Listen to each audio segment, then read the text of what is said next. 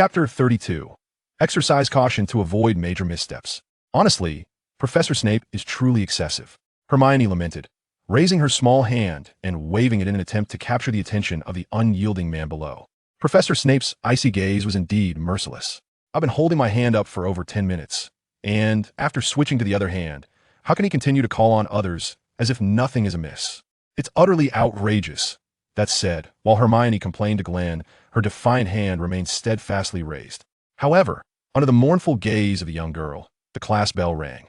Snape assigned the day's homework and announced the end of class, leaving Hermione with yet another count of 0 for her contributions during potions. Ignoring Hermione's pleading look, Snape strode briskly out of the classroom, his black robes billowing behind him, resembling a bat in flight. Well, let's go. I'm used to it anyway, Hermione sighed, lowering her hand, shaking her head as she began to gather her belongings, for she was to wait at the entrance of the Great Hall for Hagrid. Glen's recording device had already captured the identity of the perpetrator responsible for the demise of Hagrid's beloved rooster, and now they awaited the opportunity to reveal the truth. Nodding in agreement, Glen accompanied Hermione towards the Great Hall. After sitting at the long table, chatting and reading for a while, Hagrid finally emerged into their line of sight, a magically modified shotgun slung over his shoulder. Hey, Glen, Hermione. Hagrid glanced around before spotting Hermione waving at him and approached with a broad smile. Are you done with class? The young girl lowered her hand and nodded. Yes, that was the last class. Shall we set off now? The truth seemed to stir within her, akin to a restless crub, and Hermione was eager to view the recordings stored within the device. Upon noticing her eagerness, Hagrid abandoned his intention to engage in pleasantries, nodding and gesturing for them to follow. Then let's go. Remember, stay close and do not wander off. A sudden look of concern crossed his face, and he exclaimed, that culprit has killed a few more of my roosters. It's utterly despicable. Hagrid, you did take care of what I asked you to do, didn't you? Glen inquired, quietly listening to Hagrid's grievances. During their last encounter, he had specifically instructed Hagrid on an important matter, believing it essential. Though the reasons behind the perpetrator's actions remained unclear, Glen thought it prudent for Hagrid to discreetly relocate 1 or 2 roosters to a safer environment. 2. Conceal them ahead of time. As the saying goes, not putting all your eggs in one basket applies to roosters as well. Of course. After returning, I chose 2 of my favorite roosters and temporarily kept them in the Ollery, Hagrid replied, patting his chest as a sign of his reliability. I hope they can adapt to their new surroundings. It's quite a hardship for them. This. Hermione displayed a peculiar expression. Surely, those 2 roosters would not adapt well to their new surroundings. This idea truly was. Well, never mind. In these abnormal times, it would have to suffice. At least it was preferable to being clandestinely eliminated without any understanding of the situation. However, it seemed that Hagrid had raised the chickens to enhance his own meals. So be it, my apologies. The little rooster. While Hagrid conversed with the 2, he remained vigilant of his surroundings, as did Glen. His wand was discreetly gripped in his right hand, hidden within the sleeve, while his left hand, now adorned with a protective glove, resided in his pocket. His heightened senses were already activated, constantly scanning a 50-meter radius around him. It is always prudent to exercise caution. Fortunately, from Hogwarts to Hagrid's hut, no danger had manifested, and the trio reached the chicken coop behind Hagrid's abode unscathed. Hermione, Hagrid, keep watch while I retrieve the storage device, Glen instructed, maintaining his vigilance as he approached the recording apparatus. Both the young girl and the towering man had no objections. The trio formed a triangular formation, back to back, raising their wands and hunting rifles in preparation for any lurking threats. With their rears secured, Glen began to address the arrangement before him. To avoid detection, he had layered multiple concealment tools around the recording device. Effortlessly, he accessed the back door he had previously established for the apparatus, dismantled its disguise, and discreetly tossed it to an empty space beside the chicken coop. Drawing his wand, he unleashed a thunderous explosion, obliterating the still pristine alchemical devices. Hagrid jumped in surprise at Glen's sudden action, then, regaining his composure, regarded him with a puzzled expression. Why destroy those magical devices? They're still quite new, aren't they? These items, removed from my sight, could potentially be influenced by unknown persons or circumstances. It is best to avoid further contact with them. Just as with the previous batch of unfortunate roosters, Glen explained calmly. No one can ascertain whether those devices have truly gone unnoticed or if they've been tampered with. Despite their complex construction and high costs, it is better to destroy them outright. I am capable of recreating them. There is no need for recovery. Glen's past experiences had instilled in him a cautious habit. After all, none could know what might have transpired with objects beyond his view, whether they had been poisoned, equipped with listening devices, trackers, or even explosives. Everything was uncertain. Glen placed his trust solely in his own eyes. Rather than gamble on a slim chance of safety, it was wiser to decisively eliminate the possibility of unforeseen incidents. Glen was well versed in the art of survival. He understood that a lack of caution often led to fatal consequences. Listening to Glen's rationale, Hagrid appeared contemplative, while Hermione remained calm, vigilant of their surroundings. She had long since become accustomed to Glen's rather exaggerated style, yet she found merit in it. After all, caution rarely leads one astray. Although she occasionally forgot these matters herself, she was fortunate to have Glen, who would gently remind her. Glen deactivated the concealed device he had set up, and the shape of the recording apparatus gradually came into view. He discarded it with a flourish, obliterating it into fragments, but the remaining storage device could not be treated in the same manner. One must extract the contents before destruction. Glen retrieved the crystalline stones contained within and delved his consciousness into them, observing the recorded imagery. This is Chapter 33. Is it really her? Glen felt his eyebrows slightly arch as he absorbed the images captured within the recording crystal. Aside from the preceding month's inconsequential footage, the crystal indeed documented the appearance, stature, and the entire course of the heinous act against the little rooster. To his astonishment, it was Ginny Weasley, the very individual we encountered that day. Glen pondered silently as he observed the entirety of Ginny's violent actions. Hermione's assessment of the injuries sustained by the rooster had been remarkably accurate. The lacerations and bruises present on the body were undoubtedly the result of Ginny Weasley's brutal tearing, beating, and smashing. Withdrawing his consciousness from the recording crystal, Glen noticed the vigilant young girl beside him casting furtive glances in his direction, her curiosity evident. Without hesitation, he extended the crystal towards her. Hermione was a friend of Ginny's, and if Ginny's true nature were indeed as depicted, the young girl might avoid this individual after viewing the footage. Conversely, if Hermione held differing opinions or insights, she could engage in discussion with Glen. Moreover, Glen found the information conveyed by the scenes within the crystal somewhat perplexing. The movements and postures of Ginny Weasley recorded therein appeared to contrast with his observations. While it was possible that this discrepancy stemmed from differing perspectives, and Glen was unable to employ his heightened senses to delve deeper or draw comparisons, he deemed it imperative to investigate further. This was not solely for Hermione's consideration, but also for the safety of Hagrid. As Hermione scrutinized the recording, Glen began to muse silently and formulate hypotheses. The imagery within the crystal did not preclude the possibility that someone had discerned his setup and was aware that he had detected Ginny Weasley hiding behind Hagrid's hut that day, thus deliberately employing a polyjuice potion to impersonate her in order to commit the crime and frame Ginny. Of course, it was also plausible that Ginny Weasley had sensed their arrangement but was unable to dismantle it alone, thus intentionally contorting her physical demeanor, opting not to utilize a more efficient method of killing, thereby creating confusion. Yet, there remained a possibility that Glen dreaded most. His furrowed brow tightened once more. After last year's experiences at Hogwarts, Glen reasoned that it was not surprising for anything to transpire within a place touted as the safest in the world. Perhaps this was yet another incident involving a malevolent spirit akin to Voldemort, possessing and controlling Ginny Weasley. In any case, this situation warranted caution. Glen resolved to uncover the truth to attain complete peace of mind. While it might be a misunderstanding, with Ginny Weasley merely exhibiting psychopathic tendencies by delighting in the torture of small creatures, he decided to defer any conclusions until after a thorough investigation. If it were not Ginny, but rather some other malevolent entity wreaking havoc within Hogwarts, he would certainly have to voice his grievances to Dumbledore about the school being akin to a sieve. All he truly desired was to lead a tranquil life with Hermione. Why were there so many peculiar occurrences? With a sigh, perhaps transferring to the Northern Magical Academy in the Dragon Country to seek refuge with her grandmother would be a prudent choice. At this moment, Glen noticed that Hermione had finished reviewing the contents of the recording crystal, her face a mask of disbelief as she turned to him. Could she truly do such a thing? Glen refrained from offering any further commentary, instead posing the question back to Hermione. In your opinion, is she capable of such an act? Hermione resolutely shook her head, asserting, in my view, Ginny would never do something like that. Even if the recording device has captured her committing the act? Glen inquired.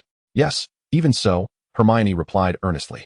Glen wished to articulate more, but the unwavering determination in Hermione's gaze silenced him.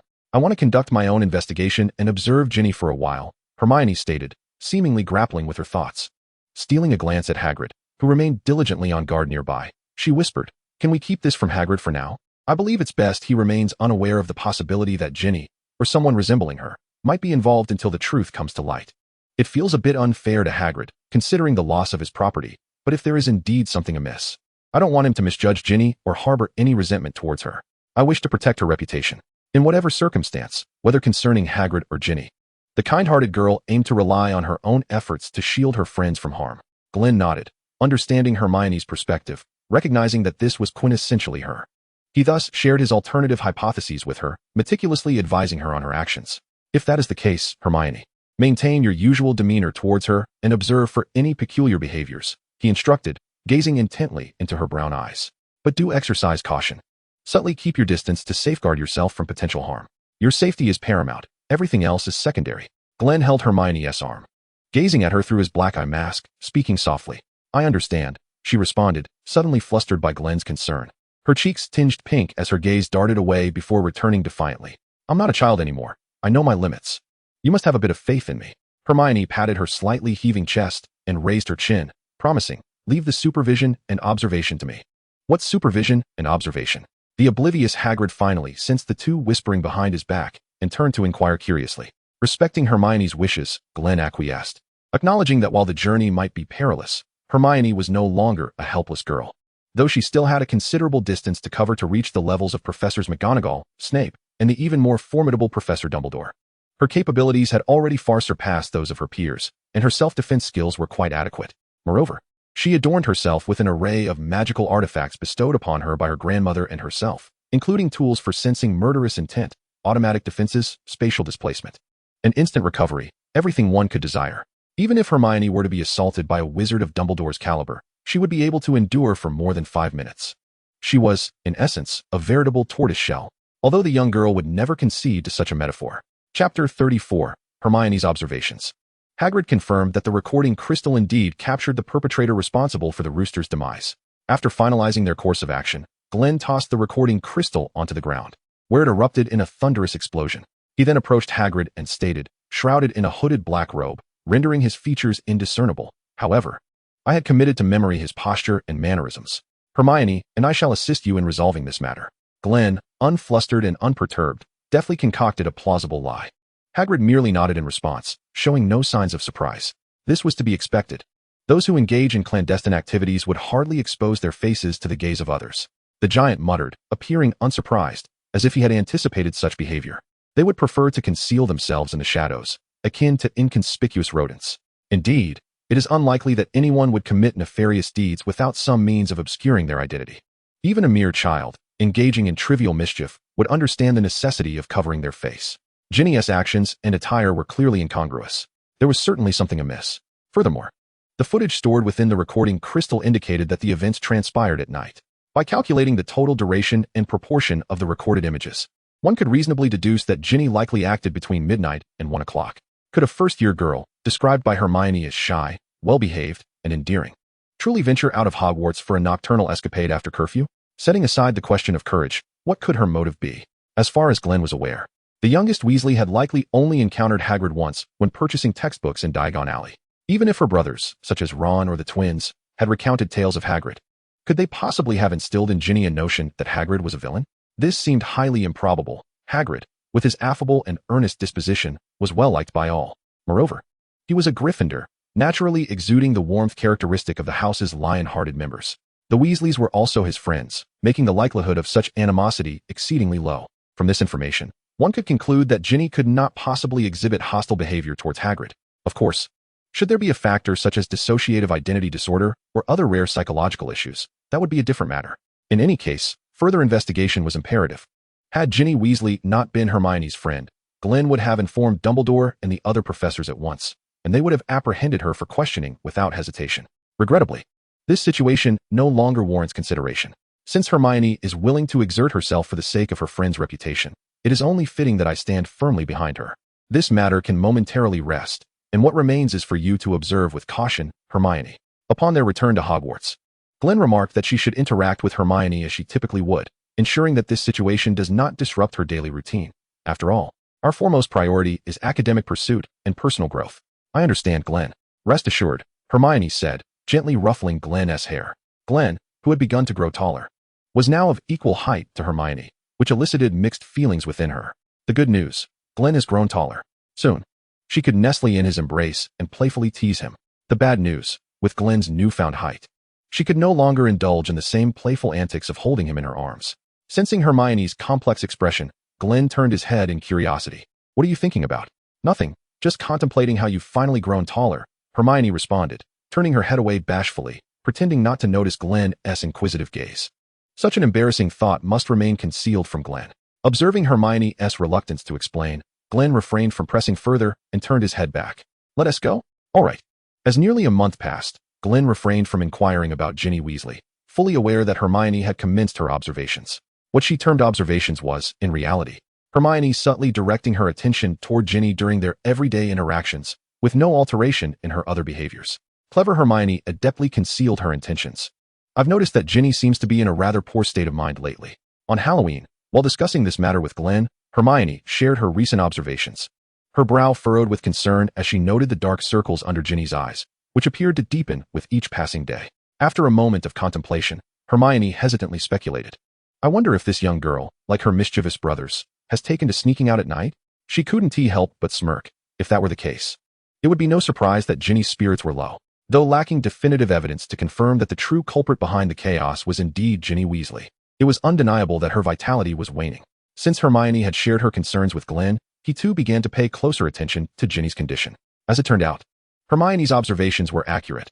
At such a vibrant age, where other young witches and wizards radiated exuberance, Ginny Weasley's energy was entirely subdued, her vitality failing to manifest in her countenance. Moreover, her complexion appeared quite poor.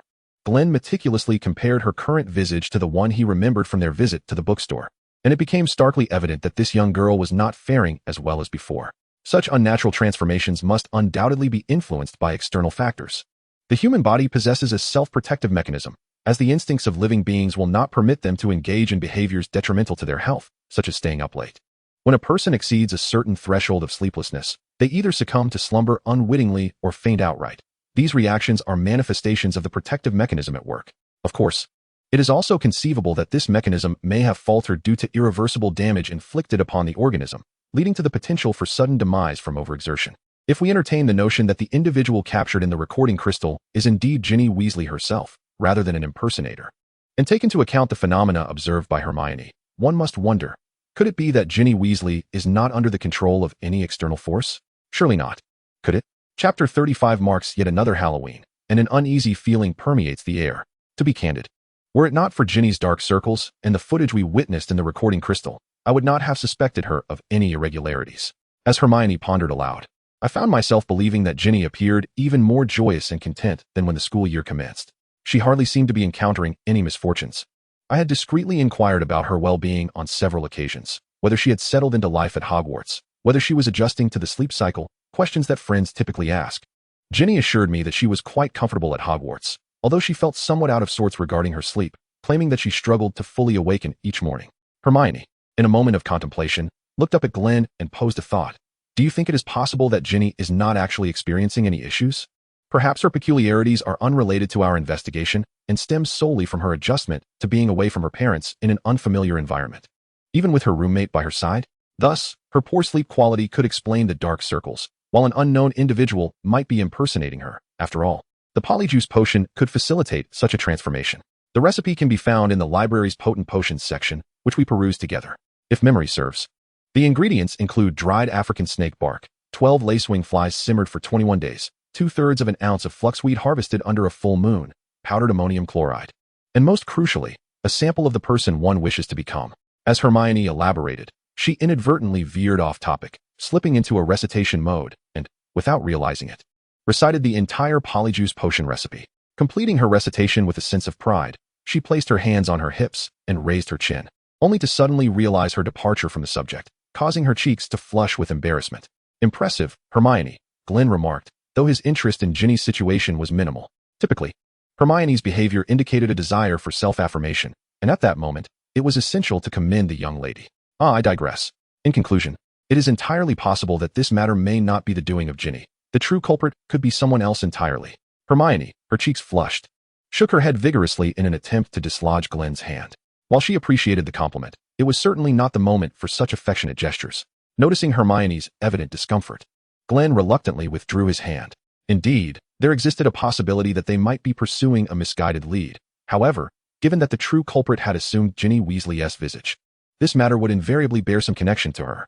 Thus, Hermione, if we are to uncover the truth, you must continue to observe her as you did before. Well, That is indeed the case. Rest assured, until the matter is resolved, I will keep a vigilant watch over Ginny, Hermione replied, shaking off her shyness and regaining her composure.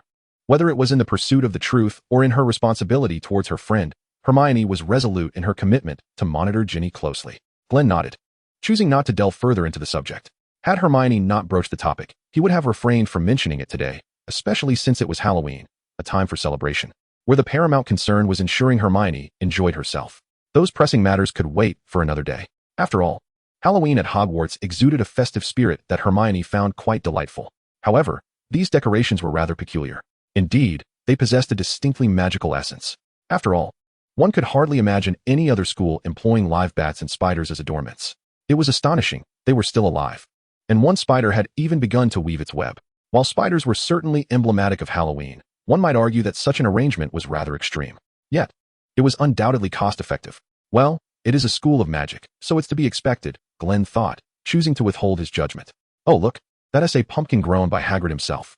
Upon entering the Great Hall, all of the young girl's earlier worries were swept away by the festive atmosphere.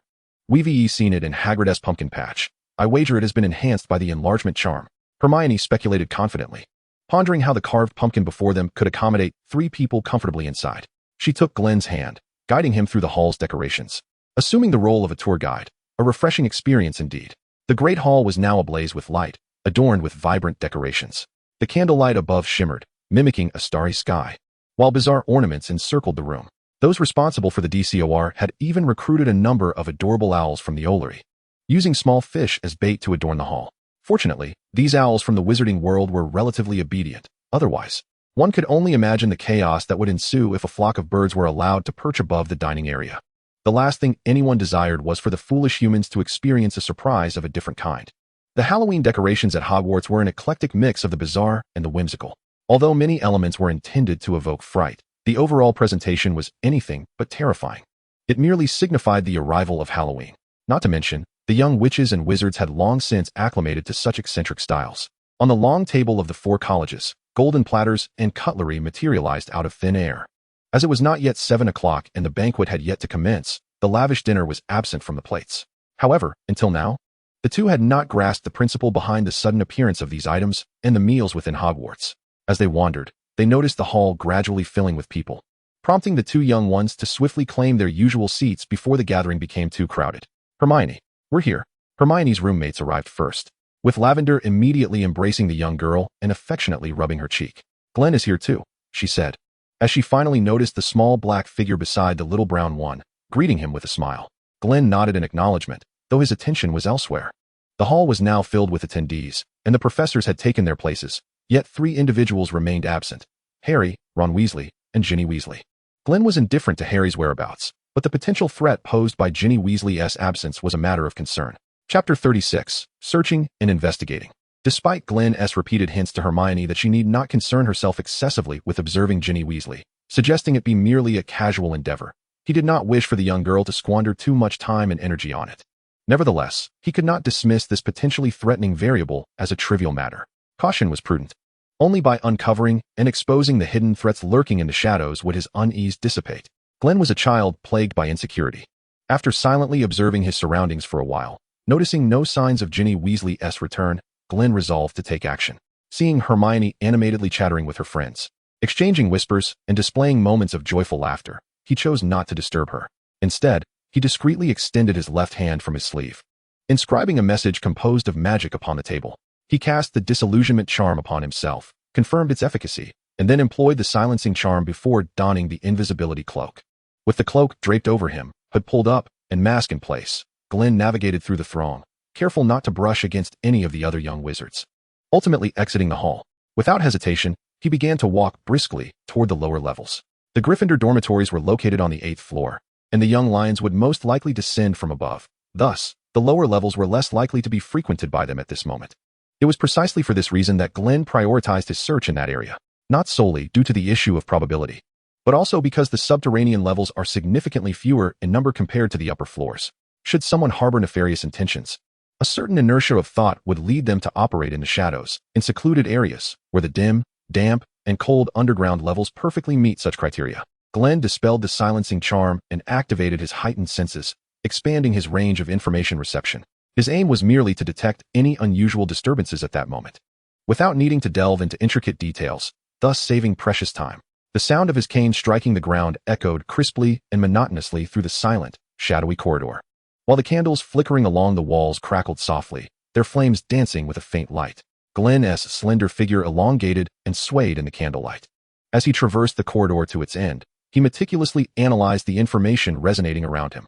He perceived a cacophony of noise emanating from the underground classroom. Without hesitation, Glen continued to dissect and analyze the information in his mind, following the direction from which it originated. Upon rounding a corner, the atmosphere of the corridor transformed dramatically. The once warm, white candles with their orange flames vanished, replaced by tiny, murky candles, whose wicks flickered not with the warmth of orange light, but with an eerie blue glow, instantly enveloping the surroundings in a chilling aura. Glen could distinctly sense that with each step he took, the temperature around him dropped, a clear indication that it was not merely a figment of his imagination. He could now hear the sounds from the distant underground classroom more clearly. They were utterly repugnant, akin to a horde of feral cats incessantly clawing at a large blackboard. Amidst a throng of diverse individuals chattering boisterously, even Glen could not help but furrow his brow in distaste. Having approached sufficiently, he deemed it unnecessary to draw closer, as he had already gleaned enough to comprehend the circumstances within the underground classroom. What kind of scene awaited him? Almost all the ghosts from Hogwarts had congregated here, alongside many unfamiliar spectral faces Glen had never encountered before. He affirmed his suspicion. This was indeed a gathering of the damned.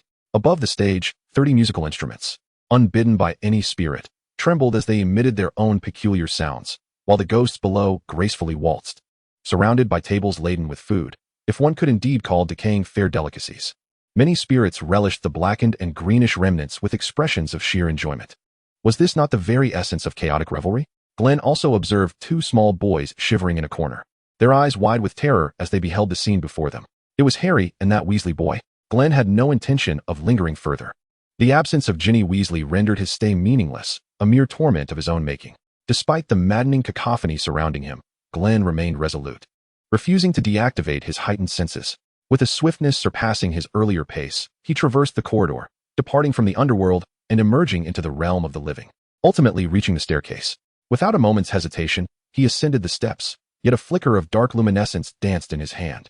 With a subtle flick of his wrist, he affixed a diminutive, translucent device to the wall between the ground floor and the first, in a precautionary measure to safeguard against any potential miscalculations. Glen prudently installed an alert mechanism on the wall adjacent to the stairs leading to the first floor. Should any creature pass by, this device would relay information to Glen, enabling him to formulate an appropriate response. The ensuing tasks loomed extensive, requiring a thorough examination of the corridors from the first to the 8th floor. Glen quickened his pace, further extending the range of his heightened senses. The first floor corridor revealed no anomalies, while the sounds emanating from the hall beyond were resoundingly lively.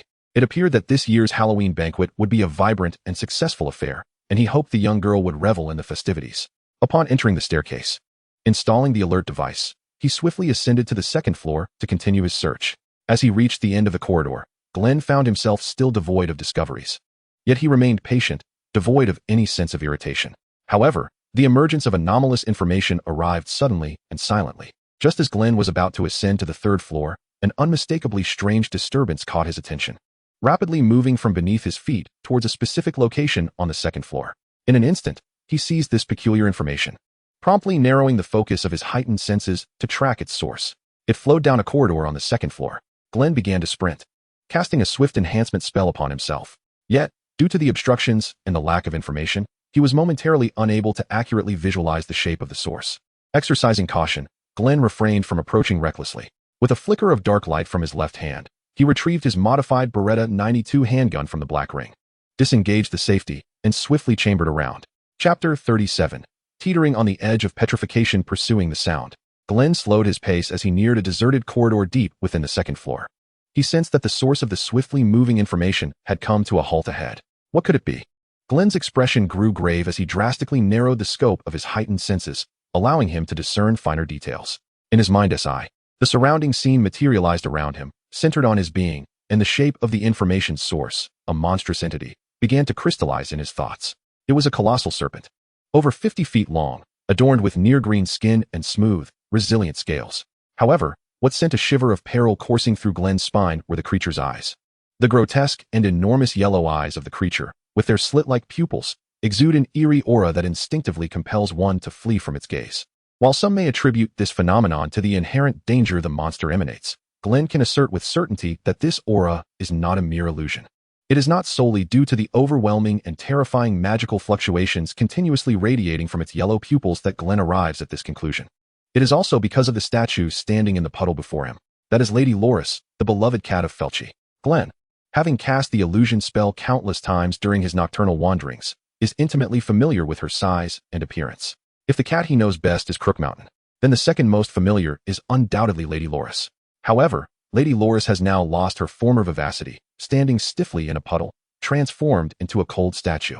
Glen surmises that the giant serpent's gaze is highly likely to induce petrification in living beings. Caution is paramount. The conditions triggering this petrification remain unclear.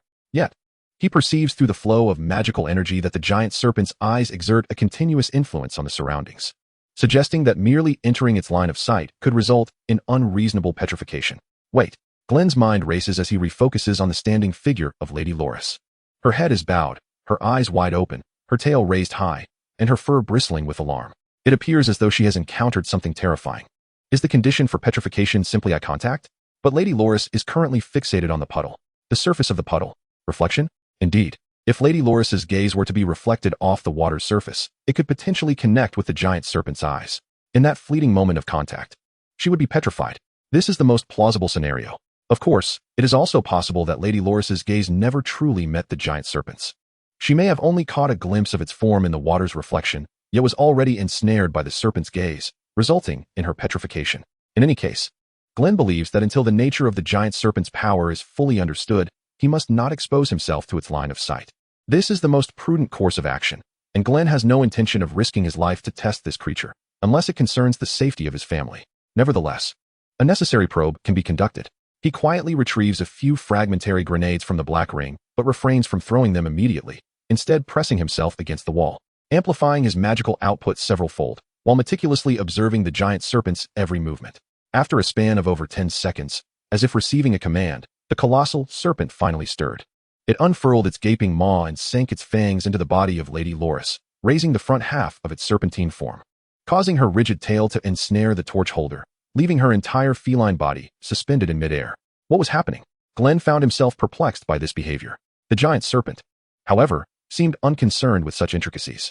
Once it had secured Lady Loris, it opened its mouth wide, extending its tongue, and then, astonishingly, bit down upon its own tongue. Glen remained bewildered.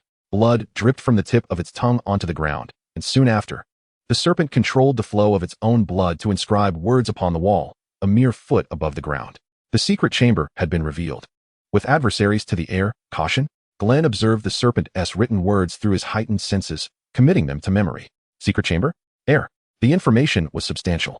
For the moment, he refrained from delving deeper into contemplation. Having completed its sanguine inscription, the serpent lowered its body once more and began to retreat into the dark passage behind it, leaving a trail of moisture on the ground. Glen recognized that his moment had arrived. Swiftly, he pulled the pin from a grenade and hurled it with precision towards the midpoint of the serpent's head and body.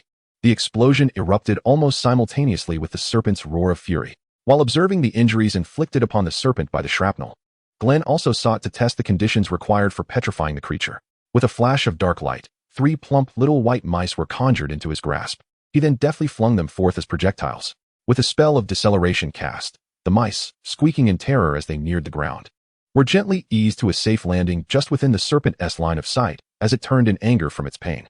Yet, each mouse landed in a different posture. Mouse 1 alighted safely, directly facing the serpent's head. Mouse 2 also landed safely, though slightly off-center from the serpent's gaze. Mouse 3, however, landed with its rear towards the serpent's head and was ensnared by a binding spell, rendering it immobile.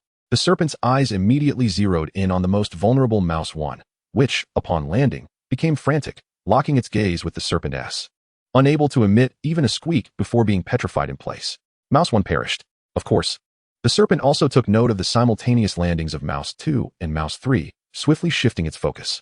As if sensing an unseen force, Mouse 2 lifted its head. Mouse 2 was lost. At last, Mouse 3, despite being within the serpent's line of sight and under its relentless scrutiny, remained alive, squeaking incessantly in a futile struggle, its little rear end wiggling adorably. Glen maintained his calm demeanor, yet he had confirmed one crucial fact. Thus, Chapter 38, The times have changed.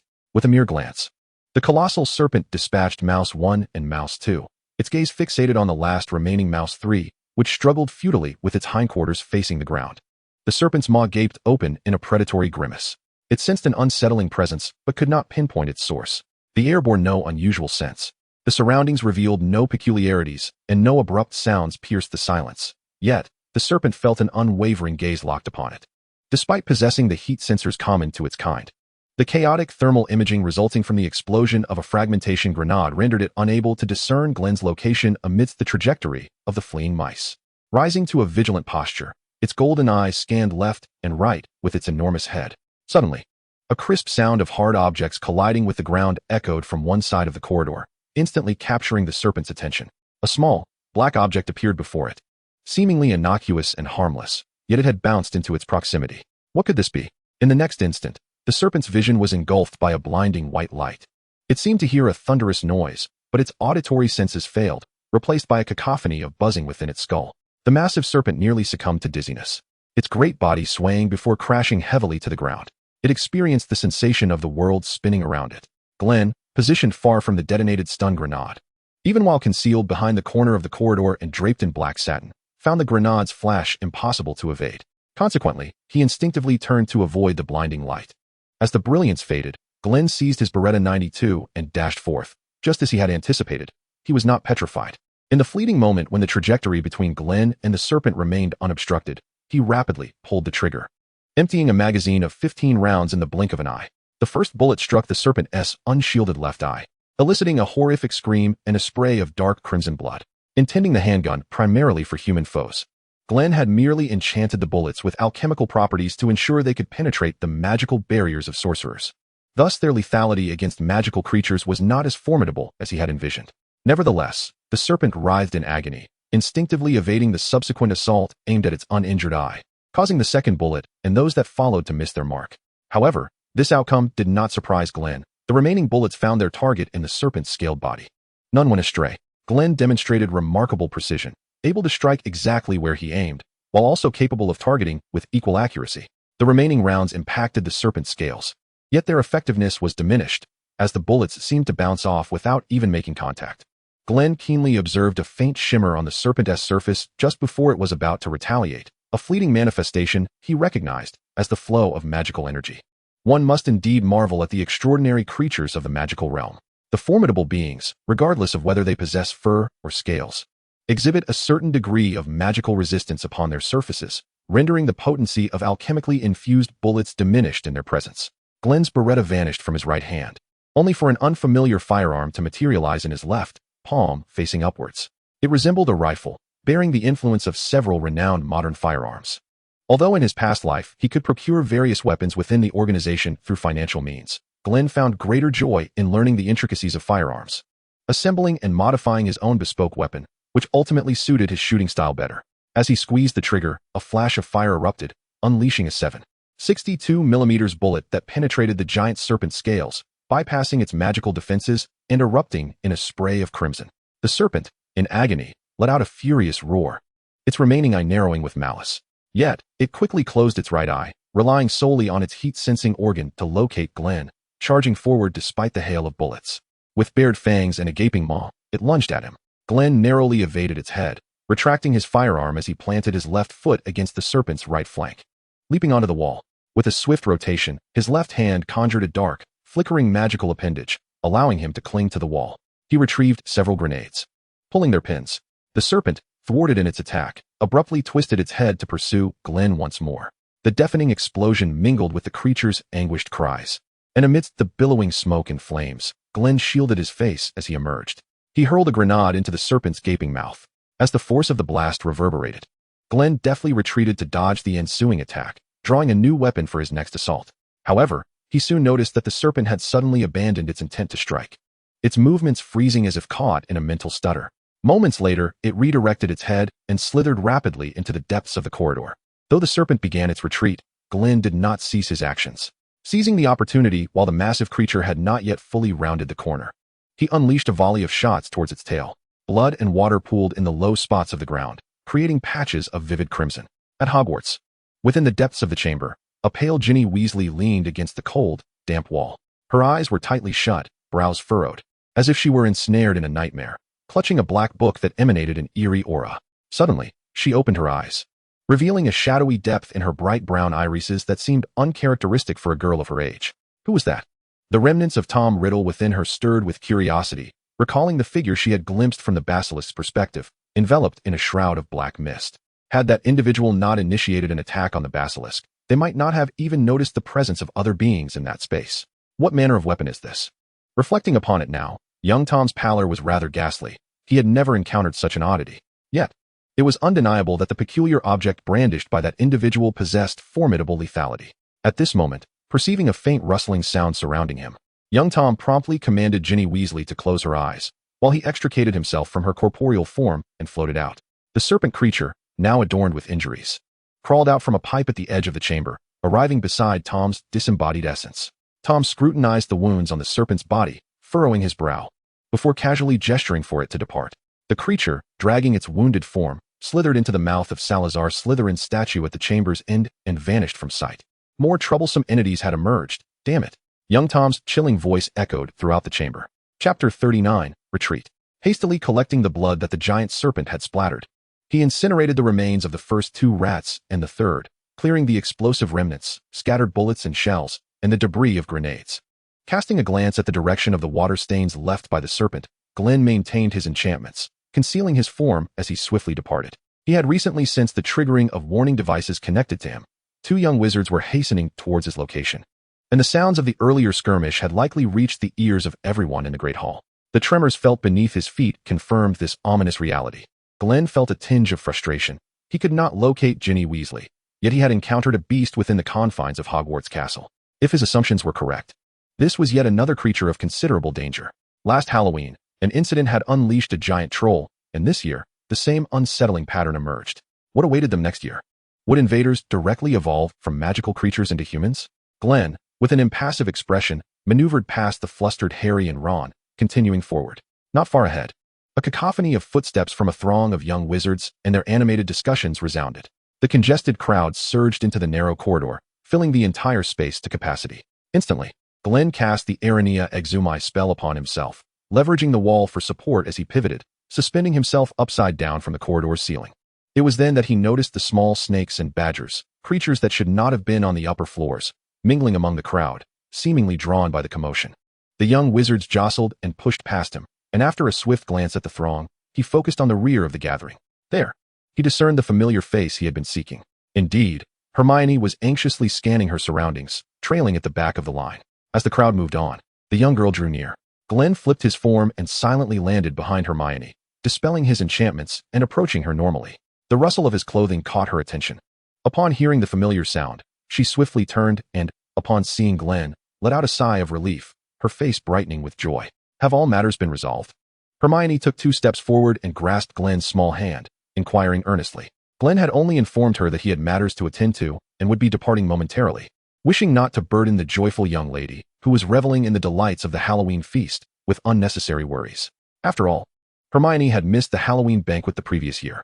Now that the festivities had concluded and the young lady had initiated a question-and-answer session, Glen felt no need to conceal the truth from her. Goodness, was that commotion we just heard in the hall caused by you? Hermione's eyes widened in shock as she abruptly released Glen's hand, seizing his shoulders instead and shaking him in frustration. Did we not agree that you would not engage in such perilous activities without me? Have you forgotten? I have not forgotten, Glen replied, shaking his head even as he was being jostled. It was simply unexpected this time, and I did not anticipate encountering such a situation at Hogwarts again. Moreover, you did not have a successful Halloween banquet last year, and I wanted you to truly enjoy it this time. Upon hearing his words, the young lady felt a warmth in her heart, and her anger began to dissipate. Yet, she continued to shake Glen in dissatisfaction. How could Halloween be anything but delightful? Is there anything more important than you? You must not do this again. Finally, she released Glen, placing her hands on her hips.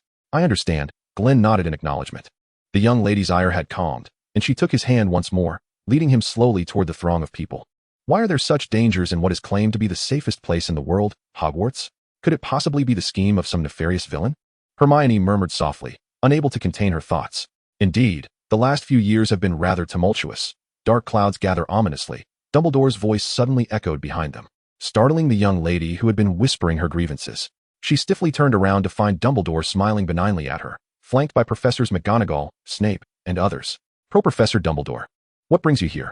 Hermione quickly adjusted her demeanor, posing a rather thoughtless question. What am I even asking? The little voice in her head berated her. Realizing that they were drawn here by the commotion. Like you. I came to assess the situation, Dumbledore replied, dismissing the trivialities with a wave, signaling the other professors to proceed forward and catch up with the young wizards, while he simply regarded Glen and Hermione with a knowing smile. It seems you two possess more insights regarding this matter. Would you care to share them with me? Hermione turned to Glen, who nodded in agreement. He omitted his motive for searching for Ginny Weasley and proceeded to detail his observations on the third floor, along with a description of the giant serpent's appearance and abilities. Dumbledore's smile faded, and his brow furrowed in concern as he remained silent, urging the two youngsters to follow him swiftly toward the scene of the incident. By the time the trio arrived, the crowd had congested the corridor, with Filch's furious shouts and Lockhart's exasperating voice ringing out ahead. In the blink of an eye, Dumbledore vanished from beside Glen and Hermione, causing Glen to raise an eyebrow in surprise. The young girl endeavored to rise on her tiptoes to glimpse the scene and partake in the excitement, but was thwarted by a sea of heads before her. Observing Hermione's insatiable curiosity, Glen swiftly wrapped an arm around her, casting a disguise charm. Amidst Hermione's soft gasp of astonishment, they leapt into the air, alighting upon the wall. Ah, now they could see. Hermione regained her composure, eagerly peering toward the end of the corridor. Dumbledore had arrived at the scene, cradling the petrified Mrs. Lorelei while conversing with the weeping Filch, who was covering his face. Lockhart, chattering incessantly and gesticulating animatedly, stood nearby, while Harry and Ron trembled under the sharp gazes of the surrounding young wizards, enveloped in an eerie silence. My office is the closest, Headmaster, Lockhart's voice suddenly boomed, capturing everyone's attention. Dumbledore's countenance darkened further, and he inhaled deeply, responding with a calm demeanor. Thank you, Gilderoy. Let us proceed.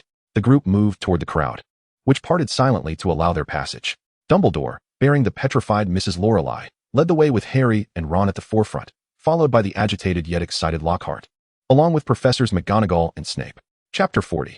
In the library, once Dumbledore had escorted the group away from the second-floor corridor, Professors Flitwick and Sprout, along with their colleagues, busied themselves evacuating the remaining young wizards from the scene.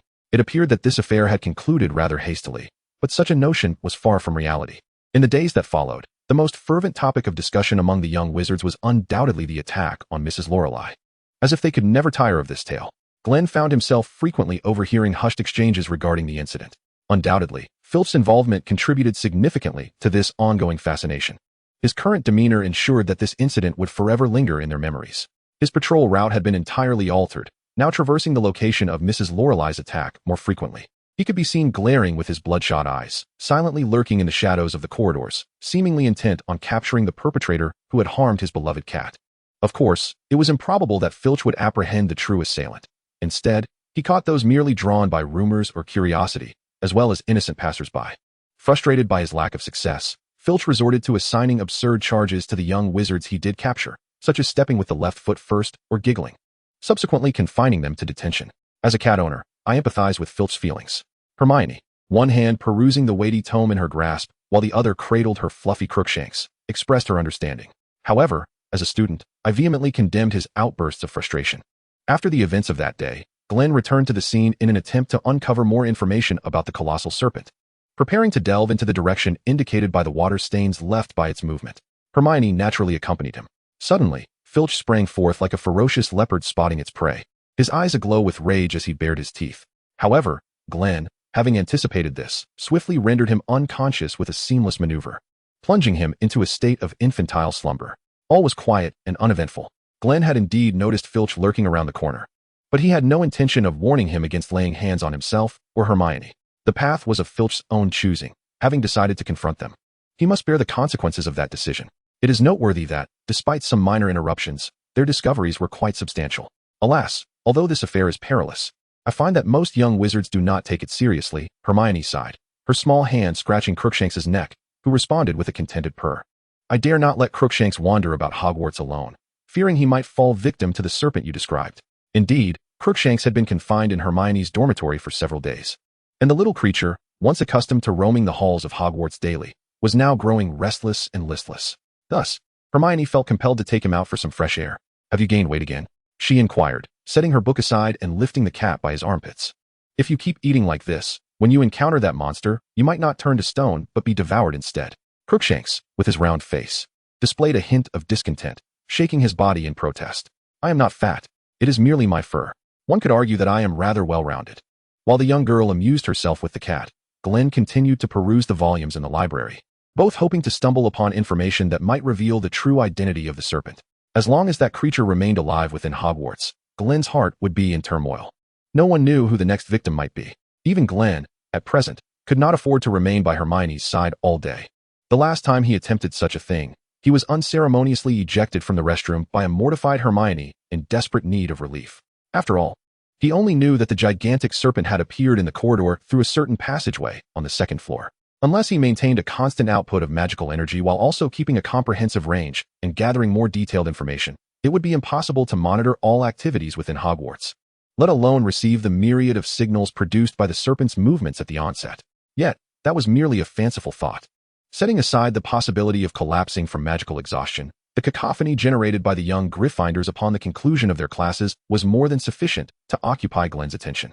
It is not that Glen is incapable of sifting through the cacophony of noise brought about by the bustling crowd to discern valuable information. However, he fears that should he persist in this endeavor throughout the day, he might succumb to the turmoil brewing within him before the next move of the giant serpent. In a fit of impatience, he could dash into the Gryffindor common room and silence those raucous individuals, ultimately whisking Hermione away from Hogwarts to seek refuge with his grandmother. Yet, such an act would surely displease Hermione. Thus, it seems prudent to diligently consult books in search of information. Should that prove futile, he might reluctantly resort to a last-ditch measure, albeit with a peculiar sense of discomfort regarding that method, which he could tolerate. The two had invested several days in the library on this quest, yet their efforts yielded no results. In the various magical creature compendiums they had perused, they found no entries corresponding to the enormous serpent Glen had encountered. Today, they resolved to broaden their search parameters. Just as Gilderoy Lockhart's published works contained accounts of numerous rare magical creatures, might there be autobiographies or travelogues by others that fortuitously included details about such a colossal serpent? This seemed distinctly plausible. Naturally, the two avid readers would not opt for volumes whose titles indicated they contained no pertinent information. Drawing from experience, they selectively chose texts that might yield answers. The pursuit of knowledge would demand considerable time. Navigating the vast sea of books in search of information that might be non-existent or scarcely documented is a formidable challenge, requiring both diligence and a touch of luck. Additionally, the contents upon the walls warranted their contemplation. The Chamber of Secrets at Hogwarts? Very well. Let us see if they can uncover anything in the texts. The task of seeking information about the chamber was readily assumed by the young girl. For Hermione had long been engrossed in the history of Hogwarts, making the search for the chamber a natural extension of her studies. It was a tedious endeavor. Fortunately, Glen and Hermione found no monotony in their task, not solely due to their shared love of reading, but also because they enjoyed each other's company. However, the two self-reliant individuals entirely overlooked the option of seeking assistance from a more knowledgeable elder. Alone in his empty office, Dumbledore took a sip of tea, glanced at the clock on the wall, and quietly lamented, "Why haven't Glen and Hermione come to consult me yet?" Chapter 41, Dumbledore's Thoughts and the 5-Speed Fan. Dumbledore felt a headache brewing. 50 years prior, when he was merely a transfiguration professor at Hogwarts, the Chamber of Secrets had been opened once before. The monster within had escaped, launching an attack. During that incident, a young witch named Moaning Myrtle Warren lost her life, and the frequency of such attacks had only escalated. Thankfully, those subsequently attacked had survived, yet the spate of incidents had thrust Hogwarts into the brink of closure. The resolution of the final incident hinged upon a young wizard who provided clues and evidence to the then headmaster, Albus Dumbledore, ultimately revealing the true culprit behind the chaos, Hagrid. This young wizard accused Hagrid of secretly harboring a beast, which he claimed was responsible for the relentless attacks on Muggle-born wizards at Hogwarts. He presented a plethora of direct evidence implicating Hagrid as the mastermind. The creature Hagrid had indeed been nurturing was none other than Aragog, the current patriarch of the giant spider clan residing in the Forbidden Forest. Faced with accusations and irrefutable evidence, the earnest and well-meaning Hagrid found himself unable to defend against the claims. The headmaster, swayed by the young wizard's assertions, chose to expel Hagrid. This accuser was none other than Tom Riddle, who subsequently received a special commendation for his contributions to the school, with his trophy still displayed in the trophy room. At that time, nearly all the professors accepted this conclusion, believing that the Chamber of Secrets would remain sealed and that the creature responsible for the attacks would no longer emerge. However, Dumbledore held a different perspective. He did not trust Tom Riddle's words, despite having been the one to admit him into Hogwarts. In the days that followed, Dumbledore kept a vigilant watch over Tom, yet the chamber remained closed, and the matter faded into obscurity. 50 years later, the chamber was once again opened, and the murderous creature re-emerged, leading Dumbledore to finally learn the true identity of the mysterious monster from Ginny, the Basilisk. This confirmed Dumbledore's suspicions that Hagrid was not the true instigator of the events from decades prior. The individual controlling the Basilisk in its attacks on young wizards was someone else entirely, most likely Tom Riddle, whose current identity as Voldemort and his ambitions further substantiated this theory. The reopening of the chamber was undoubtedly a contingency left by young Tom, who sought to orchestrate a repetition of the events from 50 years ago. With countless thoughts swirling in his mind, Dumbledore could not help but feel a throbbing headache. Fortunately, he had discerned the creature's identity, ensuring the safety of the professors and young wizards. Yet he could not allow Tom's machinations to continue wreaking havoc within Hogwarts. This presented an opportunity to challenge Harry. Dumbledore rubbed his brow, his azure eyes alight with determination. As for Ginny and Hermione, they would undoubtedly forge their own path toward the truth without his guidance. Under his watchful protection, this crisis would merely serve as a stepping stone for their growth. Dumbledore hesitated momentarily, ultimately deciding against offering assistance to Ginny and Hermione. After all, when comparing the capabilities of Ginny and Hermione to those of Harry and Ron, it was evident that the former duo far surpassed the latter. The former were gifted individuals striving to enhance their strengths, while the latter were prophesied to be the saviors destined to defeat Voldemort. This dilemma. Let them see who can achieve the goal first. In Dumbledore's mind, the scales had already begun to tip, though the disparity between the two sides remained significant. In the morning, Glen sat at the long table of Gryffindor, eagerly awaiting Hermione's arrival. "Good morning," she greeted him, stifling a yawn, her eyes shadowed with dark circles. Glen furrowed his brow. Had the young girl stayed up late? He had yet to memorize the entirety of A Brief History of Hogwarts, so he had been poring over the book repeatedly. But the information regarding the Chamber of Secrets was scant at best. Oblivious to Glen's dissatisfaction, Hermione plopped down beside him, rubbing her eyes as she reported on her progress in researching the chamber. In pursuit of the truth, they resolved to divide their tasks. Hermione would handle the information regarding the chamber, while Glen would delve into the details concerning the giant serpent. "Hand me A Brief History of Hogwarts," he said, extending his hand. Hermione, still groggy, did not question him and obediently produced the book, passing it to Glen. "Confiscated," he said with a stern expression as he took possession of the book. Upon realizing that her source of knowledge had been seized, the sleepy girl instantly became alert. "No, you can't. Please don't do that," Hermione exclaimed, reaching out in a desperate attempt to retrieve the black ring from Glen's left hand.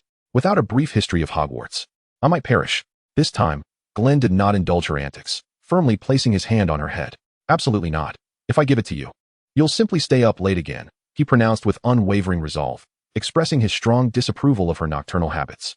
Their hands engaged in a playful struggle as Glen's right hand met Hermione's small missile-like arm.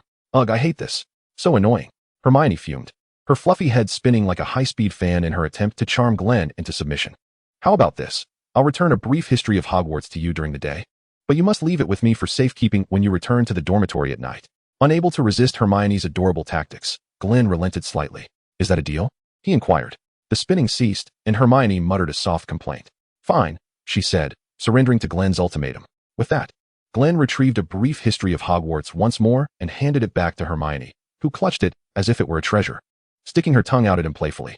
"Humph, when you ask for it back tonight, I'll make a run for it," she thought to herself. "Don't even think about escaping when I ask for it back tonight," Glen warned, seeing right through her intentions. "Oh, I would never do such a thing," Hermione replied, her expression faltering slightly, revealing a hint of guilt. Glen chose not to speak further. He didn't need any special insight to know what was on Hermione's mind. Surely, she would attempt to flee later that evening. Chapter 42, The Information on the Chamber of Secrets. Without waiting for nightfall, Glen noted that the girl's behavior was already quite unusual. Unlike the usual routine, where one might secretly fidget during class while attentively absorbing the lesson, Glen found himself seated a tad farther from Hermione this time, no longer clinging to her. Whenever he attempted to inch closer to her, she would huff and subtly shift her petite form away from him. Glen, feeling somewhat resigned, realized that Hermione was genuinely averse to the confiscation of A History of Hogwarts. After a moment of contemplation and a glance at Professor Binns, who was painstakingly elucidating the events of the 1289 International Wizarding Conference at a glacial pace, an idea began to form in his mind. "All right, shall we turn to the next page?" Professor Binns concluded a segment and was about to prompt the young witches and wizards to flip to the next page of their textbooks when a small hand shot up before him, startling him slightly. After all, it was the first time he had witnessed anyone raise their hand in his class. "You are?" he inquired, lifting his gaze and squinting slightly to discern the identity of the student. "Glen Hossern," the boy replied as he lowered his hand, finally capturing Professor Binns' attention.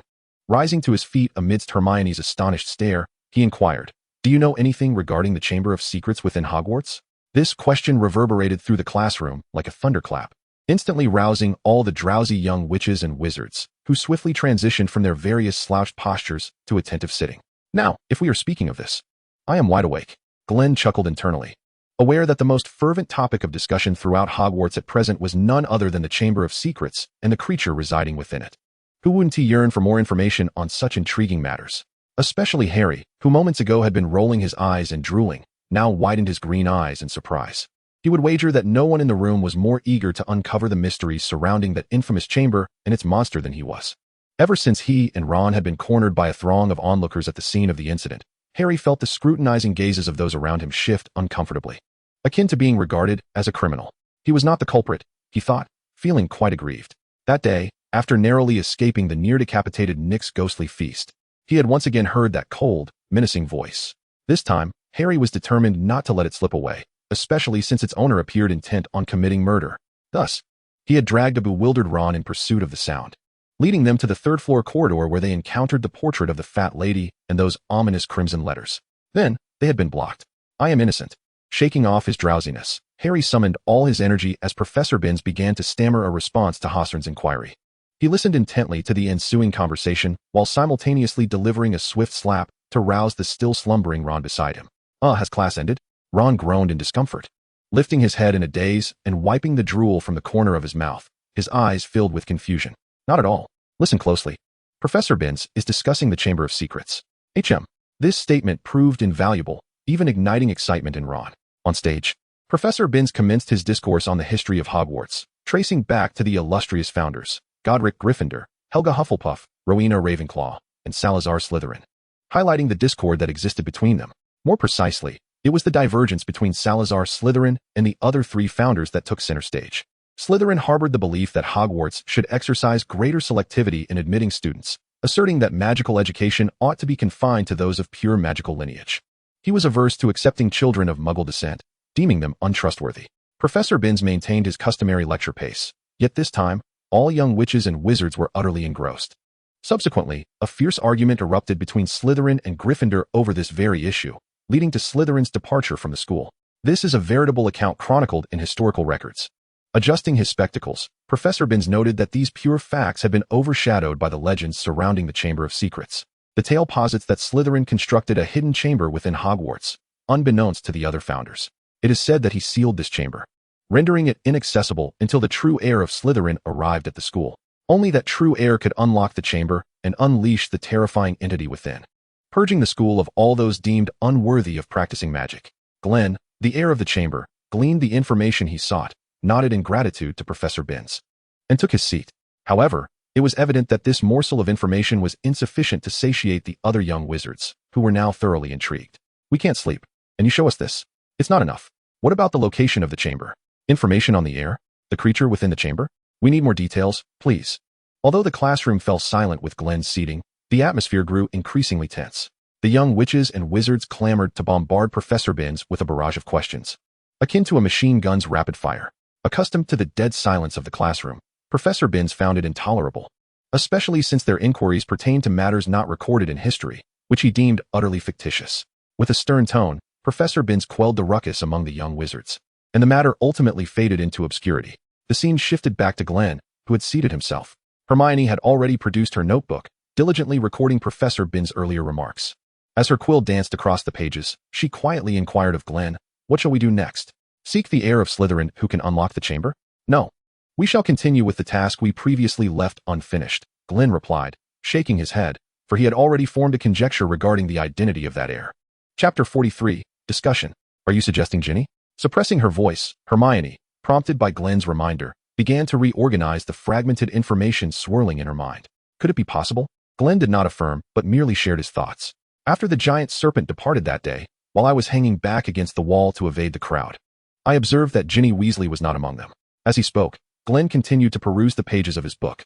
"You know, the reason I left during the Halloween feast was to search for her and keep her under surveillance.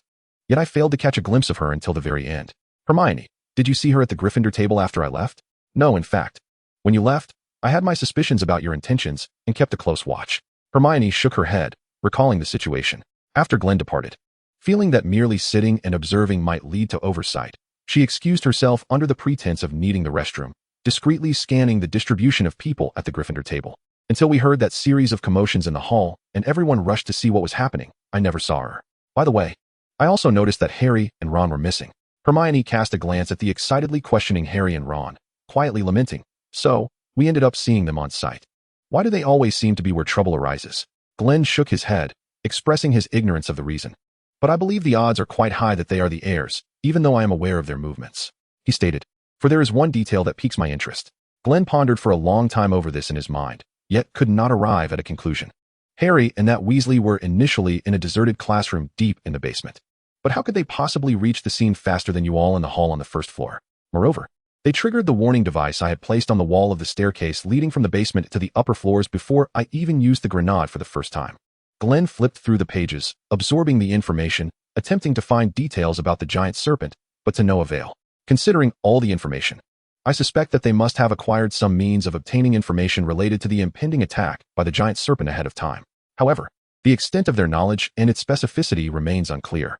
Hermione displayed a look of disdain, stating, to be honest, just as I do not believe Ginny would inexplicably run to Hagrid to harm his little rooster. Those two fellows, she pointed her thumb at the grinning Harry and Ron. Are they truly the type of mischievous little wizards who unleash monsters to wreak havoc on Muggleborns at Hogwarts? Although they can be quite troublesome, I doubt they have sunk to such depths. Hermione shrugged her small hands, asserting that even if it were them, they wouldn't be foolish enough to commit misdeeds and then remain in place, waiting to be caught. Some individuals, after committing a crime, linger at the scene to marvel at their handiwork or feign innocence. The school bell rang at that moment, prompting Glen to close his book. However, I share your perspective, which is why I find Ginny Weasley, who has remained outside our line of sight, to be all the more suspicious. As for Harry Potter and Ron Weasley, we could inquire directly with them. But what if they are unwilling to speak? Hermione began to tidy up her desk and posed the question. I have brought Veritaserum. Glen replied with an expressionless, chilling remark. Yet, as far as I know, the Ministry of Magic imposes strict regulations on Veritaserum. Hermione raised an eyebrow. We can keep it hidden from others. Glen offered his usual response to such dilemmas. Clearly, Hermione had anticipated Glen's retort, showing no surprise at his response. Wow, that's quite a clever plan. The girl rolled her eyes but showed no intention of stopping Glen. Under Glen's influence, the girl had already engaged in numerous rule-breaking activities, even orchestrating an international smuggling route. Veritaserum is a mere triviality. However, if this continues, the well-versed Hermione in Hogwarts rules and magical law might just become the most perilous outlaw imaginable. But I cannot agree to apply such measures to Ginny. She is my friend. Seemingly apprehensive that Glen might quietly seize Ginny and administer several doses of Veritaserum for interrogation, Hermione brought it up.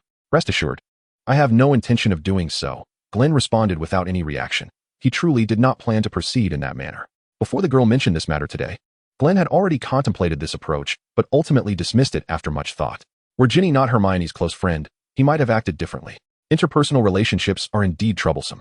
It is quite challenging to balance the girl's feelings while swiftly uncovering the truth behind the Chamber of Secrets and the giant serpent, as well as the reasons for Ginny Weasley's peculiar behavior. However, upon reflection, the mysteries and suspicions surrounding Ginny Weasley seem to multiply, and she is a friend of Hermione's, indicating that their interactions are likely frequent.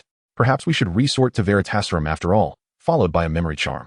The notion of first using Veritaserum on Ginny and then employing a memory charm to make her forget the event is not permissible. Before Glen could fully transition his thoughts, the girl added wistfully. Glen fell silent. How does Hermione know everything? I truly don't understand you. If it weren't for my intervention, who knows what you might do? Seeing Glen at a loss, Hermione proudly placed her hands on her hips. You should have some faith in me. I know you worry about me. Hermione reached out to pat Glen's head. While I appreciate being protected by you, I am not a helpless burden in need of constant safeguarding. I am also working hard to become stronger. Observing Hermione defiantly raise her small fist, Glen's lips curled into a slight smile. Moreover, back in elementary school, wasn't it always I who protected you? I am, after all, older than you, dear child. Do not fret so much. Hermione, with a delicate gesture, lifted Glen's chin and said, Come now, little Glen, call me sister. The corners of Glen's mouth returned to their usual state. Perhaps I should remain silent. Chapter 44, Eavesdropping and Following. Look, there they are. The two engaged in a discussion as they exited the History of Magic classroom, navigating through the throngs in the corridor. The young girl rose onto her toes, peering over the crowd, searching for the figures of Harry and Ron, who were seated in the last row and had been among the first to leave the classroom. now pushed forward by the stream of departing little wizards. They were merely 40 or 50 meters away. It's a bit far from us, Hermione pondered, turning to Glen. What shall we do? Let us follow them. It's best to clarify these matters sooner rather than later to avoid prolonged uncertainties. Glen stepped forward, only to be unexpectedly jostled by a fluffy mass beside him. It was Hermione. Oh dear, there are so many people. I've been pushed aside. She quietly complained while clutching Glen. Glen, ignoring the fact that Hermione was actually beside a wall, reached out to embrace her protectively. Past experiences taught him that in such moments, it was best to acquiesce to the young lady's sentiments. Hermione was invariably right. Wait, why are those two here? Even after emerging from the crowd, Hermione had no intention of releasing her hold on Glen, and as they followed the trail of Harry and Ron, they once again found themselves at the second floor, the site of Madame Pomfrey's earlier attack. The young girl's demeanor turned serious. Gently releasing her grip, Hermione drew her wand and donned the magical hand. Under Glen's subtle guidance, she now stood with him in the shadows of the corridor, trailing behind the two boys ahead. Harry and Ron halted, staring intently at the inscriptions on the wall. Filch had been on guard. Suddenly, a strange yet somewhat familiar voice came from behind Hermione, startling the young girl who was peeking out to observe. That was not Glen's voice. Hermione swiftly turned, a fierce look on her face, her wand aimed at Glen's head. What? Hermione focused her gaze and discovered Glen, expressionless, with his wand pressed against his throat, his mouth moving silently. Phew, that startled me. A voice-changing spell. The young girl sighed in relief, lowering her wand and gently patting her chest. What was Glen suddenly using a voice-changing spell for? Moreover, wasn't this something we already knew? Such thoughts crossed her mind, yet Hermione refrained from interrupting Glen's intentions, understanding that he must have his reasons for bringing this up now. Indeed, Glen's next words revealed his current endeavors. Now that Filch is absent, why don't we investigate? Glen's wand emitted a faint glow, and his voice transformed once more, taking on a tone familiar to the young girl. She realized what Glen was doing, and she recognized the two different voices she had heard before. Wasn't that just Harry and Ron's voices? Hermione once again stealthily peered out, spotting Harry in the distance as he discarded his backpack and began to crawl on all fours, searching for something on the ground. Hermione's conviction solidified. Indeed, Glen was currently maintaining his heightened senses, observing Harry and Ron while relaying their conversation. The reason he refrained from employing the disillusionment charm and other concealment spells was that Glen deemed the location, previously besieged by a giant serpent, far more perilous than other areas of Hogwarts. Furthermore, with Hermione accompanying him, he was exerting all his efforts to remain vigilant of their surroundings, while simultaneously eavesdropping on Harry and Ron's dialogue. Having comprehended Glen's actions, the young girl focused intently on the two lads who were scouring for clues. From Hermione's perspective, Ron appeared startled by something, exclaiming and retreating a few steps, pressing against the wall as if faced with a formidable foe. Wow! Glen switched to Ron's voice, exclaiming, "Spider, spider." Hermione couldn't help but twitch her lips. The combination of image and sound felt utterly discordant. Striving to suppress her urge to voice her inner critiques, Hermione continued to monitor Harry and Ron's movements. "What is wrong with the spiders?" Harry's voice queried. "I don't like spiders," Ron responded. "What are they doing?" Glen then mimicked Harry's voice, prompting Hermione to squint at the upper window, where a swarm of small spiders was clustering, attempting to squeeze through a narrow gap. "I don't want to know. Let us hurry and leave. Looking at these creatures gives me goosebumps," Ron remarked, rubbing his arms nervously. Hermione rested her chin on her hand, noting that the spider's behavior was decidedly peculiar. "I haven't read about spiders migrating," the young girl muttered softly. Yet, Glen remained silent, diligently relaying the dialogue between the two boys. "Ron, do you remember the puddle on the ground? It was beneath Mrs. Norris's feet. I recall there being a trail." Ron said. "Is it there?" "I remember," he continued, as a sudden recollection surged within him, transforming into a vivid red flash as he hastily retreated from the unnerving spiders, dashing towards the corridor behind them, evidently struck by a thought. Seeing this, Harry followed suit without hesitation. The young girl, witnessing the scene unfold, stamped her foot in frustration and turned to Glen, her gaze questioning. "Should we follow?" Hermione inquired. Glen nodded in affirmation. They did not pursue closely, instead finding a vantage point where they could observe Harry and Ron's actions, halting their steps. Harry and Ron arrived before a grand wooden door. "This is it," Ron said, grasping the brass spherical handle. However, as he opened the door momentarily, he quickly shut it again, his expression far from cheerful. "We can't go in. This is the girls' restroom," he stated, taking a step back. Harry's face reflected a flicker of hesitation, but ultimately, he abandoned the idea of entering the girls' restroom. "It appears that the two of them are rather polite." Hermione nodded in acknowledgement, offering a compliment before casting a glance at Glen, unlike a certain someone. Glen had naturally already discerned the source of the water stains left by the giant serpent, and, upon their return to the scene, They had thoroughly searched the abandoned girls' lavatory. At that time, Glen stood resolutely before the wooden door, exhibiting no hesitation as he pushed it open and commenced his search, displaying no regard for the distinction between genders. Fortunately, Glen's appearance was remarkably deceptive, and coupled with his sparse verbal communication, the resident ghost named Myrtle harbored no doubts regarding his gender. Such a charming fellow must surely be a girl. Chapter 45, Analysis. Ron, we need to swiftly uncover the true heir of Slytherin, Harry expressed with a hint of concern. I feel as though everyone is looking at us strangely, and remember what Colin mentioned today, as well as Justin Finch-Fletchley. Just ignore it, Ron replied disdainfully. These people are quick to believe any rumor. Besides, how could a Gryffindor possibly be the heir of Slytherin? They should use their brains to see how illogical that is. It's just our bad luck to be caught up in this, Ron suddenly realized, regarding Harry with curiosity. Speaking of which, mate, I just recalled something. When you brought me here, you mentioned hearing a sound. What was that about? Harry anxiously glanced around to ensure they were alone. Did I not tell you in the dormitory? I heard someone saying they wanted to kill. Ron looked bewildered. When was that? Harry, exasperated, thought that Ron must have been in a stupor at the time and had not truly heard what he had said. Taking a deep breath, Harry recounted in detail his previous experience of hearing the voice in Lockhart's office, as well as the moment he heard it again upon exiting nearly headless Nick's ghostly banquet. I believe that was the voice of the monster, Harry stated solemnly. However, I am certainly not the heir of Slytherin. The attacks caused by that monster have nothing to do with me. Ron, you must believe me. Ron, still processing Harry's account, chuckled and waved his hand dismissively. Of course. I would never doubt you. Don't worry, I definitely believe you. Harry expressed his gratitude towards Ron, who gave him a thumbs up in return. In the shadows of the corner, Hermione was thoughtfully analyzing the conversation relayed by Glen. Harry can understand what that giant serpent is saying. Is he a Parseltongue? Hermione turned to Glen, who had finally ceased eavesdropping on their dialogue. If that is indeed the case, it would explain how the two of them could arrive at the scene of the incident more swiftly than you. Glen stated. Glen, do you remember? We had just discovered Hagrid's roosters were being attacked that day. Hermione grew serious as she recalled certain details. That evening, when you escorted me home, we encountered Harry, who was also inquiring if we had heard any sounds. Prompted by Hermione's reminder, Glen began to recollect, nodding in agreement.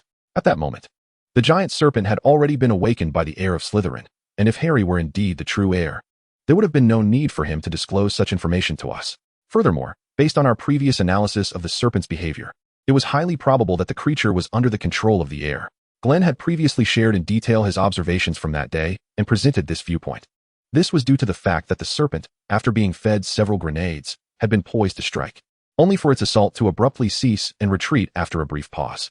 In Glen's perspective, this was exceedingly irrational and discordant at that moment.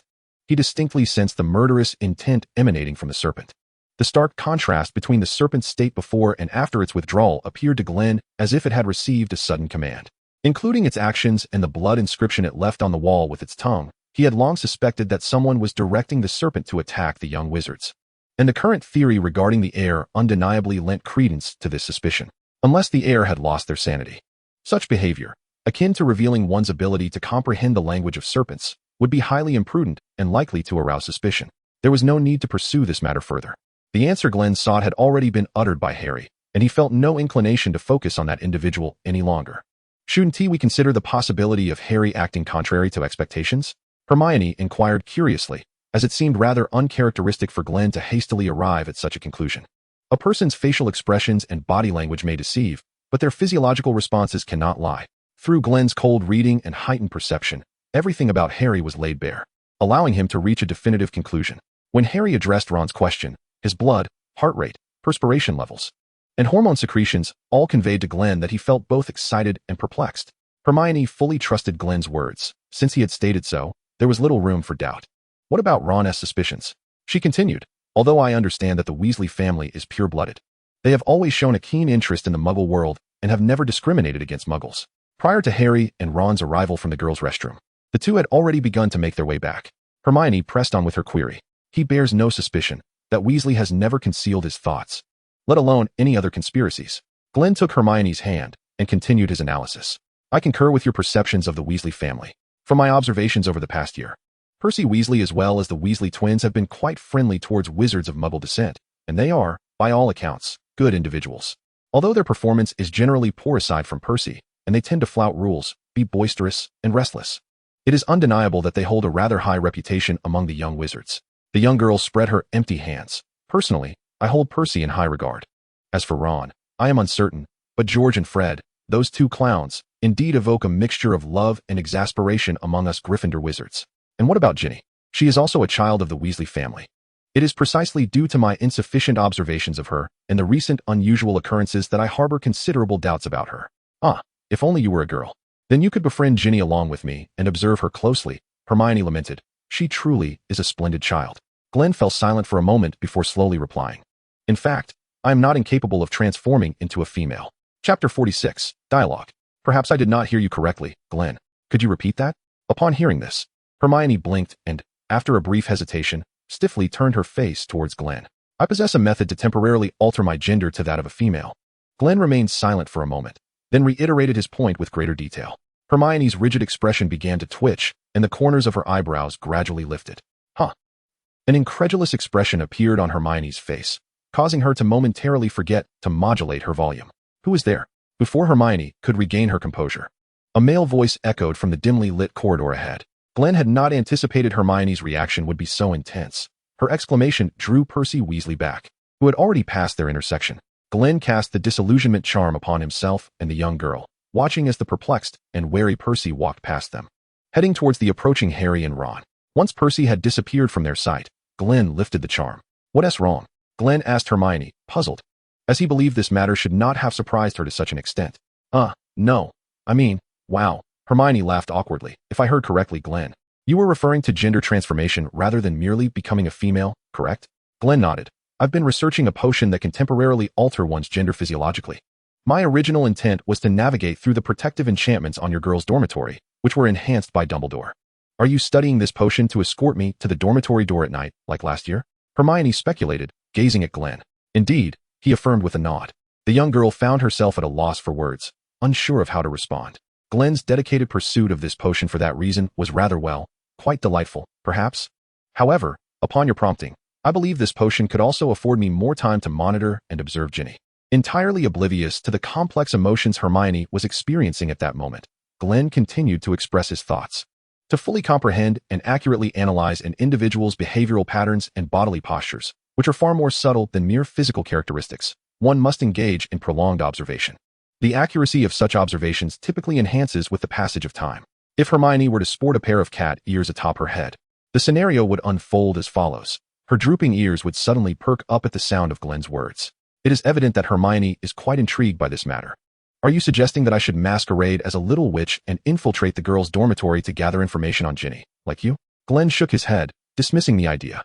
He had not contemplated making direct contact with Ginny or any other witches. He believed it would be more fitting for Hermione to engage with their target, as he considered that observing discreetly and focusing on information collection would yield greater benefits. A third-party observer, removed from the event, often discerns more details than those embroiled in the situation. Moreover, Glen's conversational skills paled in comparison to the articulate Hermione. He had never been adept at navigating discussions or steering topics. In his previous life, he typically avoided tasks that required interaction with others, favoring straightforward, brute force solutions such as eliminating targets with a single shot or a decisive blow. Were it not for the young girl restraining him, Glen would have had no qualms about directly addressing the source of their inquiries. Since Ginny Weasley is one of the suspects, he resolved to eliminate this potentially correct option through a process of elimination and would reassess the situation thereafter. Are you pondering something dangerous again? Upon noticing Glen's sudden silence, Hermione scrutinized him with suspicion. She was acutely aware that he had become ensnared in one of his peculiar thoughts. Each time Glen exhibited such an expression, he would invariably respond with some astonishingly outrageous notion after her inquiries. For instance, during their elementary school days, when faced with individuals they found irksome, Glen had once suggested that they should make such nuisances disappear from sight forever, incapacitating them and erasing all traces of their existence. This left young Hermione utterly speechless. Ultimately, the kind-hearted Hermione had intervened, admonishing him and earnestly explaining that such actions were wrong, that with bothersome individuals, it was best simply to ignore them. Glen had humbly accepted her guidance, though in the days that followed, Hermione noticed that he continued to entertain similar perilous ideas. Fortunately, Glen merely contemplated them without any inclination to act on such thoughts. Surely he hadn't acted upon them, had he? Well, perhaps not. Although Glen maintained a calm demeanor, Hermione could discern the subtle differences in his expressions and the nature of his thoughts at that moment. This time, Glen refrained from articulating his thoughts directly, shaking his head. I don't wish to share my thoughts, as they would only displease you. Hermione paused, then, growing exasperated, declared, If it's something that would upset me, then I absolutely must hear it. The young girl hurriedly approached Glen, her large eyes fixed intently upon him, as her fingers impatiently poked at his chest. This is not merely to prevent you from undertaking irreversible actions. To be frank, no one else holds as much significance as you do. This is for your own sake. I have noticed, Glen, that your understanding and approach to certain matters seem rather peculiar, and even Grandma has perceived this. She once confided in me, urging me to keep a watchful eye on you, to persuade you and guide you in the right direction. I have read that one's thought process can affect and reflect upon themselves. During events, they are equally susceptible to external influences, whether from people or objects. The negative impacts others experience because of you may, to some extent, be absorbed by you, thus affecting you in return. Hermione halted her actions and cradled Glen's face in her hands. I do not wish for you to be burdened by such negativity. If I am not mistaken, you are undoubtedly contemplating how to swiftly and directly resolve this issue through Ginny, and I can assure you that the process will not be pleasant. She gently pulled down the black fabric obscuring Glen's eyes, their gazes locking in mutual understanding.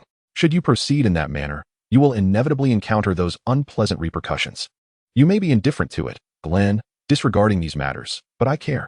Chapter 47, Equality? Despite Hermione's heightened emotions, Glen sensed no anger or blame emanating from her. Instead, he felt a pure concern, tinged with anxiety. I understand you are looking out for me, worried that this situation may threaten my safety. Hermione continued to hold Glen's face, her gaze unwavering upon his dark eyes. A flicker of impatience that Glen subconsciously felt transmitted through the bracelet to the young girl. Yet you neglect your own well-being. Indeed, Glen was growing anxious, for after many days of investigation, whether concerning Ginny Weasley or the Chamber of Secrets and the Basilisk, progress was painfully stagnant. With his sense of security dwindling, Glen yearned to resolve the matter swiftly, all the while considering Hermione's feelings and adhering to her views during the inquiry. Hermione was determined to prevent any baseless accusations from tarnishing her dear friend's reputation, fully aware of how deeply misunderstandings and prejudices could impact an individual. She and Glen had both been subjected to the scrutiny of others, seen through distorted lenses. Thus, she wished to keep this matter concealed from anyone outside their circle, opting to uncover the truth through her own efforts, even if it meant placing herself in perilous circumstances. However, Glen was indifferent to others' sentiments. Not out of compliance with Hermione's request, but rather, he had already thrust this dilemma into Dumbledore's hands, compelling the headmaster to confront the lurking dangers within Hogwarts. Leave this matter to me. I intend to demonstrate that I am capable of handling this on my own. Hermione had recently conveyed this sentiment to Glen. At that moment, Hermione's expression of independence was somewhat inaccurate. What the young girl truly wished to convey was her desire to stand on equal footing with him, to share in the burdens they faced together. Yet, constrained by pride and shyness, she refrained from articulating her thoughts. She was acutely aware that Glen consistently shielded her from the daily trials and tribulations, safeguarding her with unwavering devotion. Glen was intent on ensuring that Hermione endured no harm whatsoever. However, such excessive protection only heightened Hermione's anxiety. She feared that if things continued this way, she might never be able to stand alongside Glen on equal terms. Despite her remarkable aptitude for magical studies, Hermione constantly felt that Glen's advancement far surpassed her own. Whether stemming from her pride or her concern for Glen, Hermione was unwilling to let him perpetually shield her from life's tempests, clearing every obstacle from her path. Such a dynamic would forever render their positions unequal. The future she envisioned was one where she could share the burdens they confronted together, where she could alleviate his worries, and he could, in turn, assist her. It was not merely about Glen's unilateral sacrifices. The foundation of any enduring friendship must rest upon equality, and love, even more so. Moreover, Hermione understood that Glen's thoughts diverged significantly from those of the average person. The ideas that flitted through his mind often veered towards the extreme and perilous. A person's mindset is frequently molded by their upbringing. Yet Hermione found herself perplexed as to why Glen's thoughts were so fraught with danger. Excluding their shared experiences of being ostracized in elementary school, their formative years were largely smooth, characterized by harmonious families and fulfilling lives. Logically, Glen should not have developed such a mindset. Even amidst the schoolyard exclusion, Hermione had tirelessly sought to protect Glen within that environment, discreetly informing Mr. and Mrs. Hawthorne to assist her in shielding him from such influences without leaving a trace. Yet, despite her efforts, Glen still transformed into someone who caused her both worry and sorrow. She buried these concerns deep within her heart, persistently striving to influence Glen positively, attempting to counteract the darkness that lurked within him. Upon entering the wizarding world and encountering the existence of magic, coupled with insights gleaned from Professor Dumbledore and Grandma Lin Yingqing regarding the conditions and characteristics of the dark and the demonic, Hermione finally grasped just how challenging Glen's journey had been over the years. Why did such misfortunes befall him? If the existence of dark magic could be controlled, it would undoubtedly enhance Glen's strength. However, every power comes at a cost.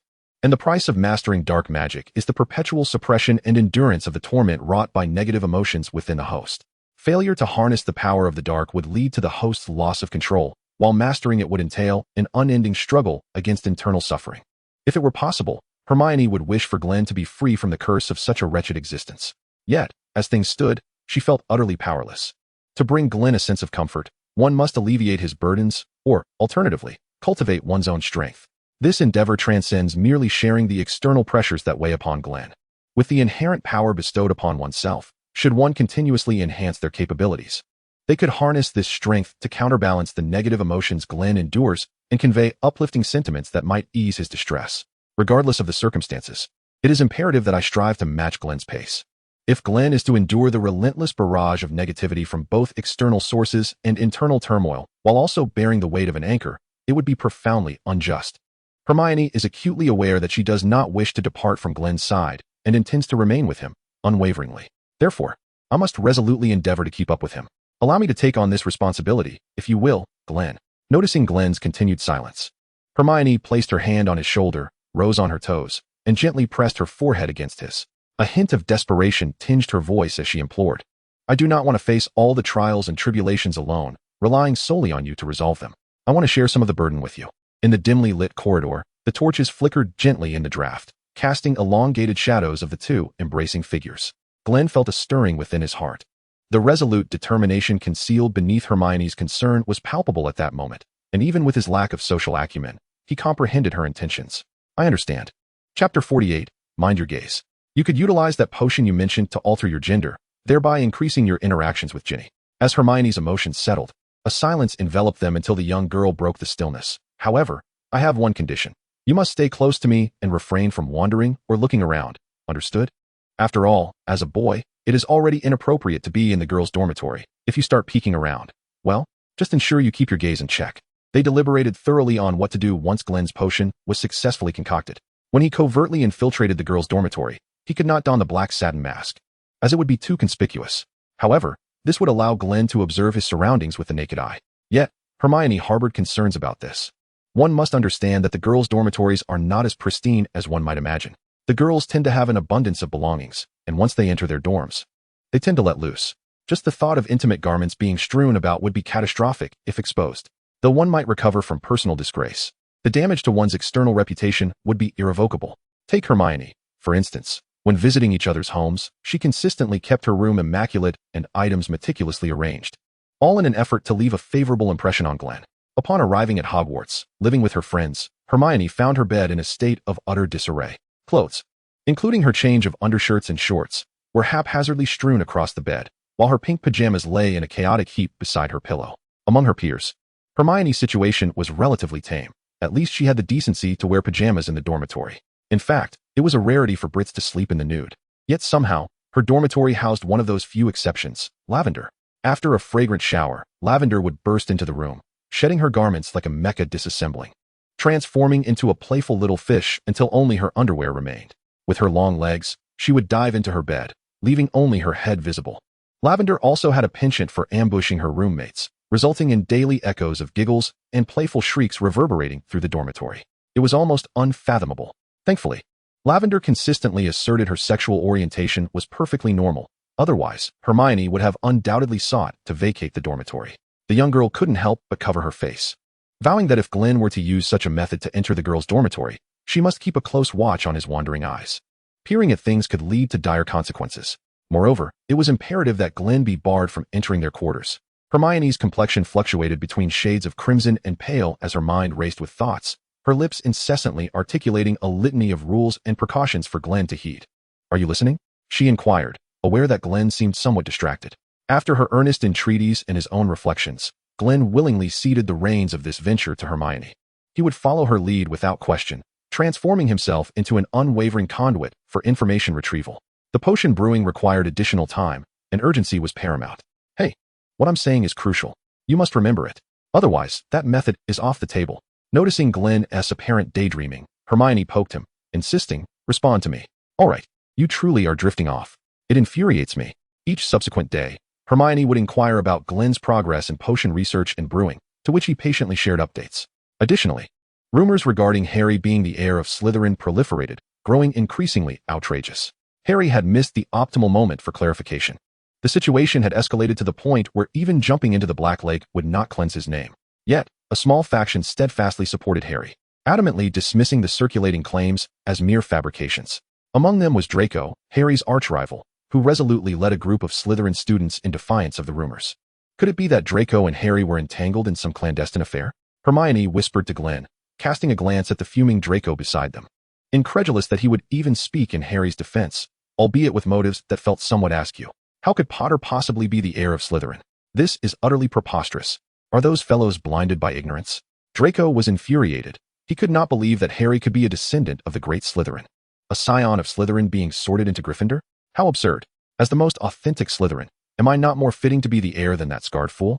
This is an utter disgrace.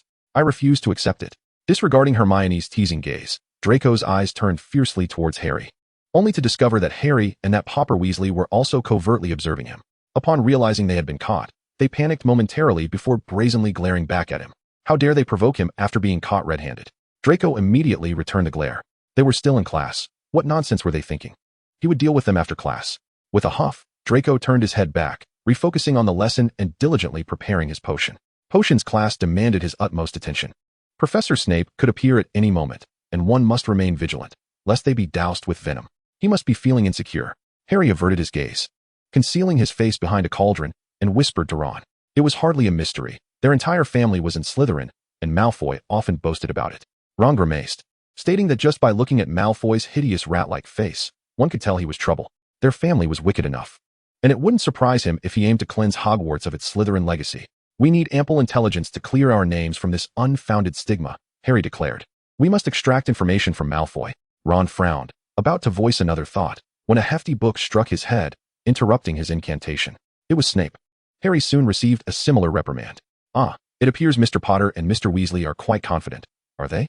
Snape remarked coldly, his expression devoid of warmth. Chapter 49. Matters concerning Harry, Ron, and Draco. After being doused with venom by Professor Snape, Harry and Ron were, as usual, penalized 10 points for Gryffindor. The surrounding Gryffindor students had grown accustomed to this. The two troublemakers felt restless if they went a day without losing points. Both Harry and Ron grimaced, gingerly touching the swollen spots on their heads where Snape had struck them with his book. As Snape ceased his venomous tirade, they moved forward, pretending as though nothing had happened, and resumed their discussion. But how on earth can we extract information regarding the heir and the Chamber of Secrets from Malfoy? I do not believe he would divulge such crucial information in our presence, Ron said, his gaze fixed intently on Draco, who was vigorously stirring the contents of his cauldron, his eyes filled with a fierce hatred that seemed almost palpable. Indeed, I share your sentiments. It is implausible for him to elucidate such matters to the young wizards outside of Slytherin House.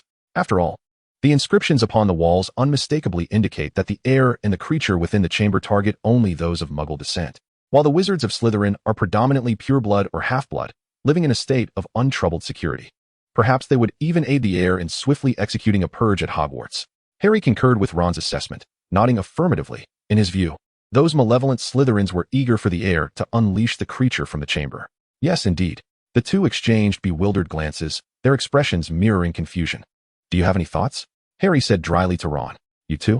Ron replied, a grimace spreading across his face, clouded with worry. Both had momentarily indulged in fanciful daydreams, envisioning themselves capturing Malfoy, the heir, with irrefutable evidence to thwart his plans, thereby rescuing everyone and once again emerging as heroes of Gryffindor, regaining all the points they had lost and leading their house to victory in the House Cup, basking in the admiration of their peers.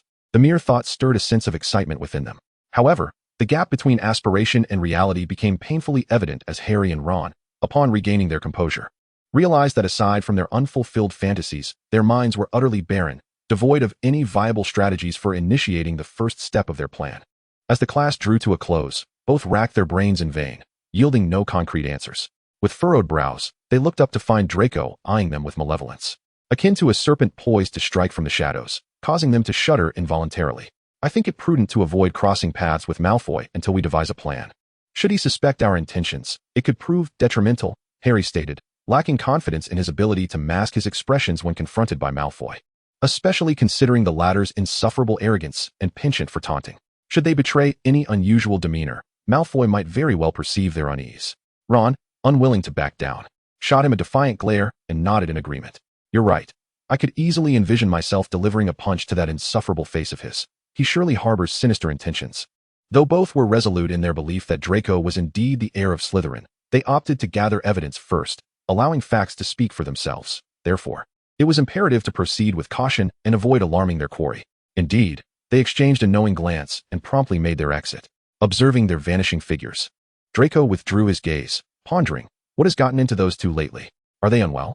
It feels as though they are evading me, yet secretly watching from the shadows. This sensation is most unsettling. Hermione, standing beside Glen, could not resist a teasing remark. Perhaps their perspectives have shifted, and they have developed a fondness for you. Seeking an opportunity to reconcile, Draco's face suddenly turned pale, his hands nervously rubbing his arms. Stop, this is impossible. Don't say it, Hermione. Just the thought of it makes me feel nauseous. The young girl, reveling in her mischief, erupted into a fit of giggles, her laughter ringing like silver bells. Particularly enchanting to Glen's ears. Draco felt a shiver run through him. Was Hermione truly a demon in disguise? How could she conjure such venomous words? He recalled the recent behavior of Harry and Ron towards him, their furtive glances and secretive exchanges. As if they were observing him from the shadows and quickly diverting their eyes upon being caught. The scene began to shift into something unsettling. Draco couldn't help but envision Harry and the others approaching him, awkwardly apologizing and expressing a desire for reconciliation. No, he couldn't entertain such thoughts. It was dangerous. Ugh. What if this image lodged itself in his mind? No, that simply wouldn't he do. From Glen and Hermione's perspective, Draco's expression morphed from alarm to sheer panic. His mouth agape as he clutched his meticulously styled light blonde hair. Quick, Glen, cast the oblivion charm on me. Make me forget that dreadful moment. Before he could finish, Glen's spell struck Draco's face, leaving no time for reaction. The fear in Draco's features gradually shifted to confusion as Glen expertly erased the last minute of his memory. The bright light slowly dissipated, and Draco's face became vacant, his mouth closing slowly. What's wrong? Why are you all staring at me? After a moment, he rubbed his temples, noticing Glen and the barely restrained giggles of Hermione watching him intently. He inquired. Glen shook his head, preparing to leave for defense against the dark arts class. Noticing Hermione's mischievous intent to provoke Draco further, Glen expressionlessly covered the young girl's mouth and carried her away. This left Draco standing alone in the empty potions classroom, feeling the chill of disdain wash over him. Shaking his head, he thought, I've grown accustomed to their antics, but something feels off today. It seems I've forgotten something important. Draco pondered, bewildered, and ultimately decided to let it go. Was I supposed to confront Potter and Weasley about something? Ugh, I can't recall. Forget it. I should just head to class. Chapter 50. It was intentional. Upon entering the defense against the dark arts classroom, Glen and Hermione spotted Harry already ensnared by Lockhart, while Ron sat at a distance, wearing an expression of sympathetic resignation as he watched Harry being dragged onto the stage. It seemed that these two pranksters were doomed to lose points in class daily for various antics, with Harry being compelled to participate in Lockhart's self-indulgent performances based on the very narratives from his own books. As for Harry, often, it is the party being struck, or rather, the one rescued by Lockhart. The supporting characters in Lockhart's autobiography have nearly been portrayed by Harry for almost a third of the time, while the remainder likely pertains to the forthcoming content of the defense against the dark arts class. Presently, this class appears to be a veritable disaster.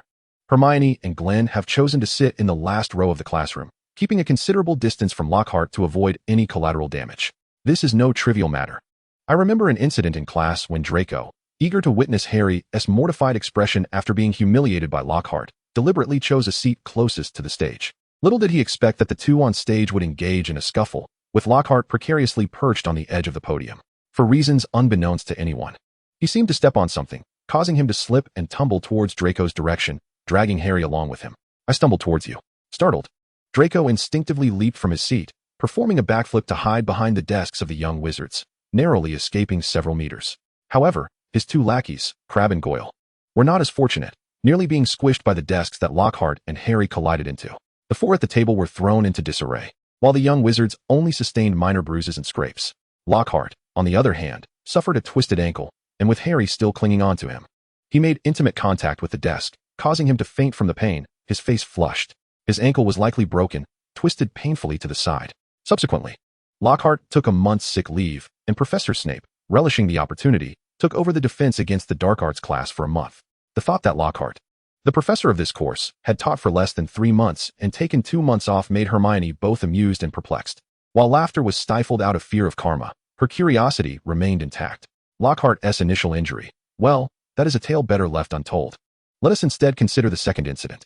The drama of that occurrence was undeniable, and with no other classes following. Hermione ventured to the stage after class to inspect the spot where Lockhart had slipped, discovering remnants of magical residue. The smoothness of that area starkly contrasted with the majority of the podium's surface. Hermione ran her fingers over it, finding it exceedingly slick, so much so that a fly would surely find itself tumbling skyward. Furthermore, her investigation revealed that it wasn't just that spot that had been tampered with. There were several scattered areas along the edge of the podium exhibiting similar alterations. Someone had deliberately interfered. Rising from her seat, Hermione clapped her hands, reflecting on this revelation. Lockhart truly had a knack for attracting animosity. Which audacious little wizard would wish him harm? Should we restore these areas to their original state? In an uncharacteristic turn, Glen refrained from commenting on the matter, instead taking a moment of silence before addressing Hermione, suggesting, perhaps we should address this, considering the substitute professor might also take a tumble. I certainly do not wish to witness Professor Snape in a predicament akin to Lockhart's. After much contemplation between the notions of good and evil, Hermione ultimately resolved to eliminate the unforeseen, preventing the old bat from landing in a precarious situation. Regardless of how things unfolded for Lockhart, it was best that Professor Snape remained unharmed. They each took responsibility for half of the task, beginning to counteract the spells that had imposed their effects upon the podium. To Hermione's astonishment, upon meticulous examination, she discovered an overwhelming number of locations where enchantments had been placed, some of which were rather elusive. While dispelling the effects of the spells was straightforward, the challenge lay in locating where the spells had been cast. As Hermione busily toiled away, barely having cleared a few spots, Glen had already completed his half of the assignment. Have you finished on your end? Hermione raised an eyebrow in curiosity. Super sense.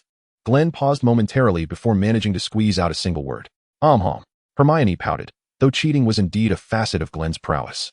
The considerable distance he had gained in this endeavor left her feeling somewhat vexed. I'm feeling a bit petulant, she confessed. I'll assist you. This task is more suited to my skills and bears no relation to you, Glen said, affectionately ruffling the young girl's hair. She nodded in acquiescence, not allowing herself to dwell on her frustration, and settled down nearby to observe Glen at work. His speed in clearing these anomalous areas was remarkable, as though he possessed prior knowledge of their hidden locations. Before long, he had completed the task. That should suffice. Today we've done a good deed, Hermione declared, rising to her feet. When Professor Snape next unleashes his venomous remarks, I shall bring this up, making him feel guilty for an entire day. Her thoughts swiftly shifted to the prospect of Snape feeling remorse, igniting excitement within her. I suspect Snape will merely scoff and admonish you for meddling. Glen calmly articulated his opinion, earning a charming roll of Hermione's eyes in response. I'm just voicing my thoughts. Oh dear, why must you take everything so seriously? I wonder who you learned that from. Let us go to the library. Glen's dark, silken gaze followed the young girl as she tugged at him. Who could she have learned her seriousness from? Surely, Hermione knew herself well enough. Of course, it's best to ponder such matters in silence. Speaking them aloud would invite the wrath of the little lady. Glen emerged from his reverie, observing the scene on stage where Lockhart had Harry pinned down, his throat pressed by a wand, emitting pitiful groans while struggling desperately. Meanwhile, Lockhart, seated triumphantly atop Harry, laughed heartily like a general reveling in victory upon the battlefield. What method should he employ this time? With the frequency of traps being set in the classroom, it was inevitable that Hermione would catch on to the anomalies. Perhaps the notion of a dragon bone statue causing a concussion could be shelved for now. A different approach was warranted. Indeed, it seemed that poisoning would be the most prudent course of action. On stage, Lockhart suddenly felt an icy chill surging from his spine to his brain, causing him to shudder. His expression frozen as he furtively scanned his surroundings, yet found nothing amiss. Was it merely an illusion? As Lockhart gazed upon the adoring eyes of his young fans, he swiftly dismissed the thought and continued to torment Harry beneath him. Come now, shout a little louder. Chapter 51, The Release. Naturally, he would not resort to lethal poisons. There was no necessity for it. Firstly, Lockhart was not yet deemed a mortal threat in Glen's eyes. Secondly, Dumbledore would likely disapprove. And thirdly, it was essential to keep Lockhart available to assist Snape in substituting for the defense against the dark arts class to counter the curse. Under the pretense of needing to use the restroom, Glen evaded Hermione's gaze. In the shadows of her field of vision, he swiftly cast the disillusionment charm and made his way toward Lockhart's office, concocting a potent magical laxative on-site using the materials he carried and his understanding of pharmacology. He arrived briskly at the threshold of Lockhart's office, just as Harry and Ron were pushing the door open. Seizing the moment they entered, Glen stealthily slipped into the room, casting a spell to slow the closing of the door, leaving a narrow gap through which he could administer the potion before his departure. Professor Lockhart, we would like to ask you for a small favor. Approaching Lord, Harry stifled the urge to leave and earnestly addressed the professor, who was currently savoring a warm, fresh pumpkin juice while delighting in the love letters discreetly passed to him by the young witches during the break. Glen, uninterested in their conversation, quietly approached Lockhart's side and, while the professor set his cup down to engage with Harry and Ron, he swiftly administered the potion, then used a domestic charm to mix the concoction with the pumpkin juice thoroughly. He then silently retreated to the door, observing Lockhart lift the cup to take another sip of the pumpkin juice before making his composed exit. Preliminary estimates suggested that the potion he had prepared would likely cause Lockhart's stomach to ache for another month, resulting in a debilitating bout of diarrhea. Upon exiting, Glen positioned himself around the corner from Lockhart's office and silently counted to 3 in his mind. He intended to confirm the potion's effects after it had been consumed and record his observations in his notebook for potential improvements. 3, 2, 1. Bang. The office door was forcefully thrust open, and Lockhart emerged, his face pale, legs clutched together, staggering against the wall, his expression one of distress.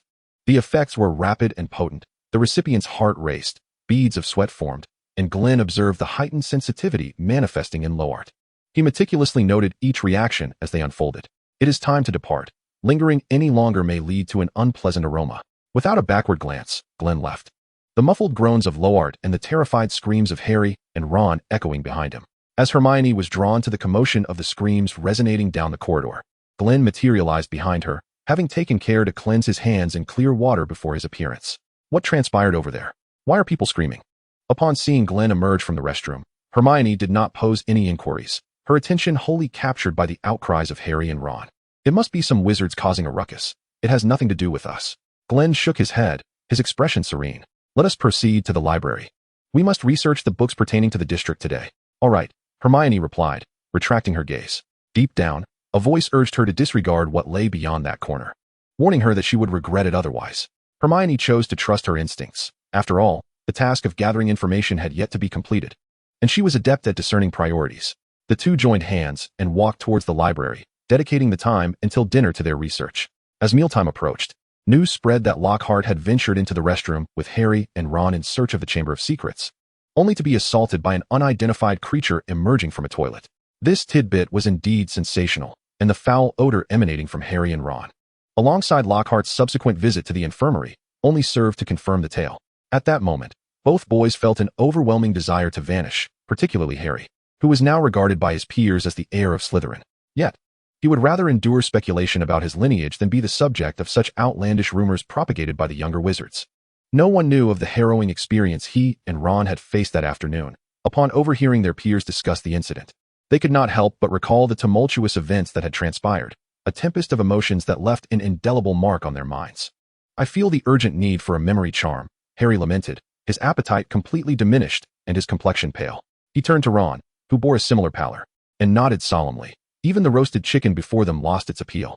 Fortunately, they had managed to wash away the lingering stench by helping one another scrub their bodies in the shower, nearly rubbing their skin raw. Afterward, they employed cleansing and refreshing charms on each other, effectively banishing the foul odor. Otherwise, they would not have been able to sit at the Gryffindor table. When Dumbledore announced from the staff table that Professor Lockhart would be confined to the infirmary for another month, Hermione seemed to have an epiphany. She subtly beckoned Glen to lean closer. He complied. Have you noticed? Lockhart appears never to have taught 2 consecutive classes without interruption, Hermione whispered, her brown eyes sparkling with the light of truth. I believe this is the effect of a curse cast by Voldemort during defense against the dark arts classes. Otherwise, there would be no other explanation. As for last year's Quirrell, I suspect Voldemort possessed him, nullifying much of the curse, allowing Quirrell to encounter you unscathed and to endure until the end. Glen observed Hermione's earnest demeanor, remaining silent for a moment before finally uttering a single word, yes. It was for the best that Hermione held such a belief. At least it diverted suspicion away from herself. I am somewhat concerned for Professor Snape, she continued. With Lockhart in the infirmary, he will be substituting, and I hope he does not bear the brunt of Lockhart's misfortune. What if the curse, lacking its intended target, were to affect Professor Snape instead? The young girl appeared genuinely worried. No worries, Snape is merely the assistant professor. The original curse cast by Voldemort stated that the position of defense against the dark arts professor would not be held by the same person each year. Therefore, this curse does not apply to him, rest assured. Indeed, the curse requires a clearly defined victim to take effect. As long as Lockhart remains in his position, he will continue to be the target of the curse. Ensuring Snape's safety is not a concern. The young girl nodded, placing her hand over her heart, and said, Then I can relax. Chapter 52, the Quaffle anomaly. The day after Lockhart was incapacitated by Glen's potion, at 11 o'clock in the morning. This year's Quidditch match was about to commence. The two competing teams were once again the perennial rivals, the championship favorites, Gryffindor and Slytherin. Glen and Hermione had initially intended to stay in the library to quietly conduct their research. However, Hermione's friends playfully coaxed her away, effectively abducting her to the stands. And Glen was captured along with her. The reason was simple. No one wished to lose a warm companion amid the chilling winds. Of course, the primary motive was to ensure Hermione took some time to unwind, as Lavender and Parvati had recently noticed that she appeared excessively fatigued. Upon hearing that Hermione intended to continue her research over the weekend, they were immediately displeased. Girls deserve to be cherished, especially someone as adorable as Hermione, who ought to be held close. Lavender embraced the young girl from behind, their cheeks touching as she imparted her wisdom to Glen. You must keep a close watch on her, making sure she doesn't overexert herself. It's ideal to have her in your arms at all times. And occasionally, you should share her with us. Do you understand? Otherwise, we will come over to give you a thrashing. As she spoke, she playfully raised her fist in a mock threat. Hermione's cheeks flushed a noticeable shade of red, and she playfully exclaimed as she turned to attempt to push Lavender down into her seat, turning the tables on her. Glen, accustomed to their antics, chose not to comment further. Cheers erupted as the Quidditch teams emerged from their respective locker rooms, the green and red uniforms of Slytherin and Gryffindor, respectively, reflecting the serious determination etched upon their faces. Even with the gifted Nimbus 2001 from Lucius, the Slytherin team displayed no signs of complacency in their training, matching the Gryffindor Lions in dedication. Regardless of the weather, their green figures could always be seen on the Quidditch pitch. Naturally, disputes over territory between the Snakes and Lions were not uncommon, yet Slytherin was never intimidated by Gryffindor. Each time, they were well prepared and acted with discipline and organization. When conflicts arose between the two teams, they invariably managed to halt their actions at the opportune moment, leaving Wood and his teammates both infuriated and helpless. Harry was already furious, but the one suffering the most was undoubtedly Wood. If a blood pressure monitor were available to assess Wood's condition, it would surely indicate levels significantly higher than those of an average individual. Even the mischievous grins that frequently adorned George and Fred's faces had morphed into sinister smirks, as they glared at the Slytherin team, led by Marcus, with expressions that suggested they wished to bombard the entire group of little snakes with dung bombs. In truth, they had already engaged in such antics. The Weasley twins, armed with an array of mischievous prank items, were well versed in guerrilla tactics, and the ominous odors often wafting from the Slytherin team's locker room were undoubtedly linked to these two troublemakers. Were it not for George and Fred's adamant denials and their vows on their brother's lifespan that Harry, Ron, and Lockhart's encounter yesterday had nothing to do with them, the young wizards might have wrongly attributed the Slytherin heir's identity to them. Thus, both teams were simmering with pent-up frustrations, ready to unleash their wrath upon each other in the forthcoming match. As the match commenced with Madame Hooch's whistle, the 14 players soared into the air, the sky darkening unexpectedly, and the atmosphere growing increasingly oppressive. Draco and Harry flew higher than their fellow players, facing off at the highest point of the pitch. Are you ready to embrace your defeat, Potter? Draco's face bore a proud, yet not arrogant smile. Oh, is that so? You lot are nothing but equipment-dependent fools. Harry retorted defiantly. Let us see whose prowess prevails, you cowardly Slytherin. Draco, undeterred, completed his taunting routine. Just then, Harry furrowed his brow as a black spherical object shot towards him from a diagonal angle. Caught off guard by Draco's verbal distraction, Harry failed to evade in time, and the tail of his broom was struck, sending him into a spin. It was a bludger. Watch out, Harry. In the midst of the dizzying chaos, Harry vaguely heard George's voice. Once he regained his balance, he saw George wielding a bat and fiercely sending the bludger hurtling towards the Slytherin players. Where's Malfoy? Harry suddenly realized he had lost sight of that individual. He hurriedly began to search, only to be alarmed to see Malfoy diving rapidly towards the ground. Had he spotted the golden snitch? So fast. Harry had no time to ponder further as he angled his broom vertically to chase after Malfoy. There is still a chance. I can barely interfere with him. Dodge, Harry. Fred's voice echoed from above, tinged with urgency. Harry quickly turned around, only to discover that the bludger had taken a sharp turn and was now racing back towards him. Spotting Draco not far below, Harry had a sudden inspiration. He rolled to the side, narrowly evading the bludger, which, due to its momentum, was now on a collision course with Draco. A wave of danger washed over him, and the young wizard furrowed his brow, managing to evade the perilous bludger as well. At this moment, Harry realized that Draco was unencumbered by any objects, and there was not a trace of the elusive golden snitch in sight. It seemed that this fellow intended to trick him into a collision with the ground. It was a faint reminiscent of Lonsky. How perilous. He nearly fell for it. Harry exclaimed inwardly. Consider yourself fortunate, Potter. With his intentions laid bare, Draco adeptly seized his broom and soared back into the heights. Feeling deceived, Harry's mood soured. He gritted his teeth and similarly clutched his plummeting broom, striving to ascend. However, the gusty wind whistling past him startled Harry into a turtle-like retreat as a dark orb zipped past, brushing against his hair and snatching away a stray lock. It was that familiar bludger once again. What was happening? At this juncture, the Quidditch pitch was besieged by a torrential downpour, large droplets pummeling his glasses, blurring his vision. Much like his tumultuous emotions, Harry felt utterly disheveled in the wind. Slytherin leads, 80-0. The reluctant commentator Lee Jordan proclaimed. Meanwhile, the Weasley twins also discerned Harry's predicament and swooped down to his side, smashing the errant bludger away, providing him with much-needed protection.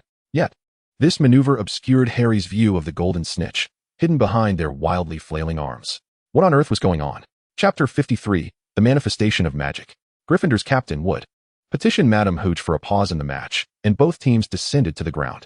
Glen, is there an issue with that bludger? Harry, pursued by the peculiar bludger, resembled a headless fly, while the scene of the Weasley twins accompanying him was vividly clear to the watching crowd. Hermione, evidently recognizing the anomaly, noted that the bludger's trajectory was entirely unnatural. After flying past Harry, the bludger, regardless of being struck by anyone, would once more charge towards him. Trouble had arisen again. And once more, it was this unfortunate boy at the center of it all. A sense of déjà vu arose within the young girl. It seemed that around this time last year, Harry had encountered troubles during a Quidditch match as well. Indeed, casually conjuring an umbrella through alchemy. He held it between the two of them. Glen, engrossed in his book, did not lift his gaze, evidently aware of the peculiarities on the field. But lacking the curiosity to investigate further, he continued perusing, searching for traces of the basilisk. Take a look, come on, take a look. Noticing Glen's lack of response, and observing that everyone was focused on the game, the young girl clung to Glen's arm and softly pleaded, rationalizing, perhaps Harry has drawn the attention of Slytherin's heir? Think about it. Last year Harry helped us unearth that villain Quirrell. Perhaps he can do so again this year? Well, that is a possibility. But even without the interference of that bludger, Gryffindor would still struggle to achieve victory, Glen concluded, closing his book and stating the facts. The statement is not without merit. The current Slytherin team, equipped with the Nimbus 2001, has gained a formidable advantage. Their rigorous training has honed their impressive skills, which now manifest brilliantly in the first match. Even as the cold raindrops relentlessly pelt their bodies, their fervent spirit remains undiminished. They aim to demonstrate their true prowess through their performance. Thus, they have refrained from riding the Nimbus 2001, for to neglect superior equipment would be a folly. The notion that victory reliant on superior gear constitutes cheating is itself a fallacy. Winning a Quidditch match encompasses not only equipment, but also individual skill, teamwork, offensive strategies, formation configurations, luck, and timing. Equipment is merely a component of the preparation for a match, and possessing superior gear beforehand is inherently indicative of a team's strength. Disparities in equipment can naturally be bridged by individual talent and timing, as exemplified by Harry's extraordinary aptitude in Quidditch. He is capable of overtaking Draco with a Nimbus 2000, despite the latter riding the more advanced Nimbus 2001, due to his mastery of the broom. Although the Gryffindor team predominantly rides slightly outdated brooms, they too can rely on their own strengths. Apologies, but I find it difficult to continue. The little snakes seek to prove their prowess. Their sole desire is to win, at any cost, for vengeance, to oppose the underhanded machinations of Dumbledore, to see their arrogant rivals brought low, for our glory. Did your team not equip itself with the latest broom last year? Look at this. Our team is equipped with 7 this year. Last year, you could not triumph over us in Quidditch, and do not expect to do so this year either. This sentiment resonates among all the little snakes. Of course, Glen, unlike them, remains composed but agrees with this perspective. I am indifferent to the outcome of the match, yet I align with your sentiments. Perhaps that is the case.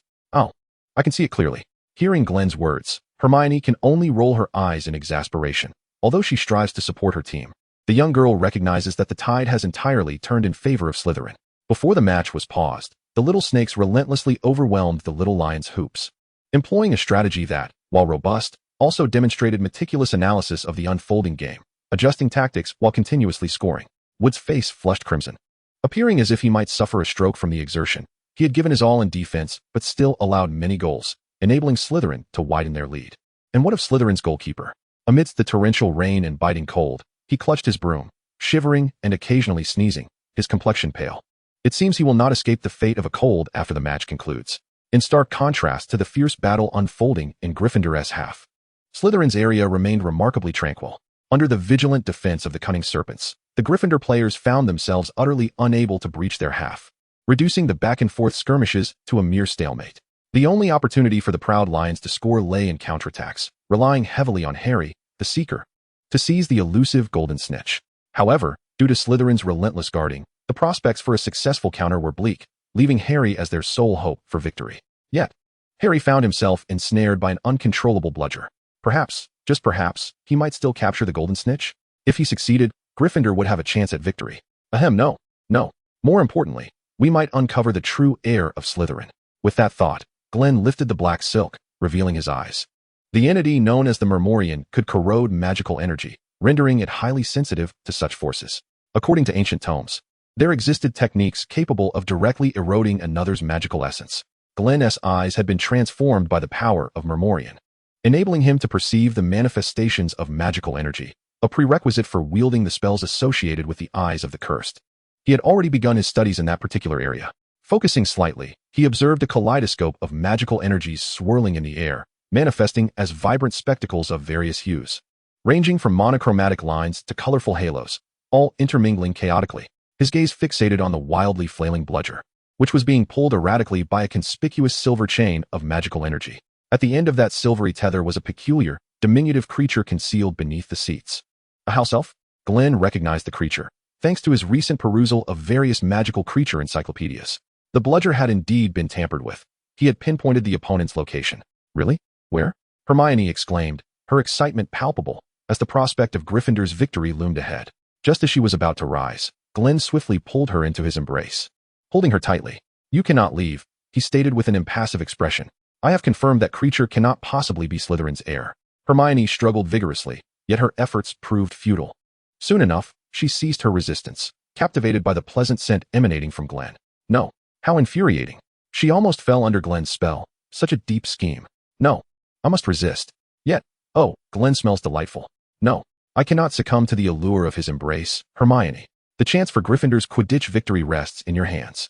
Curse Gryffindor's Quidditch team. I don't care anymore, Hermione mumbled, burying her head deep in Glen's arms, finding a comfortable position, and ceasing her struggles. Chapter 54, Confrontation. While Hermione settled down, the Gryffindor team was in utter turmoil. Wood and Alicia argued heatedly over Harry's situation, while the others wore expressions of exasperation. "We cannot let a rogue bludger cost us the match against Slytherin. Do not concern yourselves with me. I shall never abandon this match, even if it costs me my life." Harry interrupted the thoughts of his companions, addressing the rest of the team with fervor. "How can this be acceptable?" George and Fred glared at Wood in indignation. Were it not for the immense pressure he had placed upon Harry, such a declaration would not have emerged from him. It is crucial to note that the bludger had been aimed directly at Harry's head, and should it strike him, he would face the peril of losing consciousness and plummeting from the sky. George and his friends wished to voice their concerns, yet Harry had resolved himself. What was going on? Draco furrowed his brow as he observed the Slytherin team. A bludger relentlessly pursuing Harry was evident to him as a fellow seeker. Once the match was paused, he promptly informed his teammates and inquired whether the attack had originated from their own ranks. Should that be the case, they could adjust their strategy to target Harry first, thereby weakening Gryffindor by eliminating their key player, while meticulously concealing the truth. If not, they would need to devise a plan to neutralize that peculiar bludger. The Slytherins were not inclined to rely on external means to secure victory. After inquiring, they received a negative response. Exchanging glances, the Slytherins confirmed their understanding, and Draco approached Madame Hooch. "The Slytherin team believes there may be a malfunction with the equipment and requests a replacement set," he stated with a stoic expression. The unexpected words took Madame Hooch by surprise. "I must consult with the Gryffindor team for their opinion." She subsequently relayed Draco's request to Harry and the others, leaving the young lions astounded. "Is that Slytherin? Is that Malfoy?"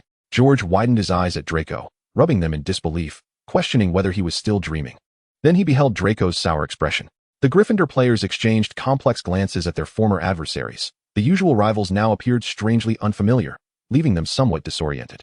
Naturally, the Gryffindor team acquiesced to Slytherin's proposal, and Madame Hooch promptly secured the bludger along with the other balls in a box, retrieving a new set of equipment. The golden snitch, quaffle, and bludgers were released, and the match continued. "Glen, look, that silver magical energy has reappeared." At Hermione's insistent urging, Glen activated the sensory sharing. Thanks to this, Hermione could now perceive the external manifestations of magical energy. As the new bludger was unleashed, the young girl, fixated on it, witnessed the re-emergence of the silver magical chain that had vanished when the previous bludger was put away, causing her distress once more. "If you wish, you could attempt to disrupt that strange magic," Glen suggested, noticing Hermione's troubled expression. Hermione paused. Can I do that? Wouldn't that violate the rules of the game? Glen remained noncommittal. As is customary, he replied. The young girl comprehended the situation instantly. The notion that not being discovered equated to not violating the rules had been firmly ingrained in Hermione's mind. It's all your fault for leading me astray, she muttered. Yet with an air of determination, she brandished her wand, her gaze fixated on the shimmering silver snitch. In her grasp, the movement spell was poised and ready. All she needed to do was to slightly divert the snitch's trajectory before it made contact with the silver magic. Crouched like a cat in Glen's embrace, she requested a cloak from him, seeking to conceal herself, and stealthily drew her wand from the folds, preparing to confront the impending adversary. Glen, choosing not to linger on Hermione's clandestine duel with the house elf, turned his attention to the professors seated in the stands. Dumbledore, sensing something amiss, also turned to meet Glen's gaze, the darkness of his eyes locking onto the brilliance of Glen's blue wands. With an impassive expression, Glen gestured towards the snitch above and then to the bundle of fluff in his arms, silently imploring Dumbledore to obscure Hermione's magical maneuvers. Dumbledore, clearly understanding Glen's intent, hesitated for a moment before acknowledging with a subtle gesture. As anticipated, Dumbledore was well aware of the unfolding events, yet chose to remain a spectator. Was Dumbledore orchestrating yet another scheme? Glen pondered, contemplating whether this was another trial aimed at Harry. There seemed to be numerous hidden arrangements at play. May I utilize your setup to hone Hermione's skills? I trust you wouldn't object, lest I reveal your secrets, Glen mused, balancing his thoughts with what he wished to convey to Dumbledore. Subsequently, he leaned back, cradling the young girl, and settled in to observe. At that moment, beads of sweat began to form on Hermione's brow. She had anticipated the formidable strength of the entity attempting to control the snitch, which had nearly overwhelmed her with its silver magic. Thankfully, her objective of thwarting this adversary's control over the snitch was significantly less challenging than facing the foe directly, allowing her to stabilize the situation. This magical duel unfolded before Hermione like a perplexing riddle, successfully igniting her curiosity and competitive spirit. The greater the challenge, the more exhilarated she became. Stimulated by the adrenaline coursing through her, she found her command of magic becoming increasingly adept, her finesse with the erratically darting snitch sharpening. In a remarkable turn, she began to gain the upper hand in the confrontation. Now, it was her opponent who found themselves in a predicament.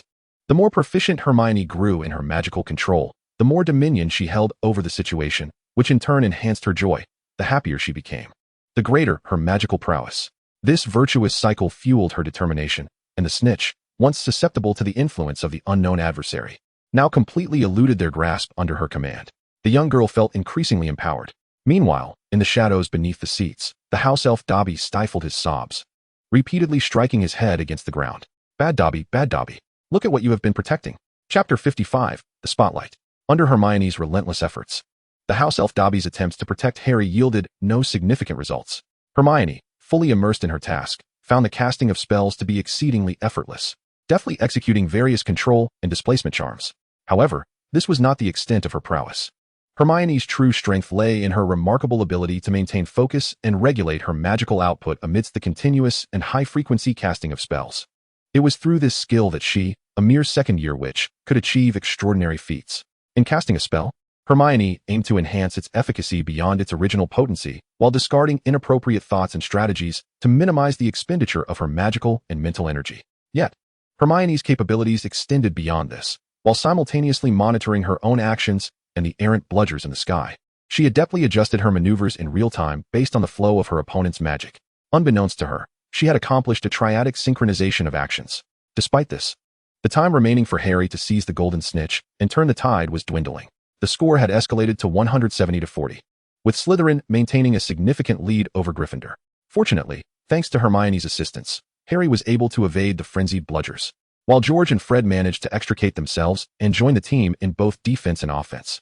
As Gryffindor began to rise to the challenge under the immense pressure exerted by Slytherin's 7 Nimbus 2001 brooms, slowly accumulating points. Yet, this was not sufficient. Their scoring efficiency paled in comparison to that of Slytherin. Alas, as fate would have it, Slytherin scored once more, widening the score gap to a staggering 140 points, leaving Gryffindor with precious little time. "Come on, Harry, take them down," shouted commentator Lee Jordan, passionately narrating the unfolding drama. Though his commentary was laced with personal bias, his eloquence succeeded in rousing the fervor of the audience. Even amidst the torrential rain and howling winds, as the players' stamina waned, they remained exhilarated, wholly absorbed in the match. However, the depletion of their energy was merely a matter of time. Slytherin continued to score, and the widening gap in points was inevitable. Not only were the players nearing exhaustion, but Hermione too was on the brink of collapse, her magical energy and physical strength gradually depleting with the passage of time. Glen, keenly attuned to Hermione's state, was prepared to call for her to cease her spellcasting. Time was indeed slipping away for Gryffindor. With the chaotic bludger no longer a distraction, Harry was finally able to showcase his exceptional Quidditch talent. As if liberated from shackles, he darted gracefully through the throng of players and shadows of the balls, his eyes darting in all directions, relentlessly seeking the elusive golden snitch while keeping a vigilant watch on Draco's movements. Draco, undeterred, although lacking in Quidditch talent compared to Harry, possessed a formidable physique honed through relentless training, endowing him with exceptional dynamic vision and remarkable body control. As he soared upon his broomstick, his flying prowess rivaled that of Harry's. Despite a tinge of reluctance, Draco was acutely aware that under normal training circumstances, he could not hope to reach such heights. Thrilled and exhilarated, his once pale face flushed with color, every function of his finely tuned human body was operating at peak efficiency, driven by the fervor to triumph. His circulatory, respiratory, and endocrine systems were all in optimal condition. Coupled with the cutting-edge Nimbus 2001 broom, Draco found himself confidently outpacing Harry. This slight advantage granted Draco a firm grip on the competitive dynamic in their pursuit of the golden snitch. Each of his maneuvers significantly diverted Harry's attention, whether through movement, sprinting, ascending, or observation. And could Harry afford to lag behind? He dared not. The stakes were too high for him to gamble on Draco merely feigning a move before he had seen the true trajectory of the elusive snitch. He could not afford such a risk. This precarious situation compelled Harry to strive diligently to keep pace, substantially increasing the difficulty of locating the snitch while exhausting his own stamina.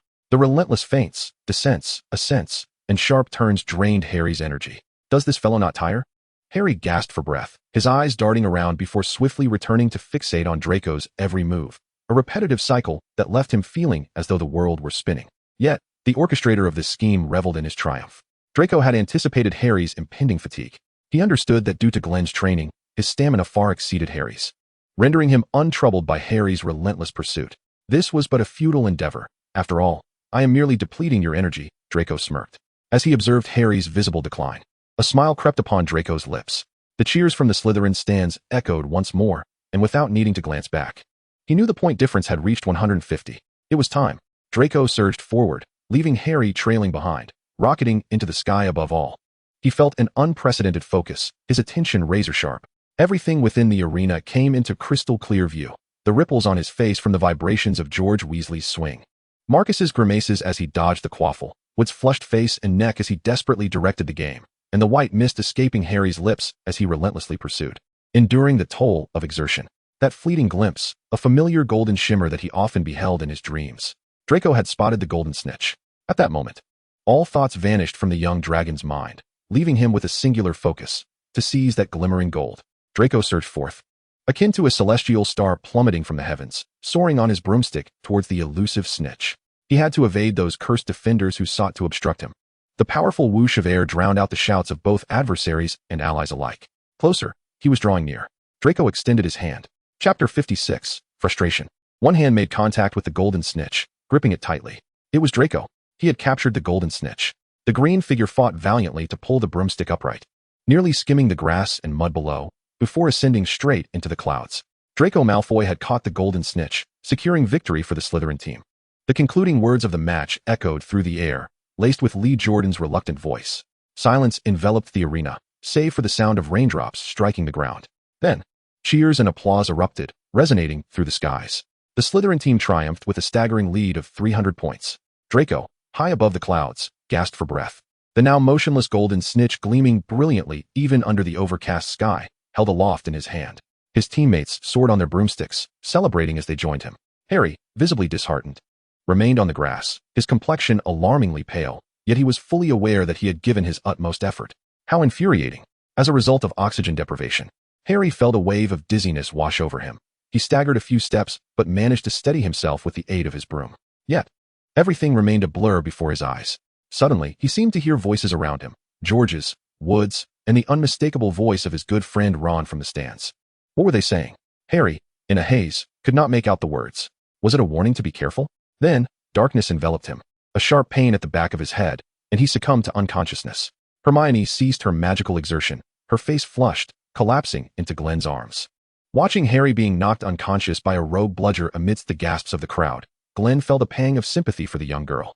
At that moment, Hermione, too, was in a daze. Under the tremendous strain of physical, magical, and mental exhaustion, her final effort to slow the bludger's descent upon Harry's head was nothing short of extraordinary. Indeed, Hermione had persevered until Draco captured the golden snitch, concluding the match, before finally relinquishing her interference against the individual secretly controlling the bludger.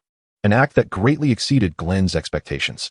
However, what he did not anticipate was that the house elf would continue to manipulate the bludger after the match, sending it hurtling towards the back of Harry's head at an even greater speed.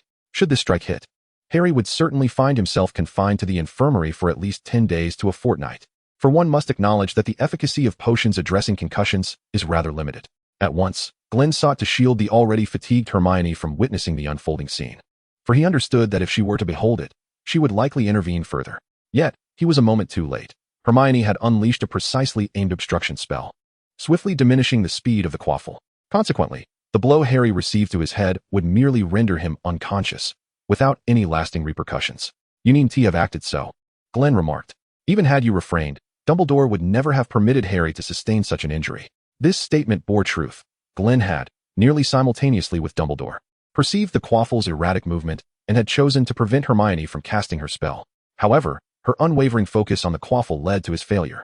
Dumbledore had already risen, his fingers slowly descending, appearing perplexed by another's prior interference with the quaffle, which had prevented him from casting a counterspell. Naturally, this resulted in Harry still receiving the blow.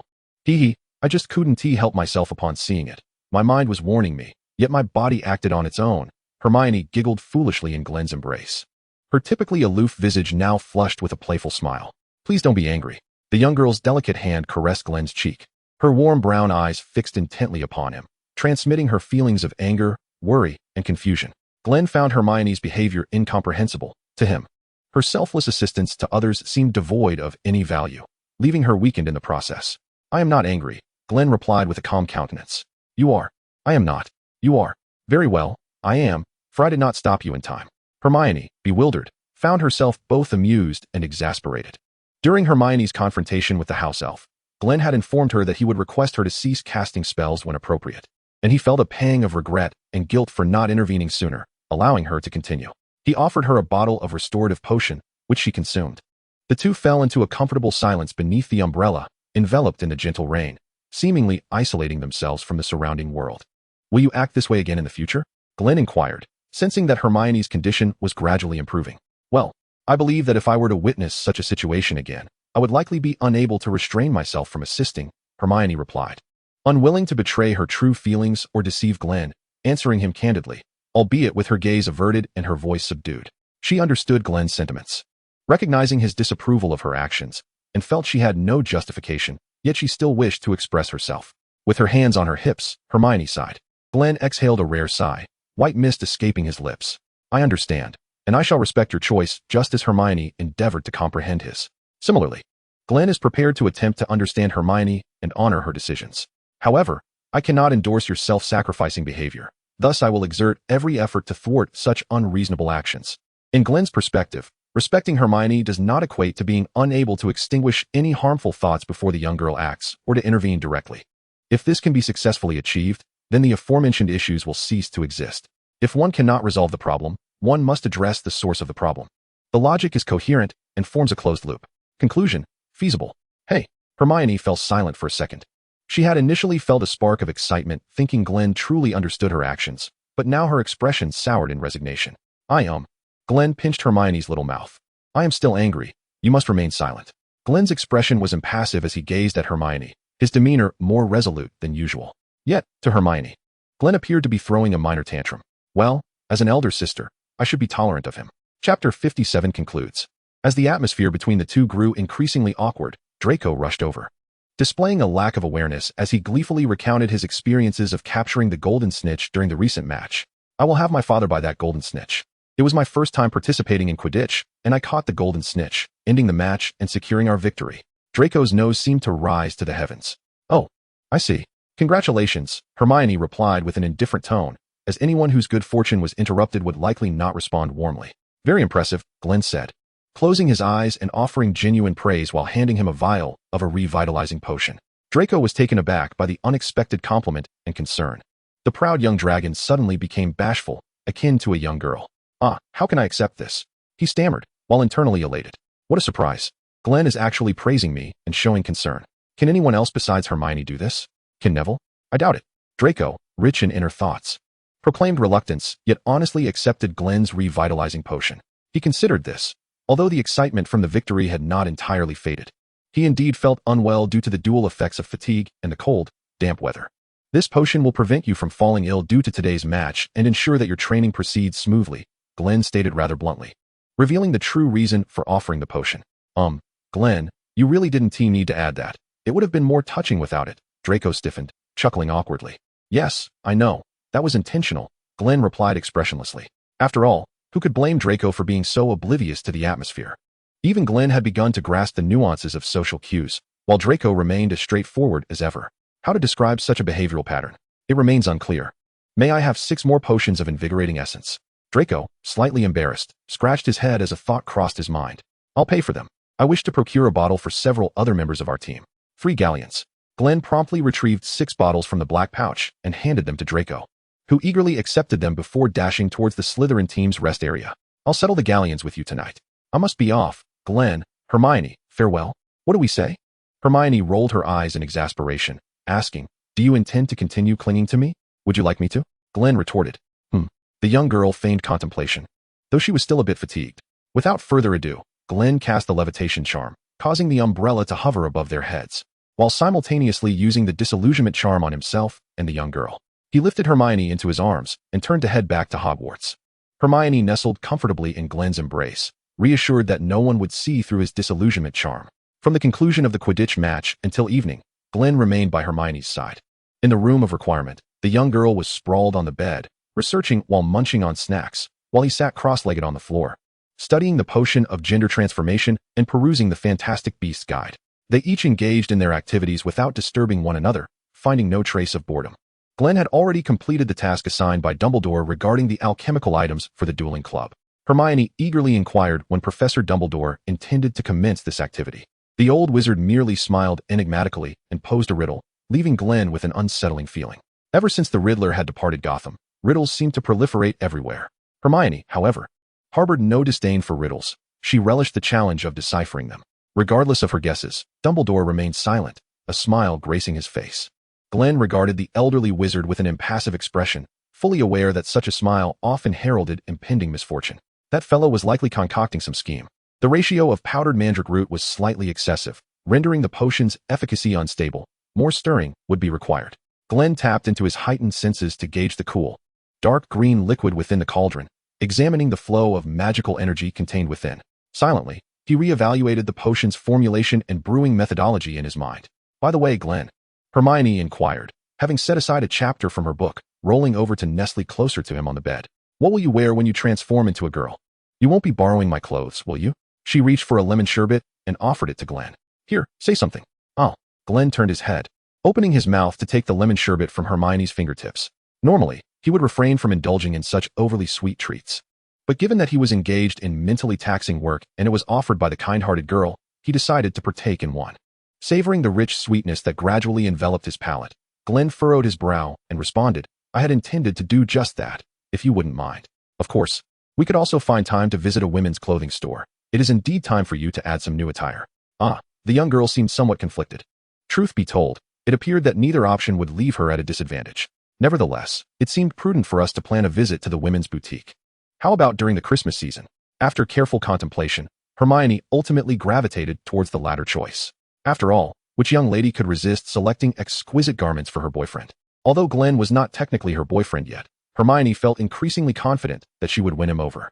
It was only a matter of time. Such minor details were inconsequential. The crux of the matter was that her boyfriend would be donning women's apparel, and moreover, he was the strikingly handsome type who could effortlessly transform into a girl. The thought alone sent a thrill of excitement through her.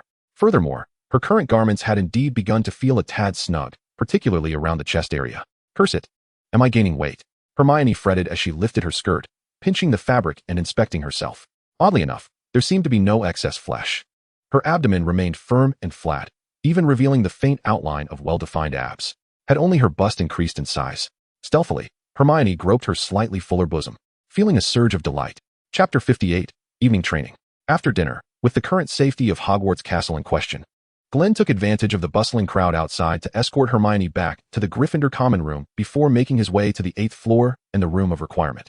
"I need a training room where I can practice spells," he silently intoned his request, pacing thrice before the enormous tapestry depicting the giant clobbering the hapless Barnabas. Upon entering the familiar training chamber, Glen prepared to commence his session. First, he thought, a half-hour of focused practice with the Cruciatus Curse would serve as a warm-up.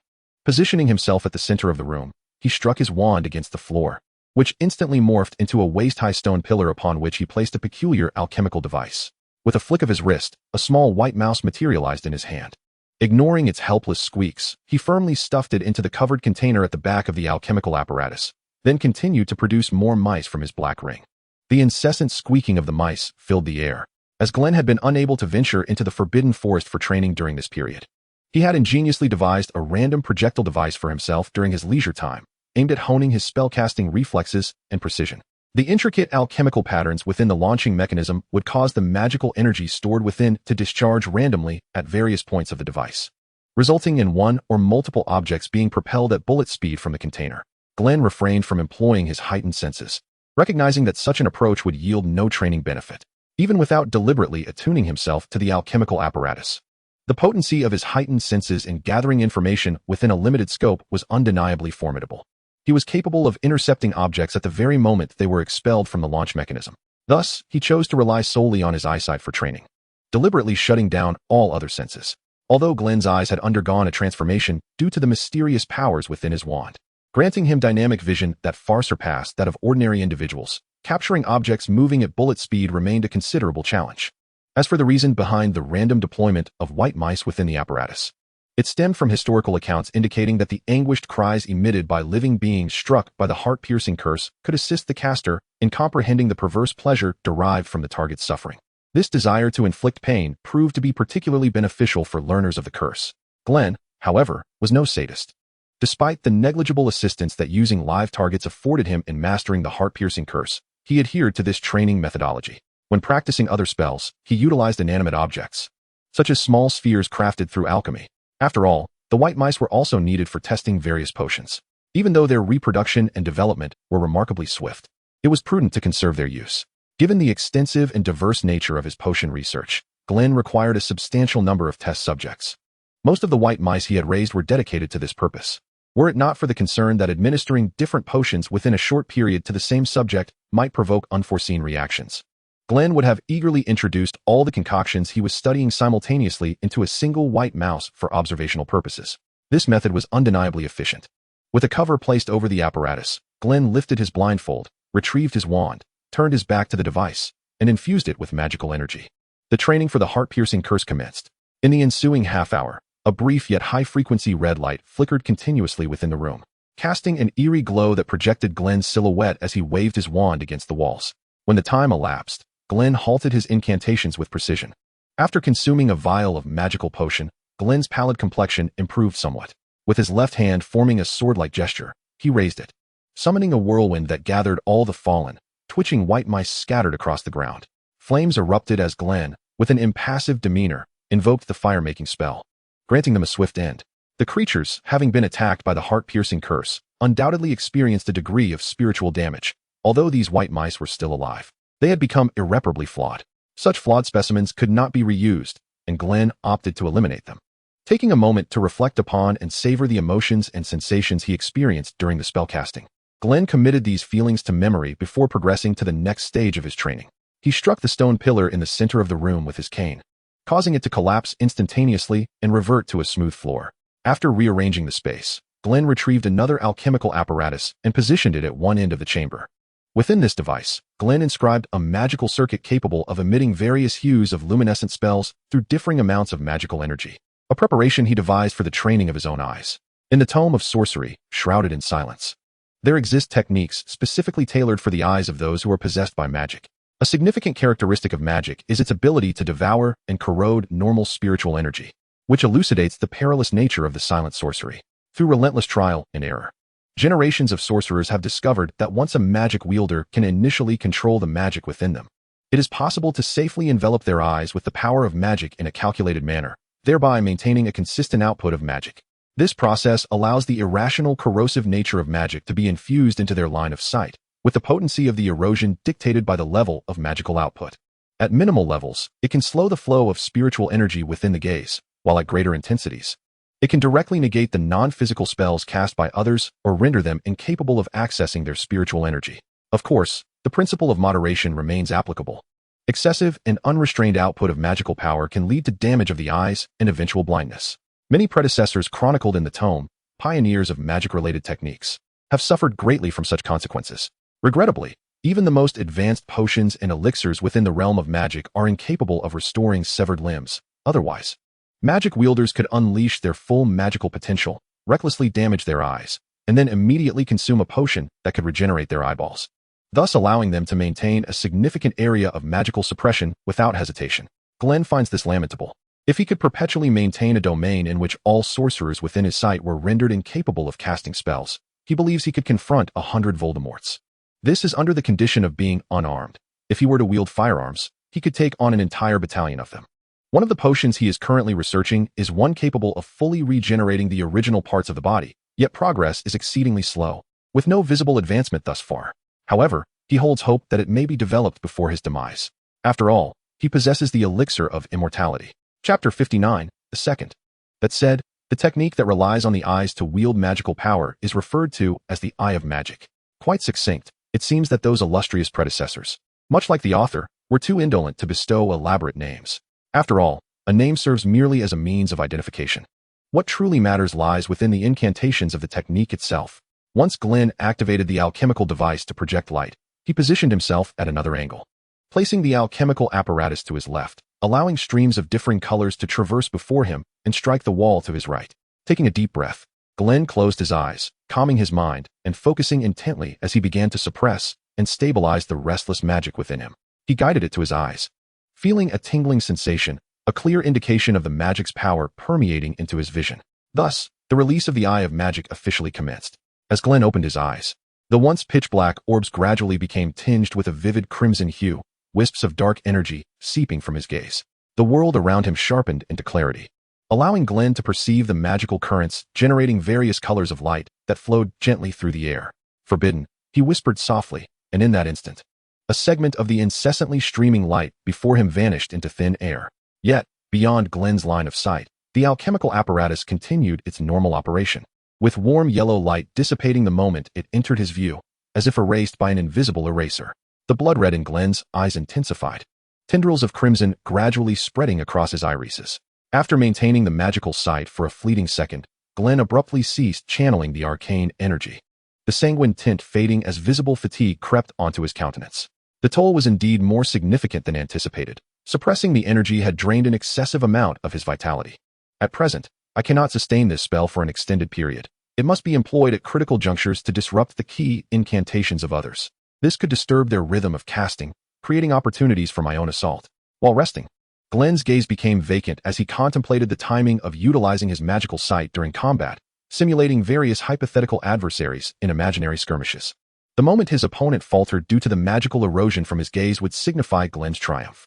After a brief respite, he activated his magical sight once more and resumed the next round of practice. Rubbing his somewhat dry eyes, Glen consumed a vial of magical potion. To be candid, it was somewhat straining on the eyes. He resolved to seek Hermione for some relief. The grimoire explicitly stated that following the use of magical sight, one's eyes would experience a temporary dryness, likely requiring over an hour to gradually recover.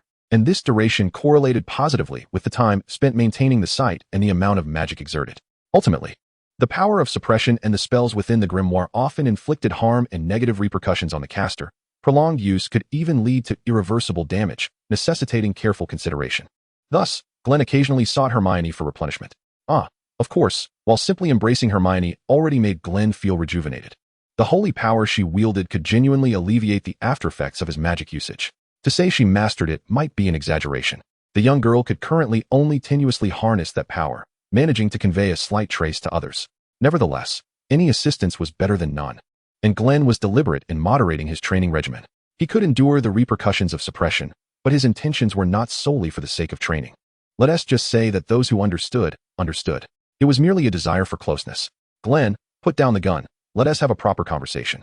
After another 2 hours of light exercise, Glen rearranged the furnishings in the wish-granting room, took a hot shower, and then stepped out, heading toward the dormitory.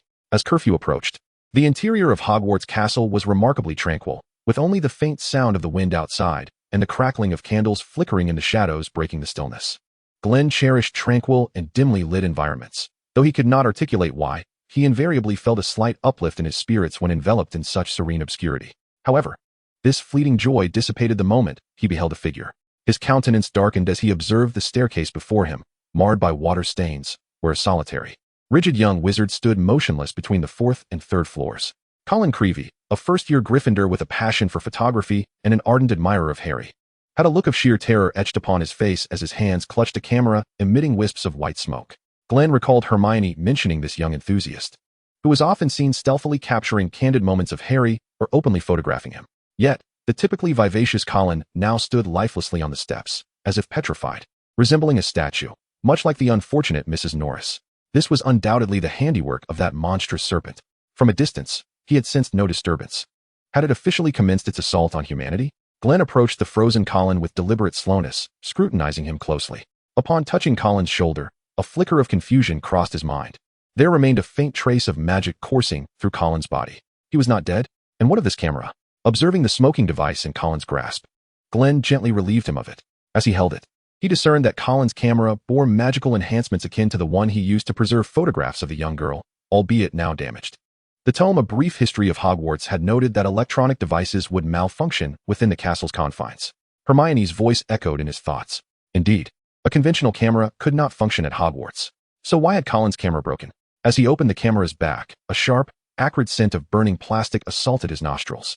Had the film melted? Closing the cover, he returned the camera to Colin's lifeless grip and continued his descent. Given Colin's position, he could only align his gaze with that of the serpent through the camera lens. The serpent's petrifying ability was fundamentally a magic formed of raw power, which inevitably diminished as it traversed through any medium. Moreover, if the serpent's power required direct eye contact to induce death, then viewing its eyes through the camera's screen could not be considered direct contact. Glen recalled Mrs. Norris. He had not been in close proximity to the unfortunate feline, yet her petrified visage remained vividly etched in his memory. Mrs. Norris had gazed intently at the puddle below. Perhaps she too had not perished. Chapter 60, Contemplation. As Glen's thoughts meandered, he distanced himself from the petrified Colin Creevey, descending to the 3rd floor until the pitiful boy's terror-stricken face faded from view. The small white mouse, having directly encountered the gaze of the colossal serpent, was confirmed dead. However, due to the circumstances at that moment, I did not personally witness the state of Lady Loris. This is my oversight. I shall visit the infirmary to verify this matter another day. Reflecting and introspecting, Glen adjusted his mindset and returned to his dormitory. Colin was attacked by the giant serpent. Hermione gasped in shock, her complexion instantly paling, her hair almost frizzing in response. Upon hearing the name of someone familiar entwined in the incident recounted by Glen, her mood plummeted into disarray. Do not worry, he is not dead, Glen reassured, shaking his head and signaling Hermione to remain calm. When I returned to the dormitory yesterday, I saw Colin Creevey petrified on the staircase leading from the 3rd to the 4th floor. Upon closer inspection, I discovered that his magical essence still flowed within him. A wizard's magic would cease instantly upon death, dissipating gradually, unlike Colin's condition. He is merely petrified.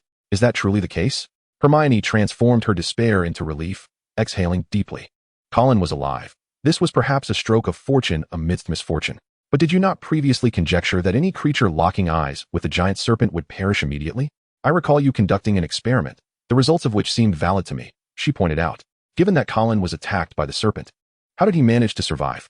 I cannot fathom that this boy, enamored with photography, would have any chance of survival before such a beast.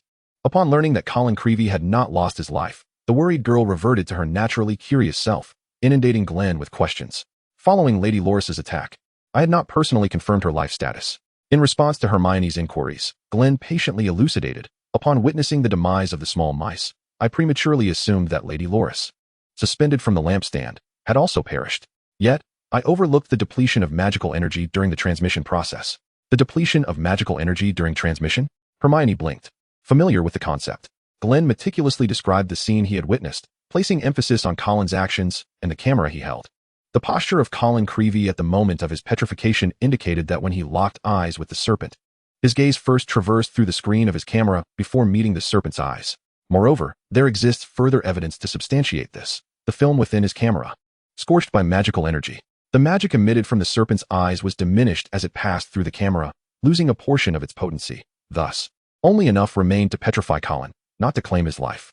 This is likely the reason for his survival. Then, it follows that Lady Loris may also be alive.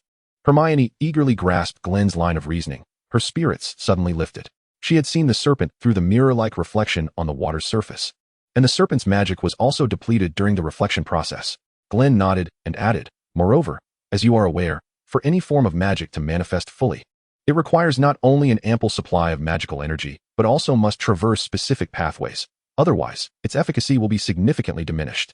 A spark of realization detonated in the mind of the young girl who was listening, and she understood what Glen was implying. Colin and Madame Loris had not truly gazed directly into the giant serpent's eyes. Hermione appeared quite exhilarated. What Madame Loris beheld was merely a reflection of the serpent's eyes upon the water's surface, while Colin saw an image displayed on his camera's screen. By a stroke of serendipity, it was precisely due to the confluence of these two experiences that they had encountered no peril. Hermione fell into contemplation. "Glen, we must inform everyone at Hogwarts about this matter." After the initial thrill of revelation, the young girl grew serious, recognizing that this could considerably mitigate casualties. "You need not concern yourself with this. Under no circumstances should you speak of it privately. I will remind Dumbledore to disseminate this information." Glen spoke with gravity. Should Hermione convey this message herself, whether the young wizards would believe her was uncertain. Moreover, if the heir of Slytherin were to discover her as the source of this information, Hermione would be in grave danger. There is no such thing as a completely soundproof wall, if it were possible. Glen merely wished that he and Hermione could be the sole bearers of this crucial information that could effectively safeguard them against the serpent. Let the dead friends remain dead. The fates of others are of no concern to oneself. Yet Glen understood that Hermione would never act in such a manner. Thus he felt compelled to fortify her with a precautionary measure. Furthermore, having this information conveyed through Dumbledore's voice would undoubtedly lend it greater credibility than if two relatively obscure individuals were to share it. Just as Hermione was about to articulate her thoughts, she was interrupted. Perceiving Glen's resolute demeanor, she murmured, "May I tell my roommate?" "No." Glen shook his head, his stance unwavering. "No one may be informed." "Oh, fine," Hermione replied, her head drooping in dismay. Glen merely patted her head, offering no further explanation. For he understood that Hermione was acutely aware of the dangers inherent in such actions. It was simply that she desired to proceed in that manner. Human thought can be categorized into two distinct modes: rational thinking and emotional reasoning. Both are indispensable in the cognitive processes of humanity and hold equal importance. Hermione, being sentimental, often allows her emotional reasoning to dominate her actions at critical junctures, prioritizing feelings before logic. Such a cognitive approach frequently yields the most practical and rapidly effective solutions to problems, and in certain instances, it may indeed be the most accurate form of reasoning. However, for issues that are relatively more complex and layered, this approach may lack the depth of contemplation, resulting in overlooked consequences that remain concealed. As for Glen, he himself possesses an emotional deficiency, with his thought processes predominantly governed by cold rationality. Yet this does not imply that he dismisses emotional reasoning. His cognitive model is one where rational thought precedes and predominates, while emotional reasoning serves as a supportive adjunct. To truly understand the essence of a problem, one must first dissect its core and subsequently choose a course of action based on the prevailing circumstances. During the period of introspection, as long as his own interests and those of his cherished ones remain unaffected, he can maintain a detached demeanor even amidst the tumultuous tides of external calamity and countless casualties. However, should his interests or those of his loved ones come under threat, or even face peril to their lives, his rationality would be shattered, yielding entirely to emotional impulses. He would cast aside all pretense and immerse himself wholeheartedly in the struggle against the impending crisis, willing to pay any price.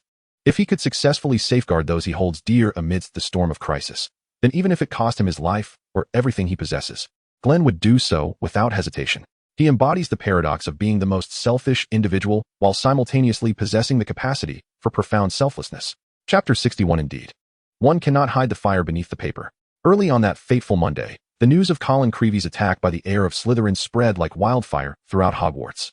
Suddenly, whispers of rumors filled the air, and fear gripped the hearts of all. The first-year students, terrified, no longer dared to traverse the castle alone, clustering in groups to avoid becoming the next victim. Fortunately, alongside this alarming news, Dumbledore announced another crucial piece of information. Anyone moving within Hogwarts could avoid misfortune by utilizing mirrors to perceive their surroundings. Though this proclamation initially seemed far-fetched and futile, the authority of Dumbledore's words instilled unwavering belief in the fearful young witches and wizards. Amidst the chaos, an unverified rumor surfaced, suggesting that Colin Creevey had not perished but had merely been petrified, and that his survival was attributed to the use of mirrors. This revelation provided a glimmer of hope to the young wizards, prompting them to rush to the shops outside Hogwarts to procure various mirrors, which they eagerly sent back to the castle via owls. Consequently, an unusual transformation occurred within Hogwarts. Every young wizard carried a small mirror in hand, their gazes fixated downward, maneuvering their way through the castle solely by adjusting the angle of their mirrors. Initially, this odd behavior seemed amusing to them, yet over time, the drawbacks became glaringly apparent. Constantly looking down resulted in severe neck strain, and the reflections often left them feeling dizzy. Many irritable individuals discarded their mirrors in frustration, vehemently declaring that they would rather leap from the heights of Hogwarts than engage in such foolishness again. As complaints proliferated, one day, Draco Malfoy and Neville Longbottom unexpectedly began selling a pair of magical spectacles, purportedly designed using principles similar to those of mirrors. These spectacles not only offered the same visual clarity as the naked eye, but also provided the same protective benefits as using mirrors. Priced affordably at 15 sickles, they quickly gained popularity among the students. The quality of the items is exceedingly high, and their appearance is aesthetically pleasing. According to credible sources, these magical glasses are indeed effective, truly embodying a remarkable value for money. As positive reviews proliferated, the sales of the magical glasses sold by Draco and his companions surged, ultimately achieving the milestone of every young wizard in Hogwarts possessing a pair. Little Draco and Neville reaped substantial rewards and returned to the room of requirement to divide their earnings. No, not to squabble over them, but to share the spoils. Indeed, they were sharing. Draco and Neville, as exemplary salespersons, achieved remarkable success, while the mastermind behind the operation, the astute Hermione, duly compensated them for their efforts. And what of Glen? Is he the grand proprietor? No, he is merely a relentless worker, mercilessly pressed under the thumb of the proprietress, maintaining a stoic demeanor as he laboriously crafts the magical glasses through alchemical processes in the room of requirement. However, it hardly matters. Hermione did not intend to take any profits for herself. Glen simply heeded Hermione's thoughts and ideas, using this opportunity to practice alchemy. The money earned was jointly decided to be spent on gifts for family and friends during the Christmas season. Strangely, do we really have so much money? Sitting on the sofa, Hermione retrieved the bags they used for storing money from her talisman and placed them on the table, emptying the recent earnings into it. After glancing at the total sum, she realized it seemed rather substantial. Glen, do you have any insight into this? Although he was uncertain about the amount they had earned this time, he was well aware that he had accrued a considerable sum from selling various potions in recent days. The quality of his potions was so exceptional that several apothecaries in Diagon Alley and Nocturne Alley had entered into long-term agreements with Glen. Periodically, he would send the agreed-upon potions to these shops, which would then split the revenue with him, half in cash and half in potion ingredients, delivered via owl to Hogwarts. Glen found little use for the money himself and had not disclosed to Hermione that he was privately selling potions. Thus, while the young girl and he took their afternoon nap, he discreetly deposited the money into Hermione's talisman. Over time, although Glen had not meticulously calculated, the bag in the young girl's possession now certainly contained no less than 10 to 20,000 galleons, easily qualifying her as a little heiress. Unclear. Perhaps it's quite a lot. Those galleons are of no use sitting idle. You could use them to purchase things you enjoy. You only want me to buy things. I don't see you desiring anything for yourself. Hermione poked Glen's face with her tiny hand. Little Glen, don't you have anything you wish for from your sister Hermione? No. Glen replied with a blank expression, though his face, slightly distorted by her poking, betrayed no indifference. Humph. When boys give gifts to girls, they usually try to gather information and go to great lengths to discover what the recipient loves most. Why is it reversed in your case? Hermione pouted slightly, her cheeks puffed out, switching from poking to pinching, persistently teasing Glen. Is it possible that, Hermione? Your thoughts are quite easy to decipher. Glen grasped the little girl's unclean hand, responding in a tone of indifference, with every thought laid bare upon his face. This was indeed true. The girl was utterly incapable of concealing her thoughts. If Glen was the embodiment of stoicism, his emotions unexpressed and his sentiments unvoiced, then Hermione was his antithesis, passionate, candid, and refreshingly forthright. That's not true, Hermione retorted, her displeasure evident as she used her other free hand to playfully tug at Glen's face. What do you mean by saying my thoughts are easy to guess? That everything is written on my face? Then tell me, what do you think I desire most at this moment? Without hesitation, Glen replied, a mud pie. He quietly extricated Hermione's small hand from his own and maintained control. What you truly wish for is the female attire I shall need after consuming the gender transformation potion, he stated succinctly. Hermione stared at Glen in disbelief, as if he were a creature from a fantasy. You must have some mind-reading magic from your spellbook. It has to be that. Do you even believe what you just said? Chapter 62, Commencing Analysis. The agitated girl playfully tussled with Glen for a while. Eventually, Hermione's already tousled curls became even more disheveled. Glen, feeling compelled, voluntarily ceased the playful skirmish and began to smooth her ruffled hair. How has Ginny been recently? A comb could not tame the wild mane of the little girl, so Glen transformed his fingers into gentle claws, allowing Hermione's brown locks to glide through his fingers as he gathered them neatly. Due to the unsuccessful creation of his gender transformation potion, the task of observing Ginny's behavioral state rested heavily upon Hermione's shoulders. She should exhibit some reaction, whether indifferent or panicked, which would provide me with valuable information. Glen mused silently, his hands never pausing in their task. Yes, I intended to discuss this matter today. Hermione lightly tapped her palm with her small hand, a light bulb seemingly illuminating above her head. Since Ginny was attacked by the giant serpent in Colin Creevey, she has been moping around, and her emotions are easily triggered. Moreover, she has been quite distracted lately, often not responding when called until someone approaches her. Others have also noticed Ginny's recent odd behavior. The last time I visited her with friends, she said nothing, merely smiled throughout. Yet, I could see that her smile was forced. A hint of worry crept into Hermione's brow, her delicate fingers, white and tender like the tip of a bamboo shoot, twirling the strands of hair that fell to her chest. I have privately inquired with her roommates, and they too are quite concerned about Ginny's state. They mentioned that Ginny hasn't slept well in quite some time, often awakened by nightmares. Even on mornings when she doesn't wake up during the night, she rises as if she has not rested at all, appearing utterly listless, bordering on delirium. In their earnest attempts to uplift Ginny's spirits, George and Fred resorted to employing their mischievous props upon themselves, donning faces marred by acne or sprouting feathers, all in a bid to elicit a smile from their beloved little sister. Yet, such antics failed to bring her any joy. We endeavored to dissuade those two jesters, but they invariably seized every opportunity to linger near Ginny. Hermione, feeling somewhat exasperated, gently leaned against Glen's embrace.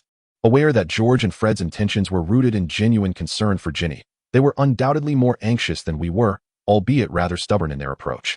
Fortunately, Percy eventually intervened, imparting some words of wisdom that prompted them to cease their antics. Hermione elaborated on the intelligence she had gathered in her reflections. It appears that Ginny Weasley's condition remained as dire as ever. However, following the incident involving Colin Creevey, her mental state had deteriorated further. While it was previously noted that Ginny sat next to Colin in Charms class, and the sudden attack on her companion would undoubtedly have an impact, I now hold a firmer belief. Indeed, it is confirmed that Ginny is undoubtedly connected to that Slytherin heir. Her various manifestations, both physiological and psychological, affirm that the circumstances she has encountered recently are far from favorable. Glen sensed Hermione's throat begin to tremble, as if she wished to voice her thoughts. Yet he placed a finger gently upon her lips, signaling her to remain silent for the moment. However, I no longer believe that she is the intended controller of the serpent's assault on Muggleborns. Rather, Ginny Weasley's behavior suggests she resembles a coerced individual. Regardless of the circumstances, it is evident that Ginny's recent experiences are contrary to her own volition, and she is unable to escape the trial she faces. She likely cannot intervene in the occurrences she wishes to avoid, nor can she prevent the unfolding of distressing events. She finds herself with no choice but to helplessly witness the unfolding of these circumstances, whether under control or coercion. The trials she has endured have severely impacted Ginny Weasley's mental state, possibly even draining her vitality significantly. Are you saying? Hermione gasped, tilting her head in disbelief. Her delicate features mere inches from Glen's. The young girl instinctively swallowed hard. I apologize, Ginny. Though this may seem somewhat impolite, the allure is simply too great. Glen was acutely aware that Hermione comprehended the implications of his words. He believed that the moment he mentioned control, she grasped his thoughts. In the magical realm, the means by which individuals may connect are manifold, be it through contracts, surveillance, parasitism, or symbiosis, whether mutually beneficial or solely advantageous to the stronger party. Among these, control stands as the most terrifying. To speak of control may not suffice. It is rather the complete dominion over an individual's mind and body. The soul-binding curse, one of the unforgivable curses, ranks at the pinnacle of controlling magic, embodying total mastery over another. Like the other unforgivable curses, the soul-sucking curse targets the essence of a person's soul. The victim experiences a profound emptiness in their mind, with all thoughts and sense of responsibility dissipating into nothingness. They then feel an overwhelming sense of bliss and euphoria, followed by a voice compelling them to act, to which they comply without hesitation. However, the cursed individual retains their thoughts, albeit as a mere spectator, observing themselves being manipulated into committing unspeakable acts. Ginny Weasley's condition closely resembles that of someone afflicted by the soul-sucking curse, yet there are indications that her vitality is also being drained. Reluctant to disclose her plight, She differs from those who have broken free from the curse's grasp. Thus, Glen theorizes that Ginny's current state may parallel last year's encounter with Quirrell, who was possessed by Voldemort, but rather than possession, it seems more akin to parasitism. Perhaps the assailant initially tempted Ginny with something she found irresistible, subtly weakening her life force and spirit, and upon revealing their true intentions, they threaten her with the things she holds dear, forbidding her from seeking help or speaking out. This predicament has rendered Ginny isolated, enduring unbearable torment in silence. However, if this continues, the only fate awaiting Ginny Weasley is one of demise. Whether through the depletion of her vitality or the collapse of her mental state, the outcome remains the same: death. In Chapter 63, Failure to Shake, Glen recognizes that whether Ginny is motivated by self-preservation or the desire to protect those around her, this is merely a slow demise. This cannot stand. We must act swiftly. Hermione exclaimed, shocked and leaning forward, unable to remain idle upon hearing of her friend's peril. Glen, however, did not move, grasping the agitated young girl's arm. No. If our suspicions are correct, the situation has grown far more intricate. The methods employed by that Slytherin heir are likely more insidious than we can imagine. If we aggressively interrogate Ginny Weasley, we might find ourselves ensnared by that individual as well. Hermione tilted her head in confusion. I never suggested it would be just the two of us confronting Ginny. If the Slytherin heir truly possesses control spells akin to the soul-sucking curse, then it would indeed be perilous for two relatively inexperienced young wizards to confront such a formidable foe. Momentarily at a loss for words, Glen had anticipated Hermione would charge recklessly towards Ginny as she had before. Yet, did Dumbledore truly remain unaware of this? Even Hermione and I, along with the surrounding wizards, have noticed Ginny Weasley's abnormalities. Could the headmaster, who enjoys using a disillusionment charm to spy on students, truly be oblivious to this situation? Glen mused helplessly to himself. Glen harbored no doubt that Dumbledore was fully aware of the events surrounding Ginny. The reins of this matter were undoubtedly held tightly by the seemingly reckless yet profoundly responsible old wizard. It was likely that he was orchestrating some scheme, as Dumbledore's thought processes were not dissimilar to Glen's own, utilizing every available resource to achieve his goals, a notion with which Glen found considerable agreement. The crux of the matter lay in the fact that while Dumbledore cared for the lives of these resources, Glen remained indifferent. After Glen had reported to Dumbledore on strategies to enhance survival chances during the serpent's attack, he had departed without a backward glance, unwilling to be swayed by Dumbledore's words. The less he absorbed from Dumbledore, the more challenging it would be for him to be influenced. However, while he acknowledged Dumbledore's perspective, he was decidedly unwilling to be ensnared in his schemes. This was one reason Glen appeared concerned about the situation, yet remained leisurely by the girl's side, accompanying her. Whether it be investigations or research on gender transformation potions, as long as Hermione was unharmed, he cared little for the tumult within Hogwarts. Alas, Glen dared not share his thoughts with Hermione. He understood that if she were to discover his intentions, a flurry of small punches and indignation would be inevitable. Perhaps it would be best to seek Dumbledore once more. Glen released her hand. Shall we be off? He proposed. Hermione grasped his hand tightly.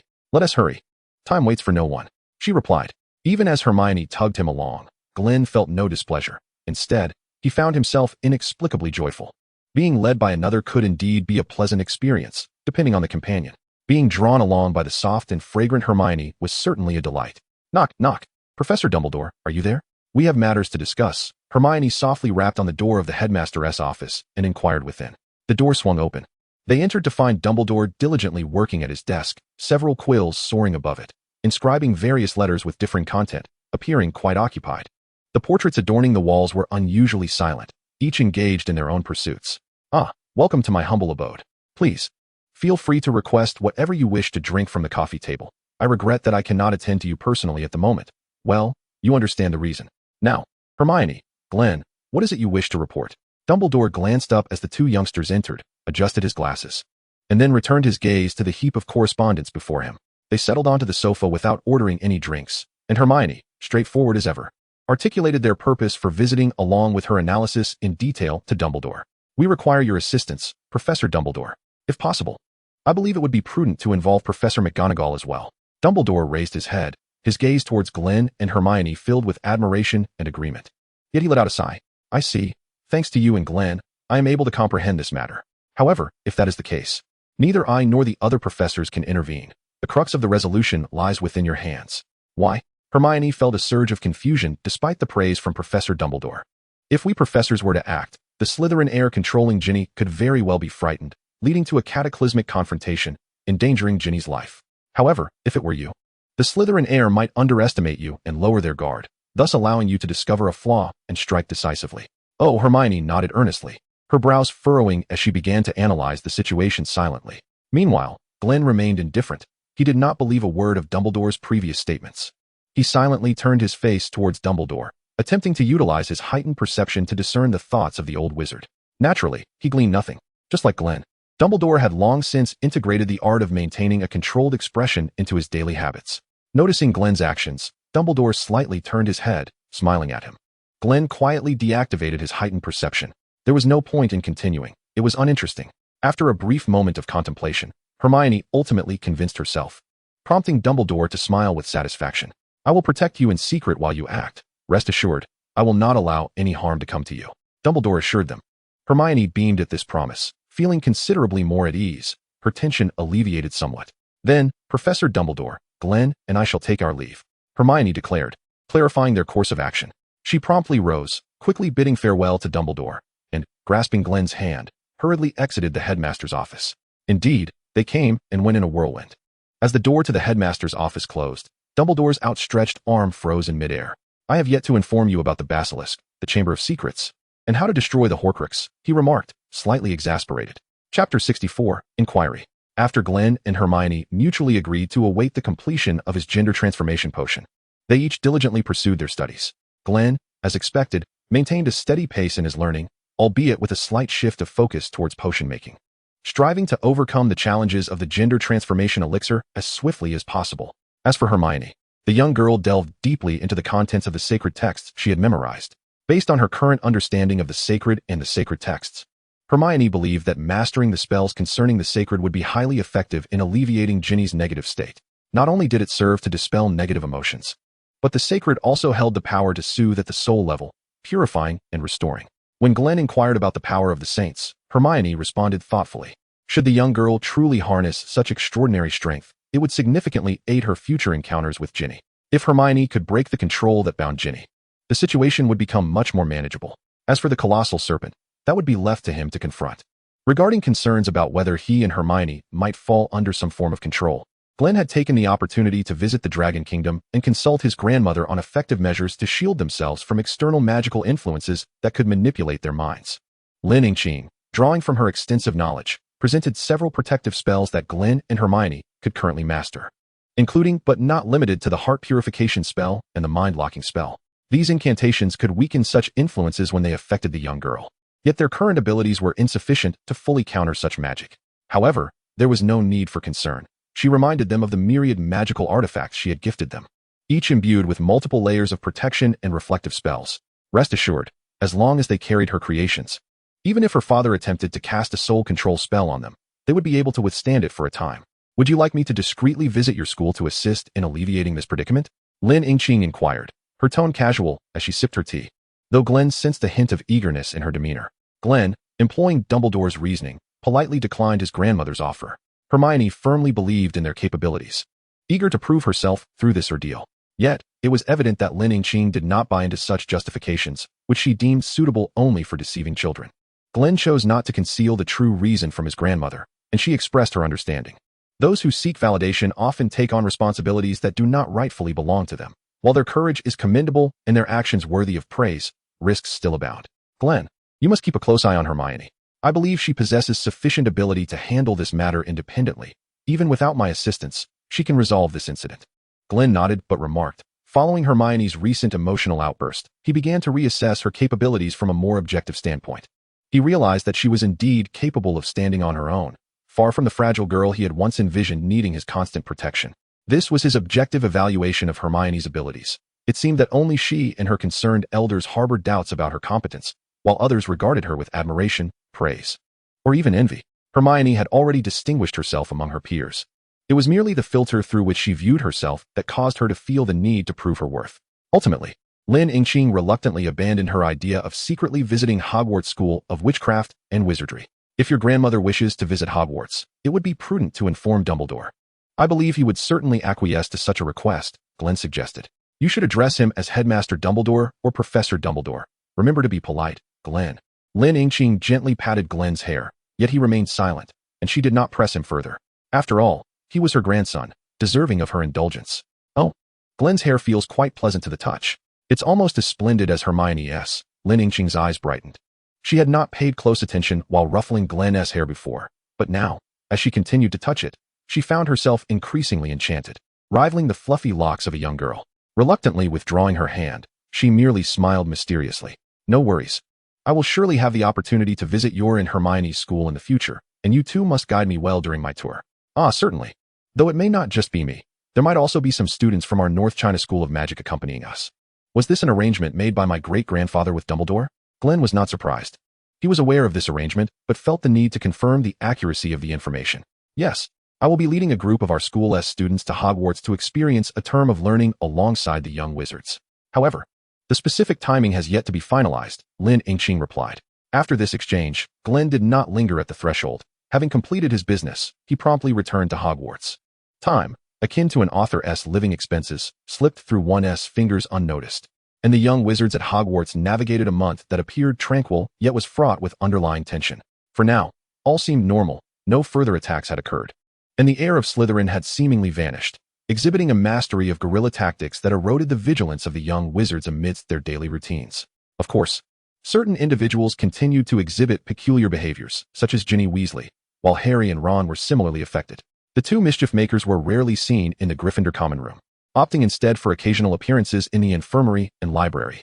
Their presence in the library was nothing short of a curious anomaly. According to intel from an unnamed young wizard with light blonde hair and a pointed face, Draco Malfoy, the duo consistently entered the infirmary with expressions of distress, only to emerge later, gleefully clutching something secretive before hastily making their way to the library. Glen said nothing, yet Draco remained keenly observant of their antics. All right then. As long as you're happy. Chapter 65, Approaching Developments. December swiftly approached, and Professor McGonagall began her customary collection of names for those who would remain at school during the Christmas holiday. After much contemplation, Glen and Hermione ultimately decided to return home for Christmas. Indeed, under Glen's fervent persuasion, he ultimately dissuaded Hermione from her busy thoughts of staying at Hogwarts for Ginny's sake. We are still in the phase of accumulating strength. It matters not where we enhance our abilities. Thus, why not return home to spend time with our parents? Glen's reasoning was thorough and meticulous, showcasing the extent of his limited literary prowess. The chill in the air was palpable, and Hermione, having just awakened from a brief nap, appeared somewhat disoriented. She hesitated, her quill hovering in the air, unable to descend. Engaging in any endeavor requires a balance of work and rest. Hermione, you must understand this principle as well. Glen, the relentless training enthusiast, uttered a truth even he found hard to believe, attempting to sway Hermione's thoughts. Lately, after prolonged periods of concentrated effort delving into the sacred texts, she had indeed been struggling to maintain focus and learn effectively. Very well. We shall return home for the Christmas holidays, Hermione resolved, allowing her quill to finally fall and signing the respective document. Once he had successfully persuaded the young girl, Glen took the initiative to carefully collect her signed paper, preparing to hand it over to Professor McGonagall. However, this unusual action drew a suspicious glance from Hermione. She arched an eyebrow, casting a curious look at Glen, seemingly trying to decipher something from his expression. There was something peculiar about Glen at this moment, though she could not quite articulate it. Glen, of course, maintained a neutral demeanor. As Professor McGonagall passed by, he submitted the holiday plans for both himself and Hermione. Hermione, who had been scrutinizing Glen intently, found nothing amiss and finally diverted her gaze, idly channeling a small portion of the magical energy within her fingers, poking at Glen's waist intermittently to alleviate the excess negative emotions generated by magic. Prodding. It was rather ticklish. Unable to endure further, Glen seized Hermione's small hand, aware she was intentionally provoking him, knowing he could hardly withstand such an irritating sensation. Ticklishness was one of the few feelings Glen could not tolerate. He would rather endure pain than experience this peculiar, elusive discomfort. Are you feeling bored? He inquired, feeling Hermione's delicate hand struggle lightly within his grasp. Unbeknownst to him, this was a common symptom among students, particularly those nearing a holiday break. This symptom had a fictitious name coined by an author, pre-holiday syndrome. Even Hermione, an exceptional student among the elite, would be somewhat susceptible to this phenomenon. It seemed that during this period, due to the matters concerning Ginny, the young girl had been expending her mental energy in large quantities for prolonged durations, even if she was not consciously aware of it. Hermione's subconscious was persistently conveying her desire for rest, for a holiday, for a reprieve from her studies. Where could it be? Hermione tilted her head slightly, her gaze wandering, yet her hands and feet remained restless beneath the thick layers of clothing she shared with Glen. Clearly, she was bursting with pent-up energy. The young girl now reminded Glen of Crookshanks, trapped in their dormitory, unable to play outside. There was an event scheduled for the evening, as Dumbledore had previously informed me. In a moment of distraction, Hermione's small hand slipped through my fingers, yet she persistently launched her playful assaults on Glen, who, with nothing else to occupy his time, engaged in a spirited game of offense and defense with her. You would surely find it enjoyable, and this event will become a regular feature at Hogwarts. Hermione would poke, and Glen would defend. She would poke again, and he would counter once more. There was a delicate sensation in the air, as Glen felt as if he were playing with a playful kitten. Hermione had successfully captured Glen's attention, yet her hands showed no sign of ceasing their activity. Clearly entranced. Suddenly, she grew obstinate, for until now, she had not managed to touch Glen even once since he had begun intercepting her attempts. Perhaps her curiosity was piqued, as Hermione's drowsy mind, dulled by the cold air, began to awaken. The evening's activities, excluding Quidditch for the moment, were unlikely to involve an impromptu feast, especially since it was not a holiday. This particular event would surely become a staple at Hogwarts, and Professor Dumbledore must have known about it, having informed Glen in advance, indicating its relevance to him. During this period, the only task entrusted to Glen by Professor Dumbledore was singular. After pondering countless moments, Hermione's correct answer burst forth from her lips. Is it the dueling club? Is it finally going to commence? Now animated, Hermione resembled a kitten more than ever, sitting obediently before Glen, her tail playfully swishing, though it was merely her hands that were in motion. After receiving the alchemical items I crafted, Dumbledore had taken some time to ensure their safety and stability, and the incident involving the heir of Slytherin attacking young wizards had further delayed this event. Glen nodded, explaining this to Hermione. Her current boredom likely stemmed from her anticipation of the dueling club, which had yet to materialize. I can hardly wait, she exclaimed excitedly, increasing the frequency of her playful assaults. But are you truly not planning to join me for the dueling club? The props for this event were crafted by none other than you. Surely, that holds a sense of significance? Hermione suddenly queried, still preoccupied with Glen's decision. How could anyone be uninterested in such an opportunity to compete with other young witches and wizards? The girl expressed her bewilderment, as such chances to gain experience in combat were quite rare at Hogwarts. To her, Glen, the battle enthusiast, ought to be the one most intrigued by such matters. Glen remained silent, merely shaking his head.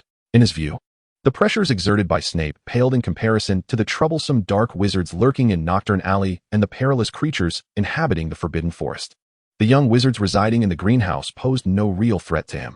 Chapter 66, The Performance. Although I had no intention of participating in the dueling club as a contestant, Glen restrained Hermione's hands, ultimately preventing her from touching him. However, Professors Snape and Flitwick invited me to assume the role of referee. Hermione suddenly brightened, ceasing her movements. Did you accept? She inquired eagerly. No. Then what are you doing here, hesitating? Hermione felt a wave of resentment and regret. After all, if Glen were to join the dueling club, the champion would undoubtedly be determined. She was utterly convinced that her beloved could outshine all the young witches and wizards at Hogwarts and claim victory. Who wouldn't want to see their admired one shine brightly amidst a crowd, regardless of how others perceived him? The mere sight of Glen receiving such honor would fill Hermione with joy. Consider this. If I take on the role of referee, I will need to devote considerable time to it, significantly reducing my leisure hours, Glen reasoned. Though it is somewhat regrettable, perhaps I should decline. Hermione reluctantly released his hands. If it meant occupying too much of Glen's free time, it was better left alone. After all, a substantial portion of his free time was reserved for himself. Nevertheless, I did not refuse their proposal to be listed among the higher-ups responsible for the dueling club. However, Snape's stipulation was that I assist him in staging a demonstration match when the dueling club commenced, which would be this evening. Upon hearing this, Hermione's eyes sparkled with excitement. Oh, that works too. Glen can still showcase his talents before everyone. Hermione had witnessed numerous instances of Glen sparring with Professor Snape. Although Glen could not yet match Snape's prowess, as an ordinary second-year wizard, enduring Snape's formidable assaults until his vast reserves of magic were nearly depleted was already remarkable. She felt an immense pride, even if it wasn't her who could withstand such pressure.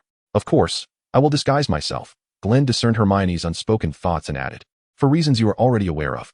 All right, while it is somewhat disappointing, this is still quite splendid. Quickly adjusting her mindset, Hermione nodded earnestly.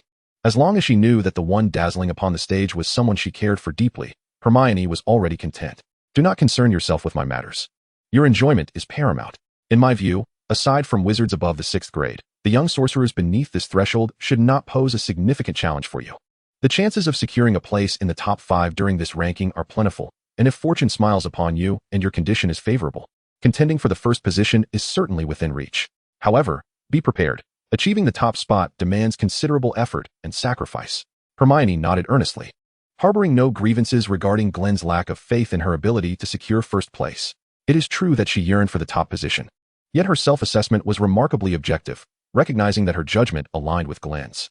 Within the halls of Hogwarts, numerous upperclassmen are indeed formidable, although they may lack practical experience. Their reservoir of magical power and knowledge far surpasses her own, while she could somewhat compensate for her knowledge deficit with her understanding of non-magical arts.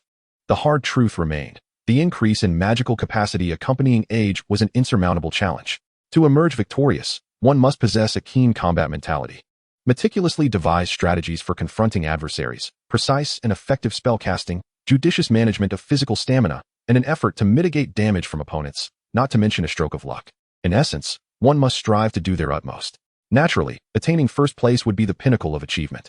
The details of the event's regulations will be posted on the bulletin board this evening, so I shall refrain from elaborating further. Upon receiving news that piqued her interest, the previously restless little Hermione finally settled down, retracting her hands. "Let us go. Potions class is about to commence," Glen remarked as he rose to his feet, grasping his wand, with Hermione following suit. The 2 consecutive afternoon potions classes on Thursdays are regarded as a nightmare by most young sorcerers. However, this was clearly not the case for Glen and Hermione.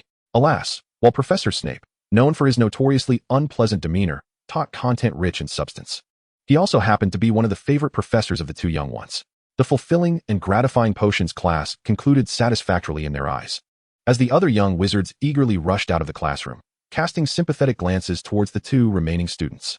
Glen and Hermione lingered at the end, as Snape had summoned them to stay after class to discuss matters related to the dueling club that evening. Hermione was naturally eager to join in the excitement. "Are you prepared?" Snape's emotionless, chilling voice abruptly pierced the air between them, yet it elicited no sense of aversion. Turning to face him, they found Snape standing before them with an expression of discontent. Glen nodded to him.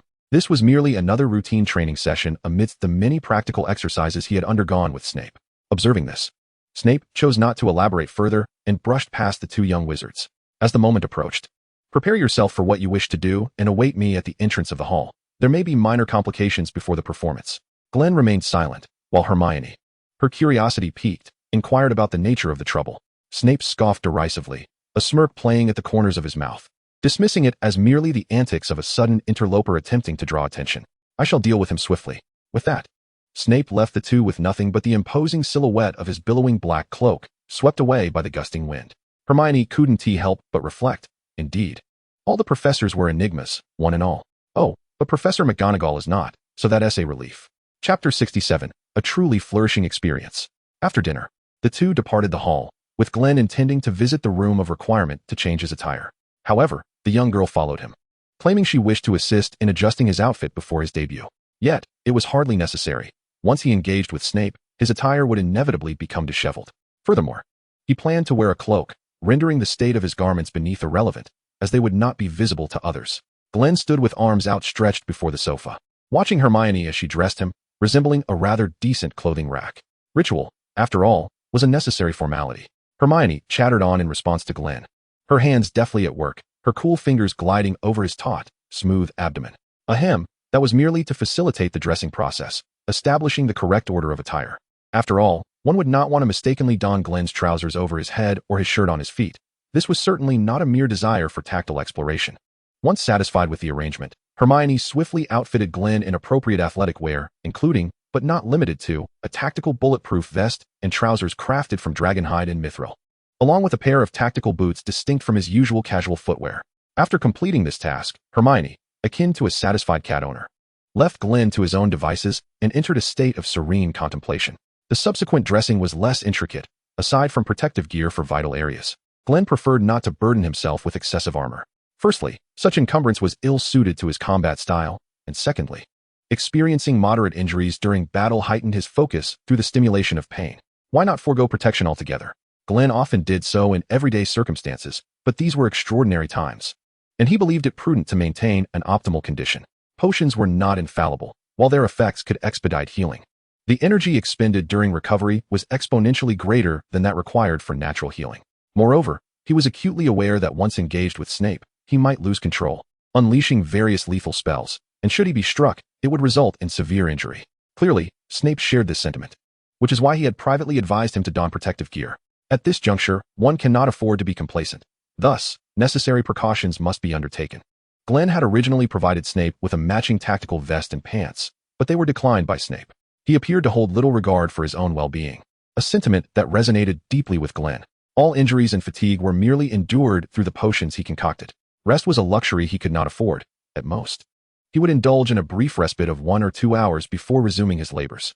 Were he subjected to modern medical examinations, the readings would undoubtedly be alarming. Since Snape chose to exhaust his vitality in such a manner, Glen felt no inclination to voice his concerns. With a flick of his cloak, Glen enveloped himself and drew up his hood, obscuring his form, leaving only his delicate visage visible. Despite assuring Hermione that he was untroubled, being exposed to the gaze of many still made Glen feel uneasy. Hermione was somewhat speechless, indeed, as Glen had indicated, beyond his face. The rest of him was concealed from view. Glen retrieved a pure white mask from his black ring and donned it, activating his heightened senses. Now, nothing was revealed. It was perfect, aside from himself, who could discern that this was Glen. Nonetheless, the young girl understood that this was precisely Glen's intention. Is there anything else to prepare? Hermione inquired as she stepped before Glen, her small hand delving into the folds of his cloak, successfully grasping his hand. The space within was surprisingly ample. After a moment of exploration, Hermione raised an eyebrow. Although Glen had been engaging in continuous rigorous training, his physique still appeared rather frail. This black cloak had previously served to conceal various weapons, but now, with the advent of his spell for seamless expansion and the black ring bestowed by his grandmother, all items had been neatly stored within the space created by the spell, rendering the cloak rather loose. However, a cloak is inherently a cloak, regardless of its draped state. Combined with Glen's growth spurt, it did not seem overly long on him. After a brief silence, Hermione released Glen's hand and then burrowed into the cloak, wrapping herself around him like a sloth. Hee, why don't you just carry me down like this? Your cloak is quite roomy, and with your mask, no one would ever know who you are. Hermione's fluffy head nestled into the collar of Glen's cloak, peeking out from his neck, her eyes blinking as she made this suggestion. Setting aside the fact that their playful antics were becoming increasingly extravagant, the young girl had also grown bolder. Her antics no longer elicited blushing cheeks when she playfully teased Glen. Yet, whenever Glen inquired about her motivations, Hermione would retort with various justifications, often appearing somewhat unreasonable. Nevertheless, Glen found himself quite fond of this dynamic. Over time, he had grown disinclined to question her intentions. After all, what could he do but indulge her whims? Feeling as if Hermione were about to slip away, Glen, with one hand, supported the young girl's backside, lifting her slightly while using his other hand to adjust the edge of his cloak, concealing Hermione's suspicious brown curls that peeked out. Hold steady. You don't want to slip and tumble down the stairs, Glen earnestly cautioned Hermione.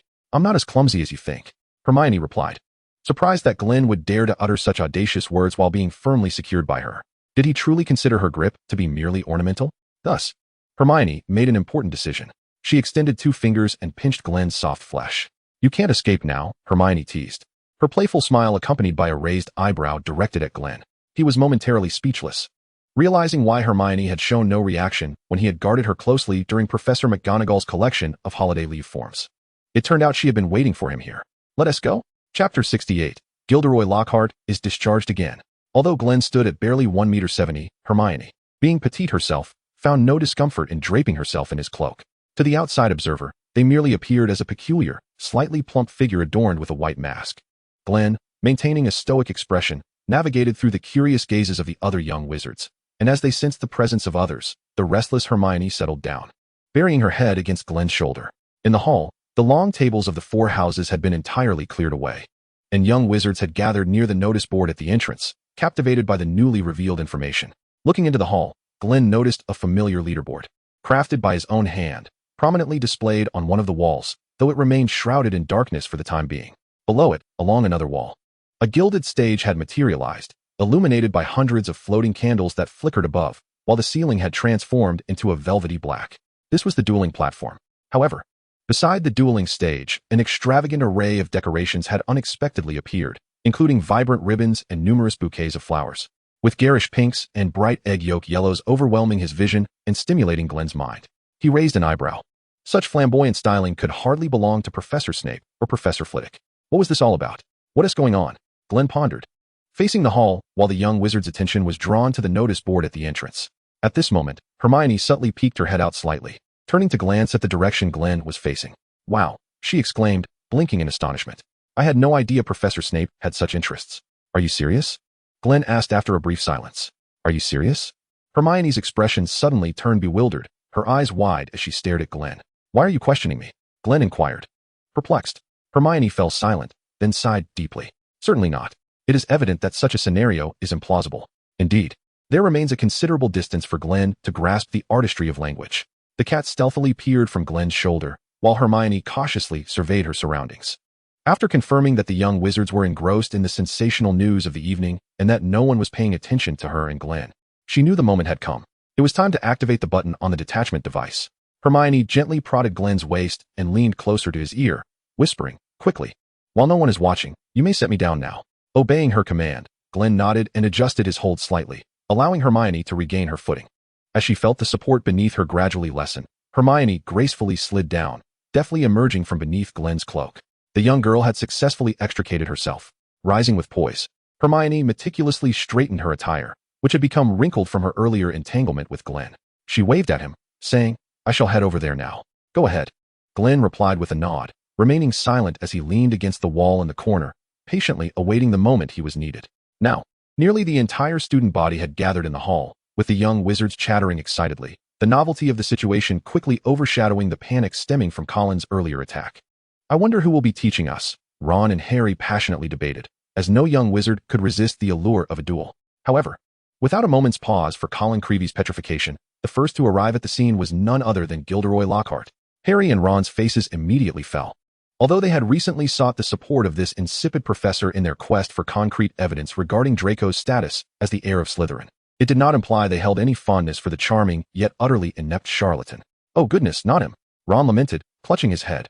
"I recall today is when Lockhart is supposed to be discharged from the hospital. How did he manage to latch onto this wave of attention so swiftly?" It was undeniable that Lockhart excelled in the art of seizing the spotlight. He was indeed a master in this regard. On the periphery of the crowd, a young girl who had just arrived exhibited no emotional disturbance. The moment she laid eyes on the ostentatious decorations of the dueling platform, she surmised that Lockhart was likely involved in orchestrating the event. Recovering from his recent illness, Lockhart had already commenced his enthusiastic speech. "Oh, how splendid to see you all again. Come closer, come closer." He gestured, urging everyone to approach and quiet down. "Can everyone see me? Can everyone hear me? Splendid. Your esteemed headmaster, Professor Dumbledore, has cordially invited me to preside over this modest gathering of the dueling club. As the name suggests, you shall receive ample training in this enduring activity, equipping you with the requisite skills to defend yourselves in perilous situations, much like I have done countless times. As detailed in my literary works, while I am fully capable of safeguarding all of you single-handedly during this event, Professors Snape and Flitwick have generously volunteered to assist me. They expressed their modest familiarity with dueling, and Professor Snape graciously offered to aid me by providing a brief practical demonstration before our lesson commences." Gilderoy Lockhart flashed a dazzling smile. "To be candid, I do not wish for you delightful young ones to fret." He continued with his next remark, reassuringly stating that he would not harm Professor Snape, and after the demonstration, he would return your potions professor to you in pristine condition. "Fear not," he boasted, patting his chest with confidence. Such unwavering faith in his ability to avoid injuring Snape. Was this the minor inconvenience Professor Snape had alluded to? Hermione's lips twitched, as she seemed to grasp the sentiment reflected in Snape's expression during his earlier conversation with Glen this afternoon. Fortunately, it appeared that Professor Snape had not yet arrived. Hermione endeavored to rise on her toes, scanning the vicinity for the amiable bat, hoping that if he overheard, Lockhart might find himself confined to the infirmary for a month. Then, the young girl spotted an old bat lurking in the shadows not far away, its bloodshot eyes fixed intently on the still-speaking Lockhart, a sinister smile adorning its visage. Well, he had indeed heard. Chapter 69, Snape's Thoughts. As Hermione silently prayed that Snape would refrain from delivering a lethal blow to avoid imprisonment in Azkaban, Lockhart felt a chill run down his spine, sensing Snape's icy gaze. But who was he? He was Gilderoy Lockhart, an entity that never falters in the face of adversity. With a smile, he slowly turned to find Snape, clad in his dark robes, leaning against the wall in the shadows of the notice board, his gaze fixed upon him. "Oh, Professor Snape, you've arrived. I was just lamenting my inability to locate you. Please come forth." Lockhart, seemingly oblivious to the expression on Snape's face, enthusiastically beckoned the old bat, assuring the gathered students that our little demonstration was about to commence. Upon recognizing Snape as the newcomer, Lockhart exhaled with relief.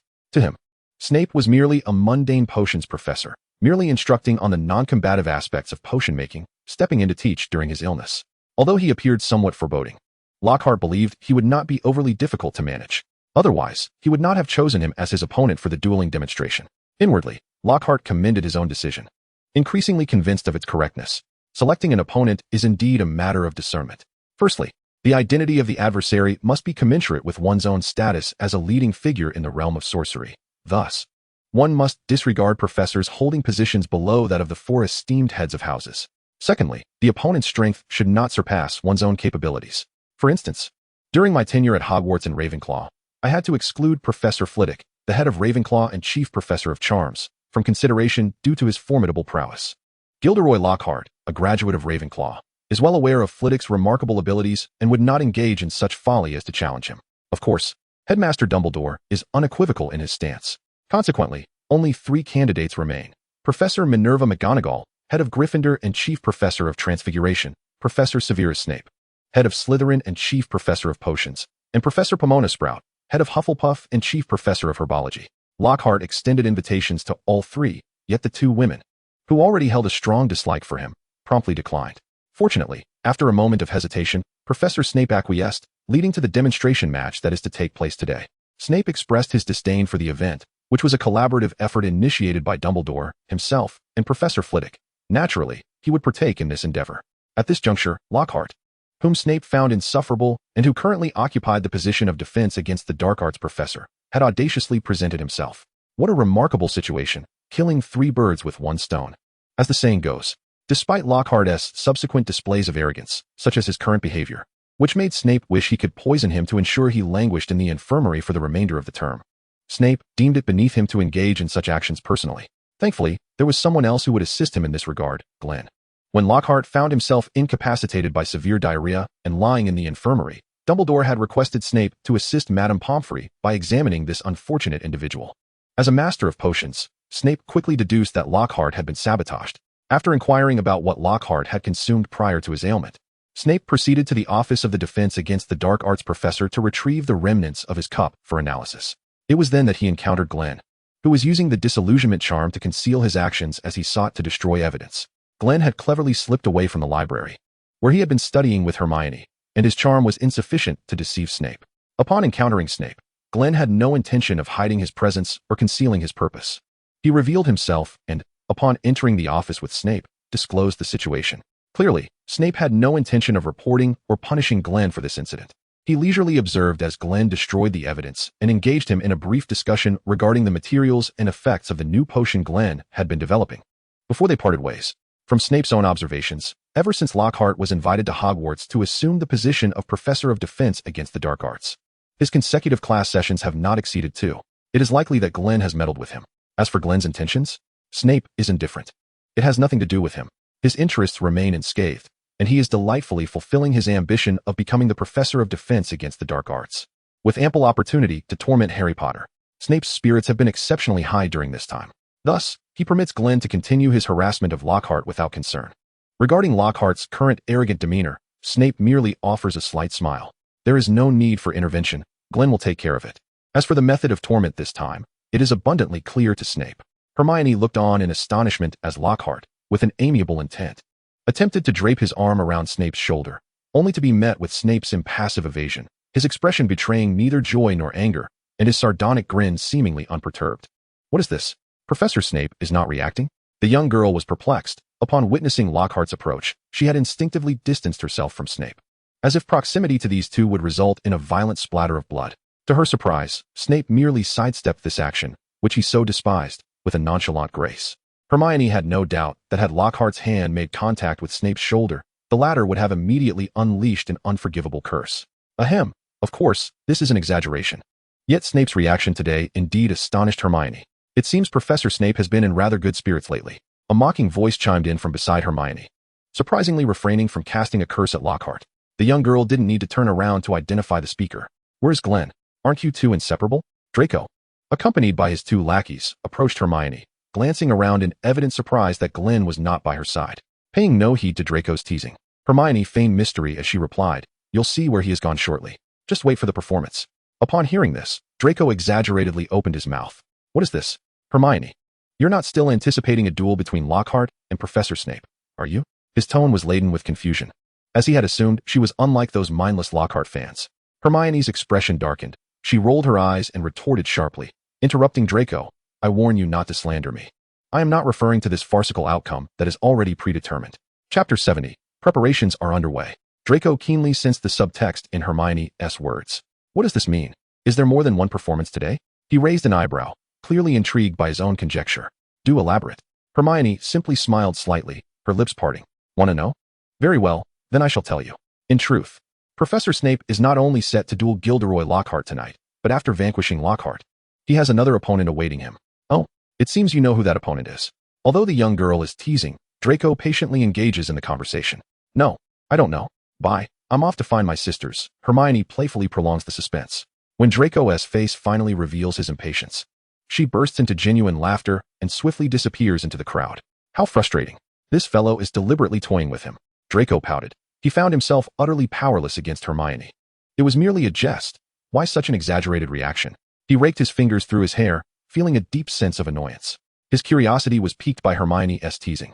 Though the truth would soon be revealed, being the first to discover it was always so enticing, was it not? The crowd had begun to follow Lockhart and Snape towards the duel stage set up in the Great Hall. Hermione squeezed through the throng, finally managing to reach the front of the stage, where her roommates were already gazing at Lockhart with adoration in their eyes. Parvati felt a tug on her hand, momentarily breaking her dazed expression, and turned to see Hermione emerging from the crowd. You're here. Where's Glen?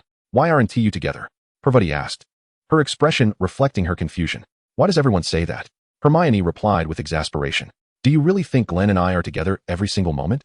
Parvati looked at her in silence, her eyes suggesting that Hermione should know better. What is going on? Come here flaunting your affection. Is this how you treat your dear roommates? Lavender, upon hearing Hermione's obliviousness, turned to her with a pitiful gaze, making Hermione feel rather guilty. You have no idea how clingy you are with Glen. Well, it's not that clingy, Hermione stammered, feeling flustered, her cheeks betraying her with a delicate blush. Parvati and Lavender exchanged exasperated glances. Never mind, let us just watch Professor Lockhart. Don't pay attention to this love-struck fool, Lavender suggested to Parvati, who nodded in agreement. Upon hearing Lockhart's name, Hermione's expression fell again. She quickly squeezed between the two and lamented. Don't you think you two are the ones being forgetful of friendship in the face of romance? The two young witches exchanged glances and giggled, each taking one of Hermione's arms. Oh, don't mind the details, my lovely. Tonight, you belong to us, Lavender teased, raising an eyebrow at Hermione. Leaning in close enough that her breath tickled Hermione's ear. You won't be seeking your little boyfriend tonight. I vow that I won't seek him out until this event concludes, Hermione chuckled, even swearing. I swear by Merlin's lace gown. Such determination? This isn't like you at all. Parvati pouted in confusion. Hermione waved her hand, choosing not to elaborate further. At that moment, Professor Snape had also begun his leisurely ascent to the dueling platform, signaling that the duel was about to commence, thus diverting the attention of the two young witches. Lockhart and Snape approached each other simultaneously. One radiated unwavering confidence, while the other exuded palpable impatience. Their wands swept across their chests as they bowed to one another. Lockhart seemed intent on showcasing his wand, his long fingers deftly manipulating the elegant instrument, making it spin smoothly between his fingers, exuding an air of mastery akin to that of a skilled pen twirler. His demeanor shifted to one of solemnity as he retracted the signature smile that usually adorned his face. Objectively speaking, Lockhart's appearance was indeed striking, a primary reason for his ability to capture the hearts of numerous witches in the wizarding world. Witnessing this markedly different side of Lockhart, the young witches in the audience erupted into cheers. Hermione, having anticipated this, covered her ears, only to find that the two fervent fans beside her were also shrieking, wildly waving their hands in a desperate attempt to garner their idol's attention. Of course, Lockhart was oblivious to their cries, well versed in the art of manipulating his fans' emotions. Professor Lockhart, you are so handsome. I adore you. Lockhart is a foolish donkey. Lord Lockhart, I am certain you will defeat Snape. Indeed, as Lockhart continued to ignore them, the girls escalated their exuberance, their voices echoing in the air. Hermione winced slightly. Wait, was something peculiar mixed in? Her keen senses quickly pinpointed the source of an unusual taunt, and upon closer inspection, she spotted a certain blonde-haired individual pointing his wand at his throat, emitting a series of sharp mockeries towards Lockhart, his face betraying an unmistakable smirk. This behavior was not only for himself, but also for his godfather. Well, I'm not surprised. Draco is indeed capable of such antics. Hermione shrugged and turned her gaze back to Lockhart on the stage. He, too, seemed to have caught that jarring note amidst the chorus of praises, nearly losing his composure. Fortunately, Lockhart's strong mental fortitude allowed him to maintain a serious expression. Naturally, the young wizards in attendance were not to be outdone, joining the chorus of dissent against Lockhart. Hermione leaned against the dueling platform, resignedly propping her chin on her hand, absorbing the surrounding cacophony. The joys and sorrows of humanity do not resonate with one another. All she felt was their noise. How terribly juvenile, she muttered to herself. Then, from the corner of her eye, she caught sight of Glen, who was observing her from a hidden shadow. With an unspoken connection, Hermione believed Glen was indeed watching her amidst the crowd. The young girl beamed, waving cheerfully at Glen. I'm right here. After all, there's nothing inherently wrong with being a little childish, is there? Chapter 71, A Strike. As the young witches surrounding them waved enthusiastically at Lockhart, Hermione's actions attracted little attention from others. After receiving a nod from Glen in response, she refrained from continuing their distant conversation. Returning to the duel stage, Snape and Lockhart bowed to each other before turning to their respective ends of the platform. They raised their wands before their chests like swords, signifying that the duel was about to commence. Professor Flitwick, serving as the referee, ambled onto the stage and stepped aside. When I count to 3 and say begin, the duel will officially start, he declared. 3, 2, 1. Hermione observed Professor Snape break into a sinister grin. The duel commenced. Disarm. As the words left his lips, both combatants raised their wands over their shoulders simultaneously. However, it was evident that Snape's combat prowess surpassed that of Lockhart. The red light, symbolizing the disarming spell, coalesced at the tip of his wand and instantly shot forth in a dazzling display, striking Lockhart squarely in the chest. The disarming spell could cause any object in the target's hand, such as a wand, to be forcefully ejected. And if an individual were struck by multiple disarming spells, or a particularly powerful one, they might be thrown back, even losing consciousness. Clearly, the disarming spell cast by Snape belonged to the latter category. Lockhart had no time to register his surprise or fear before the brilliant red light propelled him backward with a thud, crashing against the wall of the hall and sliding down to the ground in a heap, curled up like a shrimp. Meanwhile, his wand spiraled into the air, retrieved by Snape with a summoning charm. The demonstration concluded too swiftly for the young witches and wizards to fully comprehend what had transpired.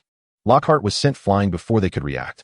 The hall fell silent, with only Professor Flitwick's calm commentary breaking the stillness. A splendid disarming spell, impeccable in power, precision, and release speed.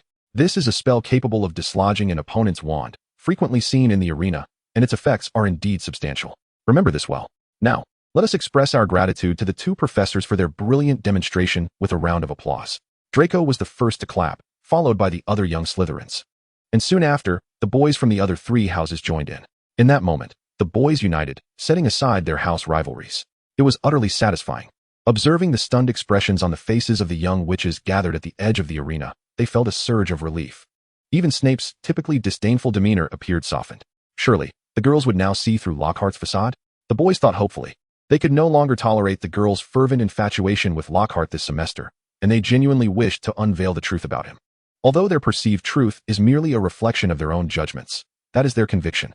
Goodness, I wonder if Professor Lockhart is all right. Finally breaking free from her shock, Lavender could not suppress a gasp, covering her mouth in astonishment. Her reaction elicited a chorus of responses from the girls, filling the hall with a melodious, ringing laughter. Naturally, the boys did not share the same sentiment regarding the content. Cowering, Lockhart staggered to his feet, his pallid complexion leaning against the wall for support, his body swaying precariously. He appeared utterly disheveled. His hat was gone, his clothing wrinkled, and his once neatly styled wavy hair now stood on end. Donning his hat and straightening his attire, he struggled to maintain his balance and ultimately returned to the stage, retrieving his wand under Snape's impassive gaze. Indeed, everyone must have witnessed this. Lockhart composed himself, bowing slightly to the audience in gratitude for Professor Flitwick's splendid commentary. The disarming charm, as its name suggests, disarms the opponent, and you surely heard the incantation just now. Here, I must extend my gratitude to Professor Snape. He has demonstrated an exemplary disarming spell. Where was I? Ah, yes, Expelliarmus. That is the incantation for the disarming charm. Hermione rolled her eyes, muttering under her breath, isn't he just parroting Professor Flitwick's words? She glanced at her friends on either side, only to find they seemed oblivious to her critique, not perceiving any fault in Lockhart's words, which made her sigh in exasperation. Despite his physical discomfort, Lockhart endeavored to maintain a gentlemanly smile, turning to Snape. I must commend you, Professor Snape, for showcasing one of the most common techniques in dueling. The effect is quite remarkable. He even flashed a smile at Snape. However, forgive my candor, but your intentions were rather transparent. Had I wished to evade or thwart you, it would have been a trivial matter. Yet, since this is a demonstration, I deemed it necessary to exhibit some effect, thus deliberately allowing myself to be disarmed for the benefit of my classmates. After all, a victim of the spell serves as the most vivid illustration of its efficacy. Does it not? An unmistakable aura of menace emanated from Snape's eyes. Although directed at Lockhart, Hermione, positioned nearby, could acutely sense the palpable threat, sending a shiver down her spine. Seizing the opportunity while her friends were captivated by Lockhart, she quickly cast a sonorous charm on herself. Professor, take care. Hurting Lockhart could tarnish your reputation. There's no need for that. Impulsiveness can be perilous. Hermione's anxious voice whispered in Snape's ear. He cast a sidelong glance at her, smirking disdainfully, and chose not to respond. However, the wand he had raised halfway was lowered once more. Unaware of how close he had come to the brink of peril, Lockhart continued to engage with his admirers, while Snape's icy voice resonated beside him. In light of this, Professor Lockhart surely possesses the energy to continue our demonstration. Does he not? No. The demonstration has concluded. I believe the students can hardly suppress their desire to partake in the duel themselves. After all, this stage is primarily prepared for them, and suggestions like those from Professor Snape, which overshadow the main event, are rather inappropriate. Oh, you Hogwarts cur. Snape's expression darkened considerably, his wand flashing with unstable light. Chapter 72, The Professor of Night Watch. However, Lockhart had swiftly dismantled the dueling platform amidst the girls' crowd, displaying both resilience and poise. Fear not, ladies, I shall not be so easily defeated. Rest assured, he declared, accepting a piece of paper and a quill from a young witch, signing his name under her eager gaze.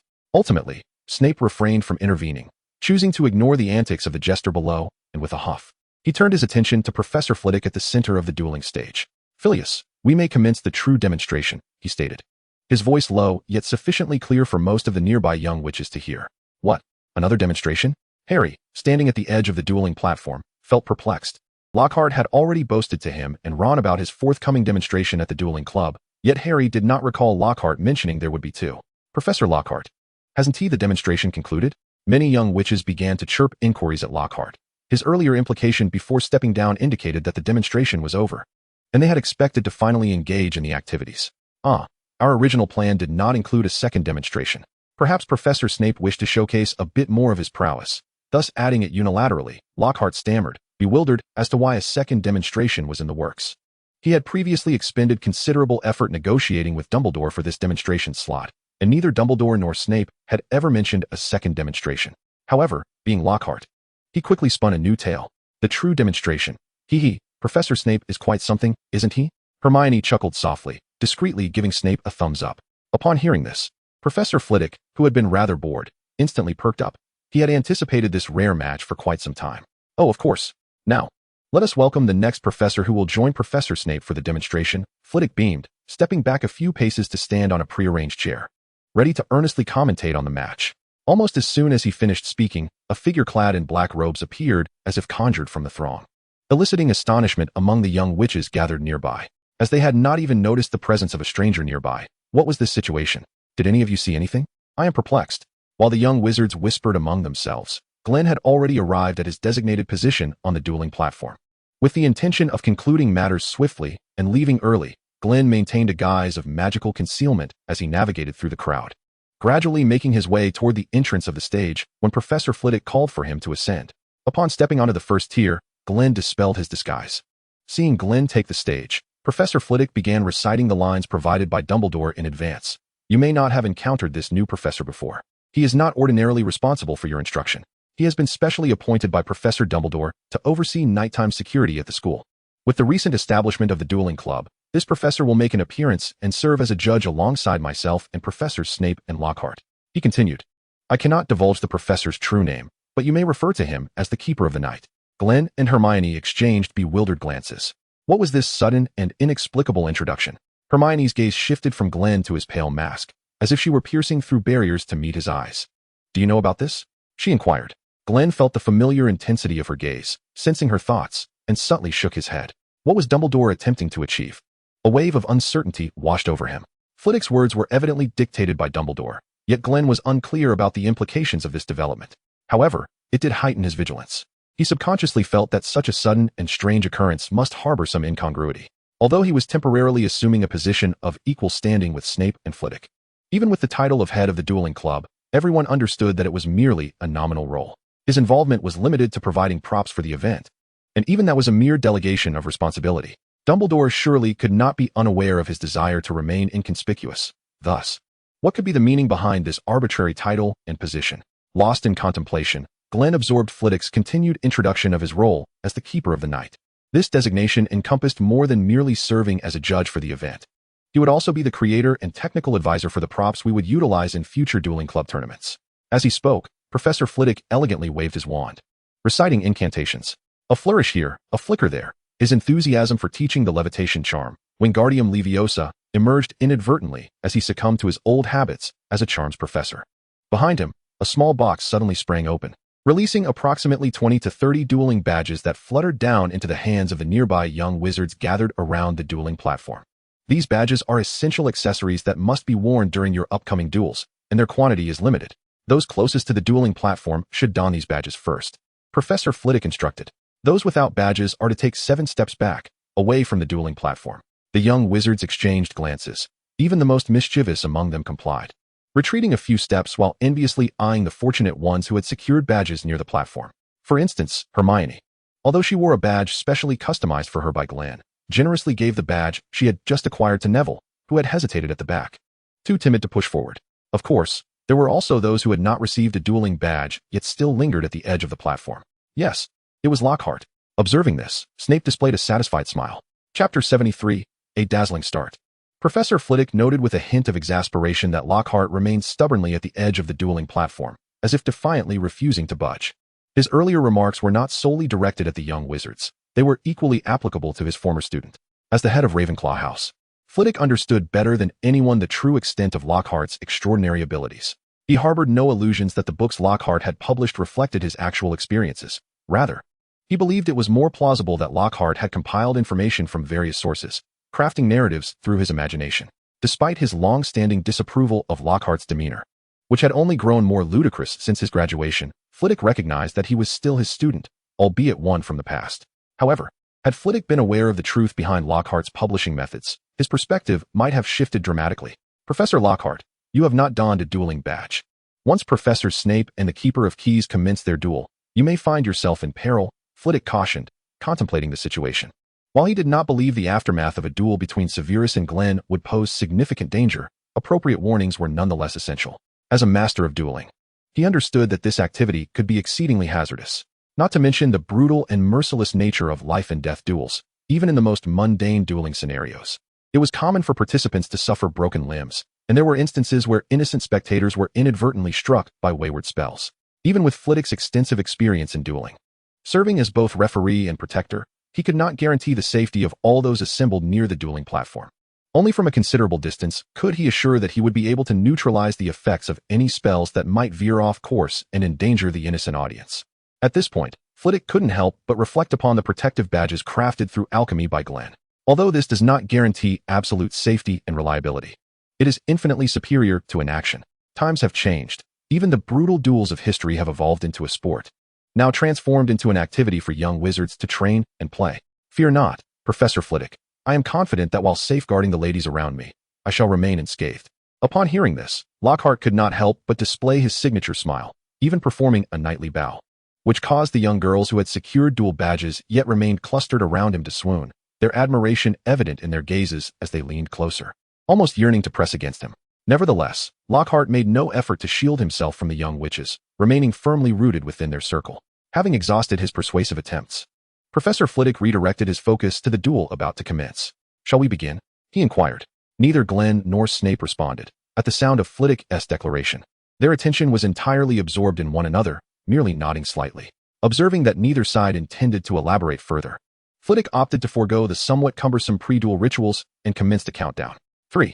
Glen remained composed, silently channeling the surging magical energy within him. Though he was still suppressing the rising tumult within, he had adjusted himself to the best state possible. 2. Draco and Neville felt the familiar presence emanating from their professor, exchanging glances that conveyed their mutual questions and speculations, both affirming their thoughts. 1. The crowd held their breath, eagerly anticipating Professor Snape's prowess in dueling.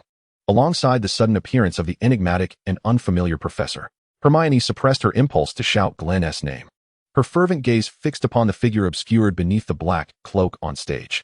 The duel commenced. A thunderous explosion resounded. The spell was halted. A violent explosion flickered briefly in the center of the dueling arena before dissipating into nothingness, yet the initial gusts it created swept across the entire venue, causing the young wizards nearby to have their hair blown wildly. instinctively raising their arms to shield their faces. Those closest to the dueling area stumbled, some falling to the ground. Hermione braced against the wind, her tousled brown hair billowing. She understood that this confrontation was merely the beginning. Lockhart's hat was once again sent flying, far from him, his smile now frozen in shock. Only then did he realize the caliber of the opponent he had chosen. The thunderous explosion was, of course, conjured by Glen, who initiated the duel with the most powerful explosion spell he could muster. Its reach sufficient to engulf the entire dueling arena, even though his total magical power is merely 4 or 5 times that of his peers. Each individual's magical attributes lean distinctly towards certain inclinations. Perhaps influenced by the enigmatic presence of the silent, Glen's magic leans towards instability, fury, and a penchant for destruction. His actions are not only aimed at compelling Snape to abandon his offensive maneuvers, whether casting counter spells or protective charms, but also serve as a means to further test the efficacy of the dueling badge. Despite the array of alchemical tools, magical artifacts, and spells adorning Hermione, even his utmost magical exertion would not harm her in the slightest, thus he harbors no concerns for her safety. However, it is evident that Snape has discerned Glen's style and intentions, opting to forego the game and directly cast a spell to halt, targeting the essence of the magic itself rather than its circuit of magical power. This approach proves remarkably effective, extinguishing the explosive charm just before it could expand into a detonation. Yet, the strategies employed by both are far from simplistic. Dual casting has become second nature to them.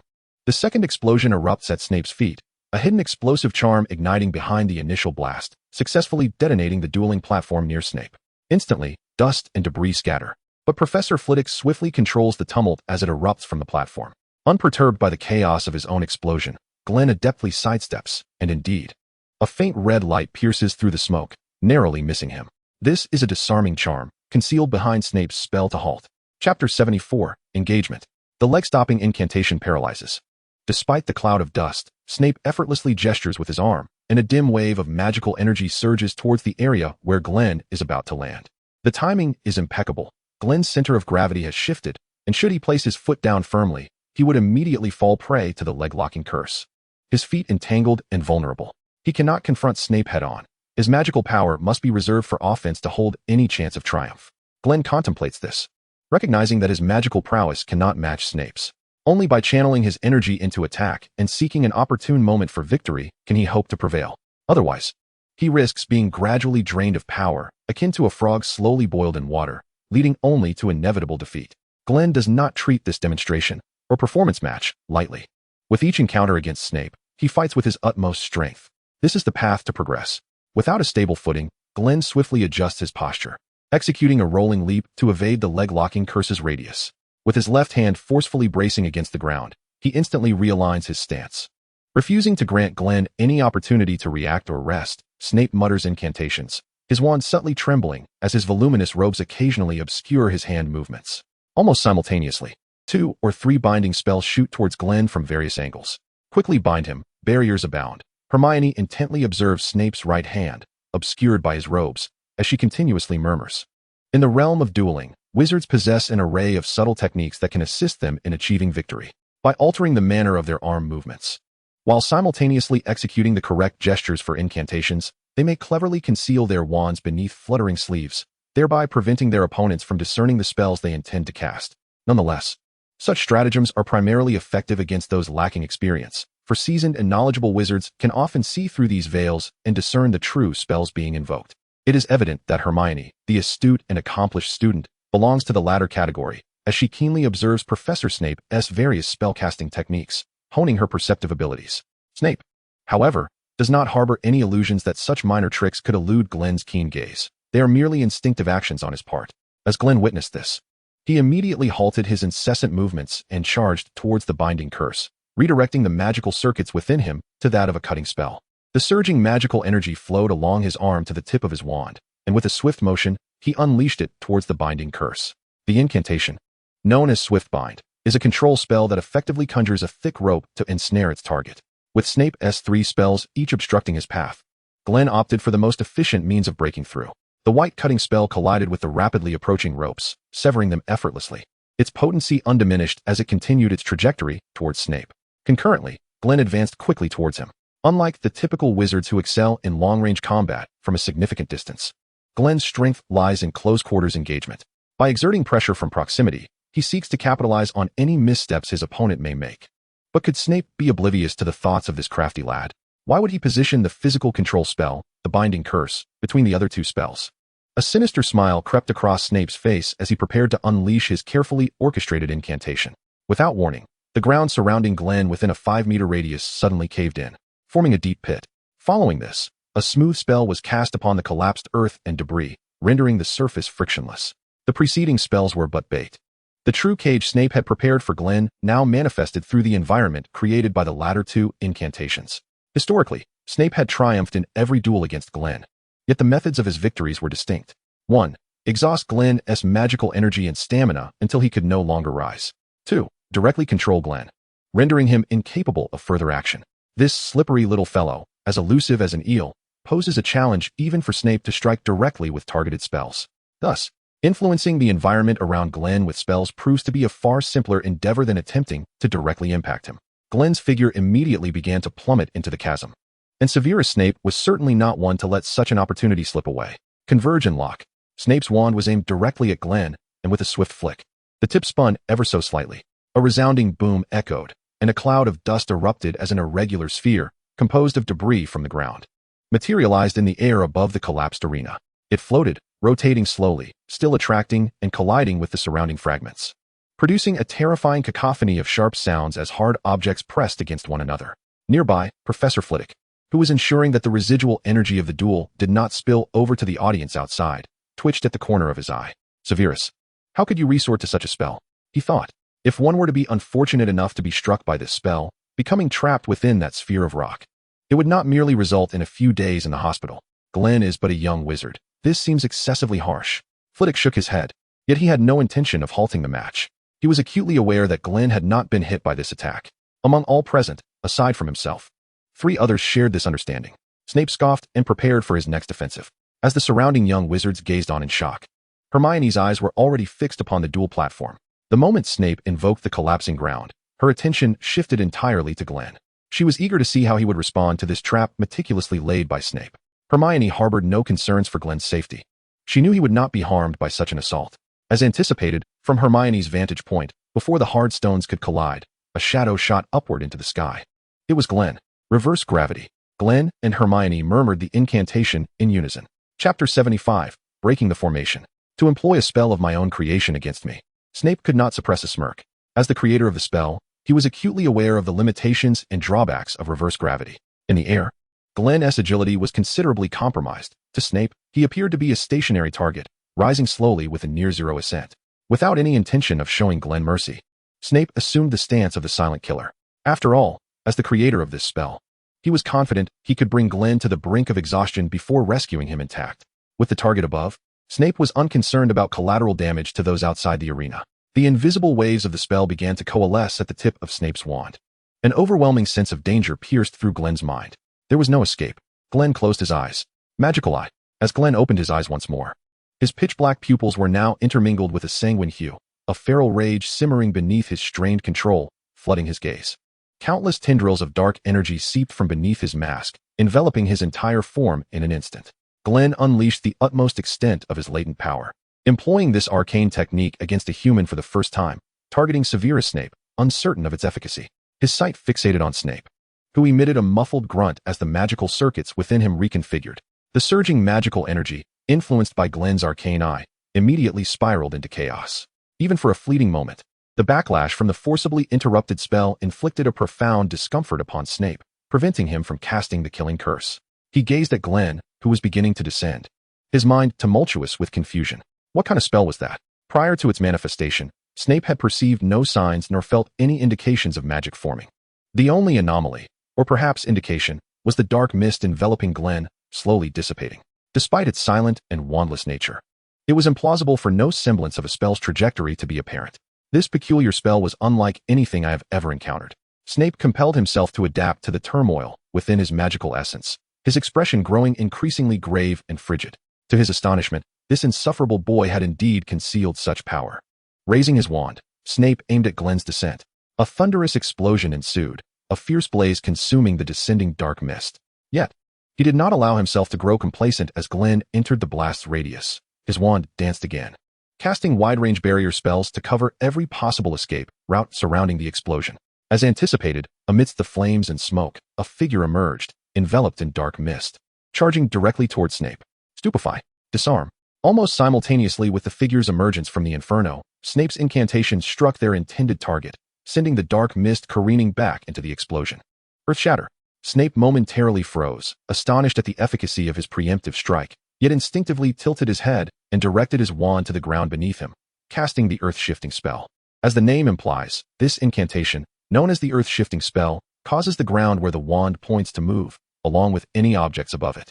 Typically employed by wizards for swift, short-range relocation. This maneuver proved especially useful in the confined battles within Hogwarts, where apparition was rendered ineffective. As Snape felt the spell take effect, a gust of wind brushed against his cheek, leaving a trail of blood and strands of hair scattered in the air. Reveal yourself. Without hesitation, Snape raised his hand and cast a revealing charm toward the position he had anticipated, and the concealed Glen reappeared. In his left hand, a dagger gleamed with a chilling light, still bearing traces of blood. Professor Flitwick was utterly dazed, completely forgetting his duties as a commentator. Is this a young wizard? You dare to tell me this is a young wizard?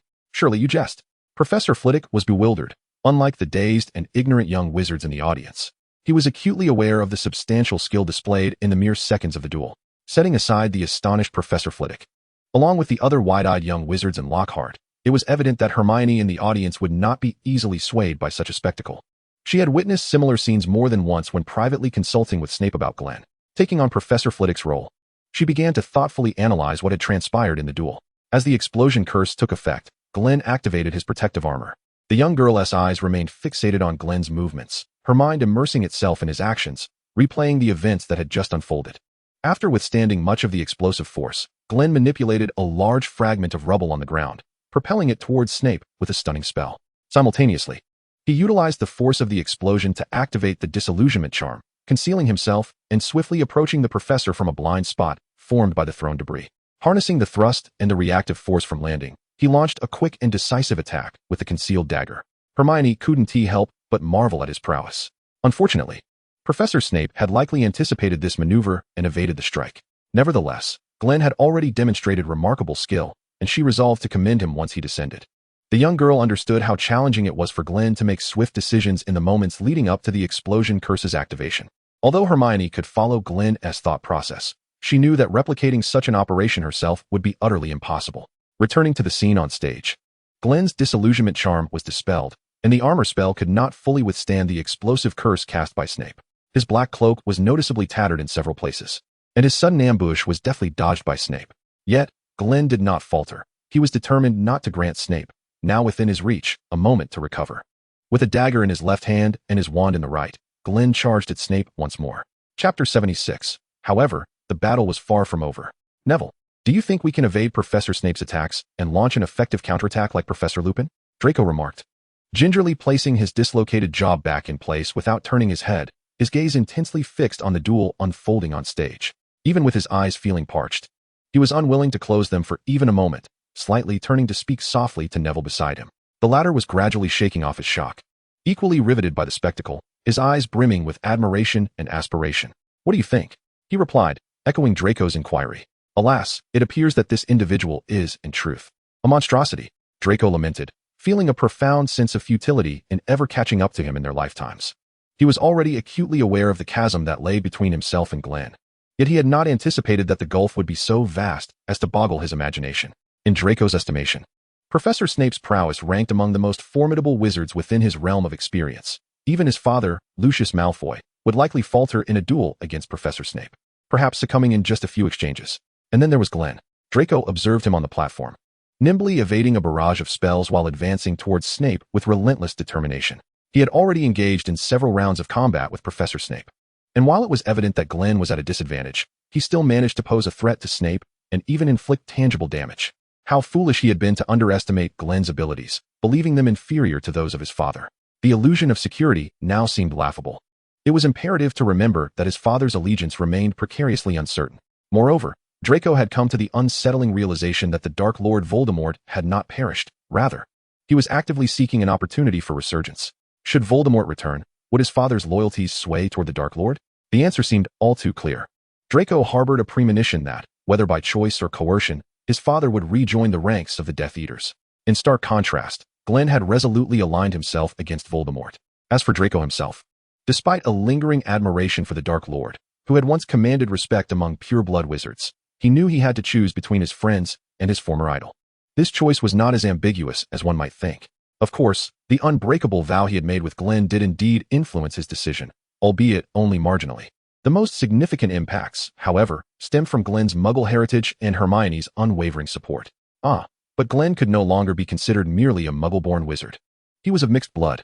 During previous conversations among friends, Hermione had alluded to Glen's grandparents, revealing the truth of his lineage to Draco. Yet, this revelation held little weight.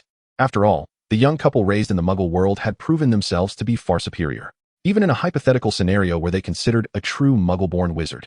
Such as Hermione, her abilities still eclipsed his own.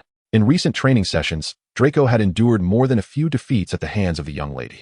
While he could attribute this to his own provocative nature, he refused to admit such a truth. Under the influence of these two remarkable individuals, Draco's beliefs had subtly transformed. Not to mention the profound impact of his good friend Neville, whose parents had suffered greatly during the previous Wizarding War. He now understood, with clarity, the brutal ramifications that extreme blood purity ideologies inflicted upon the wizarding community. Avoiding this murky situation is undoubtedly the wisest choice.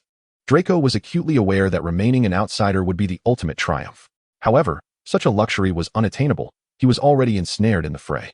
It was imperative to draw his father to Dumbledore's side as soon as possible, for he wished to avoid witnessing a confrontation between his father and his friends. Boom.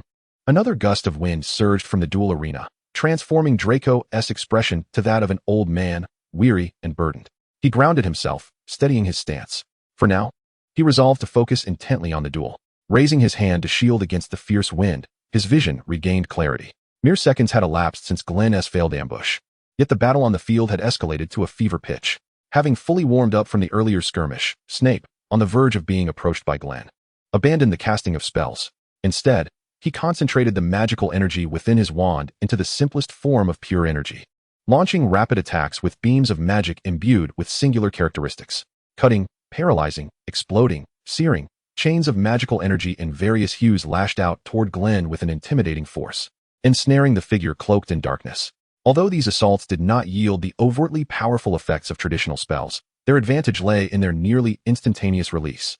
If struck, the impact would be anything but pleasant, effectively pressuring the opponent's movements and positioning. Glen contemplated deploying his magical eye to nullify the energy emanating from Snape, but a sharp pain pierced his eyes, as if something within him was about to erupt. He realized that his body was informing him he could no longer utilize his unique ability in this battle. To do so would mean losing control. With a sense of resignation, Glen acknowledged his limitations. To escape the cage and explosion crafted by Snape, he had already exhausted the magical power he could currently bear. Indeed, mere armor was insufficient to counteract the explosive spell Snape had unleashed. Hermione had failed to analyze that Glen had briefly enveloped himself in his unique ability, ultimately absorbing the residual magic that broke through his armor, thus safeguarding himself. At this juncture, it was too late to alter his course. Glen recalled an advanced spell capable of defying physical laws and instantly altering the trajectory of an object, yet he had not mastered it.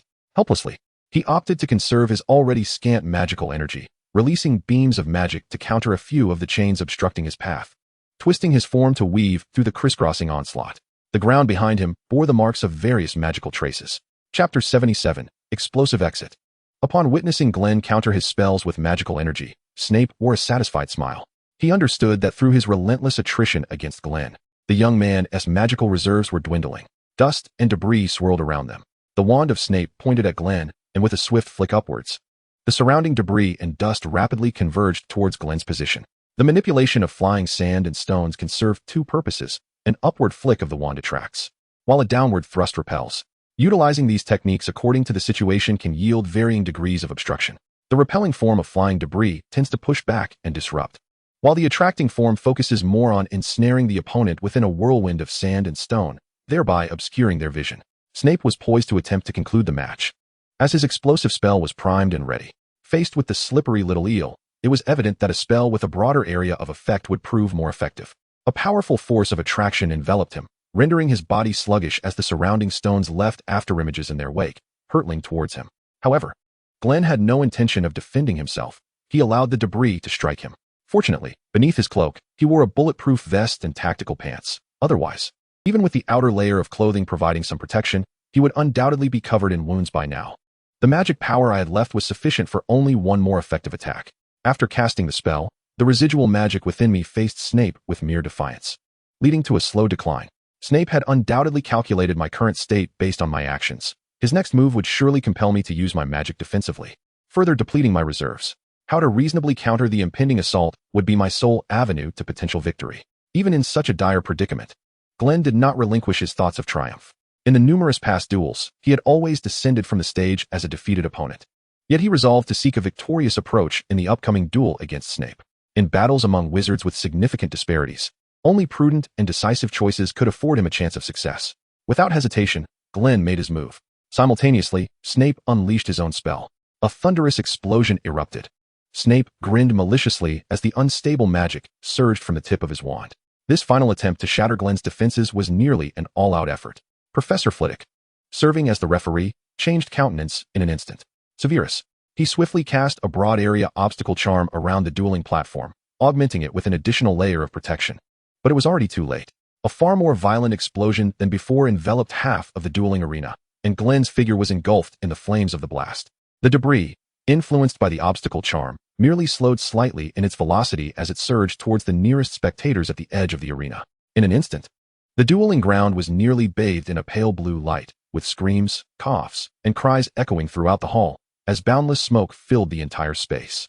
Professor Flitwick's expression darkened. A swift whirlwind cleared the rising dust, restoring clarity to the hall. The young wizards who had been watching, whether seated, standing, or lying on the ground, appeared dazed and terrified, profoundly shaken and traumatized both physically and mentally. Wait, it seemed not to be as it appeared. Upon closer inspection, Professor Flitwick let out a long sigh of relief. The little ones were largely unharmed. Even those closest to the dueling arena emerged unscathed.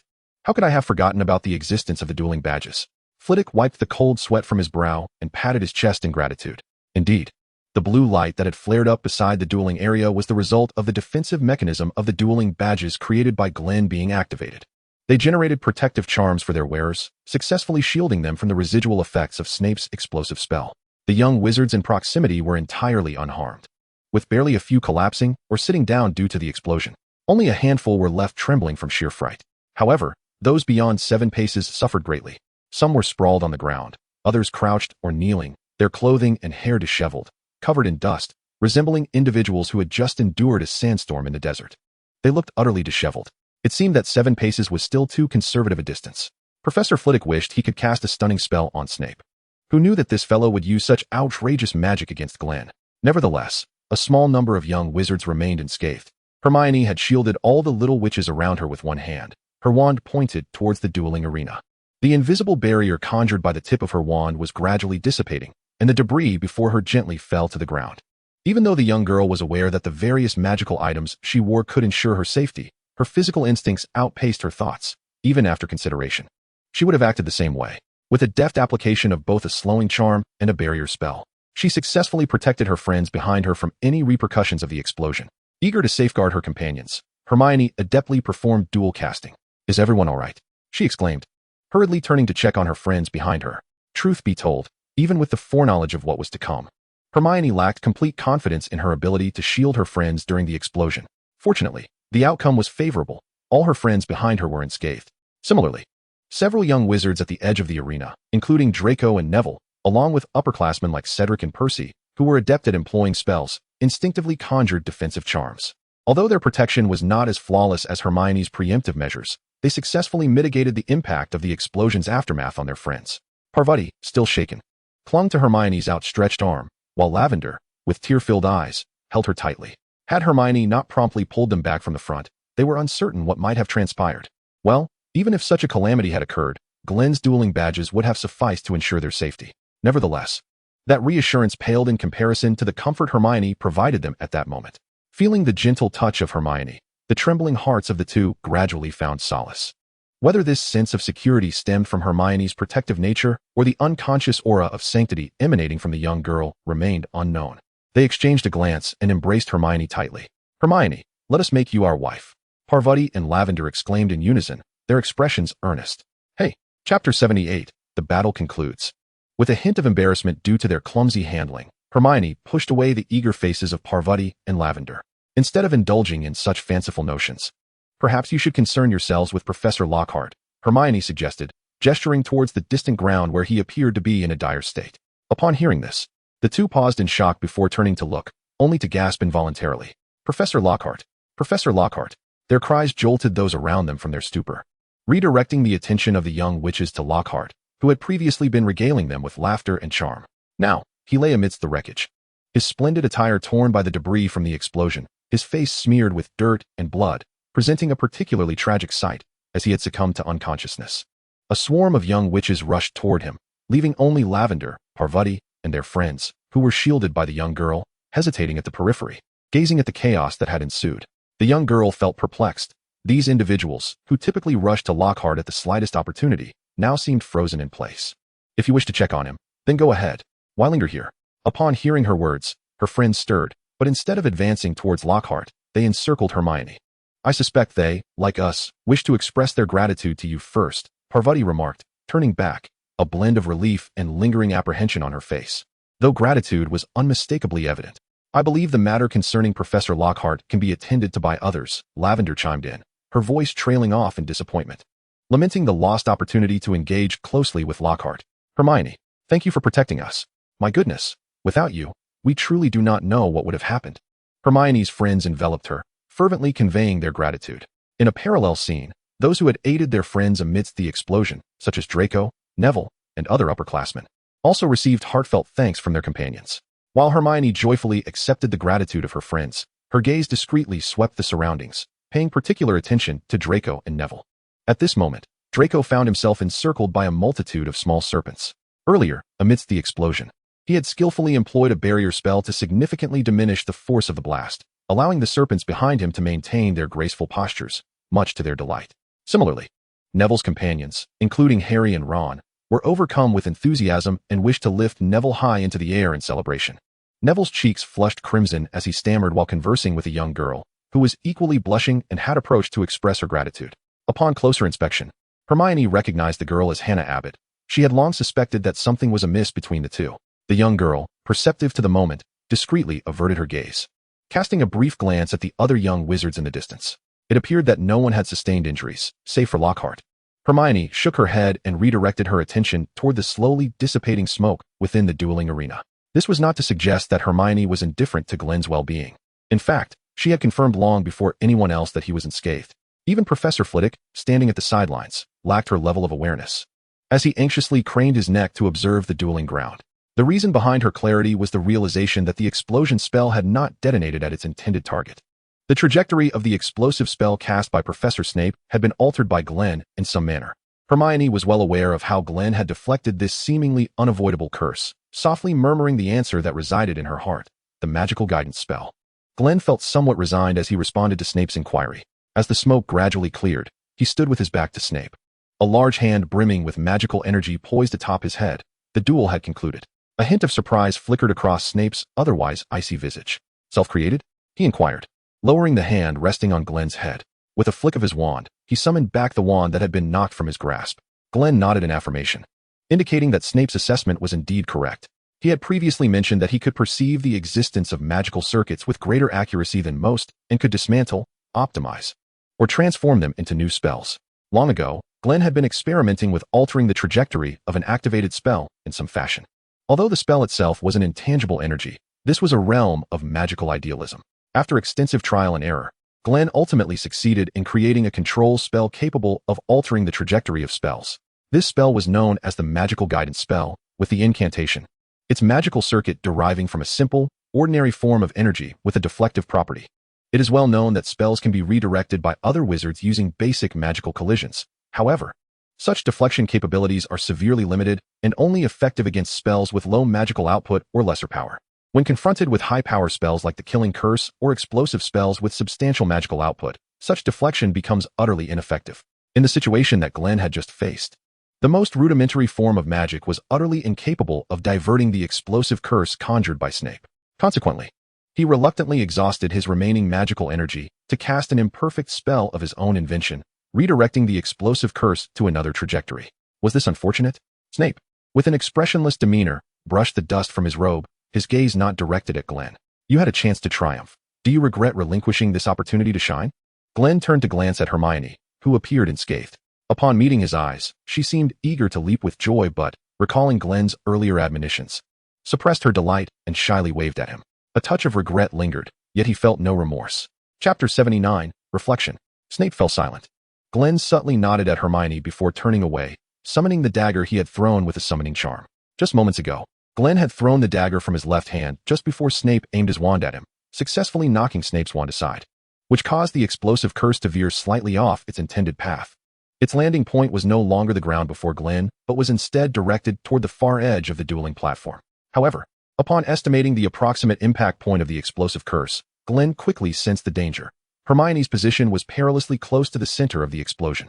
At that moment, instinct overtook thought, and without hesitation, Glen abandoned the golden opportunity to attack Snape. Following the momentum of the thrown dagger, he spun around and, using his right hand, cast a diversion charm, expending all his magical energy to successfully redirect the impending explosion to the right. Even though Hermione was shielded by magical artifacts and would remain unharmed, Glen acted nonetheless. This maneuver left his defenseless back exposed to Snape's gaze, sealing his fate. Even though Glen had disarmed Snape, the latter could still conjure lethal spells without his wand, a reality both understood, acknowledging that Glen's defeat was inevitable. Thus, Snape remained still, merely placing his hand symbolically atop Glen's head without unleashing a curse to obliterate his mind. With a flick of his wrist, Glen sheathed the dagger, and out of the corner of his eye, he noticed a figure hastily approaching the dueling arena. It was Professor Flitwick. Severus, how could you expend such an immense amount of magical energy to cast an explosive curse? Professor Flitwick was evidently incensed, glaring up at Snape, his stature making it difficult to convey the gravity of his anger. Not only the surrounding students, but also his opponent was merely a young wizard who had just advanced to the second year. Phileas, I know what you wish to convey. Severus Snape was evidently impervious to the influence of others. He exhibited no reflection, merely uttering a subtle remark that effectively silenced Professor Flitwick. I believe Glen is a rival of equal caliber to myself. Given your numerous victories in dueling tournaments, are you still oblivious to the significance of this? Professor Flitwick was momentarily taken aback, rendered speechless.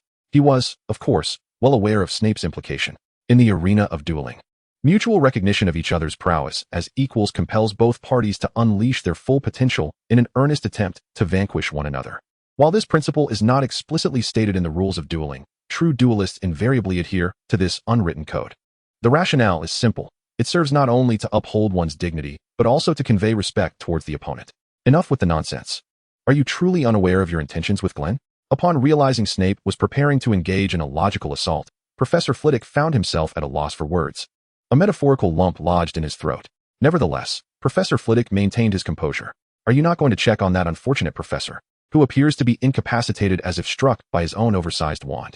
Seemingly uninterested in hearing more of Flitwick's admonitions, Snape chuckled coldly, subtly reminding the professor of the solitary injured individual lying at the edge of the dueling platform. Flitwick, nearly losing his composure, inhaled deeply and disregarded Snape, hastily making his way towards Lockhart. On the dueling stage, only Snape and Glen stood amidst the chaos. Potions, and after today, come to my office to demonstrate the spells you exhibited in the arena. At this juncture, Snape had grown weary of feigning modesty with Glen, ready to directly request his student's research findings. He understood that Glen's decision to showcase certain spells before an audience indicated their relative unimportance to him. Merely conventional tactics for engaging an opponent. That cunning little rascal would not easily reveal his trump cards.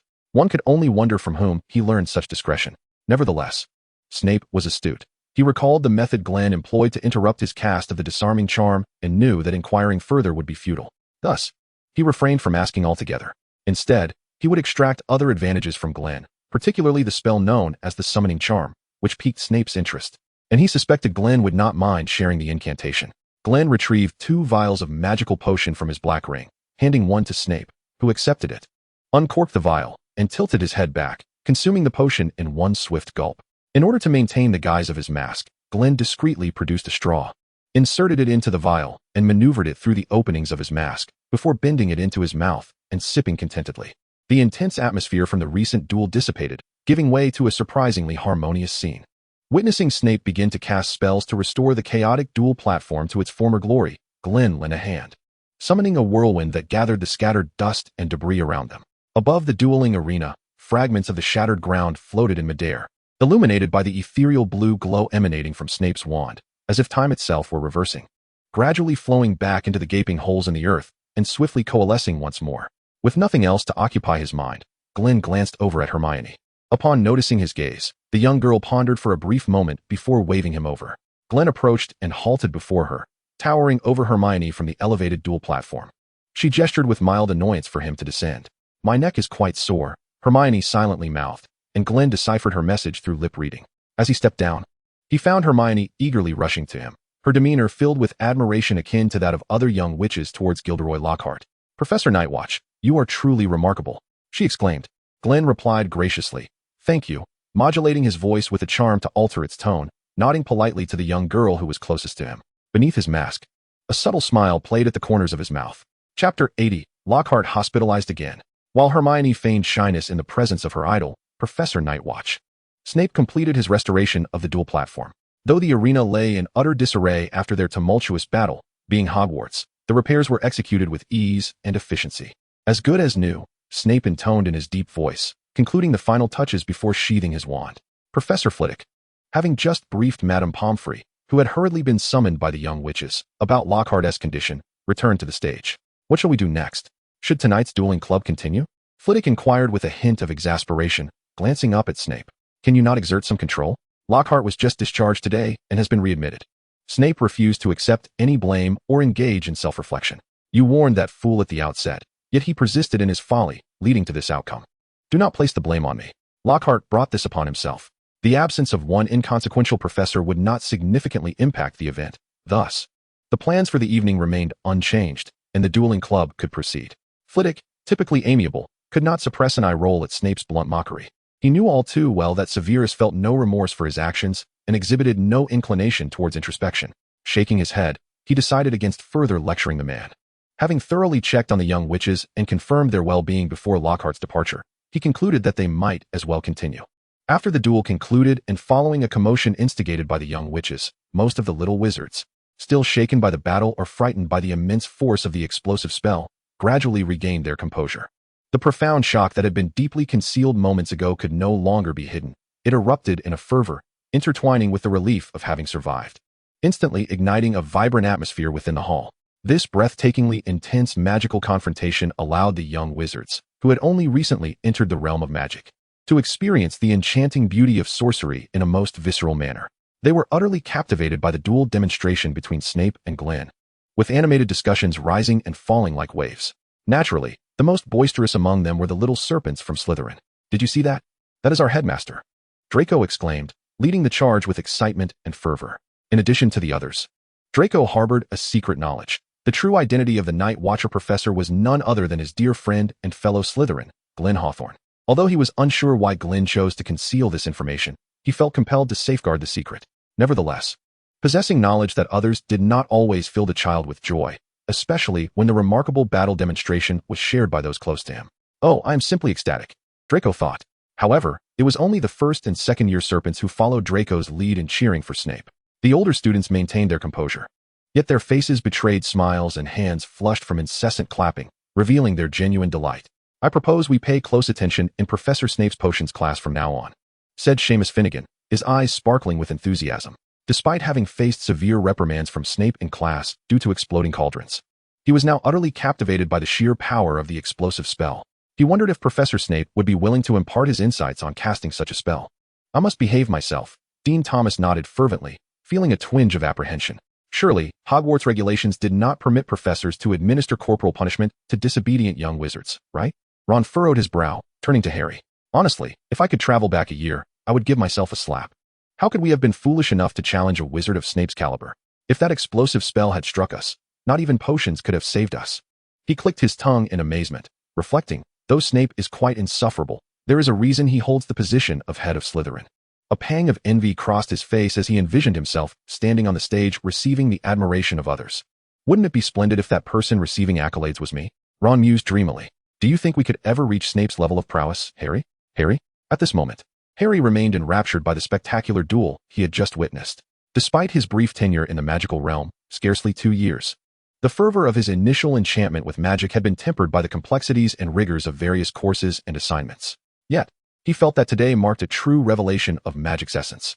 It was a force of immense power, exquisite beauty, transcending the mundane world, exuding an unparalleled intensity and a captivating sense of oppression. Suddenly, Harry felt a vigorous shaking of his shoulder. He snapped back to reality and realized that Ron was calling out to him. However, he was uncertain of Ron's intent and could only respond vaguely. Seeing that Harry had finally acknowledged him, Ron eagerly began to discuss their futures, elevating their prospects to the lofty heights of great wizards like Dumbledore, reveling in his fantasies.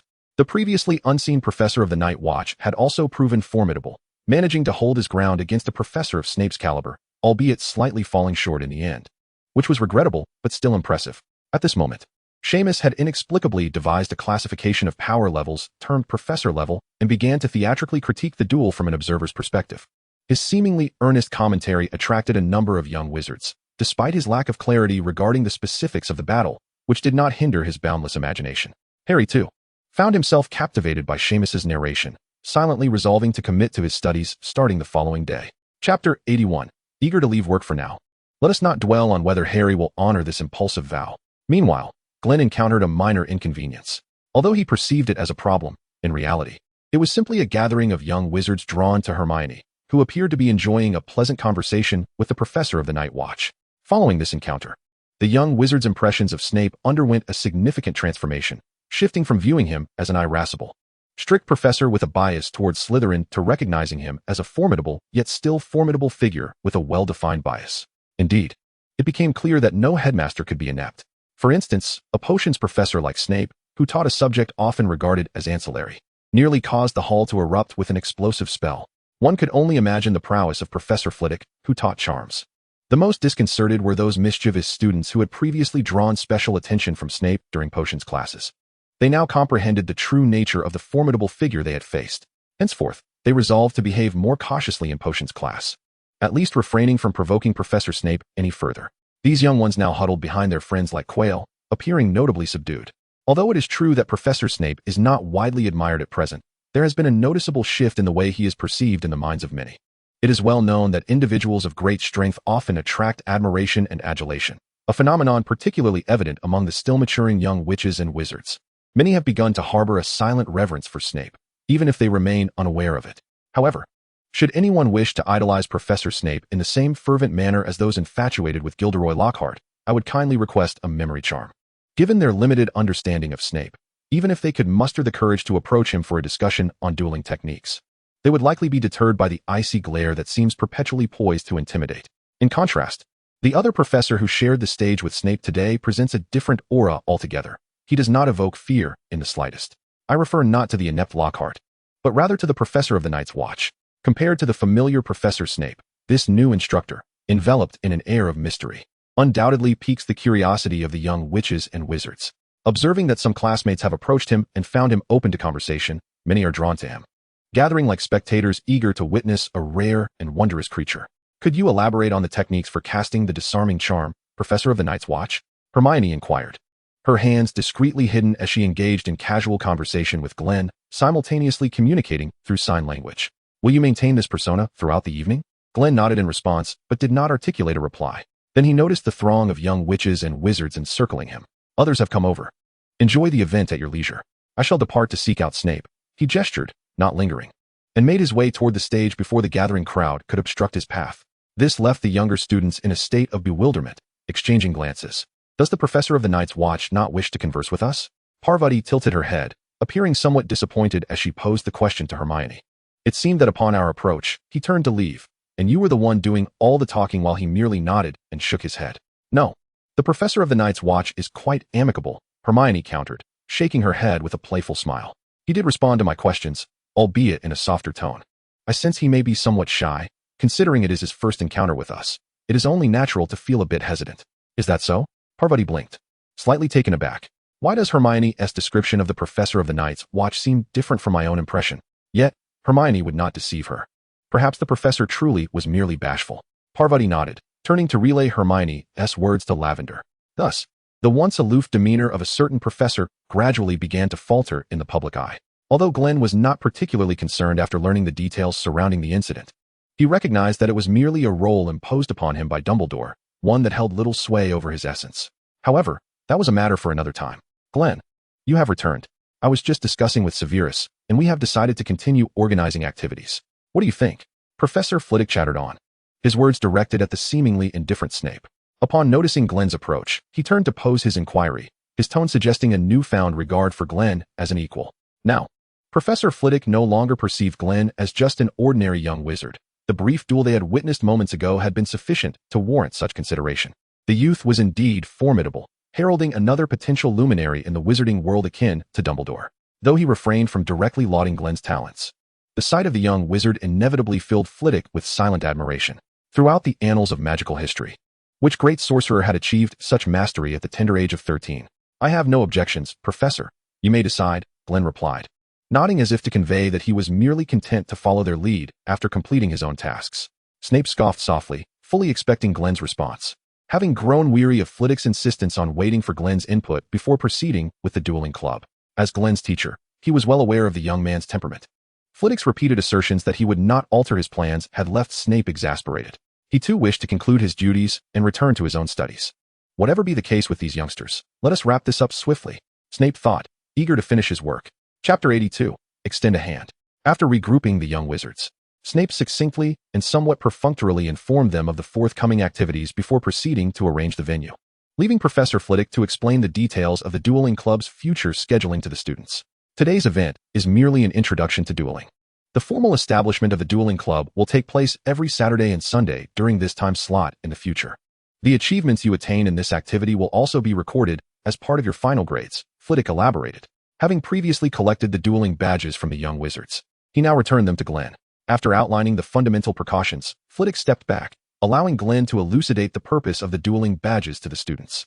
Glen advanced a step, and Hermione, having prearranged this with him, emerged from the crowd to stand by his side. Extending his left hand, the dueling badge materialized, which he then handed to the young girl, who accepted it and affixed it to her chest. The badge serves two functions. Glen began to speak, his voice deep and gravelly. With no intention of elaborating further, he succinctly commenced his explanation. Firstly, during a duel, the badge would automatically scan the real-time condition of the wearer's body. Should it determine that a spell capable of incapacitating the wearer was about to strike, it would automatically cast an armor charm to shield the wearer from the impending attack. Simultaneously, the badge would emit a red light, signifying the wearer's defeat in that duel. Without granting anyone a moment to react or assimilate this information, Glen abruptly raised his hand, directing his wand at Hermione. She collapsed to the ground. Glen cast the spell. Although he hesitated imperceptibly, the sleep charm was nonetheless accurately unleashed, instantly striking Hermione, who stood defenseless beside him. Ah, Hermione, the young witches gasped in unison. How could a spell from someone of the professor's caliber be withstood by mere young wizards? The blue light of the duel badge on Hermione's chest flickered, and an invisible barrier appeared, instantly neutralizing the sleep charm upon contact. The young girl remained unharmed, yet her badge began to emit a red glow. In an instant, a barrage of palpable glares filled with resentment fixated upon the white mask worn by Glen. Do not worry, this is merely a demonstration. The professor informed me beforehand. It is all right. Observing her friend's transition from terror to anger directed at Glen, Hermione hurriedly reassured them. I shall salvage Glen's reputation. Is it truly so? Then there is no cause for concern. The young witches blinked in bewilderment, reassured by Hermione's apparent well-being, their newly ignited anger dissipating. Glen paid no heed to the reactions of those present.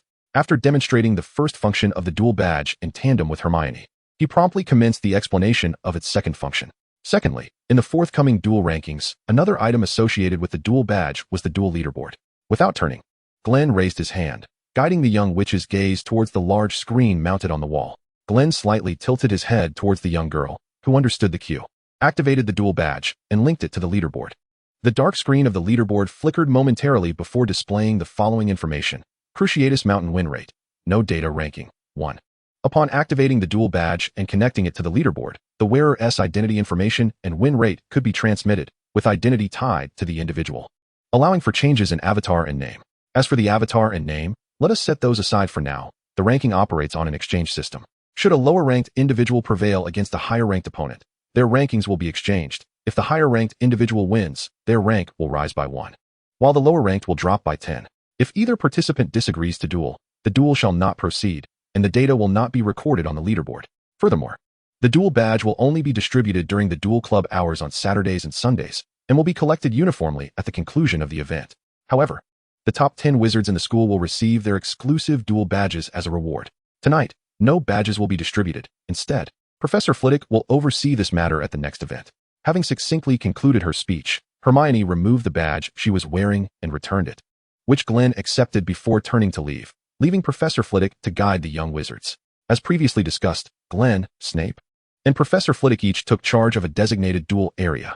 Considering their management capabilities, the combat skills of the young wizards, the need for orderly site management, and the efficiency of the event, Snape and Professor Flitwick decided to divide each area into several smaller venues. The young wizards were gradually assigned to 3 locations by Professor Flitwick, while Hermione was naturally allocated to Glen's side. The reason being that the young girl's obvious hints and her understanding of the 2 little ones made it impossible for Professor Flitwick to refuse this choice. Once everyone had determined their opponents, they could ascend to the stage. Those not participating in the duel were to sit at the edge of the venue. Glen, with a low voice, discreetly employed alchemy, causing rows of wooden seats to rise up around the area he was responsible for. Clearly, this display further elevated the Night Watcher's standing in the young wizard's perception, and his efficient manner of action, along with the skill he had just exhibited in the duel, left the young wizards allocated to him wary of mischief, even the most mischievous among them. "Ginny, how are you feeling?" As Glen signaled the start of the activity, Hermione did not hesitate to invite the somewhat less prominent Ginny to be her partner for the event. "If you're up for it, shall we team up?" The reason was simple. Although the heir of Slytherin would not foolishly attack the young wizards in public, it was prudent to keep a close eye on Ginny's behavior. Moreover, Hermione sought the opportunity to gauge the extent of Ginny's control and whether the power of her own sanctity could influence Ginny's state. Previously, there had been no suitable opportunity to assess Ginny's condition in this manner, and the duel club, by serendipity, provided Hermione with this chance. Nonetheless, the truth was that she merely wished to encourage the increasingly withdrawn girl to join her in this activity. Hermione concentrated the power of her sanctity into her hand, extending it towards the girl she hoped to save. Chapter 83, finally reaching out. Me? Ginny, who was evidently not in the best of spirits and showed little enthusiasm for the event, was momentarily taken aback when her name was called. After a second or two of hesitation, she slowly raised her head and saw Hermione standing before her, smiling and extending her hand. Ginny hesitated. She was not particularly eager to participate in this activity, whether due to physical or mental reasons, and at that moment, the red-haired girl felt ill-suited for dueling with others. It is utterly impossible to assert that Ginny has not perceived the peculiarities surrounding her during this period. Awakening one morning to find herself not in her dormitory, or encountering inexplicable feathers and bloodstains adorning her robes, left this 12-year-old girl feeling helpless and bewildered. She found herself unable, and indeed too fearful, to confide in anyone about these strange occurrences, especially given the considerable turmoil within Hogwarts Castle itself. Not even her beloved brothers were privy to her distress. Fortunately, she had a unique confidant to whom she could express her worries and anguish. This special friend, however, could hardly be classified as a true human being. He was a diary belonging to an alumnus named Tom Marvolo Riddle, who had long since graduated from Hogwarts. The significance lies not in its origin, but in the fact that this diary possessed the remarkable ability to respond to the content pinned on its blank pages. According to the diary, it was the authentic embodiment of its master Tom's personality, crafted into a magical artifact. Having lived in the confines of the burrow with limited exposure to the outside world and few companions, Ginny found herself utterly captivated by Tom's witty charm and extensive knowledge. Swiftly becoming what he referred to as his first friend, she blissfully overlooked the unknown factors surrounding the diary's origin, successfully forging a bond with her inaugural companion within the hallowed halls of Hogwarts. The more they communicated, the deeper her admiration for Tom Riddle grew. Alas, such joyful days were fleeting, as Ginny gradually became aware of her own peculiarities. The diary, her closest confidant, naturally evolved into her sole outlet for her burgeoning concerns. In the stillness of the night, unable to find rest, Ginny often nestled beneath her covers, a small lamp casting a gentle glow.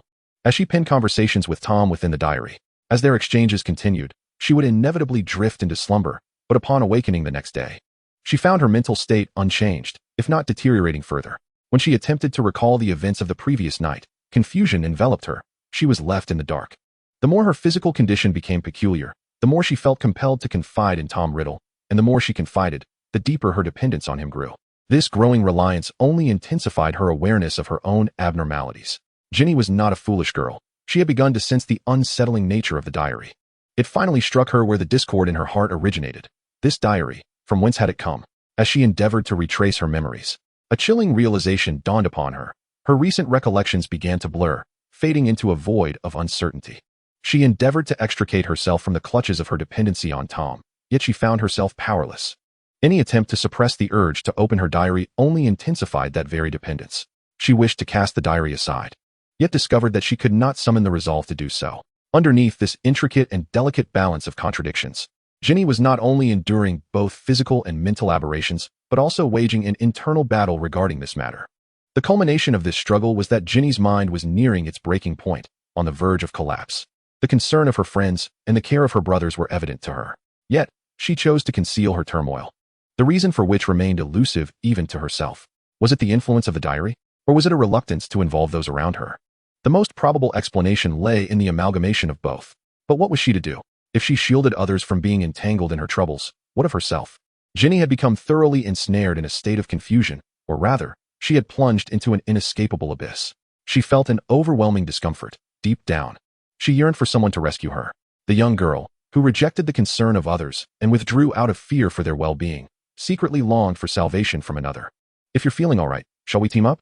Before her stood Hermione Granger, a year her senior, a dear friend, a rising star of Gryffindor, and the so-called academic prodigy, who maintained her demeanor while inquiring, her gaze imbued with tenderness and concern.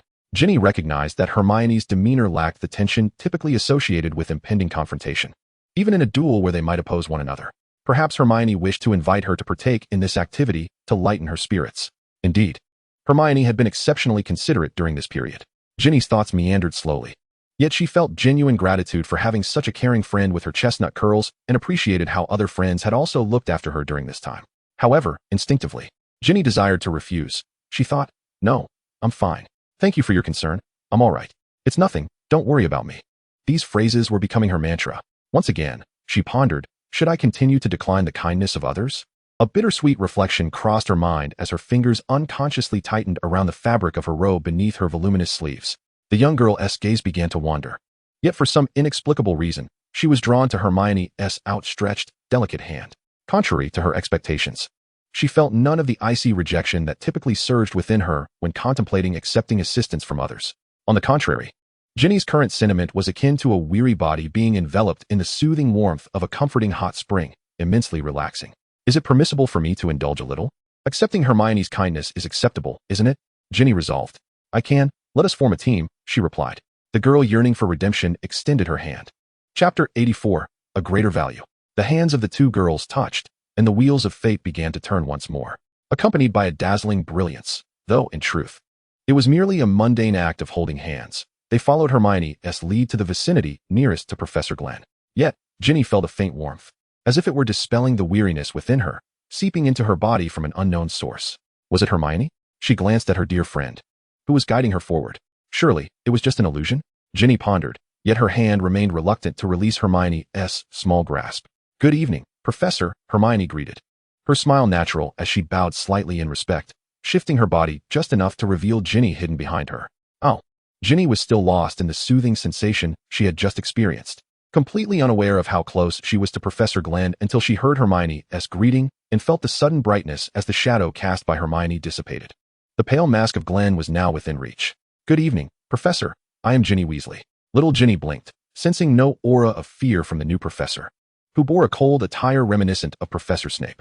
It was as if the figure before her was not human, but merely a presence of air. Wasn't that even more frightening? Fortunately, Ginny did not perceive it that way. Instead, the professor's presence brought her a sense of comfort. Had it been Professor Snape, known for exuding immense pressure at all times, Ginny might have found herself even more anxious, her eyes rolling back, lips sealing, collapsing to the ground. Greetings, Glen nodded. What brings you here? His words were sparse as always, yet they did not induce discomfort in others. Hermione felt a twinge of pride. It was thanks to her that Glen's current manner of speaking was so tolerable. In days gone by, Glen spoke less in a year than she did in a single day at the Muggle school. Yet when he did speak, it was with striking impact.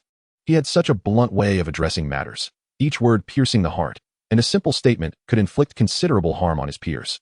She wondered whom he had learned from, grateful that her guidance had altered Glen's communicative style. Glen, guess who I learned from? Ah, no. The train of thought had strayed. We would like to inquire about the usage techniques of the disarming spell, the one previously used by Professor Snape when he disarmed Professor Lockhart, Hermione said, blinking as she spoke. Rather than allowing ourselves to engage in free duels, I personally believe it would be far more beneficial to learn some spells that are immensely helpful in combat through instruction before we commence our dueling. These spells, which we currently have yet to encounter, would significantly enhance our capabilities. Hermione spoke in a hushed tone, audible only to herself, Glen, and the nearby Ginny. While the other young wizards in Glen's vicinity had already eagerly plunged into chaotic skirmishes, they may think themselves impressive, casting spells effortlessly and seemingly hitting their targets with considerable impact. However, the reality starkly contrasts their fantasies, aside from a few exceptional upperclassmen who truly engage in effective dueling. The rest are merely frolicking about. Hermione, for one, found the scene utterly perplexing. Even the simplest of curses should be directed at 1's opponent. How is it that 1's own spell strikes oneself? Ah, it's Ron. Well, that is of no consequence. Hermione's lips twitched as she observed Ron being propelled backward by a burst of blue light from his wand, leaving Harry dumbfounded as he rushed over to assess Ron's injuries. The young girl sidestepped, shielding Ginny's view. It was best not to tarnish that fellow's image in his sister's eyes. After all, he is Ginny's brother, setting aside Ron's reputation in Ginny's mind. Hermione's suggestion for Glen to teach her and Ginny the disarming charm stemmed from concern for Ginny. Hermione herself could already cast the disarming spell, albeit not with complete proficiency. Nonetheless, she managed to employ it in duels with a success rate exceeding 60%. One should not underestimate that 60%, as it was calculated based on her practical training sessions with Neville, Draco, and Glen. If she were to exclude Glen from the equation, her accuracy would soar by 30%. That is quite impressive. Should Ginny master the disarming charm as well, she might possess greater confidence when confronting the heir of Slytherin. Hermione was acutely aware that her aptitude for such offensive spells was not on par with Glen's. Otherwise, she would have taught Ginny herself long ago. As for why not to learn more powerful spells like the Blasting Curse or Shattering Curse, which would ensure Ginny could obliterate anyone attempting to control her with a single surprise attack? Well, the answer is simple. Those spells are simply too advanced. Not to mention the technical skill required. The young wizard's control over their magical power is still lacking. A careless mistake could deplete their magical energy entirely, leading to dire consequences. It is not that they cannot afford to learn the Blasting Curse. Rather, the disarming charm offers a more practical approach. It is wiser to start with something manageable, like the simplest disarming charm. Glen exchanged a brief glance with Hermione, understanding her intent. He then raised his gaze to survey the situation around them. In summary, it is quite absurd. However, due to the prior division of the venue and the setup of the alchemical apparatus, there will be no chaotic scenes that could induce a headache. As for safety concerns, there is no need for him to deliberate on that matter, as Professor Flivy would ensure they supervise the young wizard. A task inherently based on an unclear understanding of Glen's alchemical creations. Yet, as the creator of these constructs, Glen is acutely aware that these individual spells alone would not suffice to breach the protective devices he has established. They may be left to their own devices. Very well. Glen nodded. Chapter 85. Glen's class commences. The disarming charm. Incantation. Disarm your weapon. According to the text, to effectively manifest the full power of the disarming charm, the first syllable must be elongated. Glen's voice resonated deeply, as the tip of his white wand coalesced with a crimson glow. However, I would not advocate such an approach. In the midst of battle, the adversary would not grant us ample time to utter our incantations. Thus, whether it be the disarming charm or other conceptual spells, our casting speed must be swift. The two young ladies scarcely caught the words of the incantation from Glen's lips. With a swift motion, a red beam shot forth from the tip of his wand like a serpent, dissipating gradually in the air. The potency of a spell is contingent upon the magical energy exerted by the caster and the accuracy with which the spell is performed. Nonetheless, conceptual spells need not possess overwhelming power to exert an effect on the target. For instance, the disarming charm. A powerful disarming charm can not only send the opponent's weapon flying, but also propel them away, akin to Professor Snape's action against Lockhart. Conversely, even a weaker disarming charm, provided it is not feeble to an extreme, will impact the weapon in the opponent's grasp upon contact. It may indeed dislodge it or merely cause a momentary lapse, thereby disrupting their spellcasting, which is sufficient. In combat, every fleeting moment presents an opportunity, and any hindrance to the opponent's actions can be your chance to triumph. Out of consideration for Hermione, Glen meticulously shared his insights on the disarming charm and aspects of spellcasting. Even though Hermione held her own understanding of spell release and learning, and Glen had previously conveyed these concepts to her in private, hearing Glen articulate his interpretations of these elementary spells once again proved to be immensely beneficial to her. Due to their differing areas of expertise and the varying efficiency in absorbing knowledge from distinct disciplines, Glen and Hermione resolved to collaborate, each focusing on their respective strengths while reserving time to instruct one another. Through their experimentation and practice, they discovered that this method of learning significantly enhanced their abilities, which they have continued to employ to this day. Hermione was able to follow Glen's line of thought with keen interest, but for Ginny, who possessed a relatively weaker foundation, the discourse seemed bewildering. Were it not for Hermione continuously transferring holy energy to Ginny discreetly, the poor child might have collapsed to the ground. Ultimately, Glen remained somewhat secretive, as he did not disclose the intricacies of the magical circuit. The essence of spells lies in the construction of these circuits to generate magic. As long as one can swiftly and accurately build the corresponding magical circuit, all the rules regarding spellcasting, such as the timing of incantations and necessary precautions, can be disregarded. Thus far, he had only shared this knowledge with Hermione, his grandmother, Dumbledore, and Snape, and Glen resolved not to divulge it further. Had it not been for his earlier ignorance and reckless experimentation with new spells, leading to an excessive depletion of his magical energy and subsequent fainting, even the likes of the old bee and bat would likely have kept this knowledge to themselves. That's about it. You may begin your attempts, Glen stated, falling silent thereafter. Hermione, shall we give it a try? Ginny inquired, tilting her head towards the younger girl beside her. Hermione, unable to quell her eagerness to practice, appeared somewhat impatient. All right, but I still lack confidence in successfully casting the disarming charm. Ginny hesitated. While she had indeed memorized Glen's instructions, transforming that knowledge into practical skill was another matter entirely.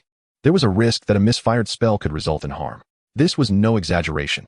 Even in the contemporary wizarding world, it remains impossible to uncover every spell. Should an error occur during casting, the intended magic might transform into something entirely different in nature. This lesson had been imparted to them during their first class in Hogwarts Charms course, leaving a lasting impression on the young witches and wizards. With a quick thought, Hermione discreetly pulled Ginny aside and whispered, "What if we asked the Professor of the Night to train with us? Surely, he could manage all of our spells." "That might not be appropriate," Ginny replied, obviously troubled. Moreover, the professor had responsibilities to oversee other wizards in the area. They had already consulted him earlier, and it would be rather burdensome to trouble him again. Take a closer look. Does the area under the professor's watch truly require his supervision? Ginny then began to observe her surroundings and realized that Hermione's assertion held merit. The young wizards were indeed well protected by their dueling badges, and the intensity of their duels was quite manageable. Then it is permissible? Ginny felt tempted. It would be impossible to deny her desire for the professor's guidance. Given how patiently and thoroughly he had explained the disarming charm's intricacies, she recognized him as a treasure of a professor. Yet, she still felt a bit bashful. A common sentiment for someone her age. Seeing Ginny's lingering hesitance, Hermione decisively called out to Glen. Glen, who was idly surveying the environment and the reactions of the young wizards, was methodically correlating the information in his memory with each wizard present. Compared to Snape's domain, the dueling intensity in his area was evidently far less demanding. Just moments ago, Professor Flitwick, while assigning roles, witnessed an eager throng of confident young wizards, all vying to align themselves with Severus Snape. They were utterly captivated by Snape's display of prowess, yearning to showcase their own abilities in proximity to him, hoping to earn the old bat's approval. Perhaps, they mused, Professor Snape might even grant them some special attention. Among them was Draco, who merely sought to demonstrate his own capabilities, unceremoniously dragging Neville along as he resolutely joined Snape's faction. However, Glen could discern from Snape's sour expression that the old bat was growing increasingly impatient, evidently dismissive of the dual talk emanating from these youngsters. With nothing else to occupy him, Glen directed most of his attention towards that scene. After all, even the smallest morsel is still nourishment. What else could these young wizards be doing but playing pretend? The familiar voice that reached his ears drew Glen's gaze away. It was the Professor of Night Watch. Chapter 86, The Ice Will Melt. What is it? Glen turned, while Hermione, unfettered by hesitation, directly articulated her intent. May we engage in practice duels with you? We would cast disarming spells, and you would counter them, providing us guidance based on the spells we cast? At this moment, Ginny, influenced by Hermione's assertiveness, felt a resurgence of spirit, though she couldn't help but feel a bit embarrassed by Hermione's forthrightness. After all, they were addressing a professor. Hermione, don't you think we should consider this a bit more? Ginny gently tugged at Hermione's sleeve, eager to voice her concerns. However, before she could elaborate, the Night Watch professor spoke up. Very well, let us proceed. Ginny hadn't anticipated such a swift and decisive response from the professor, who appeared surprisingly accommodating. She had assumed he would be less approachable. I believe he simply finds it inconsequential. After all, dealing with two little ones is rather easy for him. As Glen took a few steps forward, Hermione subtly whispered to Ginny some disparaging remarks about Glen. That was a bit loud. Hermione, you're being too loud. Ginny quickly gestured for Hermione to cease. Honestly, how can you speak ill of someone in such a loud manner? Glen turned, nodded in agreement, but remained silent, continuing to walk ahead. Ginny's face turned pale at the realization. Oh no, what if the professor heard Hermione speaking ill of him? What if he sabotages our practice later?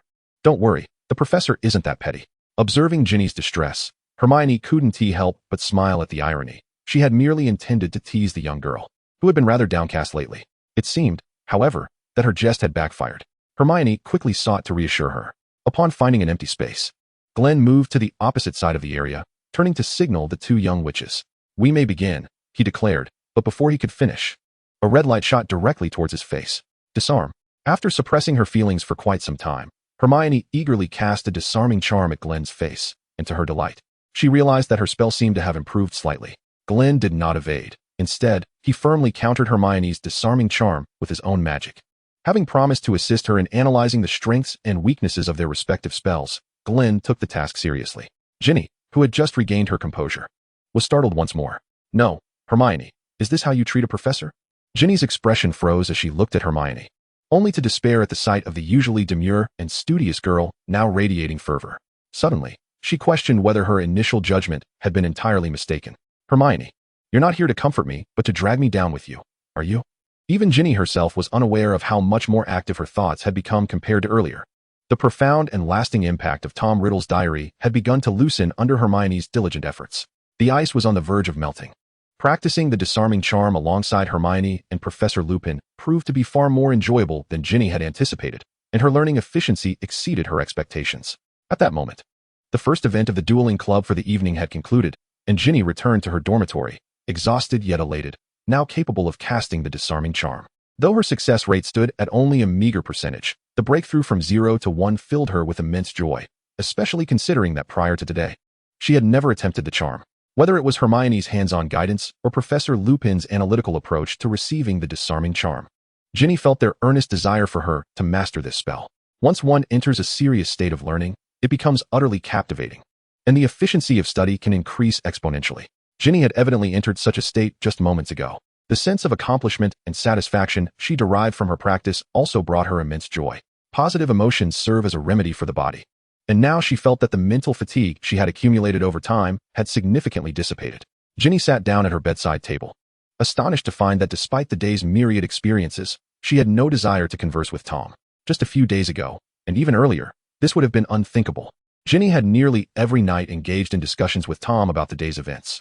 Although she often did most of the talking, Tom would occasionally initiate inquiries of his own. What had he asked? Ginny tried to recall, only to be horrified by the complete emptiness of her memory regarding those conversations. Why am I only realizing this now? Ginny felt as if she had been electrocuted, springing from her chair, causing it to topple backward. "Ginny, what's wrong?" Her roommate poked her head out from under the covers, visibly anxious and concerned. The ailing yet endearing young girl always elicited sympathy, not only from her roommates who wished to care for Ginny, who had been unwell lately, but also from her three brothers, Percy, and the twin duo of George and Fred, as well as Ginny's other friends, all of whom had privately requested assistance in looking after her. "I'm fine," Ginny replied, forcing a smile as she stood up and accidentally knocked over a chair. "Don't worry about me, just go to sleep."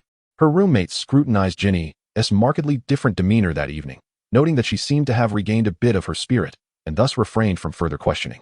"All right then, I'll head to bed. Ginny, you should also get some rest. You can catch up on your diary tomorrow morning. I've noticed you've been writing late into the night every day, while staying up occasionally isn't a big deal. You've been like this for a month now, and it's not good for your health." Sensing that Ginny's response had finally returned to a semblance of normalcy, her roommate found herself speaking more freely, letting out thoughts that had been bottled up inside. "Good night. Good night." After exchanging pleasantries, Ginny's expression fell. In her recollection, she had been writing in her diary every single day. Chapter 87. As usual. What is wrong with my memory? Ginny could no longer bear to remain at her small desk. The more she recalled and pondered, the more her body trembled and her hands and feet turned icy. With a swift motion, she burrowed back beneath the covers, finding solace in the comforting embrace of her thick blanket, hoping to calm her restless heart. With her head cocooned in the fabric, Ginny finally found tranquility, repeatedly confirming to herself that she had indeed forgotten the events of the previous night. At that moment, no matter the hour, her memory seemed only to linger on her conversations with Tom Riddle's diary. I must dispose of that diary. A sudden realization dawned upon her as the fog of her recent decisions and thoughts finally broke, revealing a clearer understanding. With a serious expression, Ginny poked her head out from the covers, her instincts alerting her that the diary was not a benign object.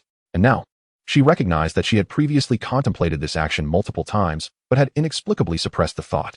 Feeling remarkably clear-headed, Ginny questioned when she might ever find the opportunity to rid herself of that diary, if not now. She must find a place to discard it. Ginny threw off the covers, her small feet hovering just above the floor, yet she hesitated to set them down. What if the diary truly was problematic? If she carelessly left it outside and someone else picked it up, Ginny hesitated, her innate kindness momentarily pulling her from her fervent thoughts. What if it harmed someone else? With a grimace, little Ginny retracted her feet. Perhaps burning it would be a better option? In her cocoon of blankets, Ginny furrowed her brow, deeply contemplating the feasibility of various remedies. If she could incinerate it, no one else would suffer. Casting a glance at the roaring flames of the fireplace, Ginny resolved firmly, it must be burned. Without hesitation, she threw off her covers once more, intending to rise. Stealthily approaching her writing desk, Ginny inhaled deeply, preparing to open the drawer containing her diary. With a sudden yank, she seized the diary, ready to dash towards the fireplace. Yet, her actions froze, her face contorting with a blend of fear and determination, which eventually transformed into a sweet smile. With a gentle demeanor, she sat down, opened the diary, and took up her quill, initiating her nightly sharing of private moments with Senior Tom. "Hello, Tom," she began. "Today has been quite eventful. The dueling club activity I mentioned before finally commenced." As always, Ginny and Tom engaged in their conversation. Her eyes sparkled with mirth yet carried a hint of fatigue, her quill never ceasing in its frenzy to document the day's occurrences. An ethereal figure floated beside Ginny, arms crossed, intently absorbing the memories she unwittingly shared through her diary. He eagerly siphoned the soul energy emanating from her open spirit, dismissing the trivial concerns of a teenage girl, focusing instead on the memories that piqued his interest. Harry Potter's presence in Ginny's recollections, tinted with the hues of infatuation, left Tom's expression inscrutable. He could scarcely comprehend how such a foolish child could, in infancy, vanquish his future self. Through Ginny's revelations, Tom had learned that he would grow into a fearsome Dark Lord. Yet how could he reconcile the notion that he might perish at the hands of a dim-witted child who couldn't even cast a proper offensive spell? He observed the scenes in his mind, witnessing Harry languidly casting a slow Tarantaligra, only to be inexplicably ensnared by a leg-locking curse from a fair-haired boy, collapsing unceremoniously to the ground. Without further insights from Ginny, Tom felt his mind teetering on the brink of chaos, laden with complex emotions. How does one become a Dark Lord? He pondered. Life is akin to a theatrical performance. It is through fate that we converge, and nurturing such bonds is no simple task. Should we not cherish these moments? Why quarrel over trifles? Reflecting back, what purpose does it serve? If others are angry, let them be. If I become irate, who benefits? Moreover, it is exhausting and burdensome. Comparisons with neighbors and kin are futile. Let the affairs of children and grandchildren unfold as they will. Inhale, exhale. Nearly overwhelmed by agitation, Tom hurriedly took a deep breath, striving to regain his composure. Yet, despite this, the inexplicable sentiment lingered within him, refusing to dissipate. This feeling gradually settled and fermented in his heart, ultimately altering his original aspirations. Tom's objective was no longer to eradicate the tainted bloodlines within Hogwarts. He now sought to eliminate Harry Potter. With a fierce determination, Tom began to devise his plans for the future, sensing a dwindling stream of soul energy emanating from Ginny. He clicked his tongue in dissatisfaction. This fragile vessel was truly weak. After merely siphoning energy for a short time, was it already on the verge of depletion? It seemed imperative to find another host to provide sustenance before this one was completely drained. What if he orchestrated a scenario to have her deliver him to Harry Potter? Tom pondered, then shook his head as if to dismiss his own thoughts. That was unfeasible. Although the girl had begun to harbor doubts about him, such suspicions were insufficient for her to entirely break free from the curse set within his diary. The peculiar occurrences surrounding her were not enough. She required a more potent dose of manipulation. Perhaps he could compel her to command the Basilisk to attack a Muggle. The psychological shock it would inflict should suffice. Ideally, it would involve a Muggle connected to Harry Potter, which would also allow him to extract her remaining value. On another note, why had someone placed a spell on that foolish rooster kept by Hagrid? Meanwhile, Glen, who had already drifted into slumber, sneezed in his dreams. Chapter 88. The Formation of the Group. Even as last night's heavy snowfall transformed into a blizzard, with the howling winds causing the window frames to rattle, Glen remained blissfully unaware of the external chaos. Residing in the Slytherin dormitory, located deep within Hogwarts' subterranean levels, and having no training scheduled for the night, he was entirely insulated from fatigue and outside disturbances, waking naturally at dawn. His dormitory mates were still in deep slumber. Clark and Goyle snored thunderously, while Draco lay on his side, burying his head in the covers, equally lost in dreams. Glen silently descended from his bed, his years of experience allowing him to move without a sound, even without the aid of spells. Exiting the dormitory, he retrieved his toiletries from the black bag and made his way to the communal washroom. He removed the black satin cloth and commenced his morning hygiene routine. Attending to one's dental care and face washing was of utmost importance. Dedicating time to personal cleanliness during non-essential hours could significantly reduce the risk of infection from external contaminants in the event of injury. This diligence was also a result of Hermione's earnest reminders, stemming from her father's profession as a dentist. In essence, thorough washing was paramount. Once finished, he tapped his forehead with his fingers, wiping away the remnants of water from his face, donned the black satin once more, and proceeded to the Great Hall, preparing to commence his morning exercises. The exterior of Hogwarts was not easily accessible, so Glen had made it a daily routine to utilize the time before classes for training, striving to keep pace with the training he had undertaken in the Forbidden Forest at night. Upon entering the hall, Glen discovered an unfamiliar notice added to the bulletin board. Approaching, he placed his right hand upon the parchment and began to peruse its contents. Due to the sudden onset of a snowstorm, Professor Sprout had decided to adorn the mandrakes with socks and scarves to ensure their proper growth. Consequently, this afternoon's herbology class was cancelled. Having absorbed this information, Glen departed from the bulletin board and commenced his warm-up exercises in a vacant area adjacent to the hall, subsequently embarking on his first leisurely jog along a pre-planned route. The fulfilling training session, though not described in detail, undeniably elapsed, and by the time the young wizards were on the verge of awakening, Glen was already drenched in sweat. He wiped himself down slightly before returning to his dormitory to shower. Perhaps the previous night's activities had exhausted his roommates to the point of deep slumber, as they continued to emit sweet snores at this hour when they should have been stirring. However, Glen paid them no mind. He closed the door, locked it, and turned on the showerhead. The sound of rushing water roused Draco from his slumber, who appeared to be blissfully asleep, yet irritated at being awakened prematurely. Without even opening his eyes, he stretched out his body, producing a noise unheard by anyone residing in the building. With that, the entire dormitory was disturbed. Clad in his robe, Glen emerged from the shower, his right hand directing a spell to conjure warm air to dry his damp hair. Draco, having vented his morning irritability, sat up in bed, still looking half asleep. Glen, what classes do we have today? He asked while stifling a yawn and covering his mouth. Any morning classes? Glen shook his head. No, this afternoon's herbology class has also been cancelled. Well, then let me sleep a little longer, Draco said with a serene smile, sinking back into the warm embrace of his bed. The air fell into silence as Glen stared expressionlessly at the sprawled figure on the bed. Just kidding, just kidding. The latter quickly sat up, exclaiming, "Oh, I will train. Don't take it seriously." Draco, slightly exasperated, realized Glen was still incapable of distinguishing whether others were joking or not. How dull, he muttered. What a predicament. I was quite exhausted yesterday, battling with that Neville under Professor Snape's watchful eye. Each duel persisted until our magical energies were nearly depleted before Professor Snape allowed us to cease. Can you believe it? He even carried potions to replenish our magic. Just when I thought our activities for the night were over, he forced each of us to down a whole vial and compelled us to continue to the next duel. That's rather harsh, I assented. Draco appeared somewhat discontented, as the intense series of duels seemed to have rekindled the memory of undergoing Glen's training last semester. Professor Snape, don't learn bad habits from Glen. Glen remained composed, unfazed by this revelation. The several vials of enchanted potion were indeed delivered to Snape by him, and prior to the commencement of the duel between Draco and Neville, he had advised Snape to increase the intensity of their confrontation. Yes, indeed. The mastermind behind this was none other than Glen Hufflepuff. This period during which these two individuals cannot be taken into the Forbidden Forest for training must not allow them to grow too complacent. Glen nodded, acknowledging his understanding, and then disregarded Draco, who continued to mutter incessantly. He opened the dormitory door once more and exited to the Great Hall to await Hermione, eager to partake in breakfast together. Just a few minutes after taking his seat at the Gryffindor long table, the young girl dashed over, appearing quite sprightly, seemingly unaffected by the events of the previous night. Glen, when I returned home last night, I received praise from so many people, she exclaimed, brimming with pride and unable to contain her excitement as she shared her news. Hermione's courageous act of shielding her fellow young wizards from the explosive shockwave at the epicenter of the blast had significantly elevated her popularity among them. Prior to last night, Hermione already had friends scattered across the three houses, excluding the Slytherins, who remained adversarial towards her due to Glen. However, after last night, some of the Slytherin young wizards began to waver in their sentiments, almost on the verge of defection. Since they adored Glen, they also admired Hermione. And now, with both of them being objects of admiration, why not embrace this pair of young lovers and transform their fondness into a delightful infatuation? Oh, is there truly such a solution? Almost instantaneously, the mindset of those wavering young wizards became crystal clear. Concurrently, a new force, distinct from the original Glen support group and Hermione's adversarial faction, began to develop in secrecy, propagating their doctrine and drawing in members from the other two factions.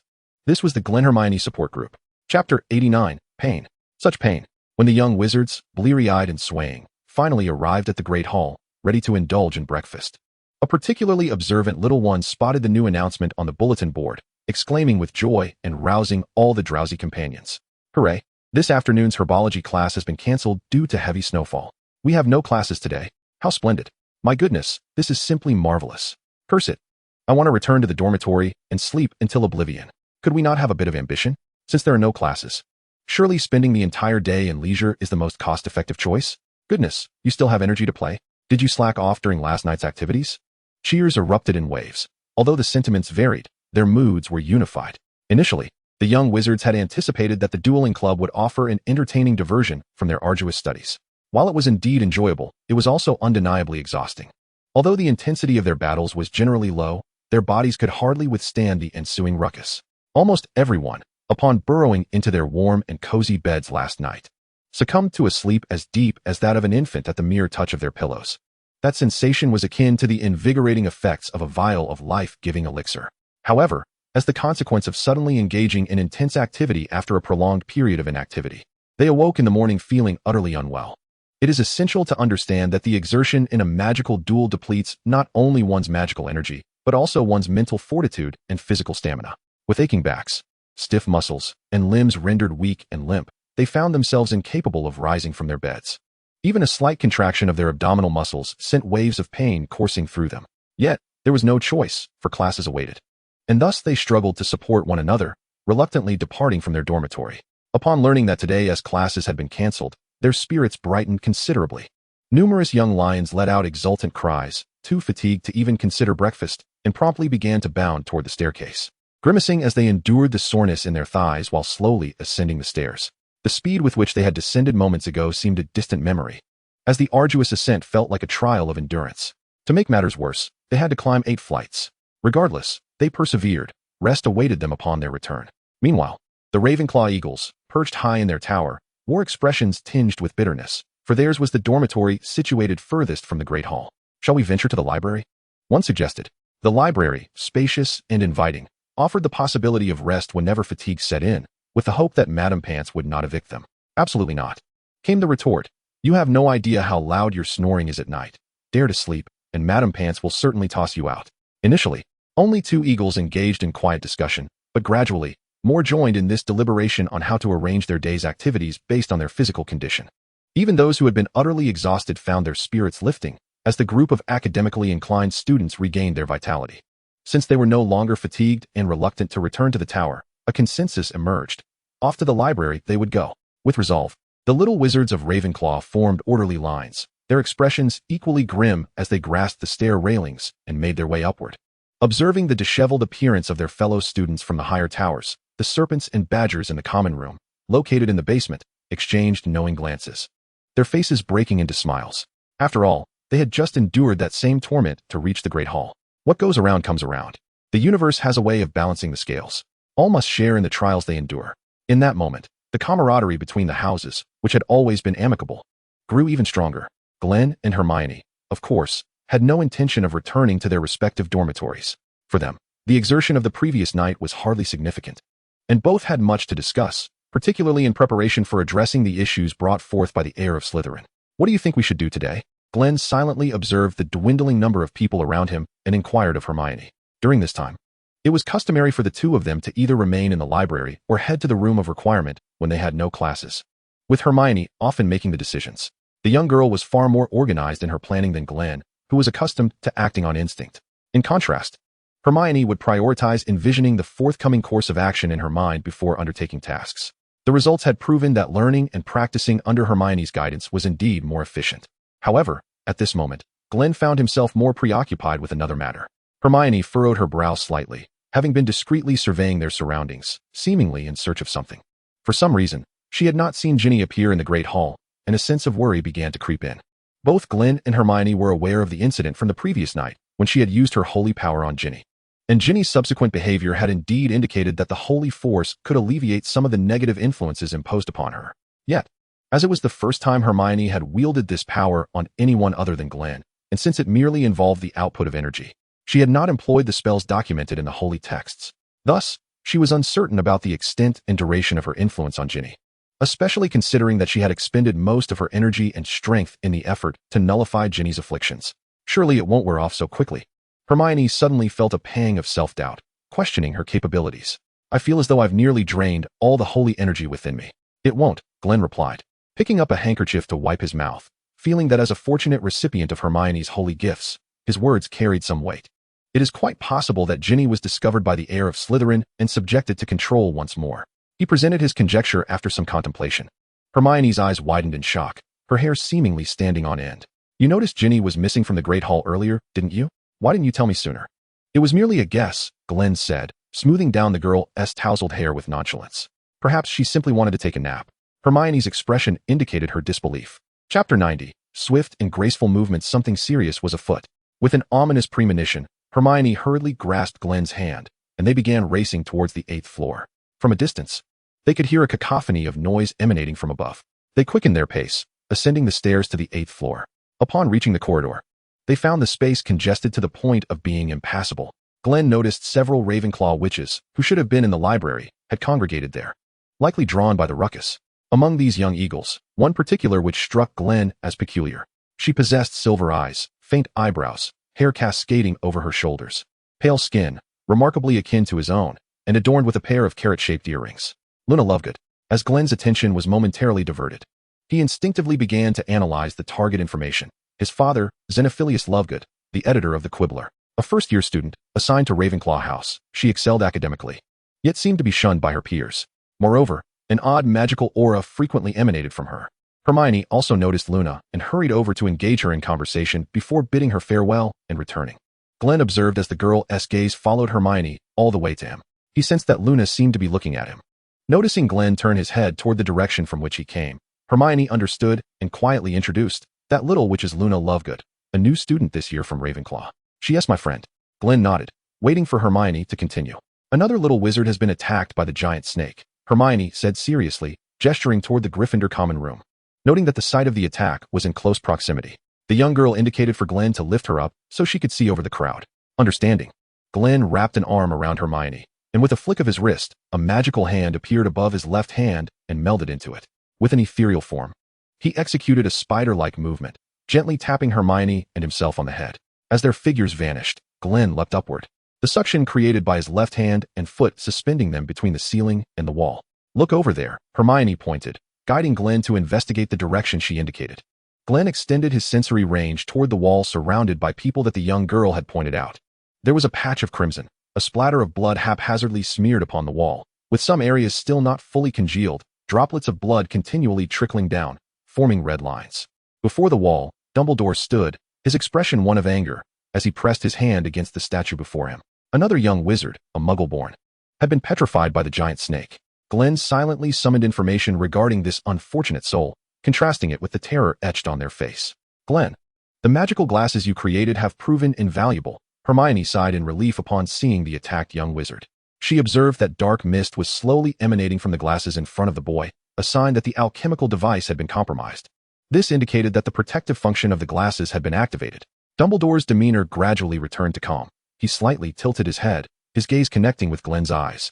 Shrouded in black satin, the old wizard nodded, seemingly in gratitude. Glen had no intention of responding. To him, this incident was merely an obstruction in the path of the heir of Slytherin. Meanwhile, Hermione, reassured that the attacked young wizard was out of danger, focused intently on gathering and analyzing information from the scene. The blood on the wall had not yet fully congealed, suggesting that the time elapsed since the attack was brief. Additionally, beneath the large, irregular splatters of blood, it appeared that there were also blood letters present, just like the bloodstains on the wall from the attack on Lady Loris. It is truly not discernible without a keen eye. Hermione brandished her wand and cast an enhancement charm upon her brown eyes, enabling her to perceive the situation on the wall from such a distance. Yet, why would the heir of Slytherin obscure the inscription with blood? Hermione pondered, questioning if there was something to conceal. "Time," Glen whispered in Hermione's ear, suggesting that perhaps the individual had insufficient time to complete the writing before the Gryffindor wizards returned. Reflecting on his recent memories, Glen realized that the unfortunate victim of the attack was none other than the first Gryffindor to dash out of the Great Hall upon learning of the day's lack of classes. He was swift and striking in his demeanor. By the time the other young wizards grasped the situation, he had already been gone for a considerable while, providing the Slytherin heir with an opportunity to strike. After elucidating this point, Glen continued his analysis. The Slytherin heir must not have finished the inscription he intended to leave on the wall, once he sensed the influx of young wizards ascending the staircase toward his location. He hastily smeared the incomplete masterpiece to disguise it as a chaotic spatter of blood in order to avoid exposure or fulfill some ulterior motive. Hermione, perplexed, expressed her inability to comprehend. Based on the preceding events, I have roughly deduced certain aspects of the Slytherin heir's character, prideful and arrogant. Such a person would not leave behind an unfinished task. Yet, unable to erase the blood already smeared on the wall, he was compelled to hurriedly cover it with another layer of blood, resulting in a few inadvertent oversights due to the urgency of the situation. Indeed, the bloodstains previously left on the wall were only cleared away when professors arrived. A mere superficial cleaning would have sufficed not. Hermione acknowledged this with a soft exclamation, indicating her understanding. Now, having absorbed Glen's comprehensive analysis of the Slytherin heir, Hermione turned her gaze back to the wall, now entirely drenched in blood. Feeling somewhat at a loss for words, the image of the Slytherin heir anxiously overseeing and hastily directing the giant serpent to spray blood upon the wall was simply beyond her evaluation. Chapter 91. The Perils of Overcommunication. After observing the scene, the two did not linger any longer on the wall. Their priority now was to locate Ginny. As Hermione descended, contemplating possible locations Ginny might have ventured to, Glen grasped her wrist and gently drew her closer. "What is it?" Hermione inquired, her thoughts interrupted. Yet she knew Glen's actions signified a discovery. "Have you gained insight regarding Ginny?" "Do not act impulsively," Glen replied succinctly, offering no further elaboration as he gestured for Hermione to look towards the path they had traversed. As Glen and Hermione were the last little wizards to arrive at the scene of the incident, there was no one behind them. However, the situation had changed. Hermione peered around Glen and spotted a familiar figure slowly approaching them. It was Ginny, the one they had been searching for. Hermione's brows arched in surprise, and she was about to rush over to check on the girl's condition, only to find her wrist firmly grasped by Glen. Upon reflection, the words she was about to utter became lodged in her throat, and she swallowed them slowly. She gently bit her lip and ultimately found her voice. Hermione feigned calmness, striving to maintain the demeanor she usually wore when conversing with her friends. "Ginny, come over here," she beckoned, and Ginny, having noticed the commotion in the corridor, paused in her steps, hesitating momentarily before finally approaching. As she drew closer, it became apparent that Ginny's complexion was quite poor. Her face was not only pale but also slightly gaunt, her red hair tousled, and strands clung damply to her cheeks. "You look unwell. Have you been to the infirmary?" "No wonder I didn't see you earlier," Hermione remarked. Ginny halted about a meter away from her, but Hermione seemed unconcerned, her keen senses detecting something amiss with Ginny's state. "Did you have trouble sleeping again last night?" she quickly proposed, which was Ginny's outward explanation for her condition. Ginny nodded in agreement, her expression betraying discomfort as she pressed her forehead. "I went to Madame Pomfrey for some medicine.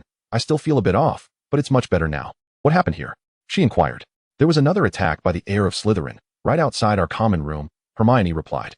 "If you're feeling unwell, you must let us know. At this hour, Hogwarts isn't very safe, and it's dangerous to walk alone." Ginny nodded, acknowledging Hermione's concern. "I understand, Hermione. I'm sorry for worrying you." Hermione's heart sank. Yet she continued to converse with Ginny. "You don't seem well today. We're having a pajama party in room 102 before lights out. Can you join us? I mentioned it to you yesterday." The young girl looked both eager and anxious, her brown eyes sparkling as they regarded Ginny. Ginny hesitated for half a second before responding naturally. "I probably won't be able to make it. You all have fun without worrying about me." Beside them, Glen listened with interest to Hermione's feigned innocence while observing Ginny's physiological responses: rapid breathing, accelerated heartbeat, rising body temperature, perspiring palms, and dilated pupils. Lying, Glen assessed. "What a pity. Make sure to rest well when you go back." Hermione sighed, her expression one of lament. At that moment, the crowd had dispersed, and Dumbledore had vanished down the corridor with the petrified young wizard, leaving the other students to scatter in haste, each making their way back to their dormitories with alacrity. The path to the Gryffindor common room was no longer obstructed. "Glen and I still need to visit the library. Ginny, you should hurry back and rest," Hermione remarked. Ginny nodded, turning to follow the Gryffindor contingent toward the common room. Hermione remained silent, her gaze lingering on Ginny's figure as it disappeared into the passage behind the fat lady's portrait. She then grasped Glen's hand and led him toward the staircase, where he could feel the warmth of her palm, now completely damp. "Ginny is not truly Ginny. If the real Ginny had heard the words I just spoke to her, she would not have responded so extensively," Hermione murmured anxiously. "The more one speaks, the more one risks revealing the truth." Furthermore, the pajama party was a fabrication. She felt a sense of unease. She had not conversed with Ginny about such matters the previous night. Overconfidence had blinded her to the fact that a second-year wizard could manipulate her words. She had fallen under the control of the heir of Slytherin. The outcome was that Hermione had discerned her true identity. "Stay calm," Glen urged, squeezing Hermione's hand to signal her to steady herself. "I sense she was lying just now. What shall we do now?" Hermione gasped, striving to compose herself, though her thoughts were still in disarray as she anxiously questioned Glen. After all, hearing about others being controlled might not evoke much emotion, but experiencing such a phenomenon firsthand, especially when the individual affected was a familiar friend, was profoundly eerie and frightening.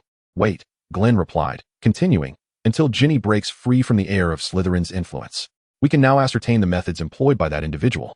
Ginny's robes were stained with a few drops of blood, and she appeared to have perspired. Her temples glistened with sweat, and her hair was tousled by the wind. Her complexion was even paler than before. When we encountered her, I could sense the flow of blood within her body slowing from a rapid pace. This physiological reaction was likely a consequence of her exertion in fleeing from the approaching wizards. The heir of Slytherin was indeed manipulating Ginny's actions to orchestrate the serpent's attacks on the students. Hermione, you must have attempted to gauge Ginny's condition just now, right? Glen inquired. Hermione understood what Glen meant and nodded. The protection I sent to Ginny has entirely vanished, leaving no trace whatsoever. After Ginny departed with us last night, she must have come into contact with something, whether it be person or object, that led her to fall under the control of the heir of Slytherin once more. Later, once we confirm Ginny's return to her senses, we shall pay her a visit. For now, let us prepare for the events that lie ahead. Chapter 92. Transformation. Until dusk, Hermione had not seen Ginny emerge from her dormitory. Not even during the midday or evening meals had she graced the Gryffindor common room. Indeed, the young witches and wizards were instructed to remain within their respective common areas, as the professors were purportedly conducting a thorough search throughout Hogwarts in an effort to uncover the location of the Chamber of Secrets. Humans are inherently social beings, and in times of peril, the presence of others provides a sense of comfort. Thus, the little lions gathered together, their collective trepidation somewhat alleviated. You mean to say that upon returning, Ginny simply burrowed into her bed and fell into a deep slumber, and though you saw her soundly asleep at noon, you couldn't bear to rouse her? Yet now she is awake, still cocooned in her blankets, refusing to leave her bed. At this moment, Hermione had just returned from outside the common room with Glen. Even now, they were diligently seeking information regarding the unfolding events, yet to no avail. Hermione was inquiring about Ginny's condition with her roommate. I sense that little Ginny may be somewhat overwhelmed, she remarked, noting that despite being ensconced in her blankets, Ginny continued to tremble, wishing to be brought out to join the others, but merely shaking her head vigorously, offering a strained smile, urging them not to concern themselves with her. After attempting to persuade her, they found no change in her resolve and decided to leave her for the time being. Ginny's roommate, too, was not at peace, her mind troubled with worry for Ginny's well-being. Hermione nodded in appreciation to the young witch and turned back to a secluded table in the corner. Glen, Ginny should have regained consciousness by now. Hermione took a seat beside Glen and reported her observation, awaiting his guidance. He, meanwhile, was absorbed in a thick, ancient tome that bore the marks of age. Hermione, look here. Without responding to her words, Glen merely pointed to a page within the book. Hermione leaned closer to the book, beginning to read intently. The basilisk's gaze can kill. The crowing of a rooster is lethal to it. Glen, could this be? Hermione's eyes sparkled with newfound clarity, shimmering as though she had traversed a desert and suddenly stumbled upon an oasis, torn between hope and the fear of it being but a mirage. I believe this must be the true nature of the giant serpent. Glen pondered for a moment before arriving at a conclusion, subsequently highlighting several passages in the book, flipping to the illustrations, and sharing his recollections of encountering the giant serpent with Hermione. Ultimately, they confirmed the identity of the creature, the basilisk. Connecting the dots, it became evident why Ginny had attempted to harm Hagrid's little rooster in the backyard, as well as the spiders they had witnessed departing the castle in droves. The former indicated that the heir of Slytherin aimed to eliminate the basilisk's natural enemy prior to a cleansing, while the latter revealed a primal instinct for survival in the fleeing creatures. There could be no doubt that the monster within the chamber was indeed the basilisk. Glen remained composed as he spotted an ancient compendium of magical creatures conspicuously placed on the table nearest to the library entrance, a bookmark nestled within its pages. At that moment, he reached a definitive conclusion. What were the odds that just as he was poised to decisively resolve the matter at hand, this book would appear before him like a timely downpour? It had to be the work of Dumbledore, though lacking any concrete evidence. Glen had already attributed the title of mastermind to the old wizard in his mind. Surely, this fellow had long uncovered the so-called truth of the situation. Why then? Had he not acted to resolve it sooner? Was he still orchestrating his plans for some savior's agenda? It was incomprehensible. Let us discuss this, Hermione. Seeing that the young girl had firmly committed the information regarding the basilisk to memory, Glen closed the book. He believed that the knowledge they had amassed was sufficient to bring an end to this so-called cleansing that had persisted for over 3 months. We need to prepare. As time slipped away, the hour of curfew approached. The young wizards dispersed in pairs, making their way to their respective dormitories. At that moment, The Gryffindor common room lay empty, but after a while, two small heads poked out from the passageway leading to the lounge. It was Glen and Hermione, returning. They headed straight for the staircase leading to the girls' dormitory tower. Are you ready, Glen? Hermione feigned seriousness, though her eyes sparkled with anticipation as she gazed at Glen, who held a bottle of potion with an enchanting hue. The young girl had eagerly awaited this day for quite some time. Once you take that sip, you might lose the chance to tease many girls, she remarked, only to see Glen, expressionless and resolute, uncork the bottle and raise his arm to drink the potion in one swift motion. Hey, so decisive? Hermione was astonished. Did this fellow truly feel no apprehension about his impending transformation into a girl? Glen remained silent, experiencing the intense pain and burning sensation coursing through him as he analyzed the effects of the gender-bending potion on himself. Noting that Glen had no intention of responding, Hermione shrugged in exasperation, stuck out her tongue at him, and leaned against the wall, patiently awaiting his transformation. The potion began to take effect. The young girl watched in disbelief as Glen's height, which had previously surpassed hers by several centimeters, gradually diminished. His form became remarkably petite, even shorter than she was now. Glen's long hair, which had already reached his shoulders, cascaded down to below his chest, and she could distinctly sense that its texture had become much smoother. A sight that incited envy in Hermione.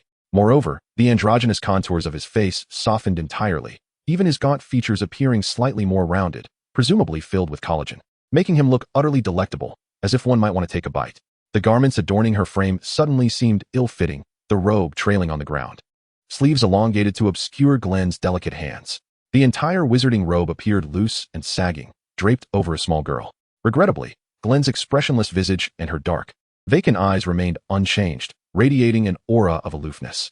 Chapter 93. Changing Attire.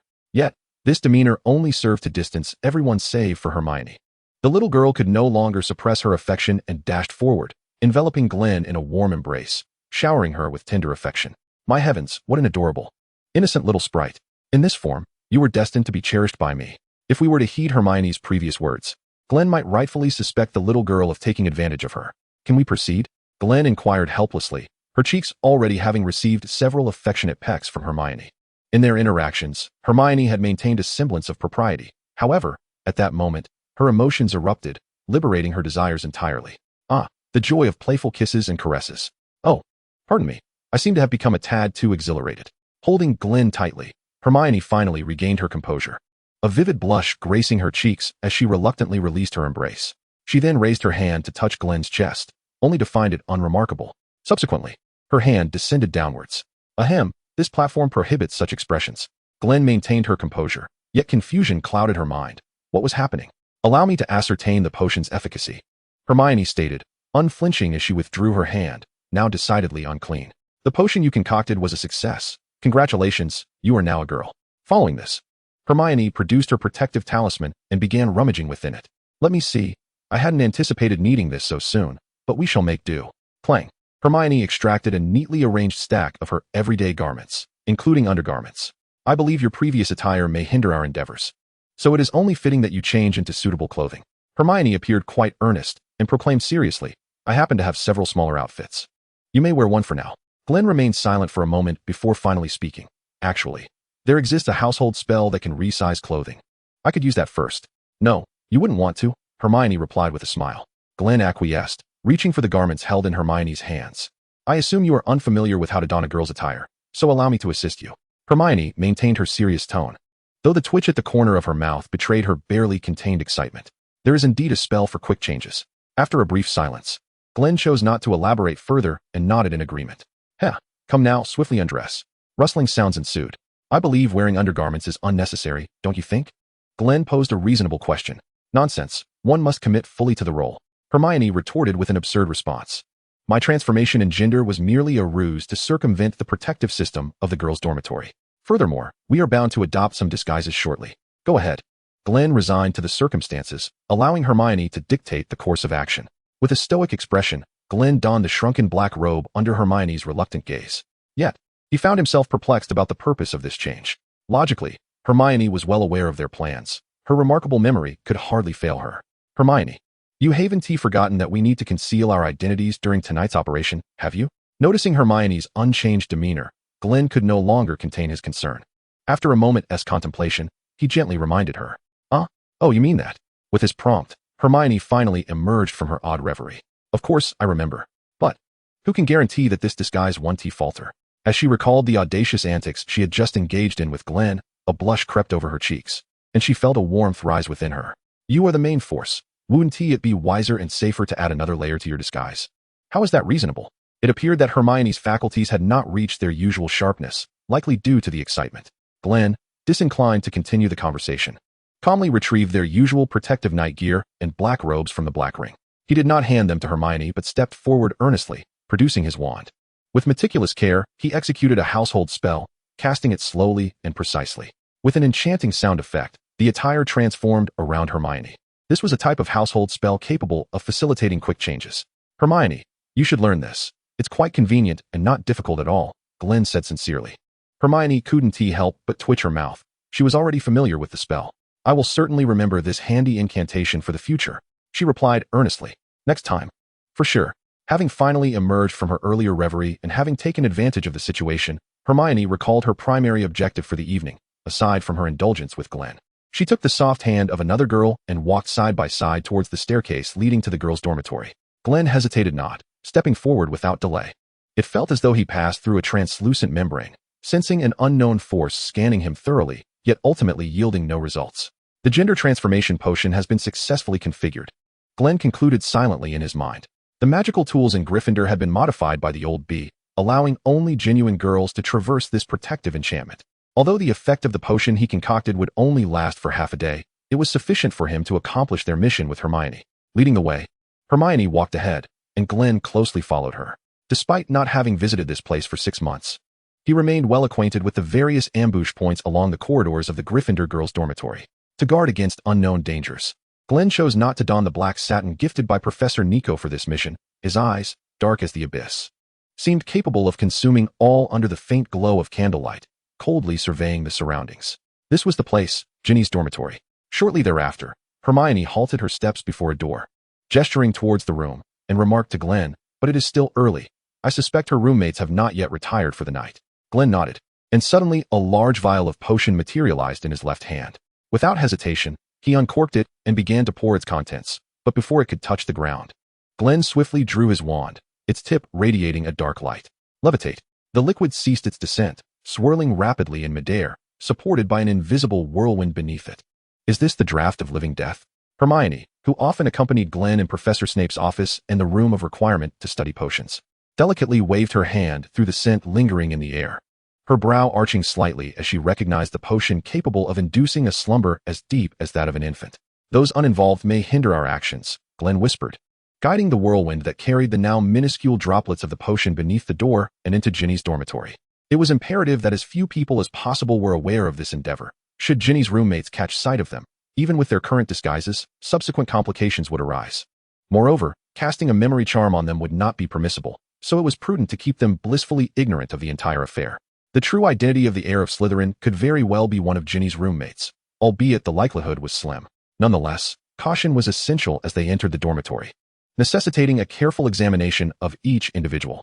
Hermione watched as the whirlwind silently infiltrated beneath the door, letting out a sigh as she patted Glen's shoulder. You need not explain so much. I unconditionally support your plan. I will assist you shortly. Glen nodded, his focus unwavering on the door.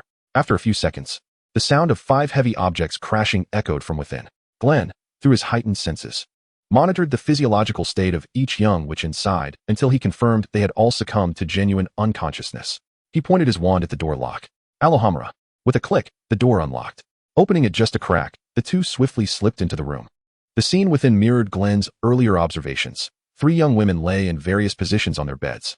One unfortunate soul emerging from the bathroom appeared to have just finished her evening routine, now slumped against the door frame, fast asleep. Ginny's bed was on the side by the window, the small mound propped against the headboard likely belonging to her. Hermione gently levitated the unfortunate soul, who was sleeping like a zombie on the floor, and placed him on the bed, subsequently gesturing towards Ginny's sleeping quarters. The young girl kept her wand firmly in hand, maintaining a vigilant stance. However, Glen did not immediately approach to uncover the small blanket hiding Ginny. Instead, he stood before Hermione, gazing up at her with an expressionless face. Understanding his silent plea, Hermione extended her hand, gently resting it atop Glen's head. Given Glen's recent consumption of the gender transformation potion, the height difference between them allowed Hermione to effortlessly touch his head. Yet, It was evident that the young girl had little time to savor this familiar and comforting gesture. The spell of mental guard illuminated a warm white glow between the young girl's hand and the small head beneath it. As Hermione cast upon Glen the sacred incantation she had diligently practiced from the ancient tomes. The mental guard, as its name suggests, serves to protect the mind. In function, it bears similarities to the brain lock spell, which can shield one's thoughts from external intrusion.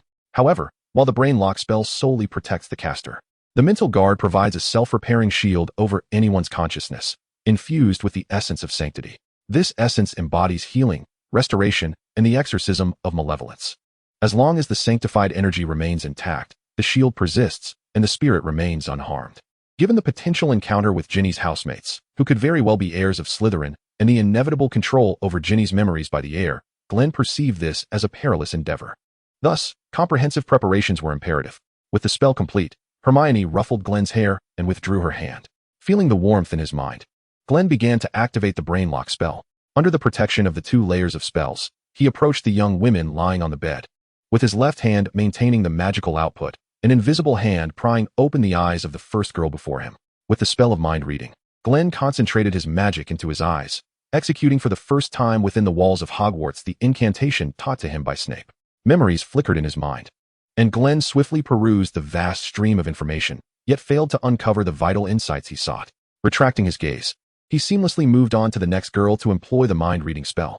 Beside him, Hermione harbored reservations about this approach. Thus, she closed one eye, resolutely maintaining her guard. After all, this was Glen. She could afford to turn a blind eye temporarily. No anomalies were detected, and their suspicions could be largely dismissed.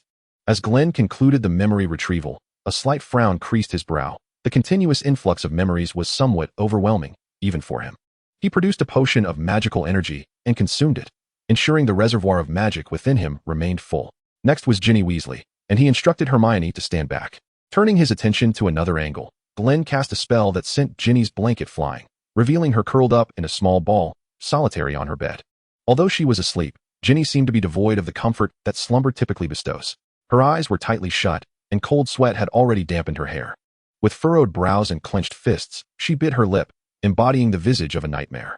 Observing this, Hermione was poised to cast a spell to alleviate Ginny's distress. However, Glen intervened, shaking his head to dissuade her. The young girl gritted her teeth, slightly turned her head, and resolutely halted her advance. Yet the turmoil in her eyes betrayed her inner unrest. Once he saw that Hermione had refrained from acting impulsively, Glen lowered his hand and approached. His expression stern as he magically pried open Ginny's eyelids. The spell of focus was initiated. Chapter 95, A Dialogue with the Diary. A red-haired girl was hunched over a table, her feather quill inscribing words in a blank notebook. After retrieving this unfamiliar tome from her cauldron and examining it for some time, Ginny was convinced it was merely a blank notebook inscribed with someone else's name. Yet, for reasons unknown, an inexplicable intuition urged her to begin writing in the empty pages. Hello, I am Ginny Weasley. As the ink formed into coherent sentences, the black marks gradually sank into the blank pages, subsequently revealing a different style of writing along with its content. Hello, I am Tom Riddle. Hello, I am Tom Riddle. Ginny felt a surge of excitement at the notebook's response, but then, as if fearing discovery, she glanced around and noticed her roommates had already succumbed to sleep, finding solace in their dreams. With a sigh of relief, she began to softly read aloud the words emerging on the paper, one by one. This is my diary. How did you come across it? In my memory, it has been ages since I last wrote in this diary. The content of the diary quickly vanished, replaced by new words reshaping on the page. I am not quite sure. I don't know why your diary appeared in my cauldron, Ginny wrote. Oh, I see. You mean I was discovered by you in your cauldron? Are you a wizard too? Ginny was evidently elated to find someone to converse with, her quill swiftly dancing across the pages of the diary. Yes, I am a wizard, having just entered Hogwarts School of Witchcraft and Wizardry this year, Ginny joyfully inscribed, resting her chin on her hand as she eagerly awaited Tom's reply. You are also a student at Hogwarts? Oh, how coincidental. I am also a student at Hogwarts. Though if I am not mistaken, the true me should have already graduated from Hogwarts. Could you tell me what year it is now? The handwriting reappeared once more, and Ginny was evidently thrilled by everything expressed in the diary. She was astonished to discover that Tom was, in fact, a senior she had never met before. This connection, rooted in Hogwarts, instantly made Ginny feel a sense of familiarity with Tom Riddle. Senior, it is the year 1992. After a brief moment, just as Ginny began to feel anxious, fearing that this likely enchanted diary might cease to function, the words materialized on the page once again. Do not be so formal. You may call me Tom. It saddens me when my junior maintains such distance. Tom's response brought a comforting warmth to Ginny, yet it also conveyed a playful hint of melancholy. Her earlier worries momentarily forgotten, she chuckled softly. Tom, you truly possess a delightful sense of humor. Before long, while Ginny pondered how to reply to Tom, the content of the diary shifted. I cannot believe so many years have passed, yet it matters not. However, I have not communicated with anyone for countless years. Even as a diary imbued with the essence of its former owner, I experience loneliness. Would you indulge me in conversation? I yearn to learn about the world beyond these pages. Moreover, I wish to be your friend. Consider this a friendship that transcends time, a notion so romantic. Ginny's cheeks flushed, unsure whether it was from joy or something else entirely, as she continued to pen her response in the diary. Of course, but I'm uncertain what you wish to know. Surely, after so many years of solitude, Tom must feel lonely as well. I will share everything you desire to know, for we are, after all, good friends. The ink was absorbed into the diary, and the words re-emerged. Indeed, we are friends. Friends ought to share with one another. Thus, I shall be relying on you for a while, as there is so much I wish to learn. Tom, today I encountered that boy I mentioned before. Oh, it's the one I like. Ugh. Why ask when you already know? It's Harry Potter, the boy who defeated the Dark Lord, the one hailed as the Chosen One. Alas, he is currently playing with my youngest brother. They are good friends. I hope Ron does not lead him astray. Oh, did I approach him? Oh dear. I was too shy. You mentioned you also wanted to learn more about Harry? Tom, you wouldn't. Oh, my apologies, I had assumed. Hee. Forgive me. It seems you admire Harry as well. Allow me to share more about him.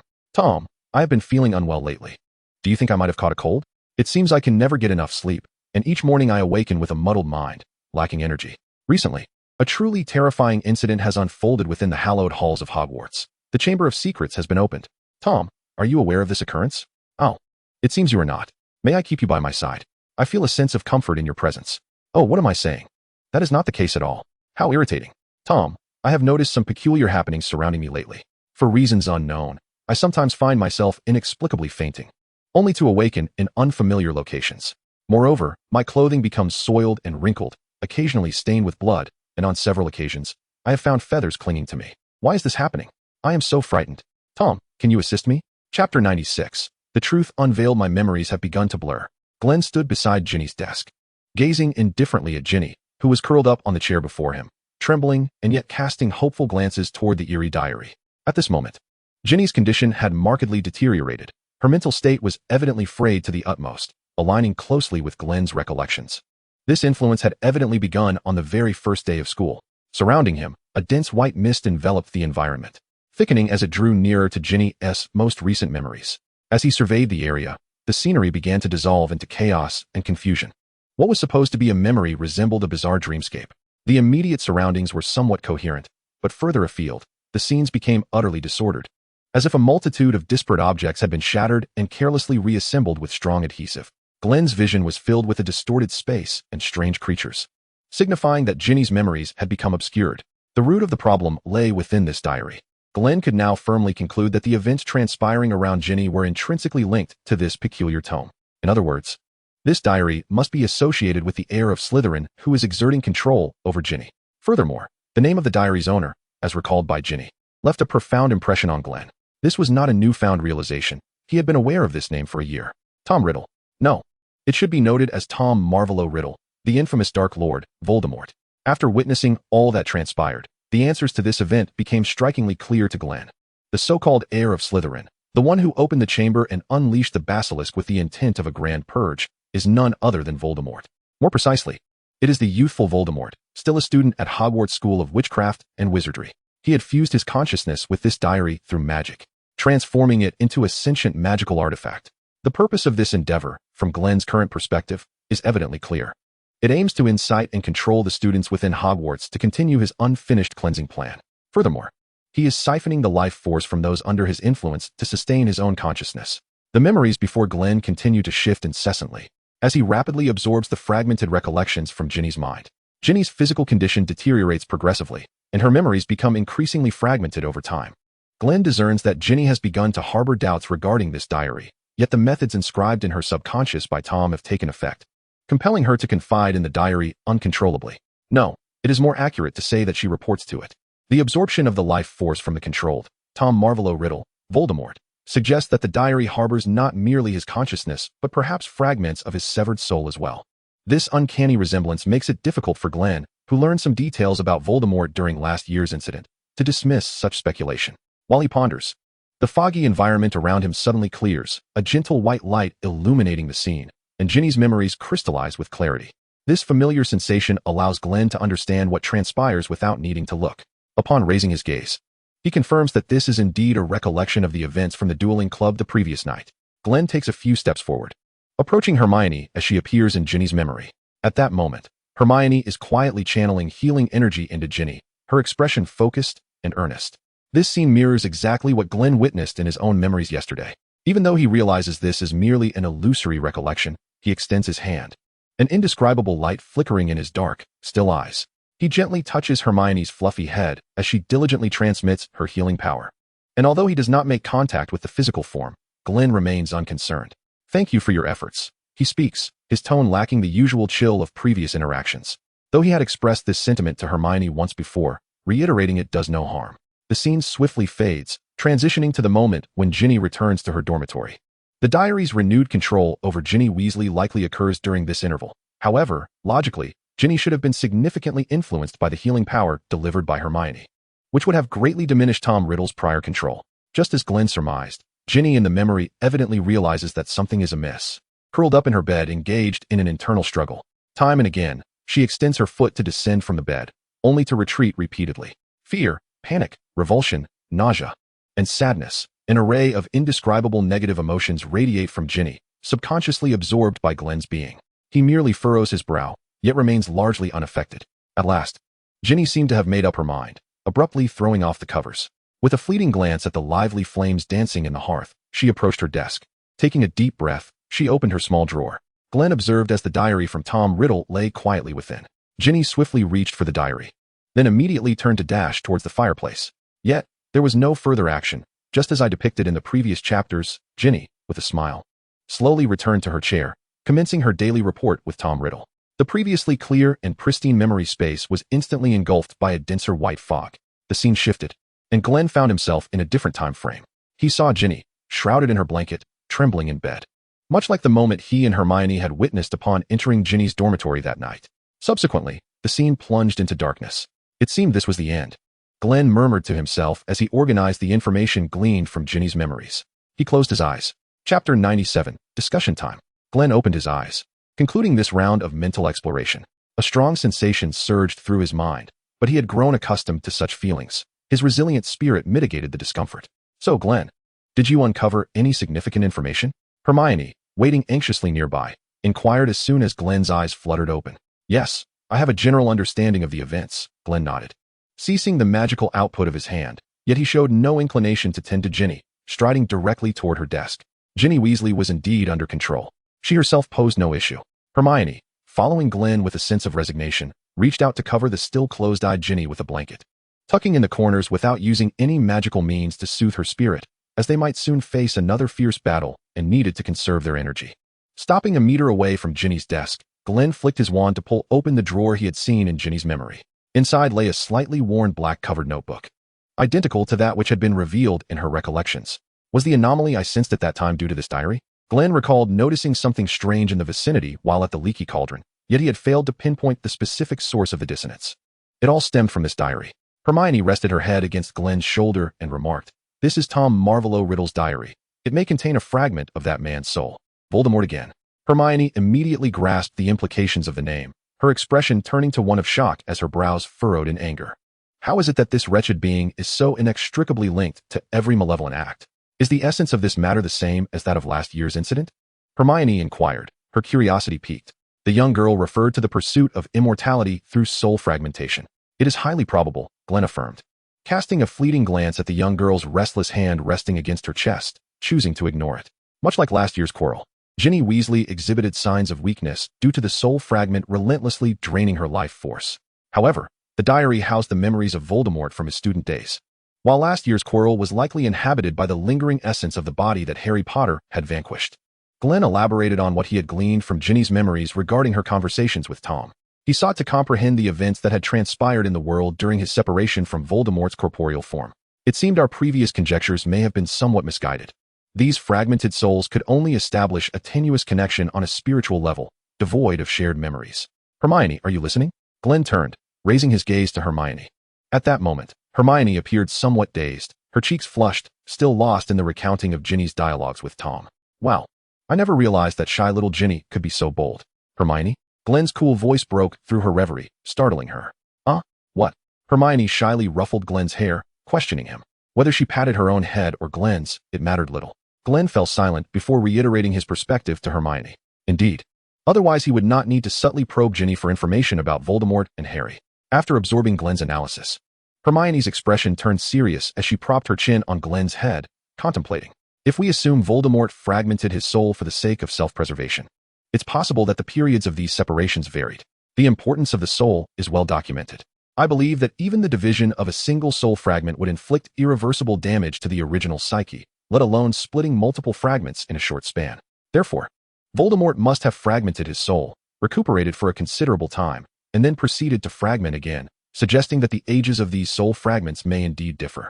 After a lengthy contemplation, Hermione's eyes suddenly sparkled as she boldly proposed her hypothesis. Glen pondered for a moment, finding her reasoning sound, and nodded in agreement. Yes, there is a possibility, and a significant one at that.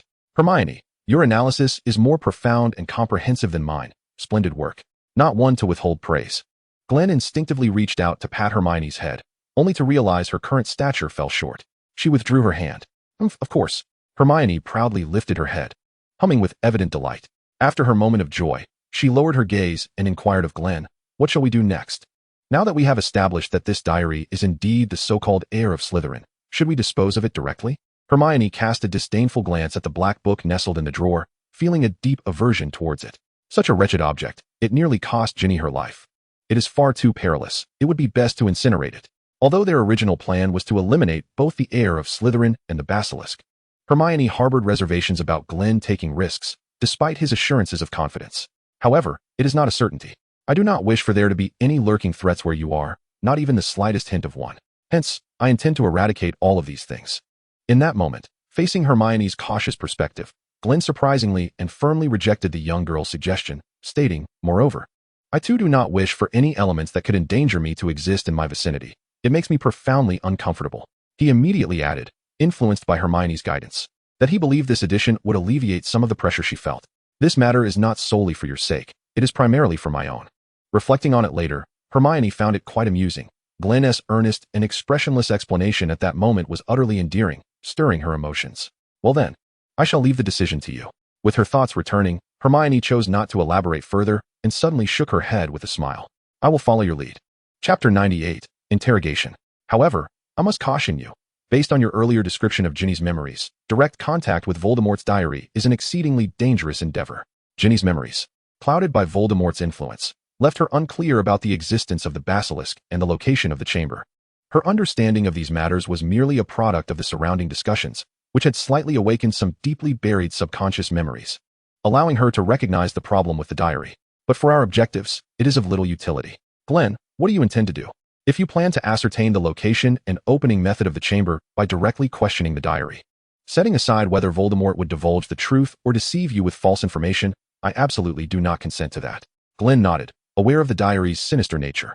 In Ginny's memories from the previous night, influenced by Hermione, she had clearly resolved to destroy the diary, yet upon merely touching it, her mind was once again seized by Tom Riddle. Glen had no intention of directly engaging with this ominous diary. I will attempt my method first. If it proves ineffective against this diary, then we shall have no choice but to continue exploring within Ginny Weasley's memories. Glen replied, recalling that Ginny's recollections of being controlled by Tom Riddle were exceedingly vague, rendering her surroundings indistinct. Hermione appeared quite perplexed. In her view, Ginny's memories no longer contained any valuable clues for them to uncover. Even though her external recollections had become muddled, the tactile sensations arising from her body's movements were indelibly etched in her flesh. I could gradually analyze her path of movement based on the actions of her body when under control, such as stride length, speed of motion, and the degree of distortion when changing direction, coupled with the three-dimensional topographical map of Hogwarts, to unearth the convergence points of her spatial trajectory. Furthermore, I could derive potential methods for opening the hidden chamber from other cues, like the movement of her mouth, the vibrations in her chest or throat when producing sounds, or other bodily movements. Wow, sometimes I truly feel you're not a child, Hermione remarked, her mouth agape, somewhat exasperated. This is so unscientific, so non-magical, yet rather scientific. However, it would require a substantial amount of time and effort. Glen had already drawn his wand, but I did not intend to pursue that course. There was a swifter method to resolve the issue. With a surge of magical energy, the diary floated 1 meter in front of Glen. Let us first proceed to the room of requirement. The next task I undertake is best done with as few witnesses as possible. What are you planning to do, Glen? Hermione inquired curiously, the kind-hearted girl genuinely unable to fathom Glen's forthcoming actions. The two had now reached the corridor, where the flickering candlelight cast their shadows closely intertwined on the floor. I intend to interrogate Tom Riddle. Beneath the hood, Glen's youthful visage belied a glint of coldness in her dark eyes, reminiscent of her past life. Interrogate? Wait, you don't mean to. Hermione repeated Glen's words, her expression suddenly shifting as realization dawned upon her. She understood what Glen intended to do. It was no wonder they needed to avoid others. Hermione hesitated, uncertain whether she should intervene. It's fine. With you here, the latter quickly discerned Hermione's thoughts and gently squeezed her hand. Even so, you still can't. Ah, never mind. I suppose you want to listen anyway. Hermione sighed, conceding, all right then. With a creak accompanied by the grand sound of a door opening, Glen pushed open the door to the room of requirement. Inside, the expansive space was divided into 2 distinct areas, one half adorned with comfortable sofas and a coffee table laden with refreshments, resembling a cozy little room. The other half comprised stark, pale walls and flooring.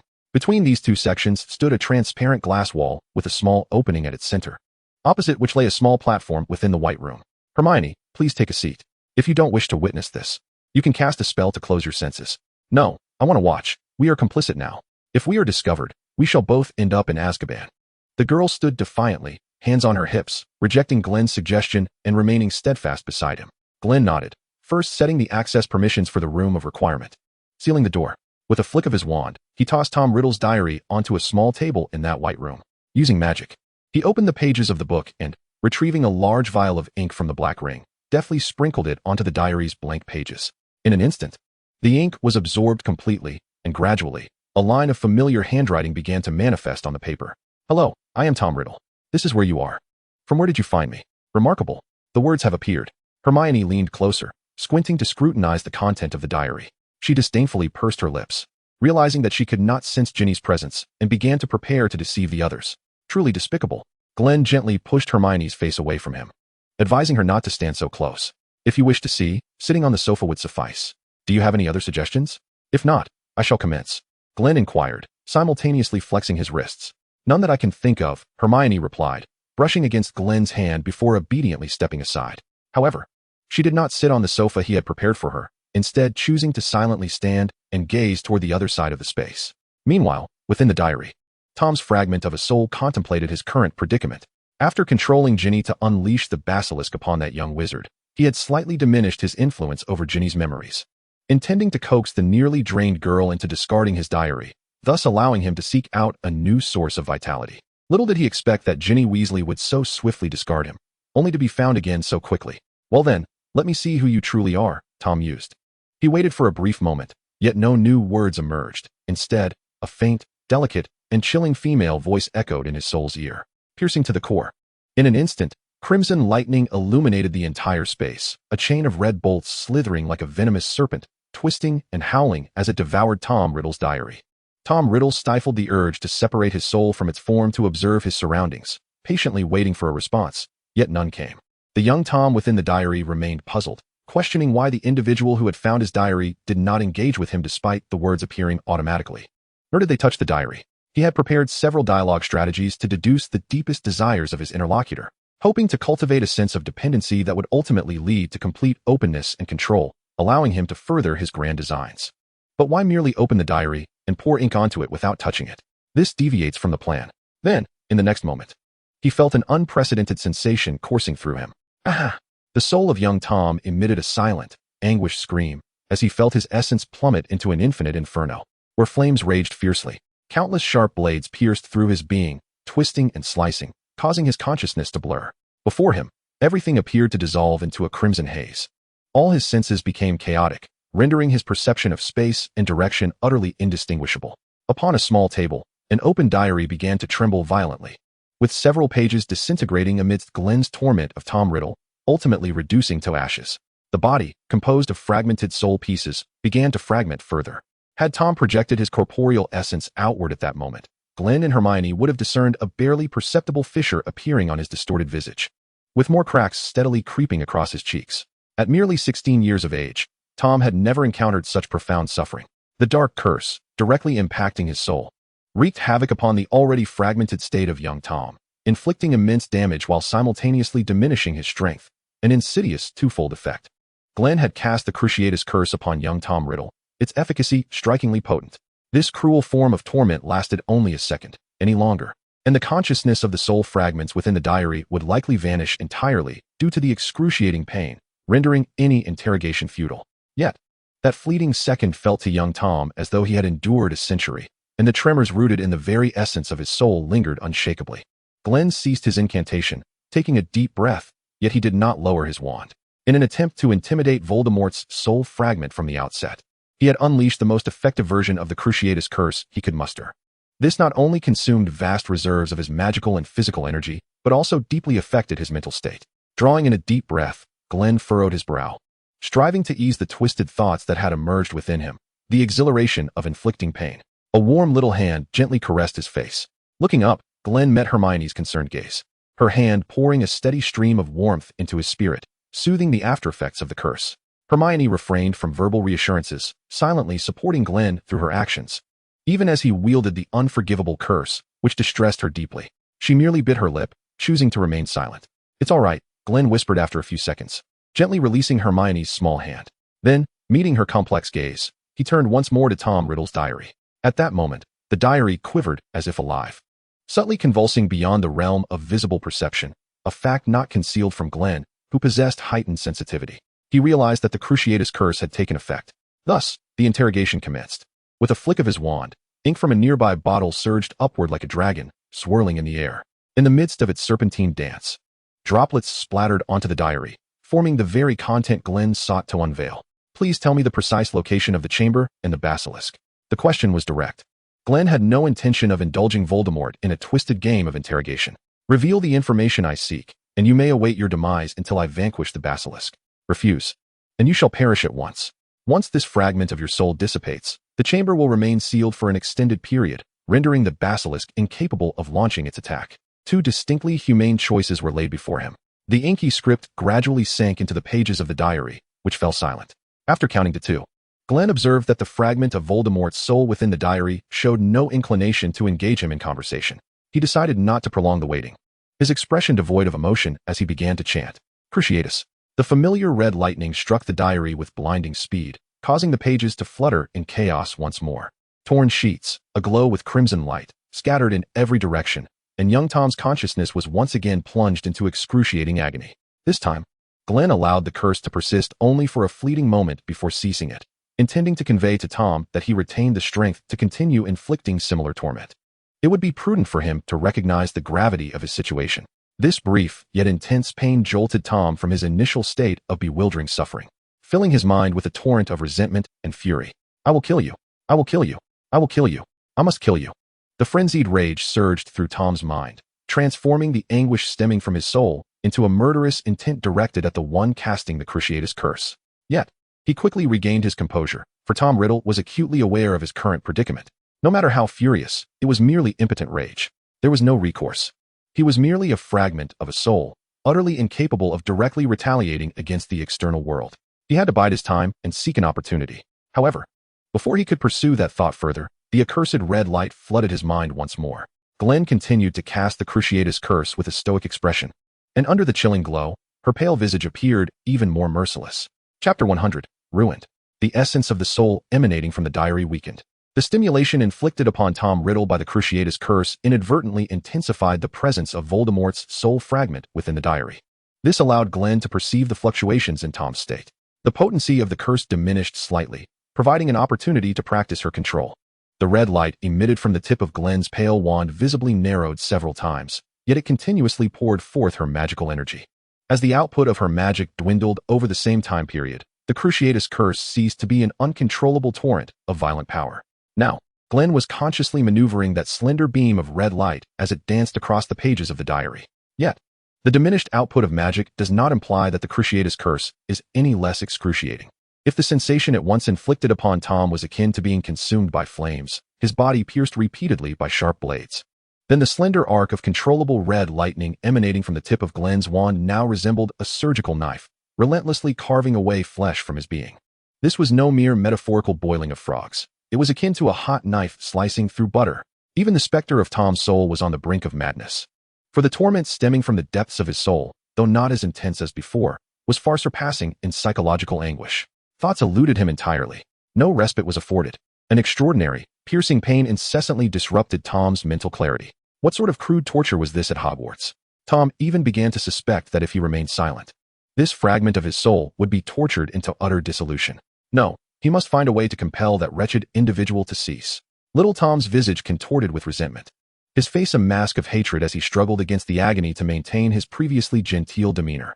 Just as he was about to manifest his soul into the external realm, he was taken aback to discover that an unseen force had confined him within the pages of the diary. This, of course, was Glen's doing, through silent perception. She had passively absorbed the torrent of negative emotions emanating from Tom Riddle, unconsciously released due to his suffering. Glen's past experiences had taught her that this state of the interrogated would yield no genuine information from his lips. Perhaps if she practiced the Cruciatus Curse a while longer, he would be more forthcoming when released. Silently, she employed alchemical techniques to ensure the diary's soul could not escape, continuing her relentless application of the curse. Oh, and it is worth mentioning that Glen's past encounters had led him to rarely extract desired information from the mouths of the interrogated, as they invariably succumbed to his merciless inquiries, perishing in their own agony. Thus, after a few such auxiliary tasks, Glen had refrained from undertaking further interrogations. It proved simpler to resolve objectives directly. Little Tom was utterly bewildered. Not only could his soul not manifest, but that accursed spellcaster had also somehow sealed the diary with some form of enchantment. How was he to divulge the location of the Chamber of Secrets now? This madman was intent on tormenting him, wasn't he? Were he an ordinary person, perhaps he would have chosen to end it all. But he was Voldemort, the one who sought immortality, whose consciousness yearned for eternal life. Little Tom felt a tumult of pain, anger, and injustice welling within him. And he resolved firmly, even if it meant death, he would leap from this place before revealing any information regarding the chamber. 3 minutes later if you wish to kill me, then grant me a swift end. Little Tom was numbed. For who could fathom the hell he had endured in those 3 minutes? Trapped between the impossibility of survival and the inability to perish. He was being driven to the brink of madness. As Tom Riddle sensed his imminent dissolution, he harbored no remaining hope for survival, particularly as the madness outside showed no signs of abating. Just at the moment he relinquished all thoughts, the torment from the external world, cruelly, came to an abrupt halt. The weakened Tom felt the constraints from the diary loosen, yet he found himself unable to manifest his soul. Tell me the precise location of the chamber and the basilisk. Glen stated expressionlessly, reiterating her request upon the pages of the diary. Tom, within the confines of the diary, perceived the weight concealed within those words. As Glen absorbed Hermione's healing, her gaze remained fixed on the battered diary before her. The diary, displaying a remarkable sense of awareness, revealed a line of black ink that gradually emerged upon the pages. Second floor, girls' lavatory. Young Tom, devoid of strength for linguistic convolutions, understood the necessity of conserving his energy. Glen nodded, recognizing this as the most suspicious location among her thoughts regarding the chamber's possible whereabouts. She had no intention of probing further into Tom's knowledge of the chamber. In her mind, plans had already been laid, and prior to heading to Ginny's dormitory that evening, she had conferred with Hermione about their subsequent course of action. She relayed the contents she had gleaned from the diary to Hermione, who nodded in response, appearing unsurprised. Our previous deductions were sound, Hermione pondered, recalling their earlier explorations in the lavatory inhabited by the Myrtles, yet they had failed to uncover any potential suspicious spaces. Glen, fully aware of Hermione's thoughts, merely shook her head. It matters not. We need only to ascertain that the chamber is concealed in that location. Glen replied, rummaging through her black ring for alchemical materials and some dark cubes. Engraving the ground with a transmutation circle, a flash of white light illuminated the scene as the alchemical materials melted and fused, forming a small, square black box. Hermione, lend me a hand, Glen instructed, using magic to levitate the diary into the small black box. Transform these dark cubes into a more compact form. Hermione nodded, her wand gracefully waving as she murmured incantations, causing the black cubes to shrink more than half their size. Glen nodded in approval, cramming them into the box containing the diary, then sealing it completely with alchemy. Subsequently, she took Hermione's hand and began to trace gentle lines in her palm with her fingers. Stay close and follow my lead. As for the question you were about to ask, I believe someone will come to assist us in opening the chamber. I do not trust Voldemort to be so compliant. Chapter 101, Tension. As Glen waved her wand, the black box enclosing Tom's diary was lifted by an invisible force, floating 5 meters in front of her. Even with the barrier of these alchemical materials, and despite the apparent dwindling vitality of the soul fragment within the diary, Glen remained reluctant to touch this enigmatic object. This magical artifact, whose depths are imperceptible and crafted by Voldemort himself, ought to be cast away as far as possible. Upon exiting the room of requirement, the two ascended to the second floor, yet upon arrival, Glen and Hermione did not immediately head to the girls' lavatory. Instead, the two inexplicably began lighting candles.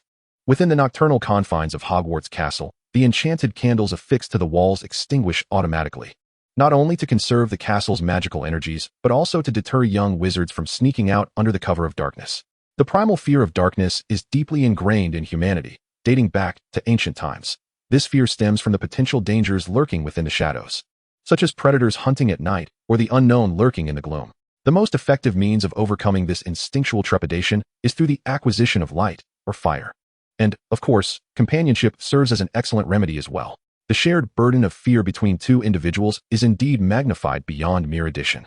Thus, one might ponder why successive headmasters did not impose stricter curfews on the dormitories of Hogwarts' various houses, such as rendering doors inoperable after a certain hour, or perhaps even establishing magical wards to restrict nocturnal activities. The flames flickered brightly.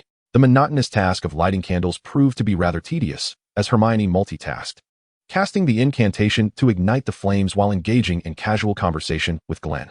You may find this hard to believe, but our little Hermione is quite diligent about adhering to rules. However, regulations that dictate behavior without imposing effective punitive measures seem utterly incapable of restraining the lively and curious wizards navigating their adolescent years.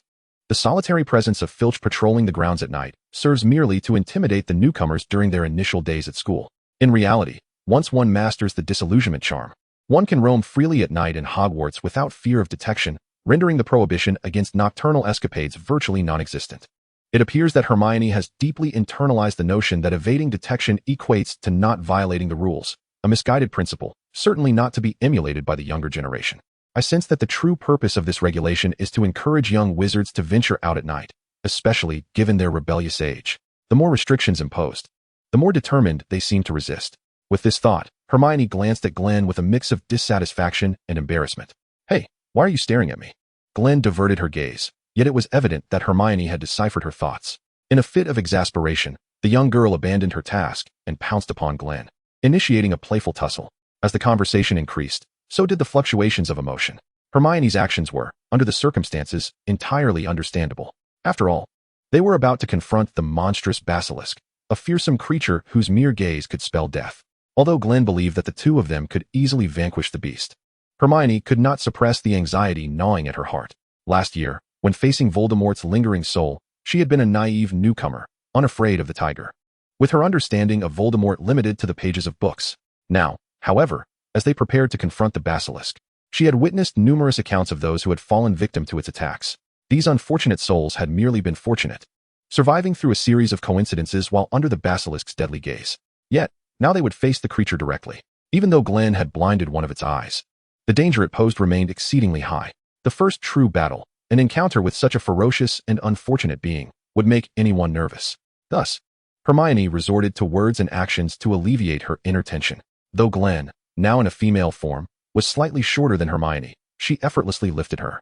Glen could sense Hermione's trepidation, even without utilizing her heightened perception. She could feel the rapid beating of Hermione's heart through several layers of clothing and the budding softness of the girl's form. Not wanting to compel Hermione to continue the monotonous task of lighting candles, Glen supported her with one hand while conjuring fire with the other. The surrounding darkness gradually brightened. The flickering flames, though faint, managed to dispel some of the anxiety within Hermione's heart. Burying her face in Glen's soft curls, she inhaled the comforting and familiar scent, which slowly eased her tension. Strangely, as Hermione reflected on her memories with Glen, she realized that she had never perceived Glen as nervous in any situation. No matter the circumstance, he always exuded an aura of calmness, making her feel as if she alone bore the weight of anxiety. Glen consistently played the role of the silent comforter. Even when facing Voldemort's remaining essence last year, it seemed Glen's emotions remained remarkably stable, a trait closely tied to his character. Merely being near Glen seemed to inexplicably diminish her apprehension. Why was that? "Glen, aren't you nervous?" Hermione murmured, her face buried in his hair.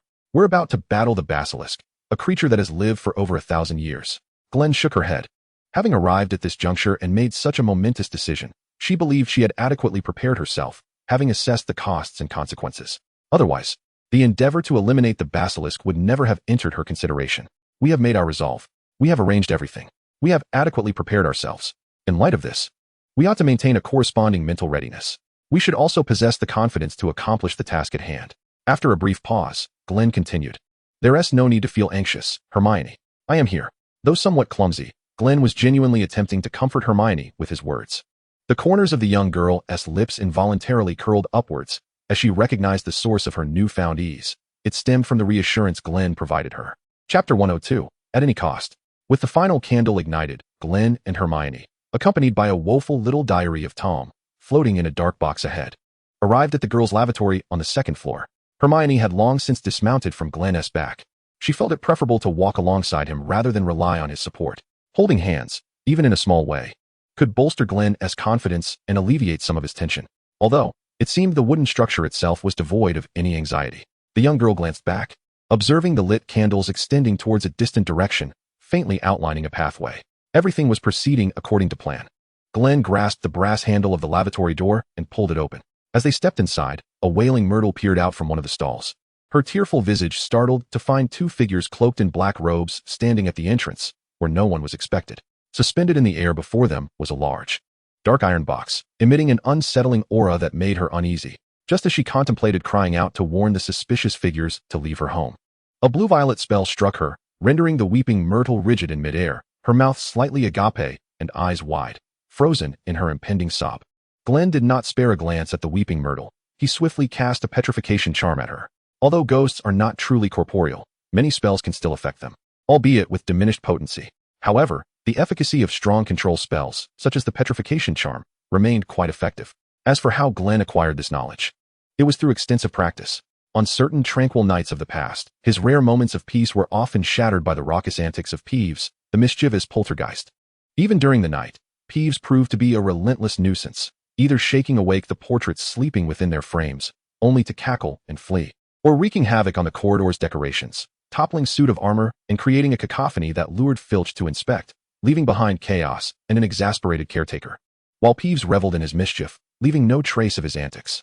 Thus, should the misfortunate Pai, having committed a crime, inadvertently cross paths with Glen on his way back to the dormitory, he would inevitably be subjected to a series of peculiar curses cast by an unknown entity. This, of course, is the handiwork of Glen. The oblivious Pai, now fraught with exasperation, finds no outlet for his ire, and thus directs it towards the only other unfortunate soul capable of interacting with him under the veil of night. Most often, this hapless individual is Furky. Occasionally, he may encounter a sneaky little wizard venturing out for a nocturnal escapade, and on those rare occasions, he would extend uncommon hospitality. Over time, this interaction has birthed a rather beneficial cycle. Certainly, it is a positive one for Glen. For others, the outcome may vary. Aware of the raucous lamentations of the weeping Myrtle, Glen is determined to deny that entity any opportunity to wail and moan, opting instead for a clean and decisive petrification spell to render it motionless. How perplexed Hermione must be, contemplating how to deal with the troublesome Myrtle, while Glen remains as unflinching as ever. In the washroom, within the small black box that hovers before Glen, a diary surrounded by a multitude of indistinct dark fragments holds the fragmented soul of young Tom, who has endured a fleeting respite. He has recently emerged from an excruciating experience that has left a vivid imprint on his ephemeral memory, and his nearly disintegrated essence has begun to coalesce once more. As he tentatively attempts to assert control over his form, Tom discerns that the binding force upon the diary appears slightly weakened due to the waning of magical energy. That is sufficient. A shadow of malevolence flickers in Tom's eyes as his handsome visage contorts, visible fury manifesting between his brows. Assessing the state of his soul, he reaches a rough conclusion. To shatter this final tether and project my essence into the external realm, a further expenditure of energy is required. Even though he is acutely aware of the grave cost and repercussions associated with such an endeavor, the vitality he has siphoned from Ginny Weasley in recent days will soon be depleted, and he must also sacrifice some of his already scarce soul energy. Yet, it is worth it. I shall make you pay. Within the confines of the diary, Tom's spiritual form begins to howl, surging forth towards the outside world. Around him, one can distinctly observe tendrils of black flame assailing from the exterior of the diary, striving to suppress his escape. The agony that courses through his consciousness does not deter young Tom. Rather, It intensifies his resolve to break free and exact vengeance. His desire to survive is undeniably genuine. Yet it does not inhibit his murderous intent. If only I could break free. I would slay that wretched being and retain a semblance of my soul's essence alongside my complete soul origin as I depart this accursed Hogwarts. Crack. A crisp sound reverberated in Tom's mind, an intense agony instantaneously permeating his entire being. Young Tom let out a howl. The fissures on the surface of his soul, previously inflicted by Glen's tormenting curse, began to widen. Sinister scars manifested upon Tom's grotesque visage, while these cracks continued to expand outward at a painfully slow pace. Should this trend persist, the only fate awaiting him would be the disintegration of his soul and the scattering of his essence. A sharp sound echoed, signifying the violent breach of the constraints imposed by Glen upon the diary. Tom, trapped within its pages, finally overcame the last barrier obstructing his path to carnage. His ethereal, flickering form materialized near the small black box before the two children, startling Hermione. In an instinctive reaction, a swift beam of light erupted from Hermione's wand, casting a repelling charm. Just before being struck by the petrifying spell, Tom had already fulfilled his purpose. A series of unintelligible hisses escaped his lips, and with a malevolent grin, he was propelled backward by the repelling charm, vanishing into thin air. Speak to me, the greatest among the 4 founders of Slytherin at Hogwarts. Basilisk, slay them. Chapter 103, Confronting the Basilisk. The instant Hermione's petrifying spell struck him, Tom's form hesitated momentarily before beginning to disintegrate from the bottom upwards. He uttered not a word, only casting a fierce, sinister gaze upon the 2 lurking rodents before him. The ground began to tremble violently, prompting Glen and Hermione to brace themselves. In Glen's perception, it seemed that some magic had been undone. Deep beneath their feet, a spacious chamber materialized from nowhere. Surely, this must be the concealed basilisk's lair, drawing near. Everything unfolded within Glen's calculations. By slightly diminishing the constraints on Tom's diary, he allowed Tom to expend a portion of his energy in a desperate bid for freedom, thus luring the basilisk from its hidden chamber. The advantage of enticing the creature into a space they had prepared surpassed the risks of engaging in battle in an unfamiliar territory. Hermione, Glen said, retrieving a piece of black satin from the dark ring, as we previously planned. The young girl nodded, and Glen adorned Hermione with the black satin, a necessary precaution to prevent any accidental eye contact with the basilisk during their impending confrontation. As for how they would perceive their surroundings, that was a trivial matter, sensory sharing. With their fingers intertwined, they simultaneously recited the incantation, after which Glen released her hand and swiftly positioned himself 10 meters in front of Hermione. At the location where the tremors were most pronounced, while Hermione remained stationary, her arm slightly raised. If one were able to perceive the ethereal currents of magic flowing through the air at this moment, they would discover a faint, almost elusive, magical link connecting Glen and Hermione. After extensive research and development on magical circuits and spells, Glen has successfully optimized the prerequisite of physical contact required for the sensory sharing spell. Now, this enchantment can take effect even when the 2 affected individuals are separated by a certain distance. Although a closer proximity enhances the clarity of the shared sensations, Glen and Hermione have explored the optimal distance for this sharing, which currently spans about 10 meters around the subject. While the refinement of this spell remains somewhat rudimentary and its effects are less potent than those achieved through direct contact, it suffices for the present situation. Glen closed his eyes, maintaining the activation of his heightened senses. Although he possesses the capability to utilize the Eye of Magic, a technique that can obstruct or even devour magical energies, theoretically allowing him to confront the basilisk's deadly yellow gaze. He pondered the wisdom of employing a riskier approach when a stable outcome was within reach. With a casual flick of his wrist, he deftly placed a small black box in a predetermined position and began to cast enhancement spells upon himself. These were merely enhancement spells. After amplifying his physical abilities, Glen stowed away his wand, recognizing that aggressive spells would find no purchase against a creature with formidable magical resistance like the basilisk. As Glen planted one foot firmly on the ground, a torrent of information surged towards him, inundating his mind. Yet, he remained undeterred, swiftly isolating the information he required. The sound of stone scraping had ceased, replaced by the distinct rustling of scales against the damp surface. The colossal serpent began to slither across the liquid-soaked ground, gradually inching closer to his position. Before Glen stood the wash basin of the girls' restroom. Was this the entrance to the chamber? Indeed, it seemed that nothing was discernible. Glen's own strength and experience were still insufficient, despite Tom having summoned the basilisk, causing the concealed magic of the chamber to falter and allowing Glen to uncover the hidden depths of the chamber. The energy within Tom was no longer adequate to facilitate the opening of the chamber doors through Parseltongue, as the secret magic cloaking the entrance remained effective. Thus, he found no clues upon the wash basin. However, This did not deter Glen from preparing a substantial welcoming gift for the approaching Basilisk. The creature had only received Tom's 2 commands, and, due to its own limited intellect, continued to slither towards the exit at a leisurely pace. A development that took Glen by surprise. This also afforded him additional time to lay down further measures. With his left hand, Glen swiftly produced several sticks of sticky explosives, enhanced through alchemy, and affixed them to the sink and the surrounding floor. Without pausing, he continued to scatter alchemical materials retrieved from the black ring across the ground. The vibrations beneath his feet became increasingly palpable, to the extent that even Hermione could distinctly sense them. Perhaps it was the proximity that awakened the familiar scent, the essence of the human who had caused him to lose an eye. The basilisk's movement accelerated suddenly, its robust form colliding with the corridor, creating a tremendous uproar. Glen's focus remained locked onto the creature's figure, but at a certain moment, the information about the basilisk vanished from her heightened senses. This was due to the concealed magic set at the entrance of the chamber. Nevertheless, this did not hinder Glen from estimating when the creature would emerge based on its previous distance and speed. "Hermione, prepare," Glen commanded, and Hermione's gaze steeled as she lifted her previously lowered arm, her wand aimed directly at Glen's side, her spell ready to unleash. In the next instant, without warning, the sink before Glen was violently struck by the colossal beast, shattering into pieces. An invisible barrier manifested before Glen, shielding her from the scattering debris. At the same time, she detonated the explosives. The basilisk, which had just forcefully smashed through the chamber's exit to reveal its head, was immediately met with a fierce explosion that momentarily incapacitated its senses, leaving its head grievously wounded.